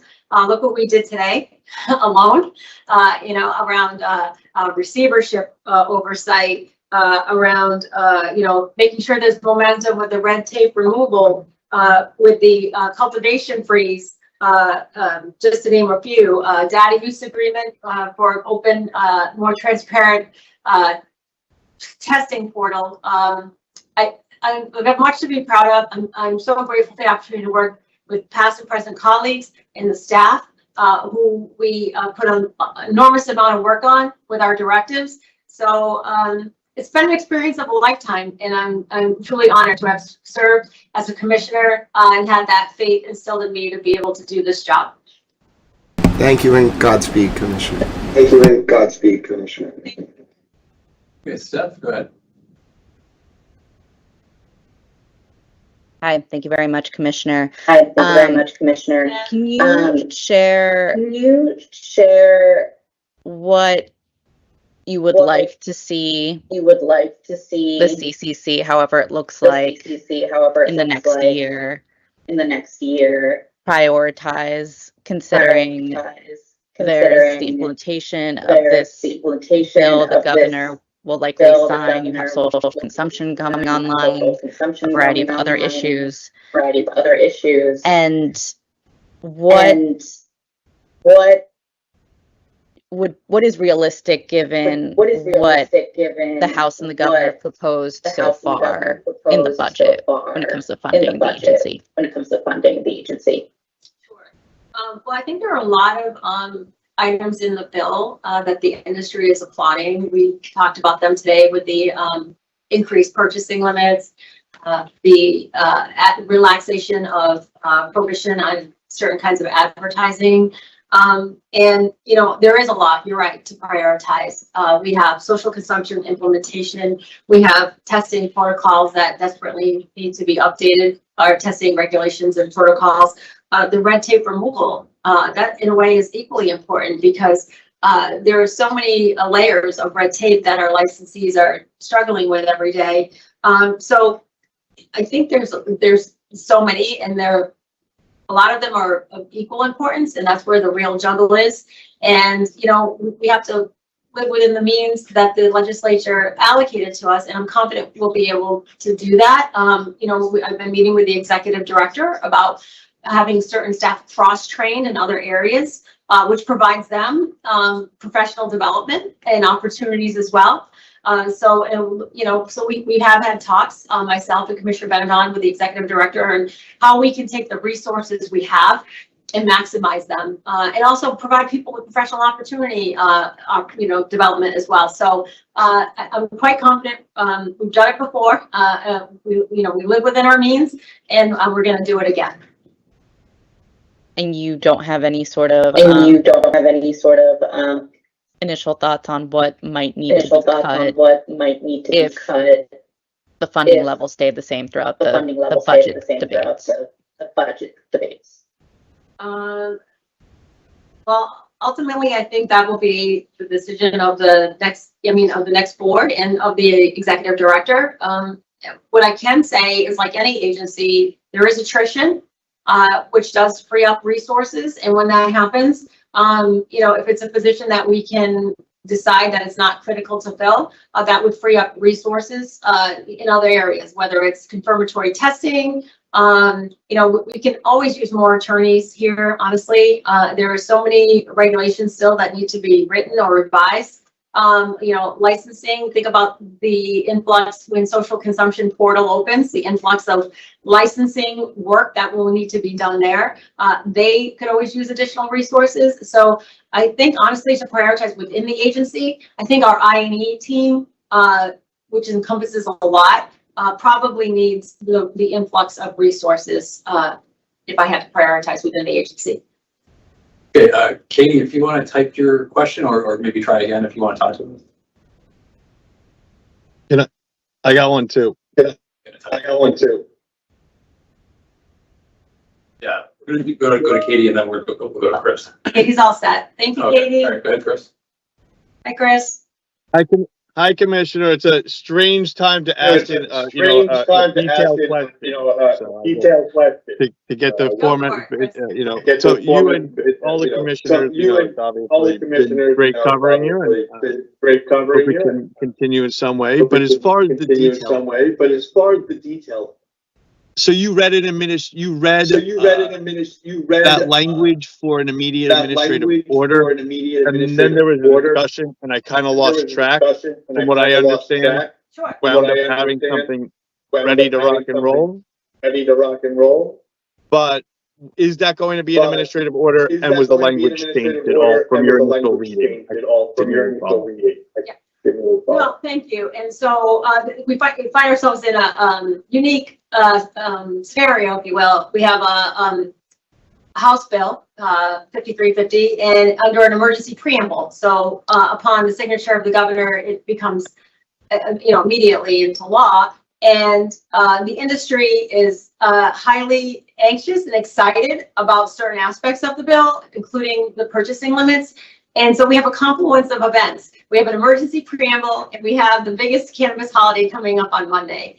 And what could we do as sitting commissioners to make sure that licensees who are, struggling could take advantage during the holiday of this increase in the purchasing limits? And in the statute, it only applied to adult use and not medical use. So I made the argument, I think it was most appropriate in order for licensees to enjoy this new capability of increased purchasing limits, to have it in an administrative order because it is not for medical. And I think it just legally, it's on better footing through an AO versus a bulletin. And so what we landed upon as a board is that the executive director will send out a public communication informing licensees of the board's intent, which is in alignment with the statute upon the governor's signature. And then an administrative order will be ready to go. And hopefully everyone will be able to enjoy this new benefit on 420.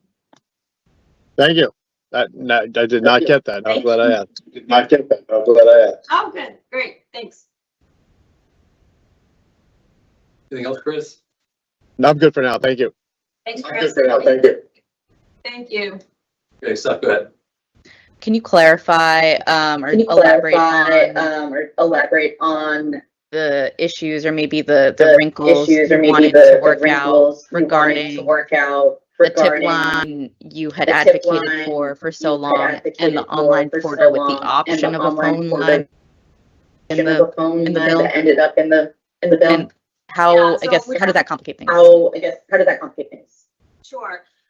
And thank you for acknowledging that. I have advocated vociferously for a tip line, especially for workers to be able to report it. I think what was a concern for workers was the lack of anonymity, that we were unable to bestow whistleblower protections. But now with the new law, with the new bill comes into law, we'll be able to provide anonymity. And if in reading the statute, the portal is a shall, and the tip line is in May, like the phone line is in May. So I wanted to make sure that our CFAO, when she does an RFI, incorporates that we need the technology through an online portal to be able to receive anonymous tips and complaints. And also, I think that the phone line is also a good idea as well. So I think, and I just wanted to stress the urgency around it, because in the statute, we have 1 year to stand up, interpret legislation into regulation. And I don't think it can wait a year, honestly, Steph. I think there's a sense of urgency to get this portal and the tip line stood up as fast as possible. And so, grateful to the legislature for putting that language in the bill, which I think is very welcome by so many that work in the industry. Thank you. Okay, thank you, everybody, for coming to our last today. Yeah. Thank you to the press team for all your work, and thank you, commissioners. Yeah, thank you to all of you that cover us, and I read all of you, want you to know, and so thank you very much for all the work that you do.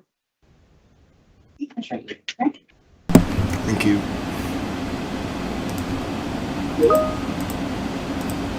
And that was it. That was the last press conference with this board. How was it? We did it live. That was great. We don't have a lot of time before the next stream. I gotta get ready. It's literally now. Okay, I gotta end this stream. We gotta start the next one. I don't even have time because the ceasefire starts at like 5 and we gotta be ready to watch it. This stream's been going for 8 hours. I'm starting the next stream. You can hop over there. It's on the same channel. You'll get another notification. God bless you. Thank you for watching. God bless the Massachusetts CCC. Thank you to the commissioners and the staff. They did a lot of work today. Government can be efficient, and Commissioner Roy is a boss. I'll show you all the updates as the ceasefire expires. These are going to be a tense 15 minutes. Join me on the next stream. See you then. My name is Grant Smith Ellis. I am a Tao from Boston. It's 4:45 p.m. Eastern U.S. ceasefire time. Will peace in our time arrive? It is 10:45 in South Africa. That would be Thursday, April 16, 2026.